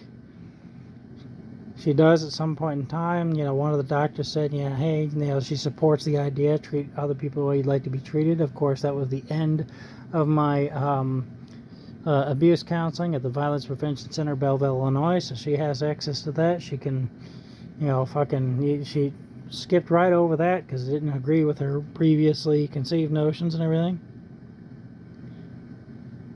She says that was true, trying to force everyone to respect you because you deserve it as a U.S. military veteran. I never even mentioned respect once in this entire video, and you and I and everybody in God's green earth knows it. There's not one doctor, scientist, academic, or medical professional that is going to say, please do not treat other people the way you'd like to be treated. There's 0 ways that could harm her in any way, shape, or form. Anyone and everyone can be a self-centered asshole, apparently included but not limited to disabled veterans. How am I self-centered? I'm talking about her getting medical care. As a senior citizen, as she keeps saying in all caps. I'm not going to give respect until I get respect. It's earned in my book. Whenever I was active duty, I went on leave, and I used a Groupon to send her to both a masseuse and then a chiropractor back to back. Her back always hurt her. So I helped her through, multiple divorces and everything else. Got my little brother at her request into Fort Knox, the National Guard Challenge Program, so you can get $60,000 scholarship and everything else at her request. Spent $5,000 doing that. Nope, none of this counts as respect. Nothing fucking counts as respect. All because I asked her for a single thing, please treat other people the way you like to be treated, and it wasn't even something that I requested. That was something that was requested by the fucking abuse counselors and was agreed upon by all medical professionals going forward, as all medical professionals in the whole fucking world are going to be in agreement on that. That's probably a good thing to do. I don't know how the hell it can be self-centered. We're still very much centered on my mother here. All your medical records did was prove that you've been a liar for the past 7 years. Again, she thinks that I'm a liar unless my fucking doctor is right down in the margins. Here's the prescription for somebody else. It's not the way that fucking doctors work. Blaming everyone for your problems except yourself. Again, that's, risk of. That's the only thing that she could find in all over 600 pages. Just risk of that disappears over time. And again, what else do I do? The argument falls apart whenever you ask the question, what would you rather me do differently than what I am doing right now? What am I doing wrong? Ask them this question, they can't get an answer to you. Whatever you do, ask to, give them the opportunity for you to prove it to them. They'll say, they'll admit it. They'll give away the game. They'll say, well, I'll never, it'll never be enough. It'll never be proved to me, just like my dad did. So I'm staying in school, not doing drugs, trying to be a doctor, stuff like that. 2 branches of the military, 2, degrees and everything. What am I doing wrong? What the fuck do I do differently to please this person? The answer is nothing. That's all. My medical team is in agreement on this. So really, it won't hurt even a little bit, I promise, for you to admit that you're a liar. Just admit. When you do, you'll be happy and free. Talk about a criminal. Let's see. You refuse to divorce your right for your own self-gain. You weren't upset she wanted to be divorced because you loved her. Admit it. She was your cash cow. That's pretty noble right there. Not once in these records did you ever mention that you loved her. It says right there in black and white, you wanted her money as a spouse, of course, to pay for your education. You readily admitted that you didn't want to work because if you worked, you couldn't concentrate on your studies. Well, at least I have proof that that you are also a liar if I'm one. So that's a lot. Again, nobody's talking to her about her exes like this. But remember, she said that she treats other people the way she'd like to be treated, right?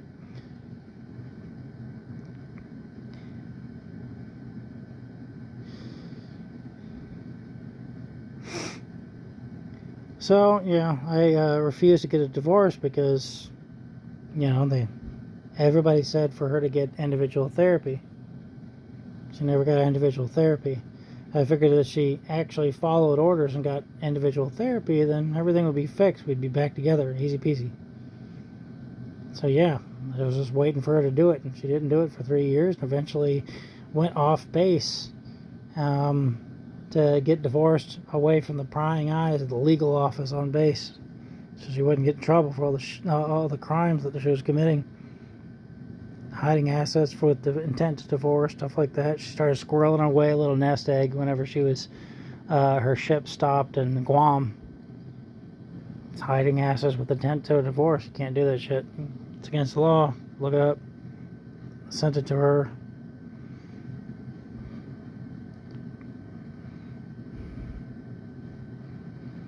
When you admit you're a liar, you'll be happy and free. It's not the way that works. Talk about a criminal. It's not criminal to refuse to divorce your wife for your own self-gain. It's not the way criminality works.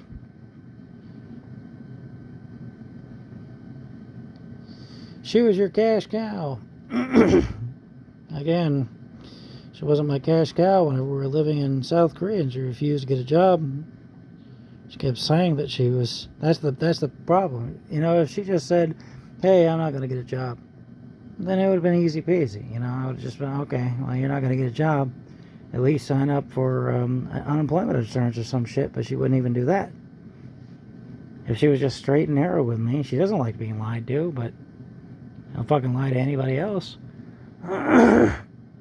But instead, I had to sit there running around trying to find her more and more and more jobs to apply to and everything, helping her apply to the jobs. And then once I fucking turned my back, she'd delete the application or whatever, and that'd be that. She wouldn't have applied for it. So of course, instead of applying for a job, she had to fucking lie about it. If she just said, I'm not going to get a job, then that would have been it. I just said, okay, well, sign up for unemployment insurance. Do you want to go back to school or something like that? That'd be fine. Maybe we can start doing some student loans or something like that. We got lots of options. You don't have to get a job, but instead she lied about it. Again, she doesn't like to be lied to. Treat other people the way you like to be treated. Shit never stops.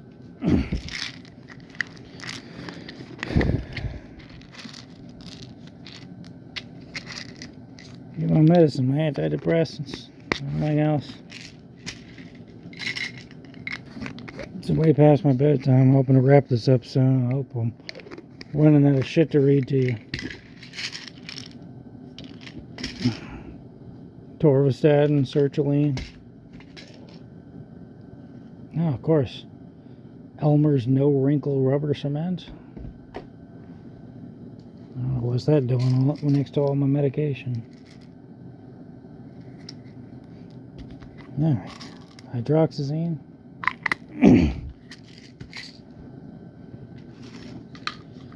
And they said potassium can help. Bought it. I'll take a couple of these.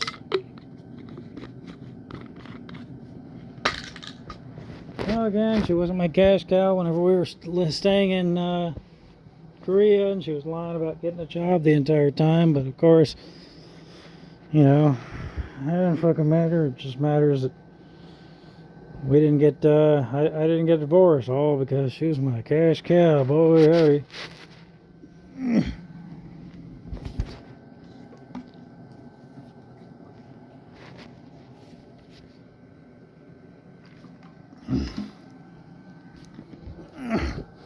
You know, no one on God's green earth actually gives a shit about money. Here's a little thought exercise for you. Let's see whether or not you actually give a shit about money. I'm going to put $1 trillion on the moon. I'll go ahead and I'll give you a ride there in a spacesuit. You can have your $1 trillion on the moon. It's a fucking $1 trillion. You can't fucking spend that all in a lifetime, no matter what you do. It's $1 trillion on the moon, man. I'll give you a spacesuit and everything. Come on, baby girl, let's go down. $1 trillion. You're gonna take that offer. See, here's the catch. I'm gonna get you there. But it's a one-way trip. You can't come back with me.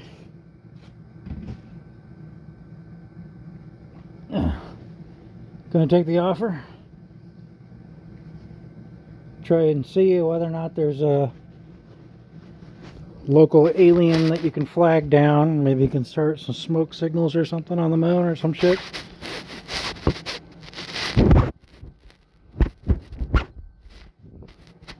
Of course not. You don't give a shit about cash. You don't give a shit about money. Nobody does. Nobody cares about money. Nobody in God's green earth gives a single rat's ass about fucking money. You care about what you can buy with money. And here's the fun part. It's symbolic interactivity theory. It's what I learned as a fucking sociology major. Symbolic activity theory. You don't fucking give a shit about even the things that you can buy with money. You give a shit about the things that you think that you can buy with money.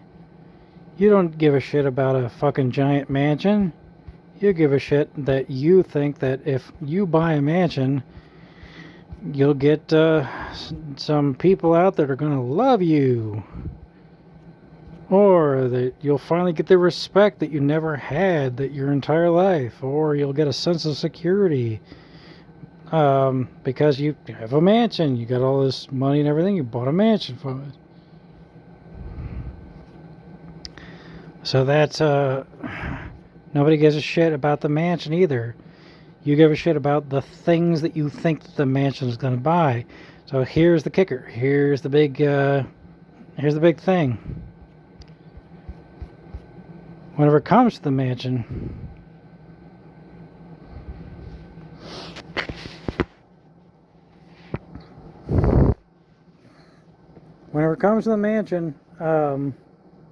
it's not actually going to give you those things. Once the mansion is gone, all the lovers are going to be gone. They will stick with you all the way up until the mansion is gone. And the mansion is going to be gone pretty quickly because it costs a lot of money. There's a forward in the... there's a forward to the book, a reprint of the book Think and Grow Rich by Napoleon Hill. And the forward, the guy talks about how he bought a mansion. He said he was, of course, it comes with a whole team of people. They got to go and, butler all the things and maid all the things and whatnot. He said he was looking at the payroll of all the fucking people that he pays every goddamn month, and he said he had one guy, because the mansion came with a golf course, it came on a golf course. There was one guy that he was paying 40 hours a week to do nothing but fix sprinklers. That's all he fucking did, is fix sprinklers. So he got rid of the mansion. You think mansions, give you money or whatever? No, they're a fucking money pit. This is something that was so obvious that Mike Tyson got up with it. I'm not saying that Mike Tyson is stupid. I'm saying that Mike Tyson gets punched in the head for a living and did so for a very long time and recently got punched in the head for a living again. That's what I'm saying about Mike Tyson. And he realized that the mansion is a money pit. He kept trying to sell his mansion once he figured out that it's a money pit, until he eventually sold it at a severe loss just to stop the constant drain on his fucking bank account. See the fact that Vanilla Ice has the Vanilla Ice Project? All he does nowadays is rehab mansions because they're a fucking money pit. Anyway, so once the mansion's gone, all of your lovers are going to be gone. They don't love you for who you are, they love you for the mansion. Once the mansion is gone, all the respect that you've desired your entire life is going to be gone too. All the people that pretended to respect you, they're not going to respect you anymore because the mansion's gone. And it's not a sense of security because, of course, it's a fucking money pit. What was it, that whole thing? You know, Warren Buffett lives in a pretty secure neighborhood and a pretty old house and everything, but it's a good, solidly built house. He takes an old car back and forth to work and everything, but it's a pretty solidly built car. It's well maintained. So yeah, you, me, nobody gives a shit about money, and they don't even give a shit about what money can buy. They give a shit about what people think about the money, what they think the things that they buy with money is going to get them. So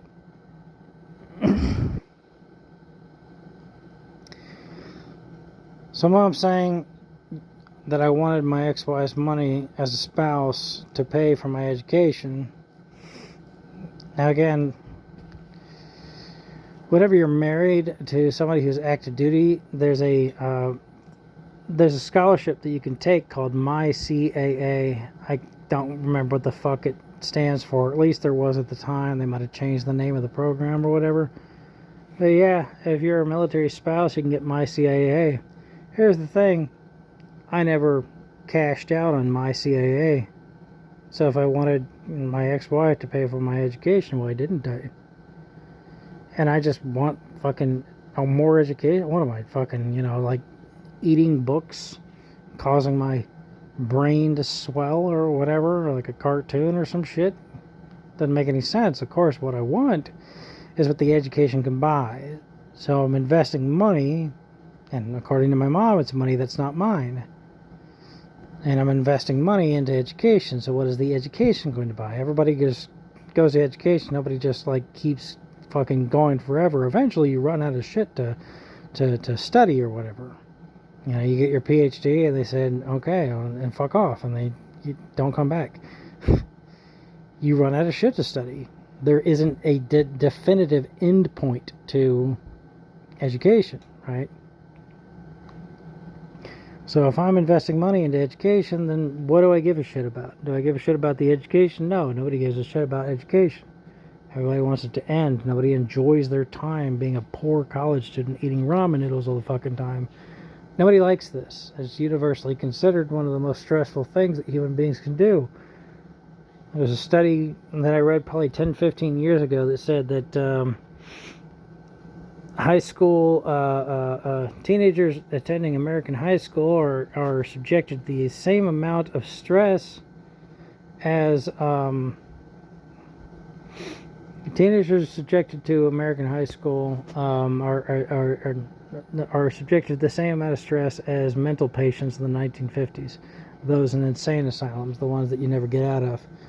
Yes, in fact, nobody fucking enjoys education. They enjoy what comes out of education. So what the fuck was I studying again? Oh yeah, wasn't that what is it, pre-med, becoming a doctor, saving lives, shit like that? Man, what a fucking piece of shit. I really am a fucking piece of shit, man. Wanting to save lives and whatnot. Man, I'm a fucking garbage human. My mom's right to treat me this way. I should be fucking killed.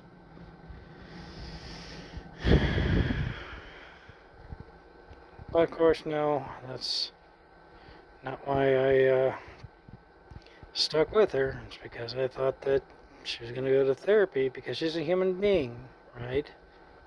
I went, I worked out, I did the thing, became a person in the Navy, and then became somebody with a scholarship because I served in the Navy, and that scholarship was called the GI Bill. I used the GI Bill, I went to school. I, I literally have a GED. I'm a high school dropout. I'm a dumb ugly piece of shit. And now I have a bachelor's degree. I never thought that could ever be possible. Um, I never thought I'd ever like go to college and everything. I had vision boards and everything, and whenever I was getting close to the end of my active duty contract, um, I would dream about going to Lewis and Clark Community College because the place looks like a castle. The main campus, Godfrey, Illinois, it looked fucking magnificent. And I'll tell you one thing, it still does. It still fucking does. The place looks magnificent, and the people that work there are diamonds in the rough. Damn near every one of them, to a man. I still love and deeply miss that school, and I'm fucking, intensely grateful for the opportunity.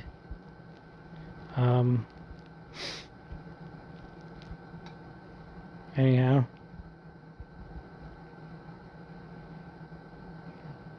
So she says, I readily admitted that I didn't want to work because if I worked, I couldn't concentrate on my studies. Once again, I'm not better than 95% of people who, 95% of pre-med students, 95% of pre-med students dedicate 100% of their, they pay 100% of their bills for student loans and everything. I'm not better than 95% of people. I can forgive myself for that. Mom sure as fuck can't. I gotta be the fucking perfect human being, and then she still wouldn't like me. So, that's that. But, of course, she's talking about medical records from 2017. Remind me what the fuck was going on in 2017? Oh, shit, right. Wasn't that the time that I was in Army SROTC? So, I was earning money. I did have a job. I was doing things that was harder and more complicated than the shit that I did in the United States Navy. I used to run, 5 miles on Monday, 6 miles on Tuesday, and 4 miles on Wednesday. Thursday was upper body. And then Friday, they would have us do a 12-mile ruck march. Am I hearing that right? Is that what I did back then? Oh shit, yeah, that is right. That is exactly what was going on. Oh, and you're saying that the Navy PRT, the physical readiness test that we had to take twice a year, and while I was Navy active duty from 2007 to 2011, that Navy PRT only required you to run 1.5 miles. So you ran 3 miles a year, and that's what I did whenever I was active duty. But whenever I was Army SROTC, I was doing these ruck marches and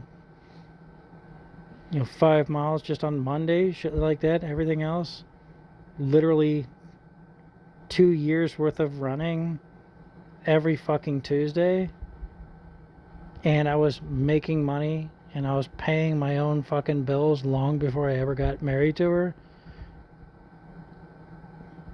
Oh, thanks for reminding me, man. That was weird, I was paying the bills. It doesn't fucking matter how you pay the bills. You pay the fucking bills.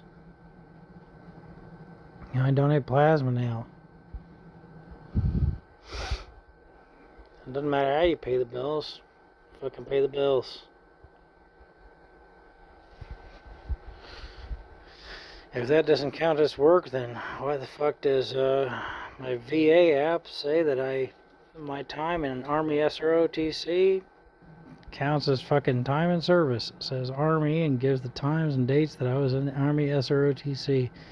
Weird how that happens whenever the entire United States government actually disagrees with your mom. So yeah, I was working. According to the United States government, I was fucking working. But apparently I fucking fear working after 2 branches of the military. I just fucking scared the death of it. Of course, I was scared of getting an extra job on top of 18 credit hours in Army SROTC and everything else I was fucking doing, providing from her and cooking her, literally fucking cooking her breakfast and bread every goddamn day and everything else. Leading her through her workouts and everything else. Yeah, of course, I was afraid of getting a job on top of all the other shit because that's a fucking heavy workload to literally everybody on Earth. But that's not good enough for my mom, of course not. Nothing fucking good enough for my mom, just fucking God on Earth. Goddamn, rename her from whatever the hell her name is this particular moment to Yggdrasil, the goddamn world tree. So she says, quite refreshing that I'm a liar. Says I'm a liar because my medical records don't have the doctors scribbling in the notes, diagnoses for her, along with diagnoses for me. She wants them possible standards. I said, so I'm starting to respond to her individual screenshots of my medical records. One is me, saying, hey, those were progress notes from before I was admitted to the loony bin in 2017. I went through it real slow for you earlier. You can actually see when she's citing progress notes from before I even went to the loony bin and got any of my diagnoses and medication, 2017. She says, well, honey, I've proved a point beyond a shadow of a doubt with your own medical records, so stop trying to blame me and your dad for your problems. It's a moot point because I'm doing a shit ton of legwork to prove a point to you, and frankly, right now, your opinion doesn't mean anything to me. I don't need nor want your approval. Then why are you typing? Or your belief. Why do you continue to try to force your beliefs onto me? Again, I'm not forcing any fucking beliefs on her or anything. I'm just showing her the evidence and everything.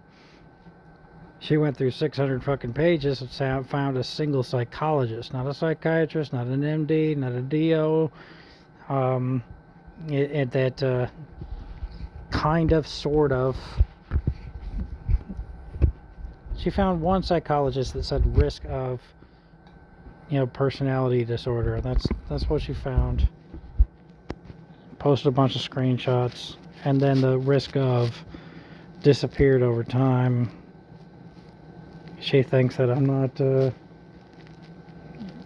doing enough therapy and everything.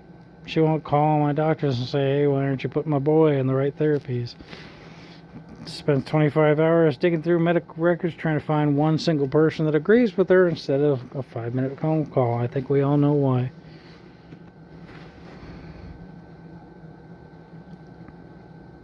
So she says, where's the evidence again? Proving that I'm hurting, killing people, no rest. Your own medical records prove it's all bullshit. You've been forcing this down my neck for 7 years. Shaking my damn head, SMH. So, again, this all started with a very simple thing. This all started with, I had a panic attack in San Diego. TRICARE West said, next time it could be a heart attack. You can die of your first ever heart attack, much like your grandfather on your father's side did. All of that was because of the abuse that you're getting from these people. They named these people. Here's my confirmation from the abuse counselors. Yes, you are abused by these people. They are causing these side effects. I gave her the ability to cross-check this. Don't take my word for it and everything. Here's the numbers of the people who said as much. Oh, but she didn't want a 5-minute phone call. I think we all know why. But again, is it normal to not give a shit whether or not your son lives or dies? Of course not. She's been telling me my entire life just how much it impacted her whenever my grandfather on my father's side, died. His first ever heart attack. But whenever her son does it, and couldn't fucking squeeze out the smallest fart or shit to give about it. Doesn't give one fucking iota of shit about me. But she's been talking about mental health this entire time, and she didn't paste even one fucking document from my abuse counselors. So we all know she's fucking cherry picking the shit out of it, and even the cherry picks that she does has risk of, that's her damning evidence, risk of, as if everybody on earth has to take turns being sick or whatever, risk of, and then it disappears over time, and then she doesn't ask the rest of my fucking medical providers why are they not treating my risk of, and how come this one psychologist, isn't agreed with by literally everybody else running through batteries of tests to prove beyond a shadow of a doubt this or that.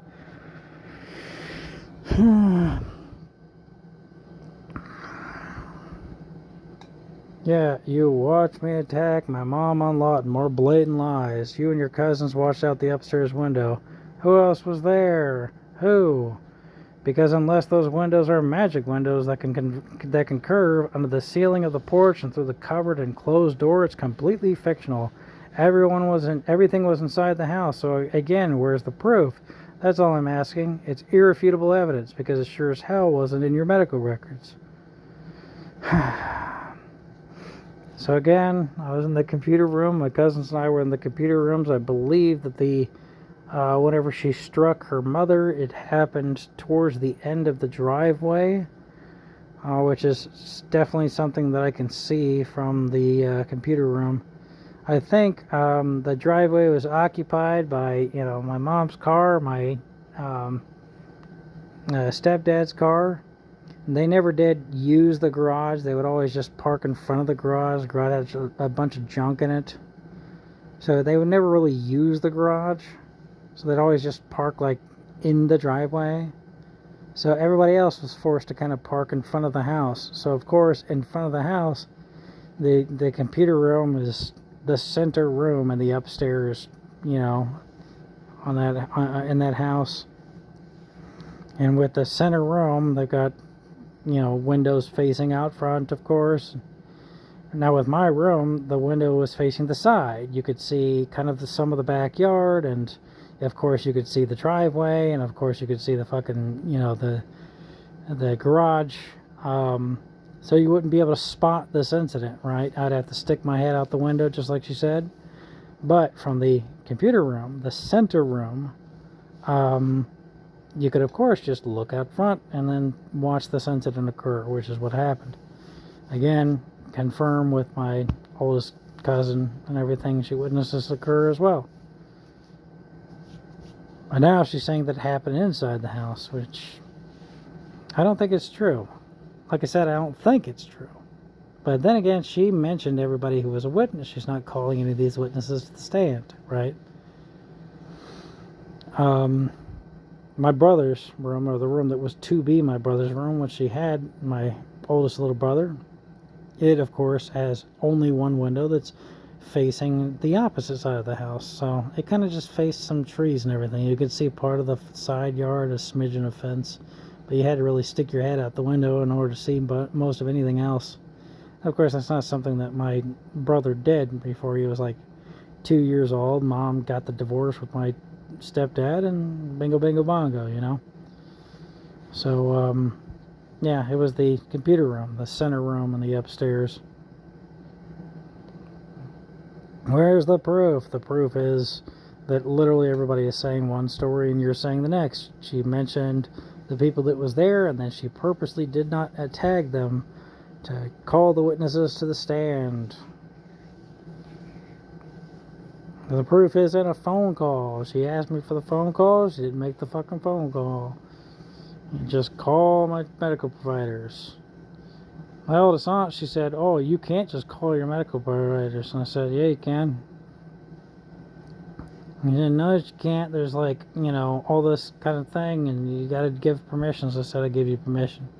She said, "Well, you have to fill out an actual form in order to share this information for everybody else." And I said, "Give me the form and I'll fucking sign it."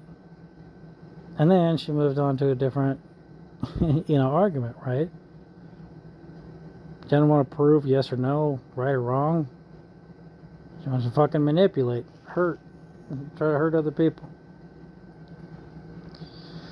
I said, if you feel as if I'm misrepresenting my medical providers, contact them. You've had many ways to clear your name and health. Still, your beef would be with them, not me. At some point in time in one of my medical records, she circles a thing where I started a charity. It was a veteran halfway house. I hosted my buddy for a night or two that worked with me in Korea, and hosted my friend that I recruited in the Navy for quite a while. Had a few people. I coached my ex-girlfriend through the entire process that she used to join the Navy. There ain't nobody on planet Earth that can deny that. Didn't force her to. I asked her what she wanted to do. That's what she said she wanted to do. Of course, she said that, and it took her 4 years to accomplish it, and that's not how much time it takes to join the Navy. Why? Because she only said that because she figured I'd like it if she wants to join the Navy, and it was a manipulative tactic to stay on my good side. She didn't need to stay on my good side. I fucking asked her out. It's the thing. I don't fucking get these people. I don't understand them. I already liked her. Why is she trying to say something to get me to like her? Why did she drag this out for 4 fucking years? And again, whenever I met her, she was in Hickey Culinary Institute. My ex-wife, I met her, she was in Hickey Culinary Institute. So I'm, paying for her education the entire time. I'm helping her out. Whenever her car broke down, and took her back and forth to work and everything, had to get her down to, she had an externship at this sports bar restaurant type thing that's right next to the stadium in St. Louis, Missouri. There's one big fancy restaurant there. She was working 80-hour weeks in the restaurant, so I'm fucking paying for her, education and whatnot. Whenever her car got towed, I had to help her out and whatnot. But when it comes time to return the favor, oh, no, fuck me. Besides, it wasn't about returning the favor. It was about her getting, individual counseling. She's a human being. I'm a human being. You go to counseling, I went to abuse counseling. I stopped being abused. So she can go to abuse counseling, stop abusing me, right? But she doesn't go to abuse counseling. Bingo, bango, bongo. Whole idea is dead in the water, right? She ran away from from those direct orders from several different people in charge of her for 3 years and successfully managed to divorce me. Congratulations. She fucking wins, right? Of course, at the end of the day, it's a pattern. She's just gonna do this all again, just like mom. Just like, gets one guy that chokes her, the next guy chokes her, the next guy chokes her, the next guy chokes her. Eventually, nobody's gonna be there in the house to make the next person quit choking her, and then she's gonna die. That's not something I want to happen to her. That's why I'm trying to get her into abuse counseling, which is, again, free, over the phone, over chat, whatever the fuck she wants to do. No, but she still thinks that somehow or another I mean her harm. No evidence for that whatsoever. So I said, yeah, I was using the house in East Alton as a veteran halfway house. You met at least once, an old buddy I worked with in Korea. I got I took care of all of the complicated stuff to get my roommate, the guy I recruited in the Navy. I got him into Lewis and Clark Community College. That was where he wanted to go, but he didn't know how to navigate all the gobbledygook, and it was a little complicated, so I got him in there. They put him on academic probation, and I got him off of academic probation. I went there and argued his case. So she goes, you are once again laughable. Literally laugh out loud funny. Again, she just thinks it's fucking hilarious that I nearly died and that she's at fault. And using religion doesn't work on me. You don't hurt me. Again, she thinks that I'm trying to hurt her by recommending her to be happy, healthy, wealthy. Yeah, I'm pretty sure she had bulked up quite a bit by the time you made it to Granite City, especially with you withering away on nothing but bread and water over a year in California. So these are 2 different time periods. Granite City, that was 2013 after I got, deported from South Korea back home. So, that was quite a while ago, right? And then in California, that was 2016. 3 years apart. Again, P90X, P90X Plus, Insanity of the Asylum. She was working out in the CrossFit at Yongsan Army Garrison with me in South Korea while I was, at the University of Maryland, the satellite campus there. She says, explain to me again how you couldn't have bothered to research the local food pantries. I did. I took all my my food from Murphy Canyon Bread Ministries. It's very specific to, military spouses. Her whole 100 pounds blocking the doorway, that's pretty traumatic. Like, you can't pick her up gently by the waist and move her 3 feet to get around her. Come on. So now she's telling me to assault my ex-wife because, of course, you can't, literally move another human being out of the way, against their will. That's assault. Picking her up and moving her gently to that's assault. She is blocking my path on purpose. P90X, P90X Plus, Insanity of the Asylum, the CrossFit on Yongsan Army Garrison. We were working out with other people who were active duty in the Army and Yongsan Army Garrison. If you're not tough enough to do this shit, well, that's what my ex-wife was doing at the time. She proved herself to be pretty strong at the end of the day. But like I said, even whenever she hit me, it didn't hurt. I don't think she left any bruises or anything. It's just traumatic whenever people don't, that you love are fucking attacking you like this.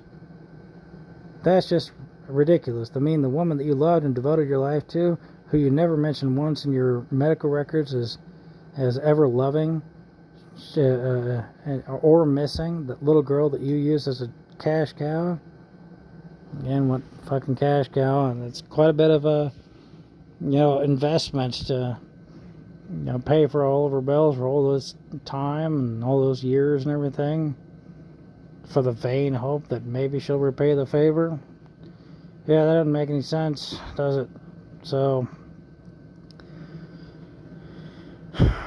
no evidence of that whatsoever, so that's fun.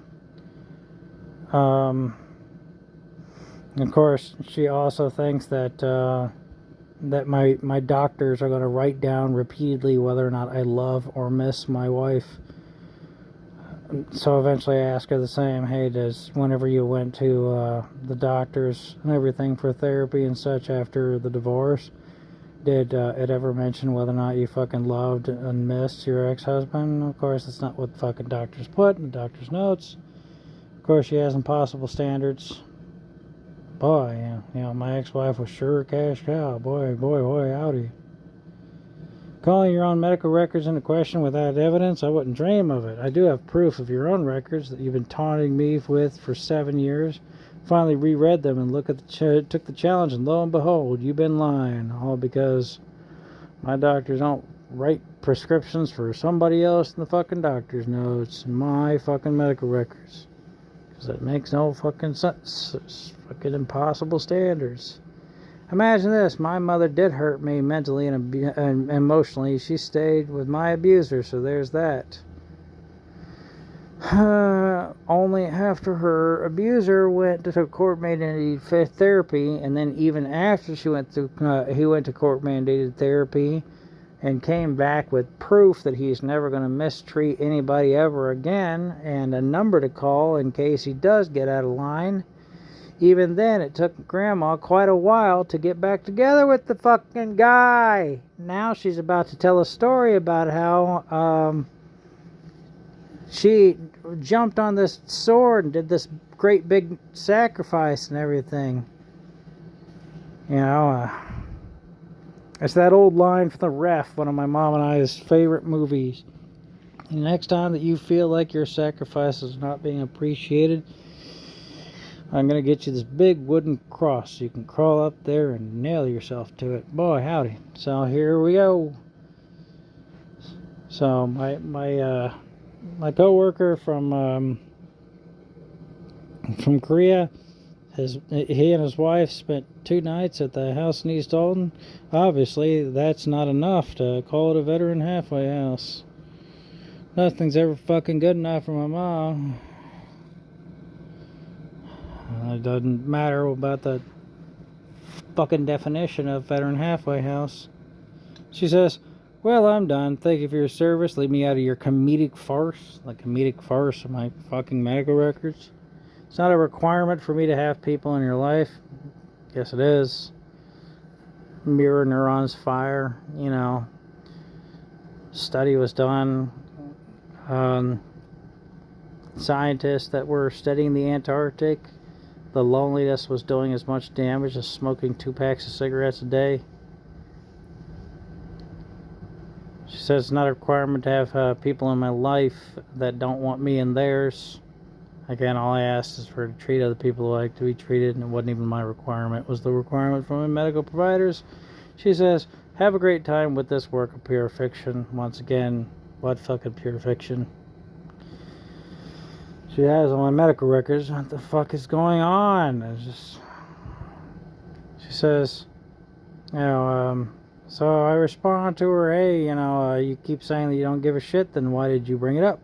Keep saying, only you care about this, but then you bring it up. At what point in time did I even imply that I somehow had control over Grandpa? A long time back, my dad told me that you'd save on mortgage by paying down the principal first. I, thinking that he'd done you a favor, repeated that to you. You cut me off, all pissed off that my father had assumed that you didn't know about paying down the principal on a mortgage.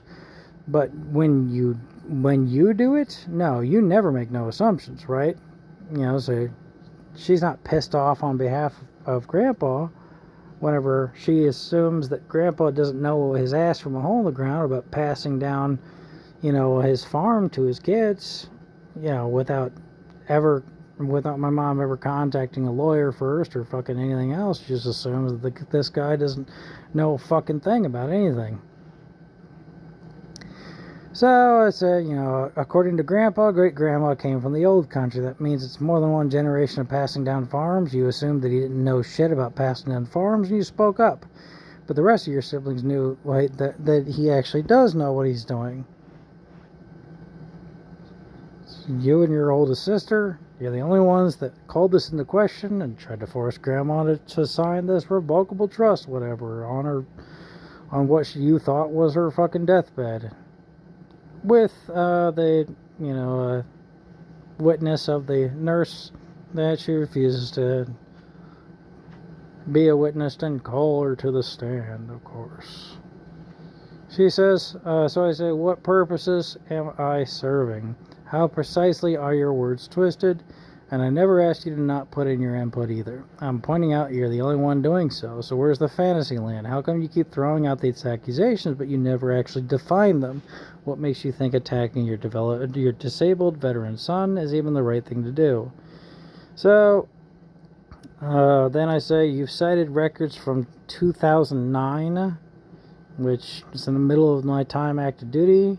From 2007, before I even went into the loony bin, got all these medications and diagnoses, and from 2018 during my year of daily therapy, all of which cited a maximum of a risk of borderline or PTSD, just from what I've read of your citations so far. I hadn't gotten through all of it yet. Do your medical records name your abusers and put their preliminary diagnosis in print? You have the way to clear your name. The entire process of doing so is free and will result in you leading a happier, healthier, and wealthier life. Why do you continue to fight me based on what my doctor said about you? How come you won't answer the question I've asked so many times so far? What is it going to take for you to stop? And the citations I've read from you state risk of cluster B and borderline or PTSD from one singular doctor. And you won't just call the doctors instead of spending 25 hours going through my medical records according to her. You don't want to just call the doctors say, hey, did you say this? Yes or no? And they say, yeah. And then fucking, okay, confirmed. Or denied. Nope. Didn't say any of that shit. During the one therapy session that my family therapy session my oldest aunt showed up for, she called into question the ability of a panic attack to turn into a heart attack, for it to for the continued stress to go from, of course, if you have a panic attack, you can have another panic attack, right? But can the continued stress get it to the point where instead of a panic attack, it's a heart attack? And I die of my first ever heart attack, much like my grandfather on my father's side did. So my oldest aunt asked as much to my family therapist, as if he's a cardiologist, as if he fucking knew. But either way, he said yes anyways. So now she's on medical record that, yeah, that could happen. Yeah, the whole fucking basis behind all of this is perfectly fucking plausible. His medical team is right. Please treat other people the way you'd like to be treated. Fucking Jesus fucking Christ. So I said, and I want to know precisely what you think not dealing with the consequences of my actions means. See, my dad made the same claim, and his solution was that I needed to wake up every day asking myself what I can do to better the world. I offered to live stream myself doing so, and he admitted that he'd never accept that I actually did it, even after reviewing the daily footage, and he would never treat me how he'd like to be treated, regardless of the fact that it was going to kill his only child, which was proven by all my medical records. So I say, so how about you? I'm in school, I don't do drugs, I'm in therapy for all my problems, and I provide you with all my medical records and prove what I say. What am I missing according to you? What's it going to take to you to quit attacking me? Why do you think that this is okay?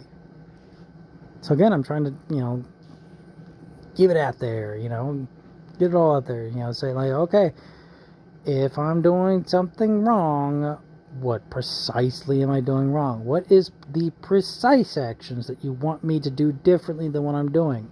You think I'm doing shit wrong. What do you want me to do different? She never answers this question. Of course she doesn't. Said they didn't instantly detect any trauma the day of my admittance to the loony bin.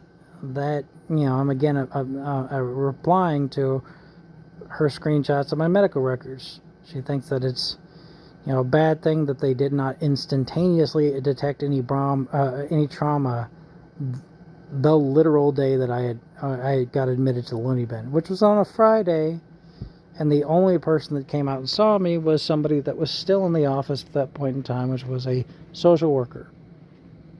Just one social worker. So she posted a screenshot from the day that I got admitted to the loony bin, and because they did not instantaneously detect any trauma, then obviously that means that my mom gets to throw out every single piece of information from the Violence Prevention Center of Belleville, Illinois. I said, the screenshot that she posted was my intake form. Are you under the impression that doctors are psychic? That they can look at a person and instantly know all trauma that's ever happened to them without a word? So,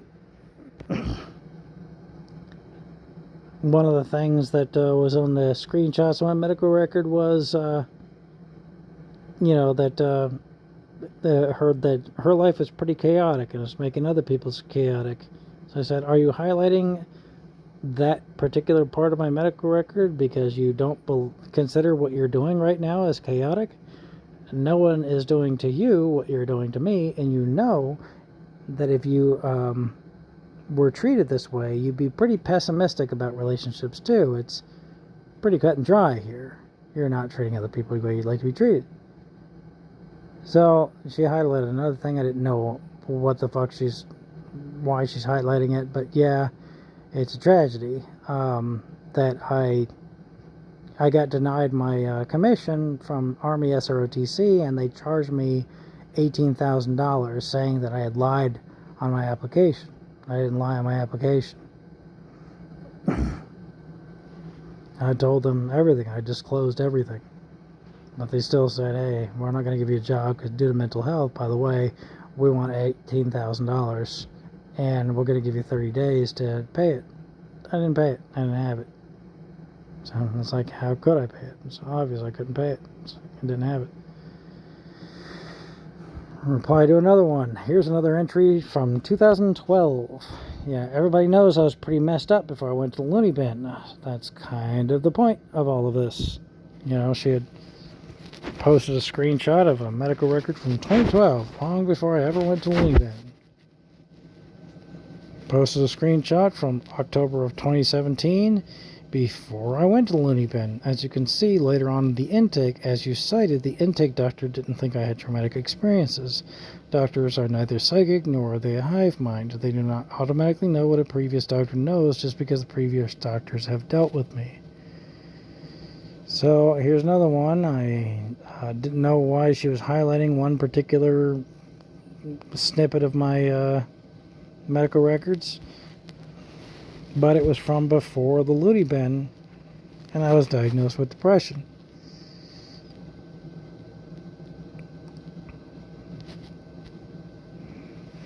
And I don't know what I was particularly replying to, but I did mention here, so I said, whatever is pretty accurate. I said, you always deny the story about how you dropped me out of high school to get a free babysitter, but 16-year-olds can't drop out of high school without their parents' permission. So why did you stop and drop me out of high school? Why'd you do that to me? She never answers this question, of course. So, so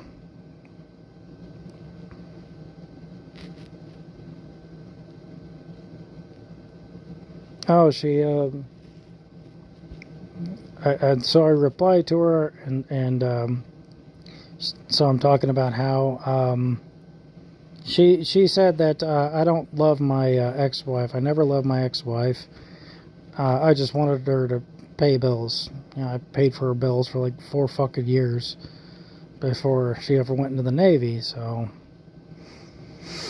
that's quite a bit of an investment. To hope to God that she fucking pays me back one day, right? But she's saying that she accused me that I didn't love my ex-wife because, I wanted my ex-wife to pay for my education. Once again, I didn't take the MyCAA scholarship, so what gives? But using this mindset, my youngest aunt stayed with Grandma and Grandpa all the way up until she finished her master's degree, pretty much. So does that mean that my youngest aunt did not love Grandma and Grandpa because she stayed with them until she finished her master's degree? If A, then B, right? So whenever I go to school, I'm a bad person. Whenever her youngest sister goes to school, she's a great person. Fucking wonderful, amazing. They call this, these are double standards. These are, of course, just double standards. They call it the narcissistic double bind sometimes. Damned if you do, damned if you don't. What was that, Catch-22? Yeah. Whenever they do it, it's great. Whenever you do it, you're a fucking piece of shit.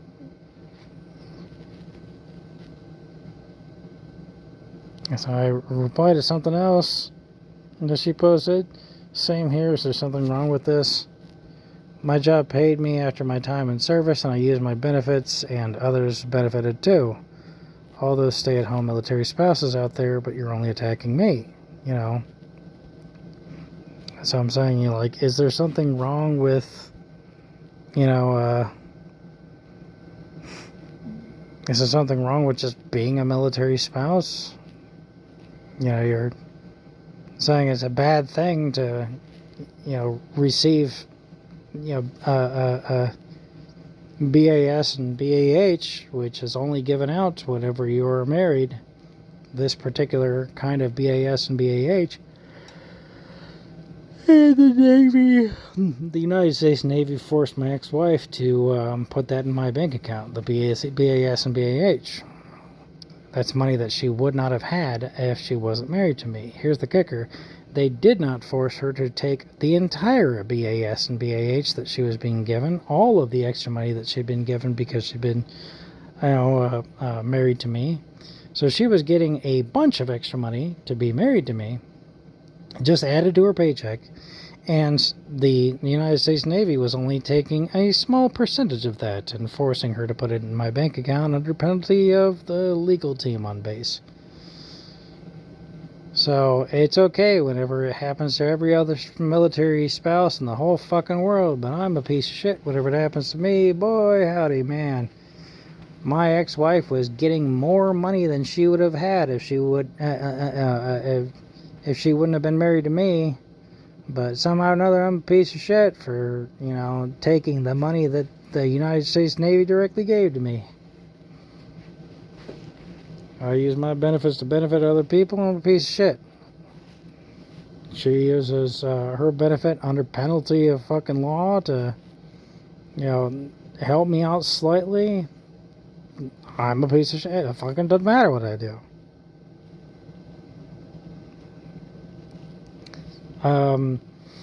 In one of my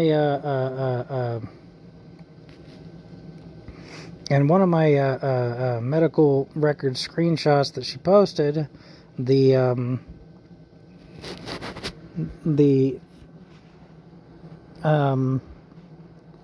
psychologist at Scott Air Force Base had mentioned inside the screenshot in her patient notes that she had mentioned that I refused to take advantage of programs called DRTTP and CWT because those programs are to quit school and start working.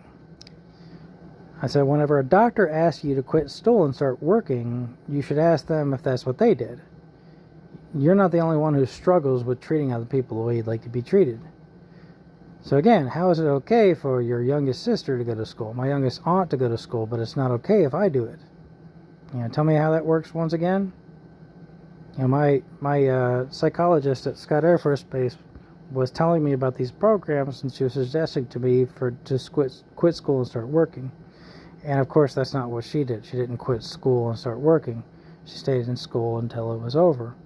And Mom's praising my youngest aunt for staying in school until she fucking ran out of school to take, because SIUE at the time did not offer more than a master's degree in psychology, so she ran out of school to take. But whenever I do it, I'm a fucking sack of garbage.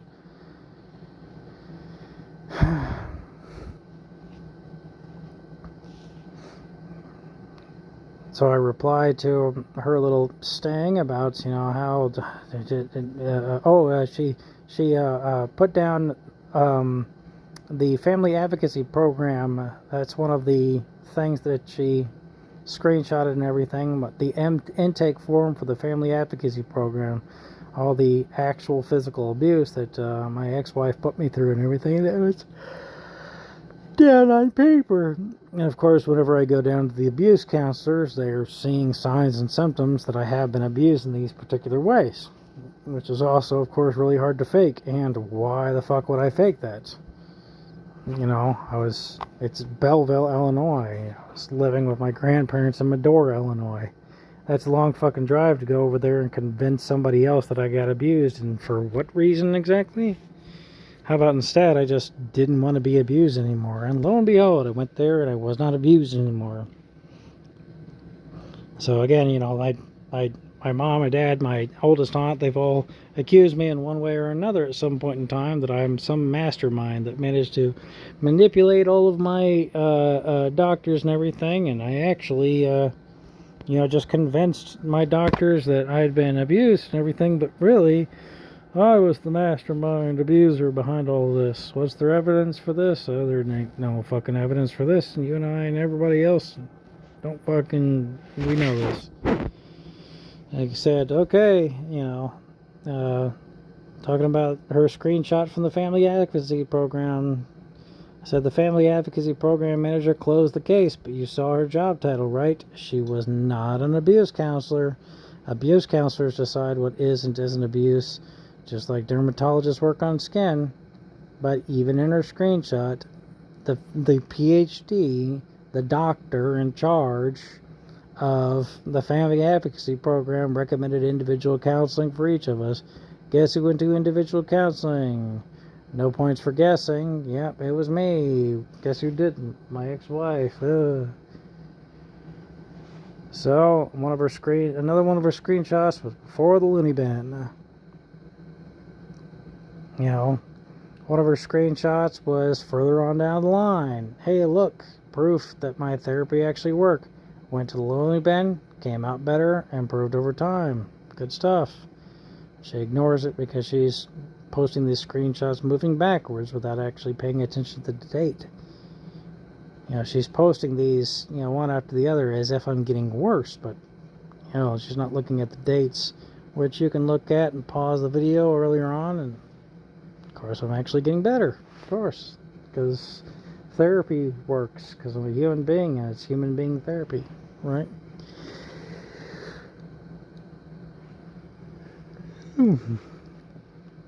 She highlights this whole section that says that I'm not actually delusional.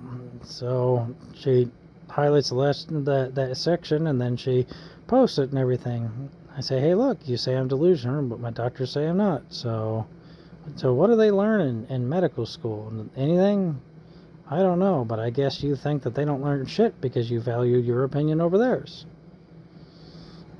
Another screenshot with the risk of cluster B again, early on in my year of daily therapy too. Again, it disappears over time. I'm starting to point out that these screenshots that she continues to post are getting, earlier and earlier and earlier.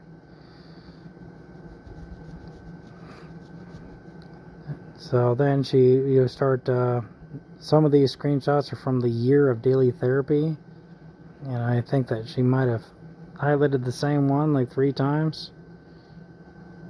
And there's another citation from early on in the year of daily therapy. As it turns out, they're pretty serious about the prerequisites to get into the Uniformed Services University of Healthcare Sciences. I had said that they only, it's kind of like the jobs thing.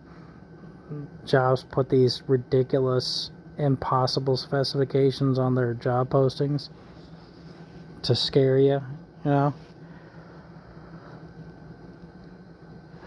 all those different job postings that you can find where somebody, wants like 10 years of experience in the programming language, and it's the person that's posting the job listing is saying that they developed the programming language and they invented it 3 years ago. So obviously it's impossible. But as it turns out, whenever medical schools have a requirement, they're not doing it to scare you. They're doing it because they want that requirement. Things are different and better and much more accurate whenever you get up top, right? Whenever you're actually doing important shit, they want you to know important things before you do important shit. So at the time, in that screenshot, I had thought that, it's just to scare you. But as it turns out, they're serious. So, like I said, right here, you live and you learn. Yep, I was wrong.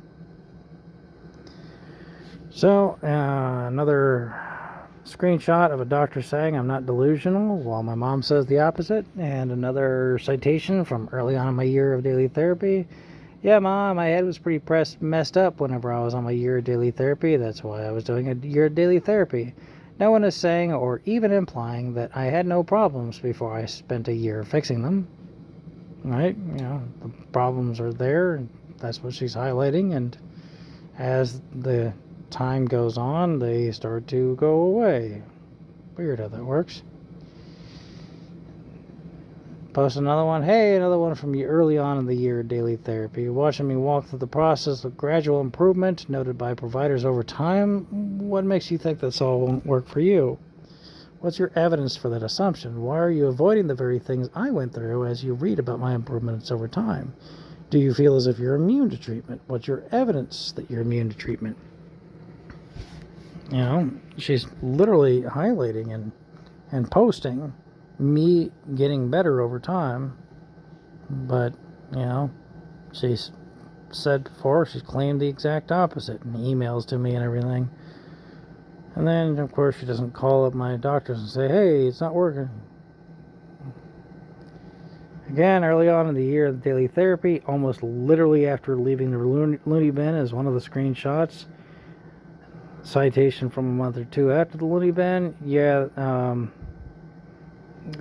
she highlights this one thing where I said, hey, you know, here's the thing: colleges only want money.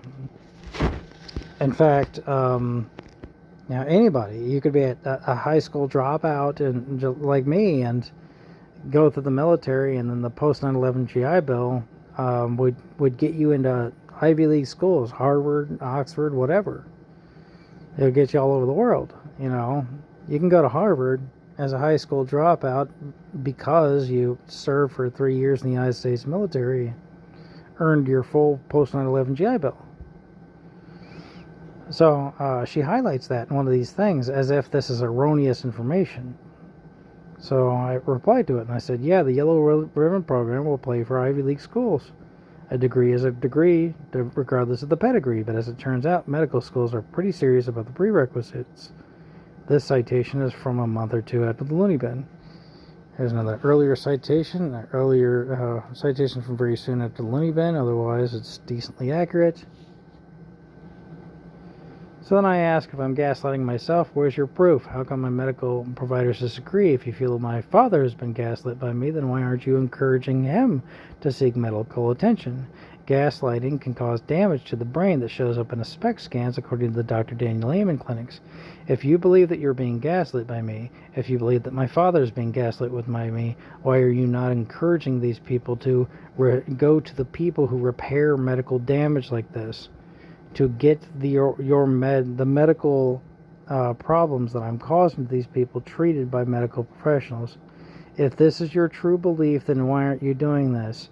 We all know the answer to this question, ladies and gentlemen, boys and girls, because she doesn't fucking believe this. So I said, do your medical records instruct other people to do things? Do you have papers instructing your second husband to stop hitting you? Stop acting like you don't know how medical records work. Treating people how you'd like to be treated prevents all abuse, crime, everything. It cannot hurt you. They said it at the Violence Prevention Center. My family counselor said it. My interpersonal skills group, both times, said it. The interpersonal psychotherapy group. Again, if you think they didn't say it and I'm lying, contact them. I don't know why you're so up in arms about it. It literally cannot hurt you. Please, I keep saying my doctors didn't say it and it was actually me, but confirm it, prove it. Contact them and know for sure. A 5-minute phone call is less than 25 hours of digging through records, which is how much time that she claimed that she spent digging through the records. Never said I deserve respect as a military veteran. How am I an asshole again? I'm offering you medical care. It cannot hurt you. My many years of gifts, helping raise my little brothers, literally offering you health care right now. None of it counts as respect in your books. Define how one shows respect to you. Do you think that she defines this? Of course she doesn't. When did I lie to you these past 7 years? I tell you what my doctor said. You refuse to go ask them. They get mad because they're not a stenographer and don't capture every word from each session. Please contact them. See if they said it. Take a SPECT scan. See whether or not you have any mental health care issues whatsoever. Clear your name. These things cannot hurt you. You are so upset about this crap that you spent 25 hours on it, but the treatment itself and the proof of your perceived innocence literally doesn't take that long. You're out here reinventing the wheel. It's been invented. If you need a wheel, just go pick one up. So if I'm a liar, prove it. Contact the doctors themselves. Clear your name. One time whenever I was a real little, a program came on saying that when you punish a kid and then immediately apologize, it sends mixed message and messes the kid up. I looked at you because you did all of that all the time. You looked at me. You said, I do that, but you're not messed up, right? And I said, right. It was a lie. I'm a liar. Everyone lies. That's the point of Dr. Brad Blanton's Radical Honesty book series. I don't know why Brad is all fucking...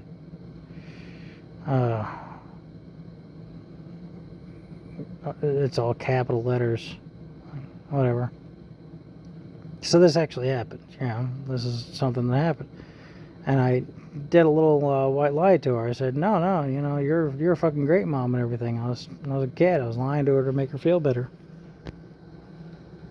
So, she had just seen a program with blatant evidence that something that she was doing was wrong, was incorrect, was doing damage to my tiny little young brain and everything.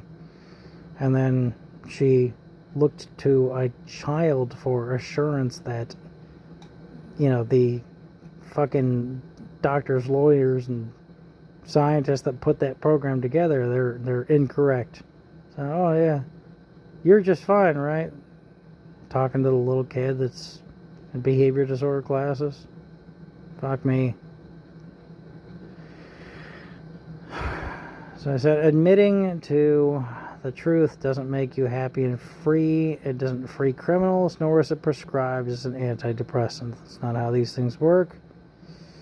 So, and then I said, I didn't divorce my abusive ex-wife because I was still in school. Damn, what a crime against nature. Yet again, you're just so full of praise for your youngest sister staying in school until she got her master's degree in her parents' house. But whenever you refused to do the same for me, I became a bad guy because my ex-wife had to take care of her dependent that she married and promised to take care of in sickness and in health till death that she parted. She made an extra $30,000 a year to be married to me. It didn't cost that much to care for me. It was very fucking mutually beneficial. But every stay-at-home military spouse outside of school is great. Only your son inside of school gets that extra special vitriol. Why is that precisely? How come my youngest aunt is fucking fantastic for going to school and staying at her parents' house, but I'm a fucking sack of goddamn garbage for doing the same?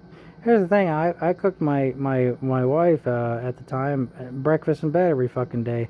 You know what my youngest aunt never did for grandma and grandpa? Just cook them fucking breakfast in bed every goddamn day. What the fuck? What do I do? Said, do you have any evidence that I didn't love her? You think that would have been reflected on my medical records, right? That I didn't love my ex-wife? I stayed with her for a lot of years before she became my cash cow. I'm quoting her. A lot of investment for something with no guarantee to pay off. By your own estimation, I guess that means that your youngest sister, my youngest aunt, didn't love your parents because they were her cash cow while she's in school, right? How come you're not yelling at her about her? How come? How come? I don't know why it says, well, how vote? Why this special treatment for little old me? Do your medical records say patient mentioned that she loved her husband? If I didn't care, then why was she brought up at all? Strange that I didn't want to work, but I did anyways. Home repairs, picking the kids up from school or taking them there, helping out on the farm. I'm talking about, the work that I did while I was doing the veteran halfway house thing. The basement flooded in the house in East Alton. I had to pay $2,000 for somebody to come and fix it, dig up the whole goddamn yard. The clay pipes, I don't know, the earth shifted or whatever, the clay pipes collapsed. They had to dig up the whole fucking yard to replace the clay pipes with PVC pipes. $2,000. Every summer in East Alton, the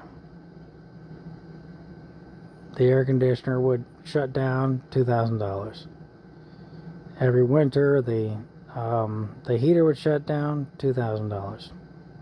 It's an extra $6,000 a year on top of the $6,000 a year that I was paying for my mom's mortgage. I took over her mortgage without ever getting my name on the mortgage because she asked me to. $12,000 a year right out of her son's pocket. Man, she looked at somebody leaving the military. She was like, now that's a cash cow. I took that money right out of my pocket. Man, my son's gonna keep this goddamn house in shape and fucking pay down the mortgage for me. What a great little guy. He's a real piece of shit for doing this. But what a great little guy. So I did pick my little brothers up from school while I was staying there. taking them to school. I was saying there at some point in time, my littlest brother had to get to school.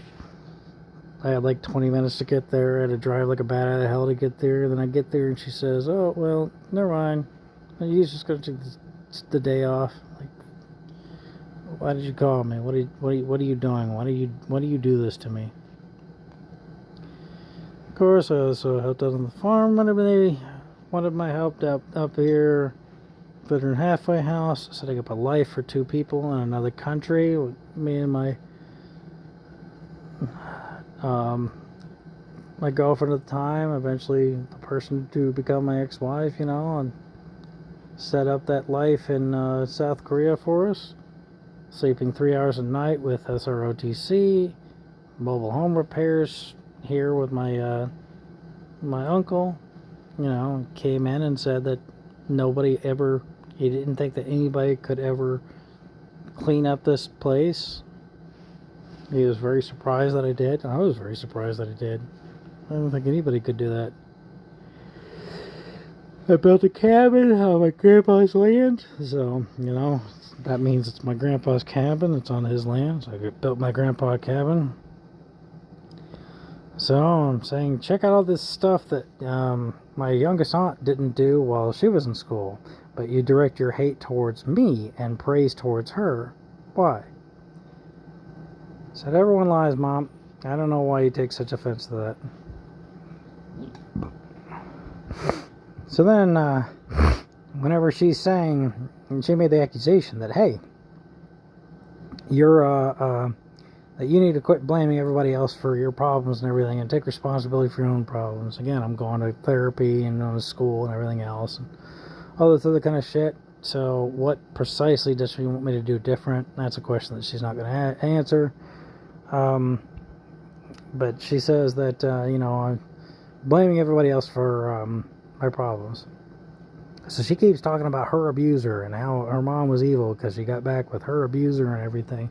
She keeps talking about how her childhood messed her up for years and years, and she was bragging a little while ago about how, oh my God, she overcame all this shit because of her bad childhood and blah, blah, blah. But whenever it comes to her parenting, it can't possibly affect her children, right? Unless it's positive. She'll pound her chest about things that she taught me and my little brothers and all the good lessons. But whenever it comes to negativity, it's just not possible for her to negatively impact her children in any way, shape, or form. Even whenever there's direct abuse involved and, the CPS is getting involved, she's actually posting letters that she's getting from the teachers and everything, saying that there's bad things happening at home. The CPS people are going there because there's bad shit happening at home. None of that can actually affect me or my little brothers, you see. Only the good things can affect me. What's her evidence for this? She doesn't have any fucking evidence for this. So I challenged her. I said, are you under the assumption that my childhood is entirely benign while yours and my father's can both have effect on you two? Hence why you both keep bringing your childhoods up at each opportunity? Because that's a massive claim and you've presented no evidence for it.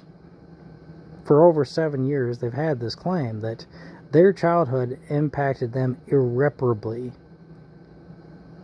All while they refuse to try to repair it and go to any of these, medical professionals, right? And my childhood cannot affect me in a negative way. That's been their argument for over 7 years. Their evidence, none. So my whole childhood, you kept mentioning the fact that my father didn't pay child support and how much that affected us. And yeah, it turns out that child support is worth $250,000 over 18 years in Illinois. So are you saying that you'd be fine if I removed $250,000 from your bank account and from my dad's bank account, or even 12.25 from both of you guys? Because that's a huge claim. She spent my whole childhood blaming my father for all of her misfortunes because my father wouldn't pay child support. But now suddenly she's saying, that my father could not have affected me by not paying child support. And of course, all the doctors, scientists, academics, and medical professionals are in disagreement with her, and she has posted no evidence that they are wrong. So my doctors blamed you, not me. I've told you hundreds of times. Don't believe me? Contact them. Please stop attacking me for what they've said about you. It's been over 7 years. Please stop attacking the messenger. I said the shit ton of legwork didn't need to be done. If you prove me on a reasonable doubt that I have clinical level narcissism, that doesn't mean that you don't have to too. Right? If it ran in the family, she would need to get checked. I'd continue therapy and ask why I haven't been treated for it, but you'd still need treatment. Your younger sister said Vyvanse helped her. My learning disability doc asked why I wasn't on a stimulant. I asked my shrink about it. She said my last shrink was conservative. She's not opposed to trying stimulants. She put me on Vyvanse and it feels pretty fucking great. Your youngest sister had a thing, and me too. That's the way the genetics work. More than one person can have the same sickness. It's kind of how the virus works. What beliefs am I trying to force on you precisely? The claim was that I had a panic attack. TRICARE West said it could evolve into a heart attack and kill me like my grandfather on my dad's side. TRICARE Midwest confirmed that I was in critical psychiatric condition, which you even highlighted in your own citations. The Violence Prevention Center said the panic attack came from stress and pointed the finger at y'all and my ex-wife, your oldest sister even. Your older sister even confirmed in our session together with the family therapist, the one session that she went to. And our family therapist, he is not even a cardiologist. So where's your proof against this claim precisely? Where is your evidence? I haven't been forcing anything about it around down your neck for 7 years. You've been avoiding a talk with medical professionals for 7 years now. You know that this can be cleared up in 5 minutes with the doctor, but you don't want it clear. You want to keep hurting people. That's why you keep avoiding the medical personnel. Do you have any evidence that I'm lying about that incident at all? My oldest cousins were there with her striking her mother again. My oldest cousins were there. We all watched it through the windows. There was tons of witnesses. You struck your own mother in the house in Alton. And I'm pretty sure the attack went down near the end of the driveway somewhere. It's been a long time. I was thinking about it today, and I think the window unit was blocking my bedroom window, or we would have stuck our heads out there to get a better view. Instead, I had a window AC unit in that house, and only one window in my room. So instead, we looked out the computer room window. Instead, I remember crowding around the computer room. Either way, with all the witnesses, just tag them. Call them in here and they'll clear this up. I'm sure they'll corroborate the story where everyone says one thing and you say a completely different thing. How come you keep avoiding tagging these people and asking them to clarify what happened? You keep naming all the witnesses, but then refusing to tag them on Facebook. What's going on there? I think we all know. For over 7 years, I've been telling you what the doctor said, giving you the records so you have their contact information. For over 7 years, you've avoided contacting them or clearing your name. Why are you avoiding this? What do you think will happen if you get treatment? Everyone else talks to the doctor, gets better, but somehow if my mom talks to the doctor, they'll do something bad to you. What is it do you fear exactly? What bad things happens to no one, but you think it'll happen to you? What's your evidence that that will happen to you?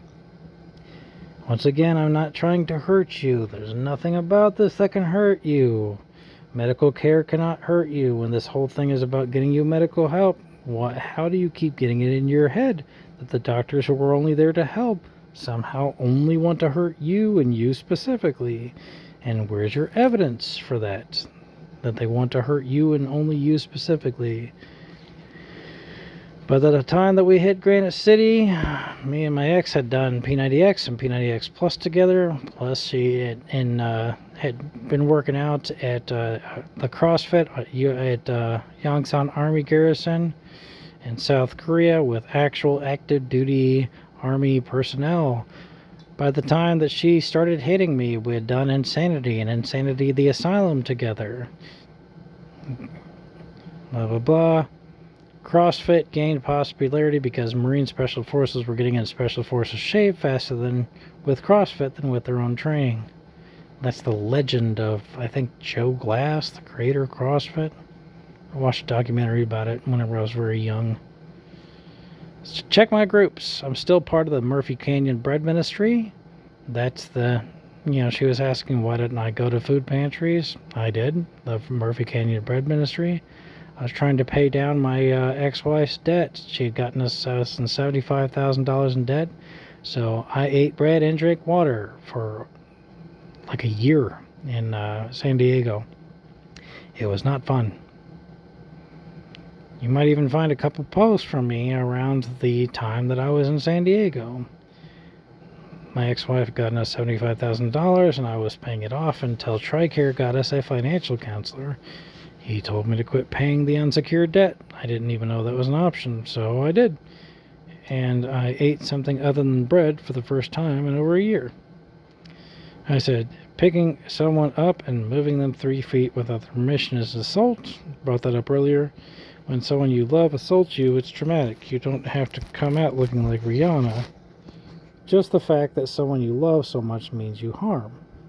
Don't believe me? Contact the Violence Prevention Center. Trauma shows up in SPECT scans just like a broken bone on an x-ray. It doesn't change just because you don't believe in it. Once again, do your medical records mention you loving your ex-husband? Does your youngest sister not love her parents because you lived with them while she was in school? You treat one person one way and your own son like trash. Why? Does she ever answer this question? No. What was I lying about precisely? Point it out. Provide your proof. She doesn't.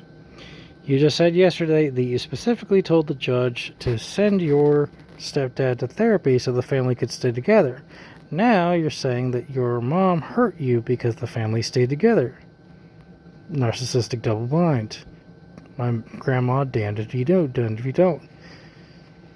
All after you know that she didn't actually stay with him. She moved away, moved out, and she moved out until he came home with a thing saying that he'll behave himself.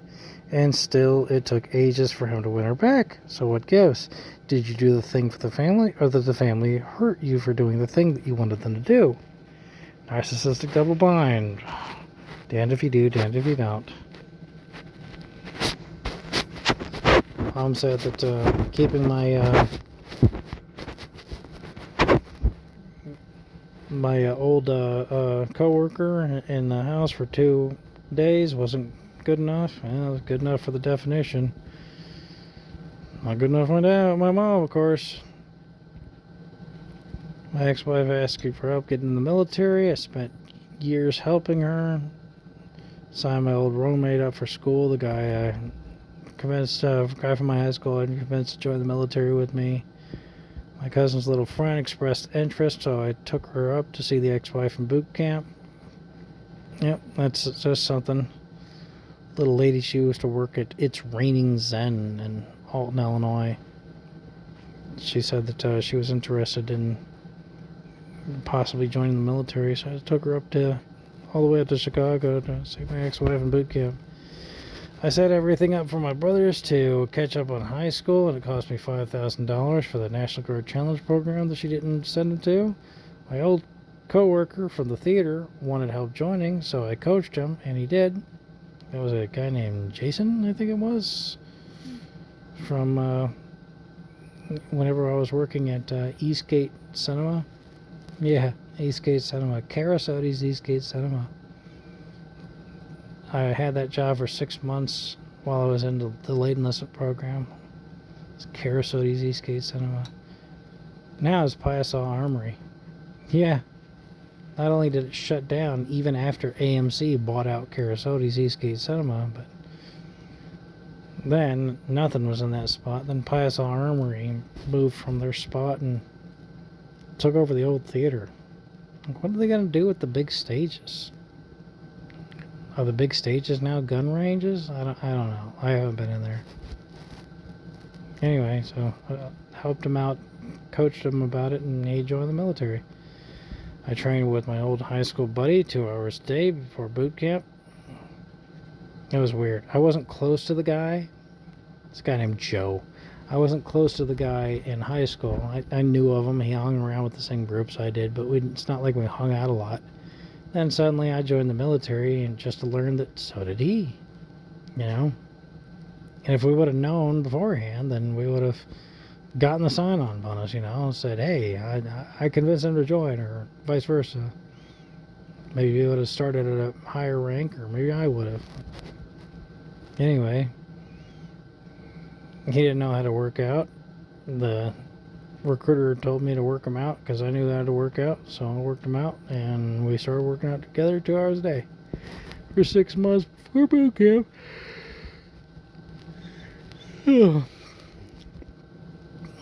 Before I signed my roommate up in East Alton, I signed him up in East Alton, of course, and then after he got out of active duty, I signed him up for school and everything. Online, I helped a guy gain citizenship by joining. He was in another country. I participated in the Lewis and Clark Community College veteran program. I kept in close contact with the guy in charge of the veteran liaison thing at Lewis and Clark Community College. The little buddy that stayed 2 nights in the house in East Alton, we met up in Korea whenever I was down there in 2013. We took turns helping each other out, just like the old times. Whenever she said, thank you for your service earlier, I said, hey, thanks for your taxes. And I asked, what's the comedic farce precisely? Please tell me what is so funny. You think she answers that question? No. Tell her about the study of Antarctic researchers showing that loneliness does the equivalent damage to smoking 2 packs a day, and studies of mirror neurons prove that yes, everyone has a required to have people in their life. Dan Butner's research on blue zones really drives that point home. People living in villages full of 100-plus-year-olds refusing to retire and die in bed after sex one day. Fascinating stuff. I recommend giving it a read. Got all that information from How to Live to Be 100 Plus, which is a fascinating, if you ask me, TED Talk. As for not wanting you in my life, what evidence do you have of that? I'm trying to get you medical assistance so you'll be happier, healthier, and wealthier, and thus be in my life for longer. Of course, being healthier presumes you'll be around for longer. Your only request from the doctor is to treat other people as you'd like to be treated. This is your decision. For over 7 years, you sat with the proof that you've heard of the people, and you refuse to prove those doctors wrong. You keep ranting and raving as if treating others how you'd like to be treated could in some way hurt you or take away from your life. It's not much to ask. You're deciding not to. You have the contact information for the doctors and the ways to prove them wrong. Your own sister confirmed this with the family therapist, that you're hurting other people to the point of nearly killing them. You're choosing not to do the thing that would make you happier, healthier, wealthier. Therapy is literally talking or texting someone with a certain academic degree. You're doing therapy right now, you're just not doing it with a therapist. You keep forcing everyone to do therapy with you, and they're not getting paid. That's abstract cruelty, and it's not how you would like to be treated. So what precisely is my work of true fiction? Please be specific whenever you answer this question. Of course, she does not answer that question.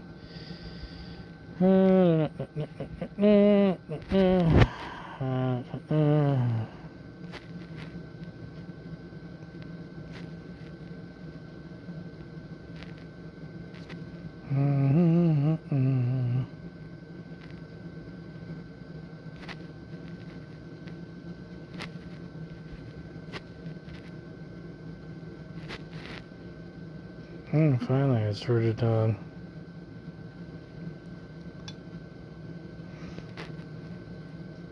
It's whenever I was trying to protect the identities of all these people.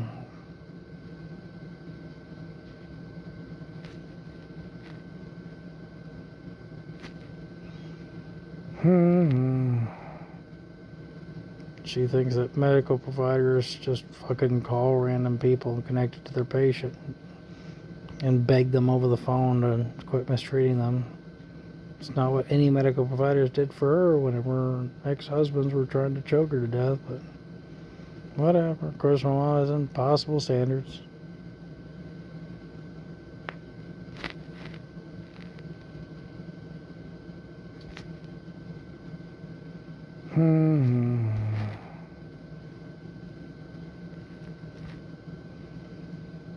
She says, my abuser didn't admit to my face nor apologize until Grandma passed. Another fact that you don't know. My grandpa didn't volunteer to go to therapy all by himself. It was court mandated because I actually went on the witness stand. I bet you didn't know that. I didn't. This is brand new information from me whenever she typed it out.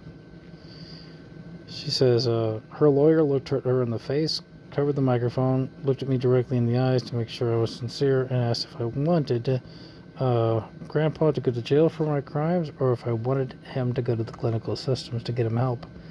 So, yeah, that was her, hugely pregnant with me in her womb, on the witness stand in court, and so that my brothers and sisters wouldn't have the chance to be hurt by their own father.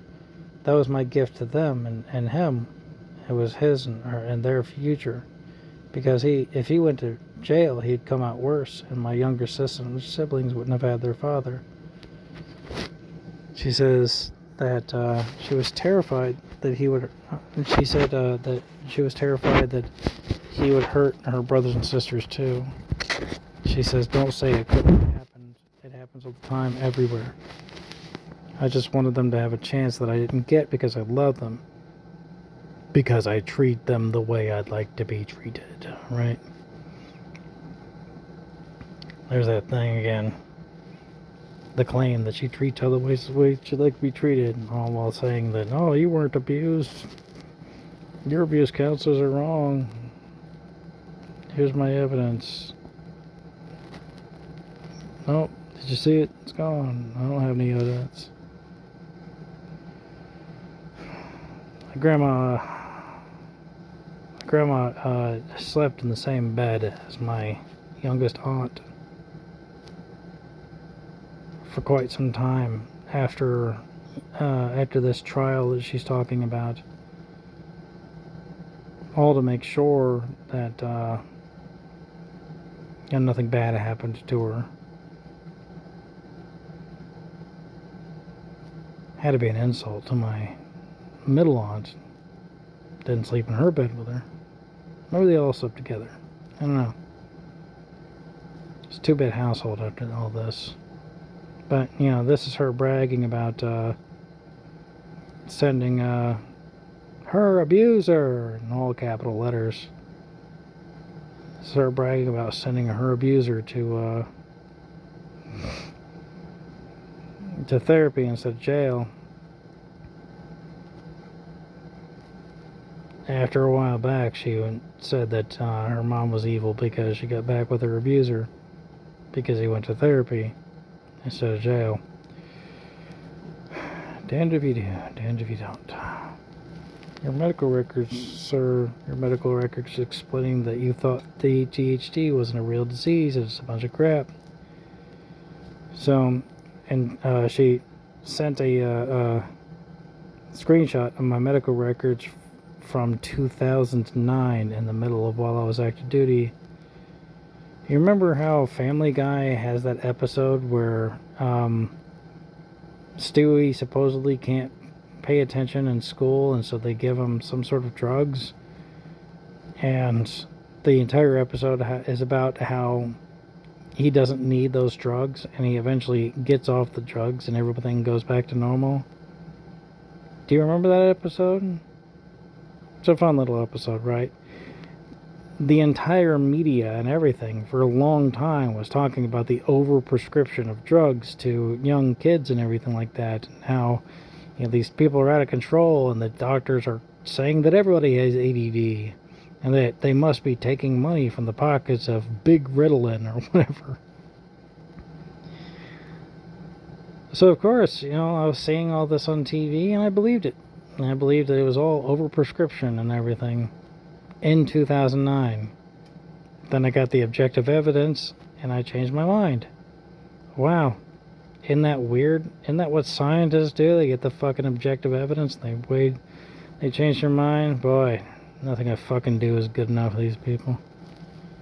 Oh, look, somebody diagnosed with narcissistic traits, type B tendencies, sense of entitlement, consistent responsibility, lack of remorse, inability to examine his own behavior for errors of judgment. Instead, he prefers to focus on ways that he's disadvantaged or wronged by others.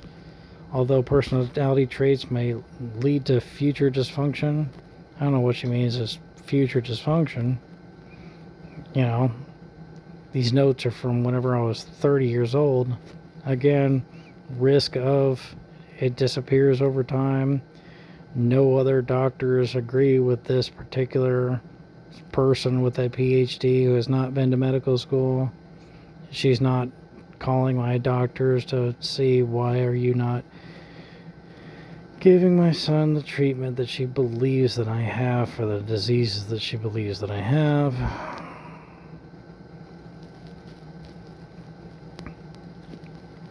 According to my youngest aunt, my mom has 2 different Facebook profiles because she thought that her Facebook profile was attached to her phone. She got a new phone, and so this different thing down there, it's still her. She got a new phone, so now she set up a different Facebook profile on this phone as well. It's technological illiteracy. It happens to everybody. Remember, she keeps saying in all capital letters that she's a senior citizen. And I'm recommending her, medical help. The kind that senior citizens get. Jesus Christ.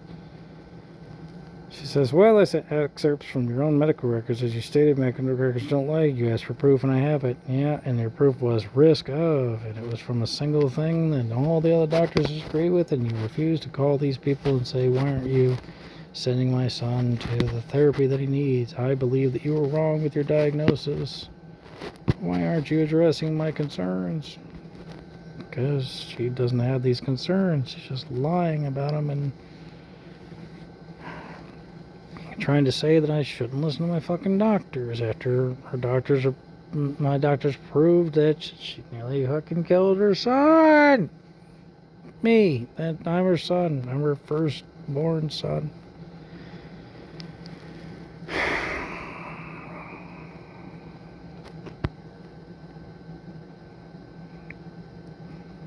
Responding to her saying that the doctors hadn't reached out for her, I said that's not their fucking job. Have your doctors ever reached out to your second husband, tell him to quit hitting you? I said, what the hell do you want with these people? You keep having people you're romantically involved with physically attack you, and you don't count that as a strange occurrence. You physically attacked your mother and your middle little sister, and everyone present said that you were the one that started swinging, but you tell the opposite story with no proof and want me to believe you. Hitting people is assault. It's a crime. Look it up. You can't hit people. Yes, a tree falling in the forest makes a sound. And if you go 120 miles an hour in the school zone, it's still a crime, even if you don't get pulled over. No, you have to get caught to have your job taken from you for crimes. You know this. What are you trying to pull? I was a military cop. I'm not psychic. I can't detect crime with my brain linked to a satellite. I have to see it to stop it. Why are you acting like this is news? She tells you the names of all the people that witness each individual incident, but she refuses to tag them on Facebook. Call them in here, man. Surely they'll agree with your sister being the aggressor instead of you started swinging at my middle aunt. Instead of the person with a track record of violence against family members who avoids medical providers at all costs and refuses to prove anything that she says, and increasingly wild claims that run contrary to the eyewitness accounts of dozens of people at a time. You flat out struck your own mother. What the hell are you on about? We all saw it. Wasn't self-defense. Call the witnesses to the stand. You say my eyes fed me wrong information. Surely consensus will prevail. See, that's the thing. You say I'll only believe what I want to believe, but it doesn't matter what I believe if you have the truth. If I say the sky is red and you point up, then I'm wrong, right? It's so much easier than over 7 years of arguing. Yeah, my cousins and I saw you release the dragon on Grandma from the second-story window of the house in Alton that was behind the Catholic Children's Home. Do you think I no longer love or care about anything? I'm literally offering you medical help right now. I'm closer to being a doctor than I've ever been. It doesn't matter if they're ecstatic or not to talk about a patient that they had 7 years ago. It's their job. If you just call them, give them a call. The number to the VA is always the same. She keeps saying my abuser in all capital letters, so I mirror her thing here. I said, my abuser is dead in a graveyard somewhere. He never apologized to me at all. This is after her saying that her abuser never apologized to her until after her grandma died. So, I'm saying, well, my abuser never apologized to me at all. Your second husband never apologized for being a dick all those years and beating me and beating her and choking her out, trying to kill her. My dad never said sorry for not paying child support. It's not about the apology, man. Yeah, I knew that, Grandpa going to therapy was court mandated. I didn't know that you chose to make him go to therapy, though. That's really fucking cool of you. Seriously, I was military police, but that doesn't mean that I believe in our incarceration system. It's fucked up. That's why I never called the cops on my ex-wife. It's also probably why no one ever decided to call the cops on you when you decide to go all Chuck Norris on your family members. And yet you told me to call the cops on you above. Stop acting all high and mighty, you said. And yet here we are with you holding my medical records saying that you nearly killed me, and I'm trying to get you help instead of punishment. She's bragging about this, and then, at the same time. So also, it's another compliment. I'm saying, whoa, that's really fucking cool. I didn't know that. And I didn't know that. Like I said, it's new information, but whenever she typed it out to me, I didn't know that story. Said, hey, Grandma was terrified too. And two, she kept the paper close at hand to call Grandpa's handlers if it got out of hand. He came back from the court-mandated therapies with papers saying that, hey, this is my guarantee that this man will not, misbehave again. And Grandma slept in the same bed as your youngest sister to protect her for years afterwards. But I said, but you do this thing all the time. This thing where she, tells this great grand story about something great that she did, and that proves that she treats other people the way she liked to be treated. So I give one back to her. I said, let me tell you a powerful story. There was this dude who was living in this country that was destitute as all hell. His people were starving. They needed a hero to save them. With his charm and charisma, he united the people and saved a bunch of lives. He became a global phenomenon and nearly took over the world with the might of his countrymen, saving thousands of lives in the process, feeding his people and bringing law and order to nations all over the world. That guy was Adolf Hitler. Does it make it okay that he killed 6 million Jews? See, I can do Godwin's law too. She asked me if I got my training from Auschwitz. Now, and that's Godwin's law. It's if an argument goes on long enough, somebody's going to bring up the Axis powers of World War II. So here I did it right back to her. I said, look, Ma, you got medical records saying you nearly killed me, and the remedy is treating others the way you'd like to be treated, and you've been refusing to do so or learn how for over 7 years. If Timothy McVeigh donated to charity, it didn't make him okay to blow that place up in Oklahoma. You got proof that you did wrong. These past 7 years, you've done lots more crimes. It's clear that you're not treating other people you like to be treated, and you know it. Please learn how to do so. It is free. I don't know what the hell I'm responding to here. It says, neat, I didn't start my ADHD meds until after my year of daily therapy in 2018. The PTSD was still a preliminary diagnosis at that point in time. It literally had a slash through it for either or. It's, one of her things that she circled in my medical record, either or. It was either, the thing that she's pointing out is the risk of either cluster B traits or PTSD.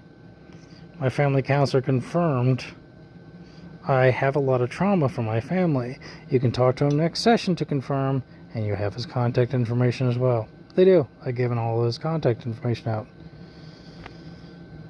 Whenever she had that screenshot from 2009 about how I didn't think that I believed in the over-prescription of medication to children.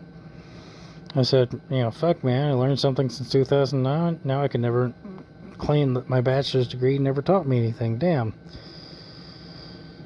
Here's another one. Good thing I was doing my daily therapy in 2018. Looks like you found a risk of cluster B traits. Thanks God that they cleared that up.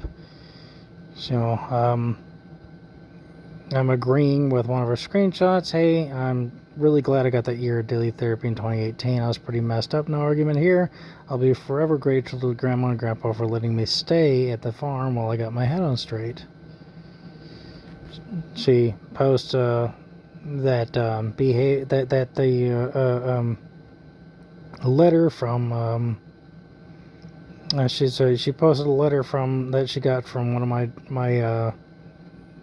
my teachers while I was a child. Again, it's okay for her to judge up the past, not okay for me to do it.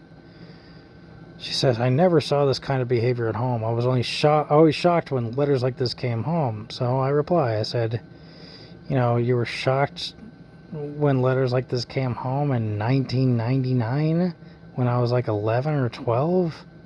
I said, weren't we still in the roach-infested duplex on Albee Street? I said, what? You're saying that I never saw this kind of behavior at home, but what the hell did you want me to do? You want me to fight the guy that slept on our couch? Because I wrestled with my stepdad every day. If we were already in behind the Catholic Children's Home at that point in time, the kids in the neighborhood got in fights like daily. There was a kid down the road that his dad was an electrician, and at some point in time, he came up with some real beef, and we got pissed, started fighting, and I was in the upstairs in the garage where there's lots of junk. We started hitting each other with boards that had nails sticking out of it. Serious as a heart attack, this happened. This is a real thing that happened. You can fucking go to that neighborhood and ask the guy. There's only one electrician in the area. I'm not making these people hard to find. I'm not trying not to dox them either, but, we started hitting each other with fucking boards with nails on them, and after a while, we just started laughing because the shit that we were doing was fucking ridiculous. We got along after that.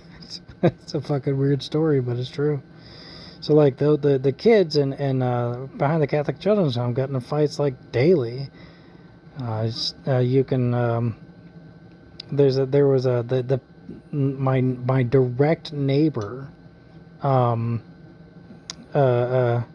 works up the road from Quick Trip by the Alton Mall at that personal training place, and of course he knows that they got in fights all the time. And I said, if that letter from my teacher was from the time was from the house behind the Catholic Children's Home, was it before or after you caught my stepdad smacking me around in his raggedy chair he kept in the corner of the living room? I said, it was a relief whenever you swooped in and made that little daily ritual stop. I said, you were my hero back then, Mom. I hope you know that. Another genuine compliment, because genuinely, I used to get in fights with kids all the time because the insult of that day was your mom, and say, your mom, and they're implying your mom is bad in some way, shape, or form, and that was fighting words. I had this dad that never paid child support. I had this stepmom that beat me and my mom and choked her and tried to kill her and everything, and people say, oh, your mom. Yeah, I would start throwing hands right away. Your mom? That's fucking fighting words. You don't insult my goddamn mother. She's an angel. She saved me from the big, mean, bad guy that was in our house that would try to kill her. He used to beat me every fucking day after school. Every day. And she came and she saved me from that. In my mind, at that point in time, my mom was an angel. And you don't say a fucking bad word about her, or I'm going to throw hands. And that's what happened. That's what happened all the fucking time. I was getting in fights all the fucking time.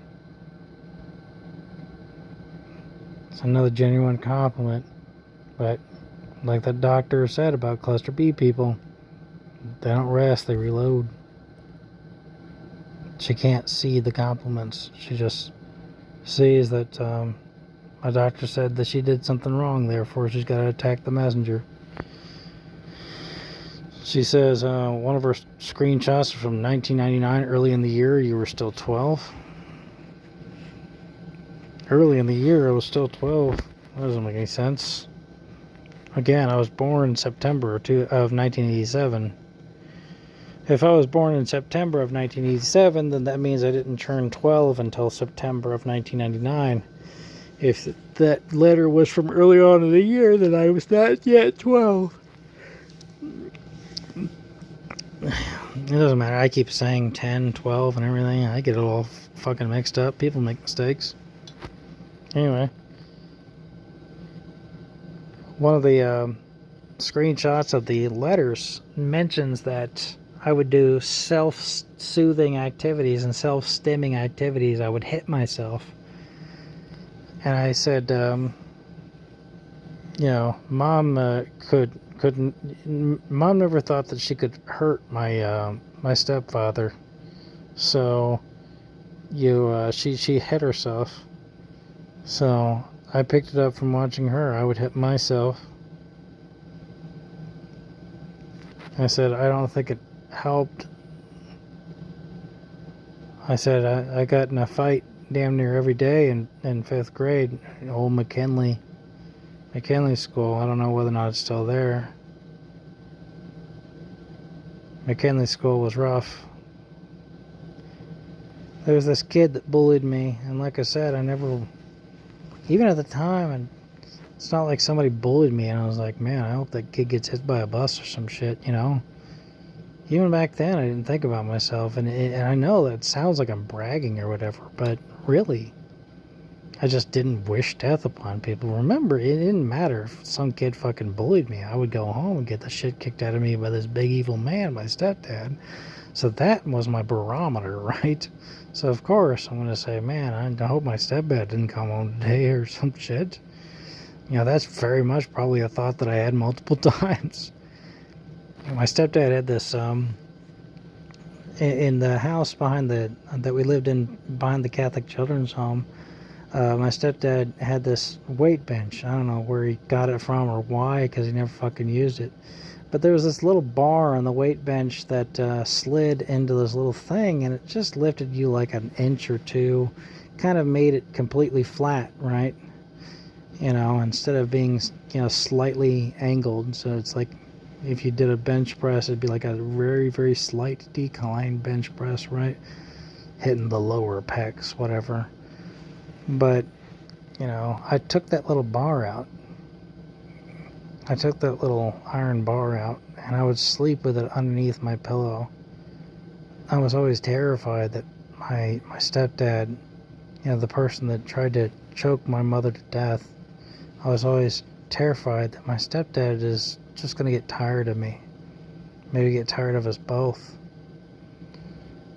I was always terrified that he was going to get tired of me and he was just going to come up in the middle of the night and finish the job. This time, instead of just smacking me around a little, he was finally going to take my life.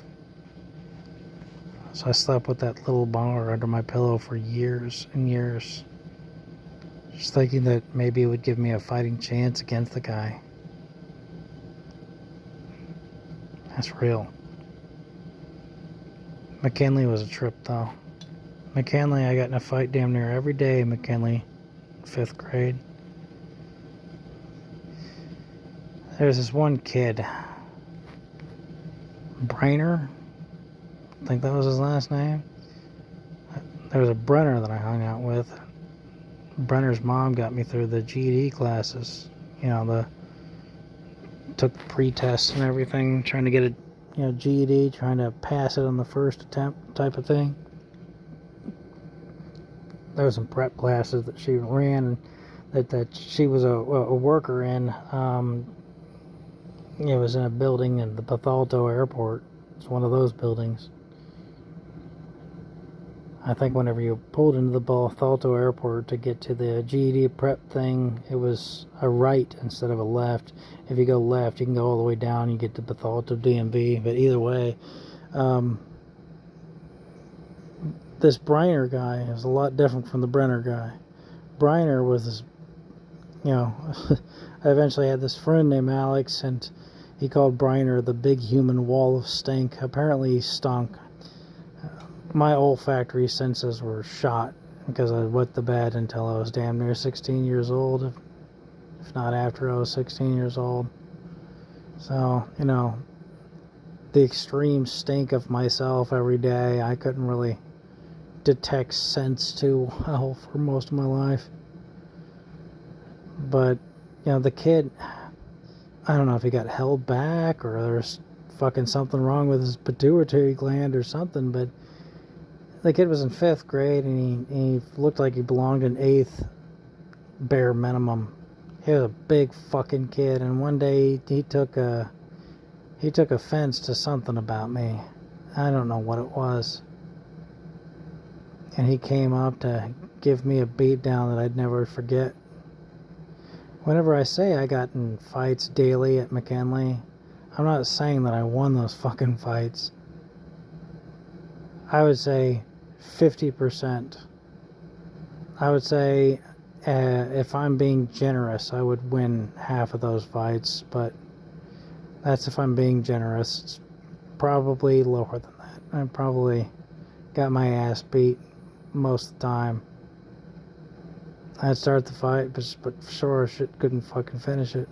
I was now stuck at 92.5 pounds for most of my childhood. Really skinny kid. Really, really skinny kid. But old Briner came up to me.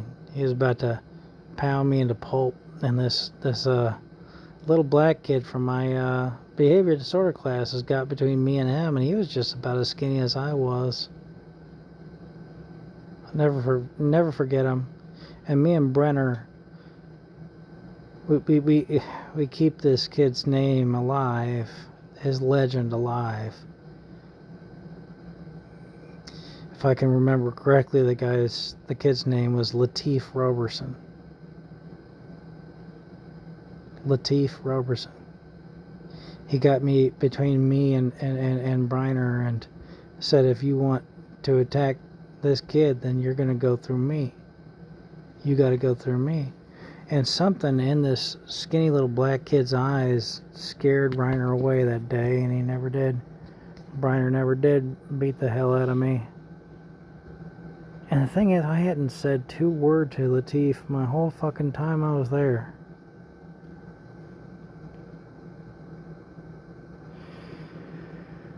So, one day that kid that bullied me, remember him? Never wished death upon him, but didn't like the kid. That kid that bullied me had asthma. You know where this story is going.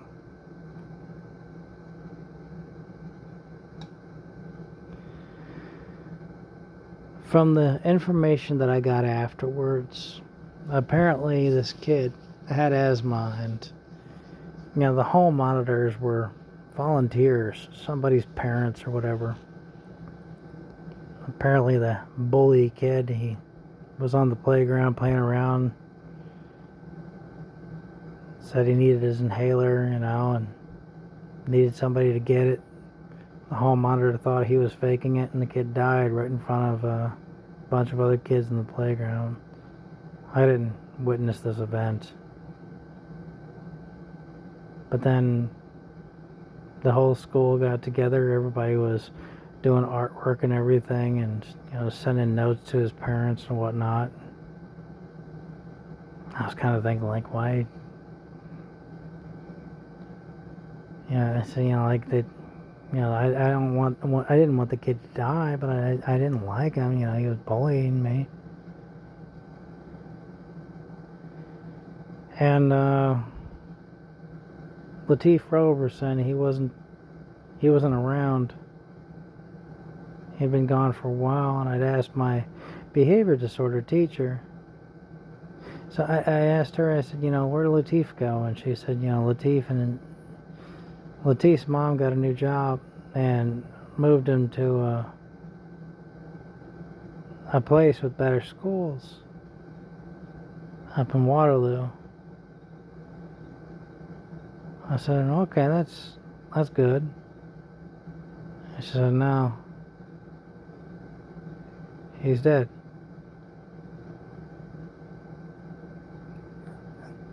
And I said, what? And she said, Waterloo, Illinois at that point in time apparently was the home of the Grand Wizard of the Ku Klux Klan. If you don't study your enemy, the people that mean you harm, gives them the opportunity to sneak up on you. Apparently, Lateef Roberson's mom was signing him up for school after classes. And while he was signing him up for school and everything in this new, higher income neighborhood type of thing, good old Lateef was out there on the swing set, jungle gym, monkey bars, whatever, just playing on the playground. A couple members of the Ku Klux Klan drove by, saw a black kid, said, not in my backyard, Shot him to death right then and there. What the hell was that kid trying to do to anybody? What was their plan? What the fuck is wrong with these people? So whenever my bully died of that asthma attack, and the whole school was making all this artwork and everything for him, I asked my behavior disorder class teacher, and I said, why aren't we mourning Lateef? And she was a real down to earth type of person, And she said 2 reasons. She said, 1, Lateef Roberson was black and your bully was white. It's a tragedy whenever a white kid dies. It's a statistic whenever a black kid dies. Nobody cares. And she said, number 2, he technically was not part of the school system anymore. He was being enrolled somewhere else. So the school administration saw fit that his death is not one to be mourned. To this day, me and Brenner keep his memory alive. I'll never forget his name. And God damn it, I could never find a single news article about all this. Maybe I'm searching in the wrong place. After all, it's supposed to be in Waterloo. That can be something I can try to work some Google foo on later, see if I can't find the poor kid's obituary from around that time. I never said 2 words to Lateef, and he fucking got in between me and Briner all because we were both in the behavior disorder classes, I guess. I never said nothing to him afterwards neither,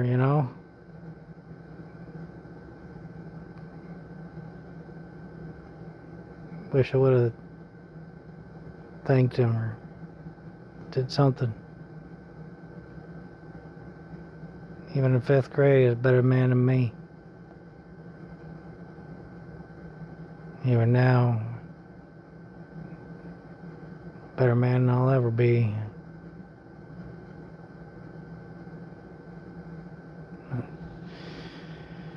And Mom said, surprised about these letters from the teachers and everything, that she didn't see this behavior at home, but obviously she wasn't fucking paying attention, voluntarily putting her head in the sand, because got in a fight daily down there at McKinley. More letters. Said, I told her, I was proud of myself. After I got out of McKinley, I went, there was some teacher that said that behavior disorder wasn't the best education. And since I was stuck at school, I thought to myself, I wanted to get the best education that I could get. So whenever I went from McKinley in 5th grade to 6th grade, I was upset at my mom because she signed me up for behavior disorder classes again, and I was determined to behave myself now, to let everything slide, not to get in fights no more. So I went from McKinley in 5th grade to West Middle School in 6th grade. West Middle School is now West Elementary School. It's pretty much catty corner, basically in front of the Catholic Children's Home. It was a short walk to get back home. But then they shut down West Middle School, made it into West Elementary, and I had to go to East Middle School. That studio apartment in Alton that I lived in not so long ago, about 2018 to early 2020, so before the wife finalized a divorce,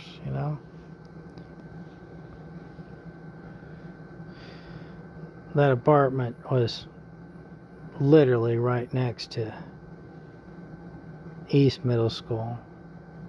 But of course now it shut down and turned into West Middle School. About a block or so away from that is Clara Barton. That's where I went to school for the 2nd grade. I even had the honor in Clara Barton. There was a little play about the Piasa bird. If you don't know about the Piasa bird, look it up. Alright? We've got our own dragon down here. I am serious as a heart attack. It's a very strange looking creature. I was always under the impression that it wasn't a dragon, that it was a chimera. It's a very strange looking creature. It's very unique to the area. Look up the Piasa dragon if you don't, or the Piasa bird if you don't know about it. It is a crazy wild thing. But for whatever reason, the legend of the Piasa bird, Oatoga and his braves, we had a little they had a little play that they put on at Clara Barton, and I was in 2nd grade, and I was lucky enough to be one of Oatoga's braves. Oatoga, he presented himself to the Piasa bird who had been swooping down and eating the babies of the Illinois Indians. That was the legend, right? If you go down to the Piasa bird on the River Road in between Alton, Illinois and Grafton, Illinois, you go down that River Road, you're going to see, if you're going towards Grafton, Illinois, you're going to see the Piasa birds painting up on the bluff. And if you take a stop there in the parking lot, you'll see a little, a little plaque, to the right of the, kind of in the middle of the parking lot type of thing, off to the side. Little plaque there that kind of looks like a big old arrowhead. And it has the legend of the Piasa bird. Piasa bird had been eating the Illinois Native American tribes' children. Oatoga goes out there and presents himself to the Piasa bird. The Piasa bird swoops down to try to eat him too. But all the braves pop out of the bushes and they all riddle the Piasa bird with poison-tipped arrows. The Piasa bird can't fly off with Oatoga's whatever and crashes into the mighty Mississippi, never to be seen again. It's a very strange story. Not a word of it is true.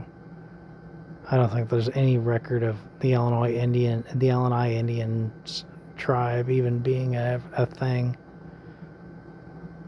It's our local legend. It's such a strange thing, but I had the honor of being one of Oatoga's Braves. I was so excited. They put one of those paper grocery bags. They cut a hole in the bottom of it and 2 holes in the side.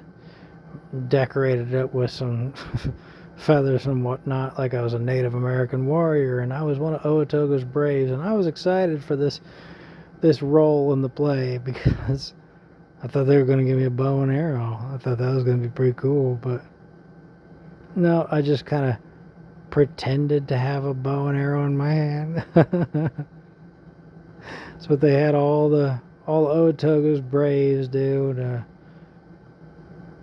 tell the story of the death of the Pisaw bird and the savior of the Illini Indian tribe. Now that place is shut down. I met my best friend in the world for most of my life there in Clara Barton in 2nd grade. He ended up living next to me on the other side of the house whenever I moved to we moved to that house behind the Catholic Children's Home. He wasn't really right next to me. It was his dad that was right next to me, God rest his soul. And his dad got custody of him every other weekend or whatever, so got to see my best friend in the world.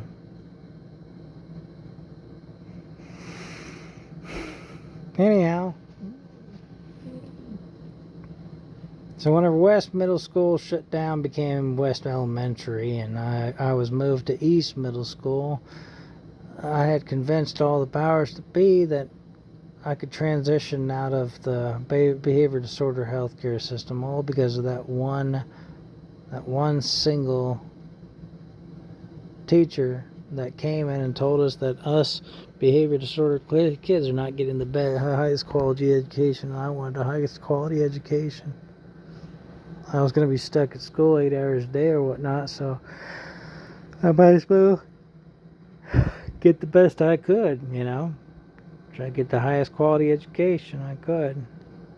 So in 7th grade, I was in half and half regular classes, half behavior disorder classes. And they agreed to get me in normal classes in 8th grade. I struggled a lot to keep up, but I managed it. I was so mad at myself because after all that hard work for 2 years, I was a big fucking bully. Man, the guy was about the size of the old Briner kid, remember?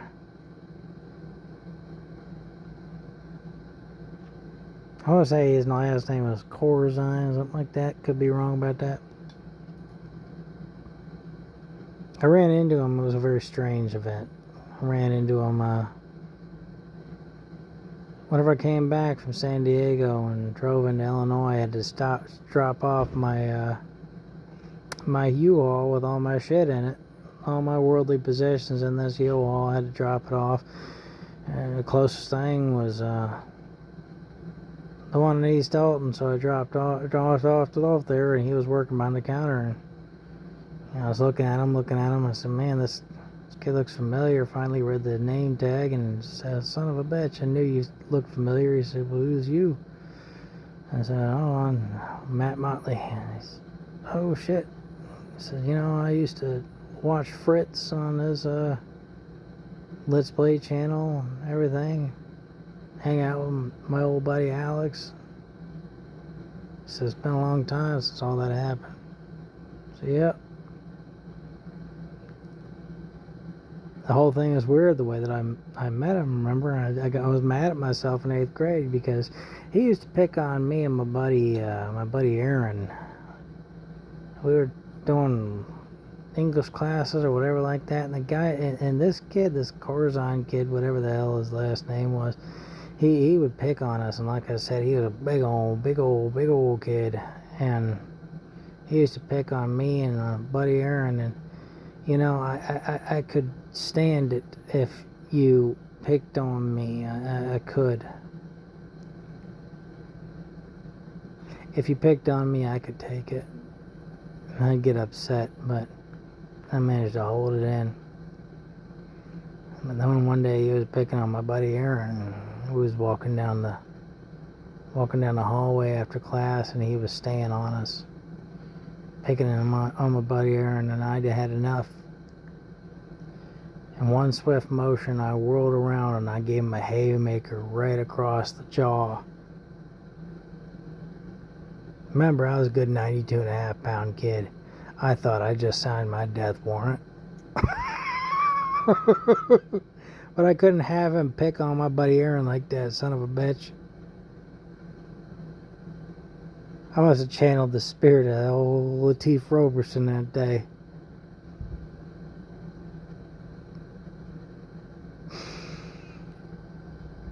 Punched that kid right in the face, you know. Spun around and I was mad at myself for losing my temper, but I was proud of myself for standing up for my friend.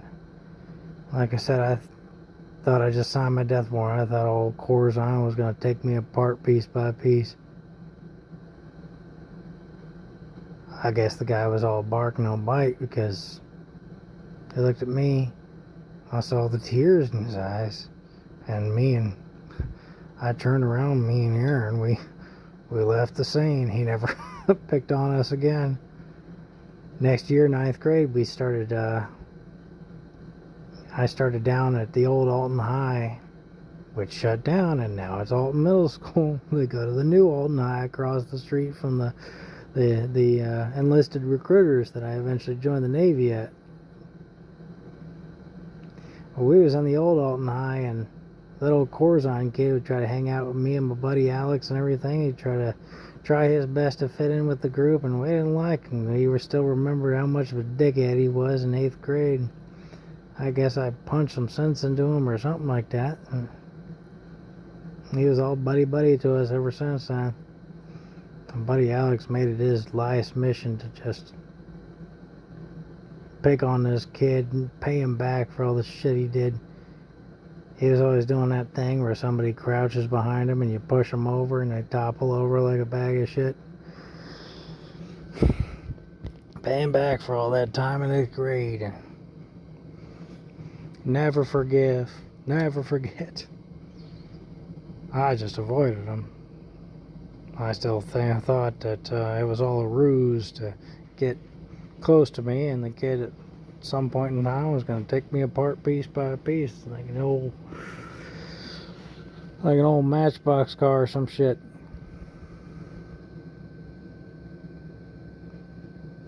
Anyhow, I kept my cool. Kept my cool.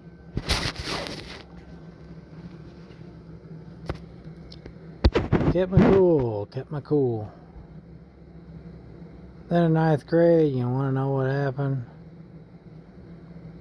You won't believe it. 9th grade, old Alton High.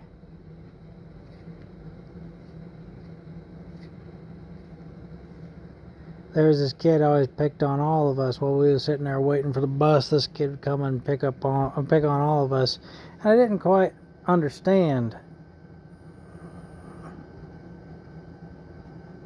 why nobody would fight back against him. I had 3 whole months of Taekwondo under my belt with this little spot that was opened up pretty much in between the Alton Square Mall and Target. 3 months of Taekwondo under my belt, I was feeling cocky. I said, why the fuck doesn't anybody put this kid in his place? I didn't want to be the one to do it. I was still trying to hold it all in, behave myself. One day he's picking on me and my friends while I'm waiting for the bus. I still don't understand why nobody just beat the hell out of this damn kid. He's a pudgy little turd and running around bothering everybody. And he had that wallet chain. You remember wallet chains? And he was doing this thing one day. He would do this little hop, and he would try to hit you in the face with his wallet chain. So he came up, got in my face, started doing that, and I I said, if one link of that wallet chain hits me in the face, I'm going to beat the shit out of you. He got in my face and said, oh yeah, do it. Fuck me up, but beat me up. You won't do nothing. And he walked off. I said, I gave him the conditions. So he goes around trying to hit people in the face with his wallet chain again and circles back to me. He starts doing it again. I tell you, that wallet chain, one single link of that wallet chain, I think it damn near rustled the fucking hairs on my chinny chin chin, and it was over. I snapped. I was up against the brick wall of the school waiting for the buses. My back was up against the wall. All 3 months of my Taekwondo training came into effect right then and there. I did precisely all the shit that they didn't fucking tell you to do.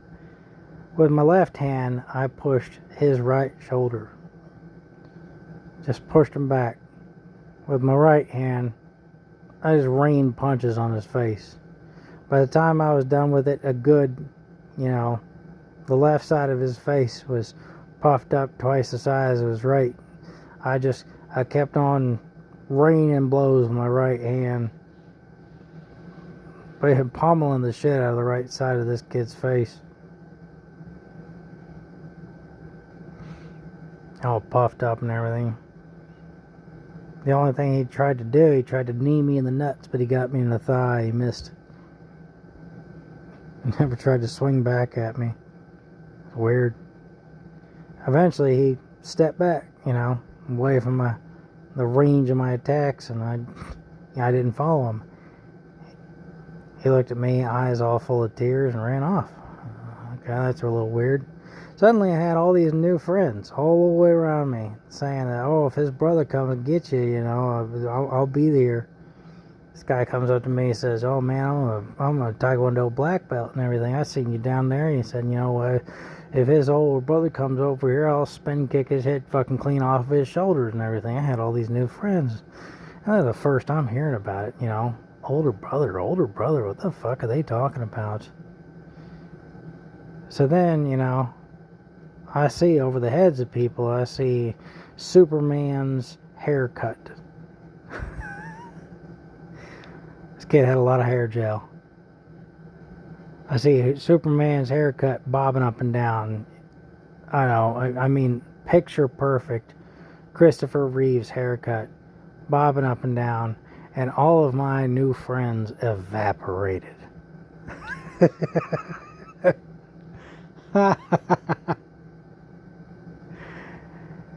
And this big fucking kid, bigger than Corazine, a lot better belt, bigger than Reiner and everything else. He comes charging up to me, and at first he comes towards my buddy Alex, and my buddy Alex full on. He tosses his backpacks, charging up to my buddy Alex. My buddy Alex full on threw me under the bus. Two hands, index fingers pointing at me. Nope, I ain't the guy. That's the fucking guy. Threw me right under the bus. And that big old fucking kid comes right up to me, grabs me by my shirt. And he says, are you the one that beat up your little brother? My little brother? And I said then, I said his name, that pudgy kid and everything. He says, yeah, that's him. And I said, yes, sir, did. Yes, I did. And he rears his right fist back to just give me what for, and looks behind him, and his bus is here. And instead of punching me, he sticks his big old index finger in my face, and he says, tomorrow, your days are numbered. Picks up his backpack, gets on the bus before it rounds off.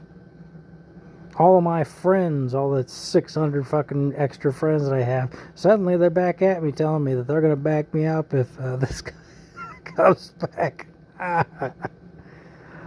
Oh, I spent the rest of the year walking the entire other length of the quad trying to avoid a Superman haircut kid. Apparently he was the star linebacker, running back, whatever, star of the Alton High football team, whatever the fuck it was. And that's why nobody picked on his pudgy little brother who was a little shit to everybody. I never knew. I never knew. I avoided that guy that entire semester. And the next semester began. I was sitting down in the reading. Well, I was sitting down in the English class as my old reading teacher from middle school. Apparently he snapped some chick's bra and, a little kid's fucking bra and got demoted to Alton High because nobody wanted to work there. He was my old reading teacher. It's like, oh, that's fun to see him again at least. You weren't supposed to have visible bra straps. Apparently he snapped some kid's bra. Fucking fired, demoted. Gotta teach at Alton High now. I sit down in this class and guess who sits behind me? Superman here. I'm just sitting there trying to be invisible. Whole class. Finally, a couple class periods in, one of his other football buddies is sitting beside him, and I see him, corner of my eye, I see him lean over to old Superman here. He's kind of like half whispering, he says, that kid in front of us. He says, isn't that the kid that beat up your little brother? Superman here goes, yes, he is. I said, well, didn't you wait until after class, kick his ass or some shit? He says, what's the plan? He says, nah, he deserved it.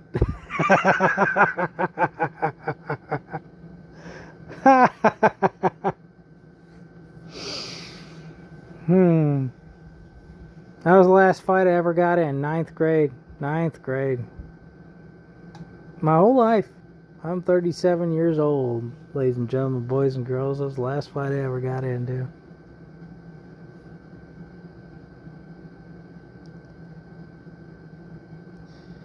I said, so in this thing I said, I'm not going to apologize for beating up old, punching old Corzine or whatever in his face. Because he was fucking with my buddy Aaron. I was happy he didn't take me apart piecemeal. Rip my arms off like Goro from Mortal Kombat,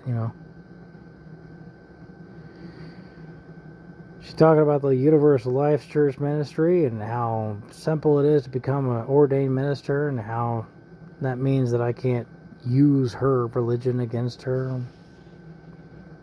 She says any idiot can do it. There's YouTube videos to help you. You ever met a Catholic priest? So she says she's not sure that she believes in the righteousness or holiness of ministers. Because I told her, I'm a minister. She's saying that her religion is precious to her, but I'm the one that was a minister, and I don't even belong to that religion. So I'm a Buddhist. So she says, yawn, any other cannon fodder for your mother and your pathetic attempts to debunk my mental health and strength?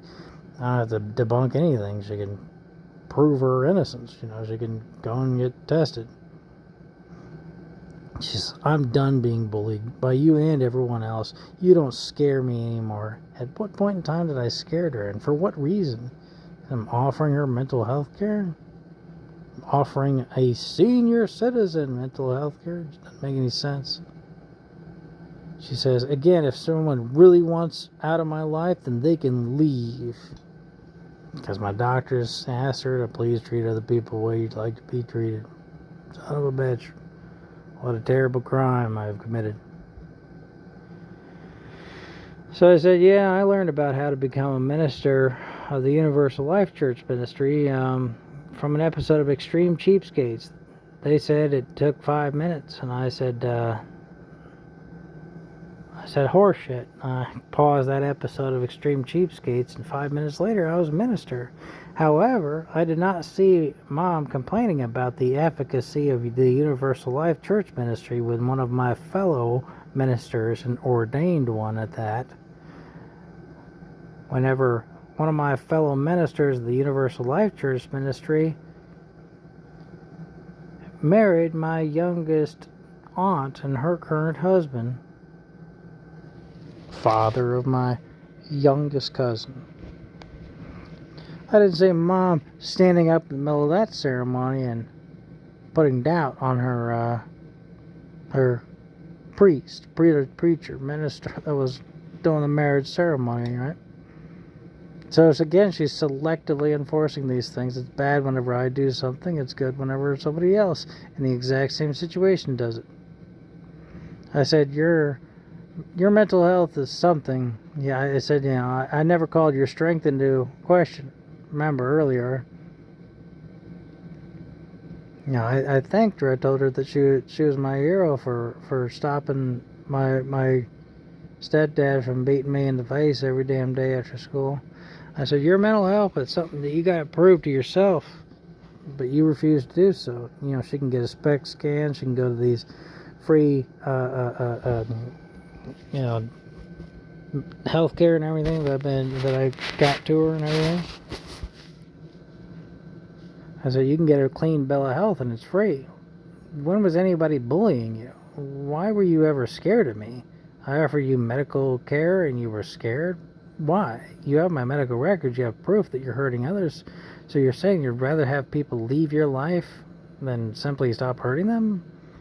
To talk to a person, to do what she's doing right now, to communicate with another human being, but they happen to have a certain degree?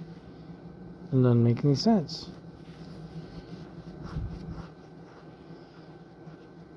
So one of the screenshots that she had posted was from 2012. I was fighting depressive symptoms with a product at the time called WellTab. And they said, take one WellTab for increased mood and take 2 WellTabs for a really bad day. And I was taking 2 WellTabs every day. I don't know what the fuck they had in it, but they'd stopped producing the damn thing, and I was shit out of luck, Homegrown antidepressant, I guess. I don't know.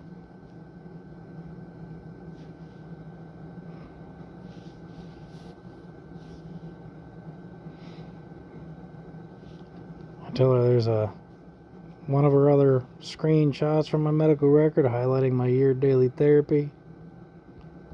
And there we go. We're all the way back at the end. At the, finally, thank God.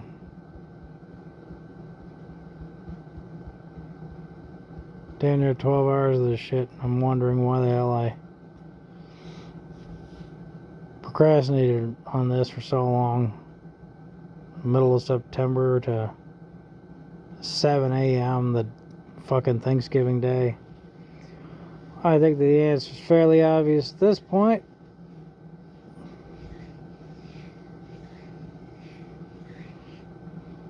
And part of this is, clearing the air. Part of this is showing you who this person is. Part of this is trying to help other people in situations like this. Whenever I first took the interpersonal skills program, which is what they called it at the time, eventually being called the interpersonal psychotherapy group at Veterans Affairs. Whenever I first took that program, it was following my stint at the inpatient psychiatric facility at Jefferson Barracks. They started the program very simply. The psychologist leading the group came out and she said, you are a veteran. You have been mistreated. Said it's such a statistically high percentage of veterans that I can confidently say, you are a veteran, you've been mistreated. That's what happens to veterans. She said, so we're not here to talk about whether or not you're mistreated. We're not here to talk about whether or not it's your fault. That's not what we're here to talk about. We're here to talk about what's next.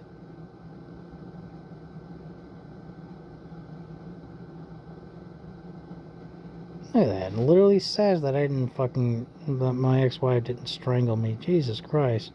I'm making shit up. Anyway. interpersonal skills group said, that's what happens to veterans. Veterans get mistreated. We're talking about, this group is about what to do about it. What do you do about it? You want to get with me, talk about the individual issue?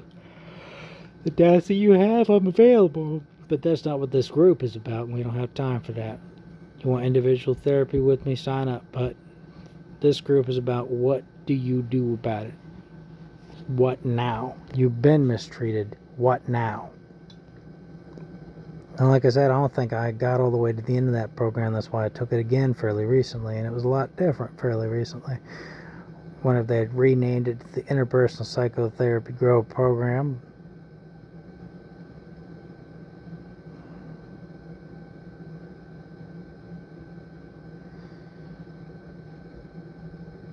So part of this is trying to help out other people in this situation.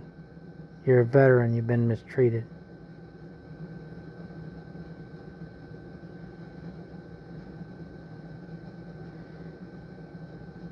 Part of this is correcting the record. Part of this showing people who my mom really is. Part of this is showing people what I've been dealing with. Part of this is trying to reiterate for one last time what the stakes are, that I nearly died. And these people refuse to treat me any better, or even just treat me the way you'd like to be treated. Very simple request, I think, and it's not too much to ask. And even her own mom's oldest sister said it ain't too much to ask. Said that in front of the family therapist, the one session she showed up for, and wasn't too much to ask, but apparently it's too much to ask.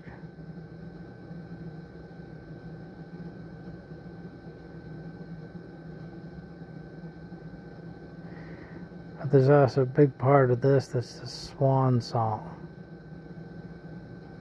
It's me reminiscing about the past and everything, and it's the sort of things I would say to my mom at her grave, Once I cut contact with the family, and the relationship between my family and I are dead.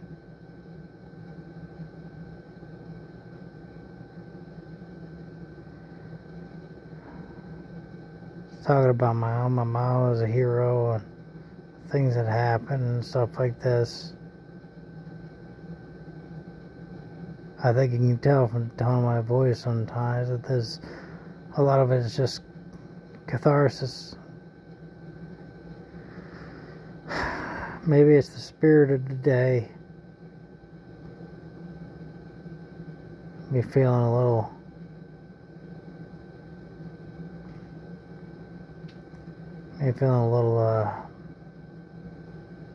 thankful about certain things. Well, I gotta wake up and be at the farm for lunch in 5 hours. Well, less than 5 hours. Wish me luck, I guess. Try to get this uploaded lickety split.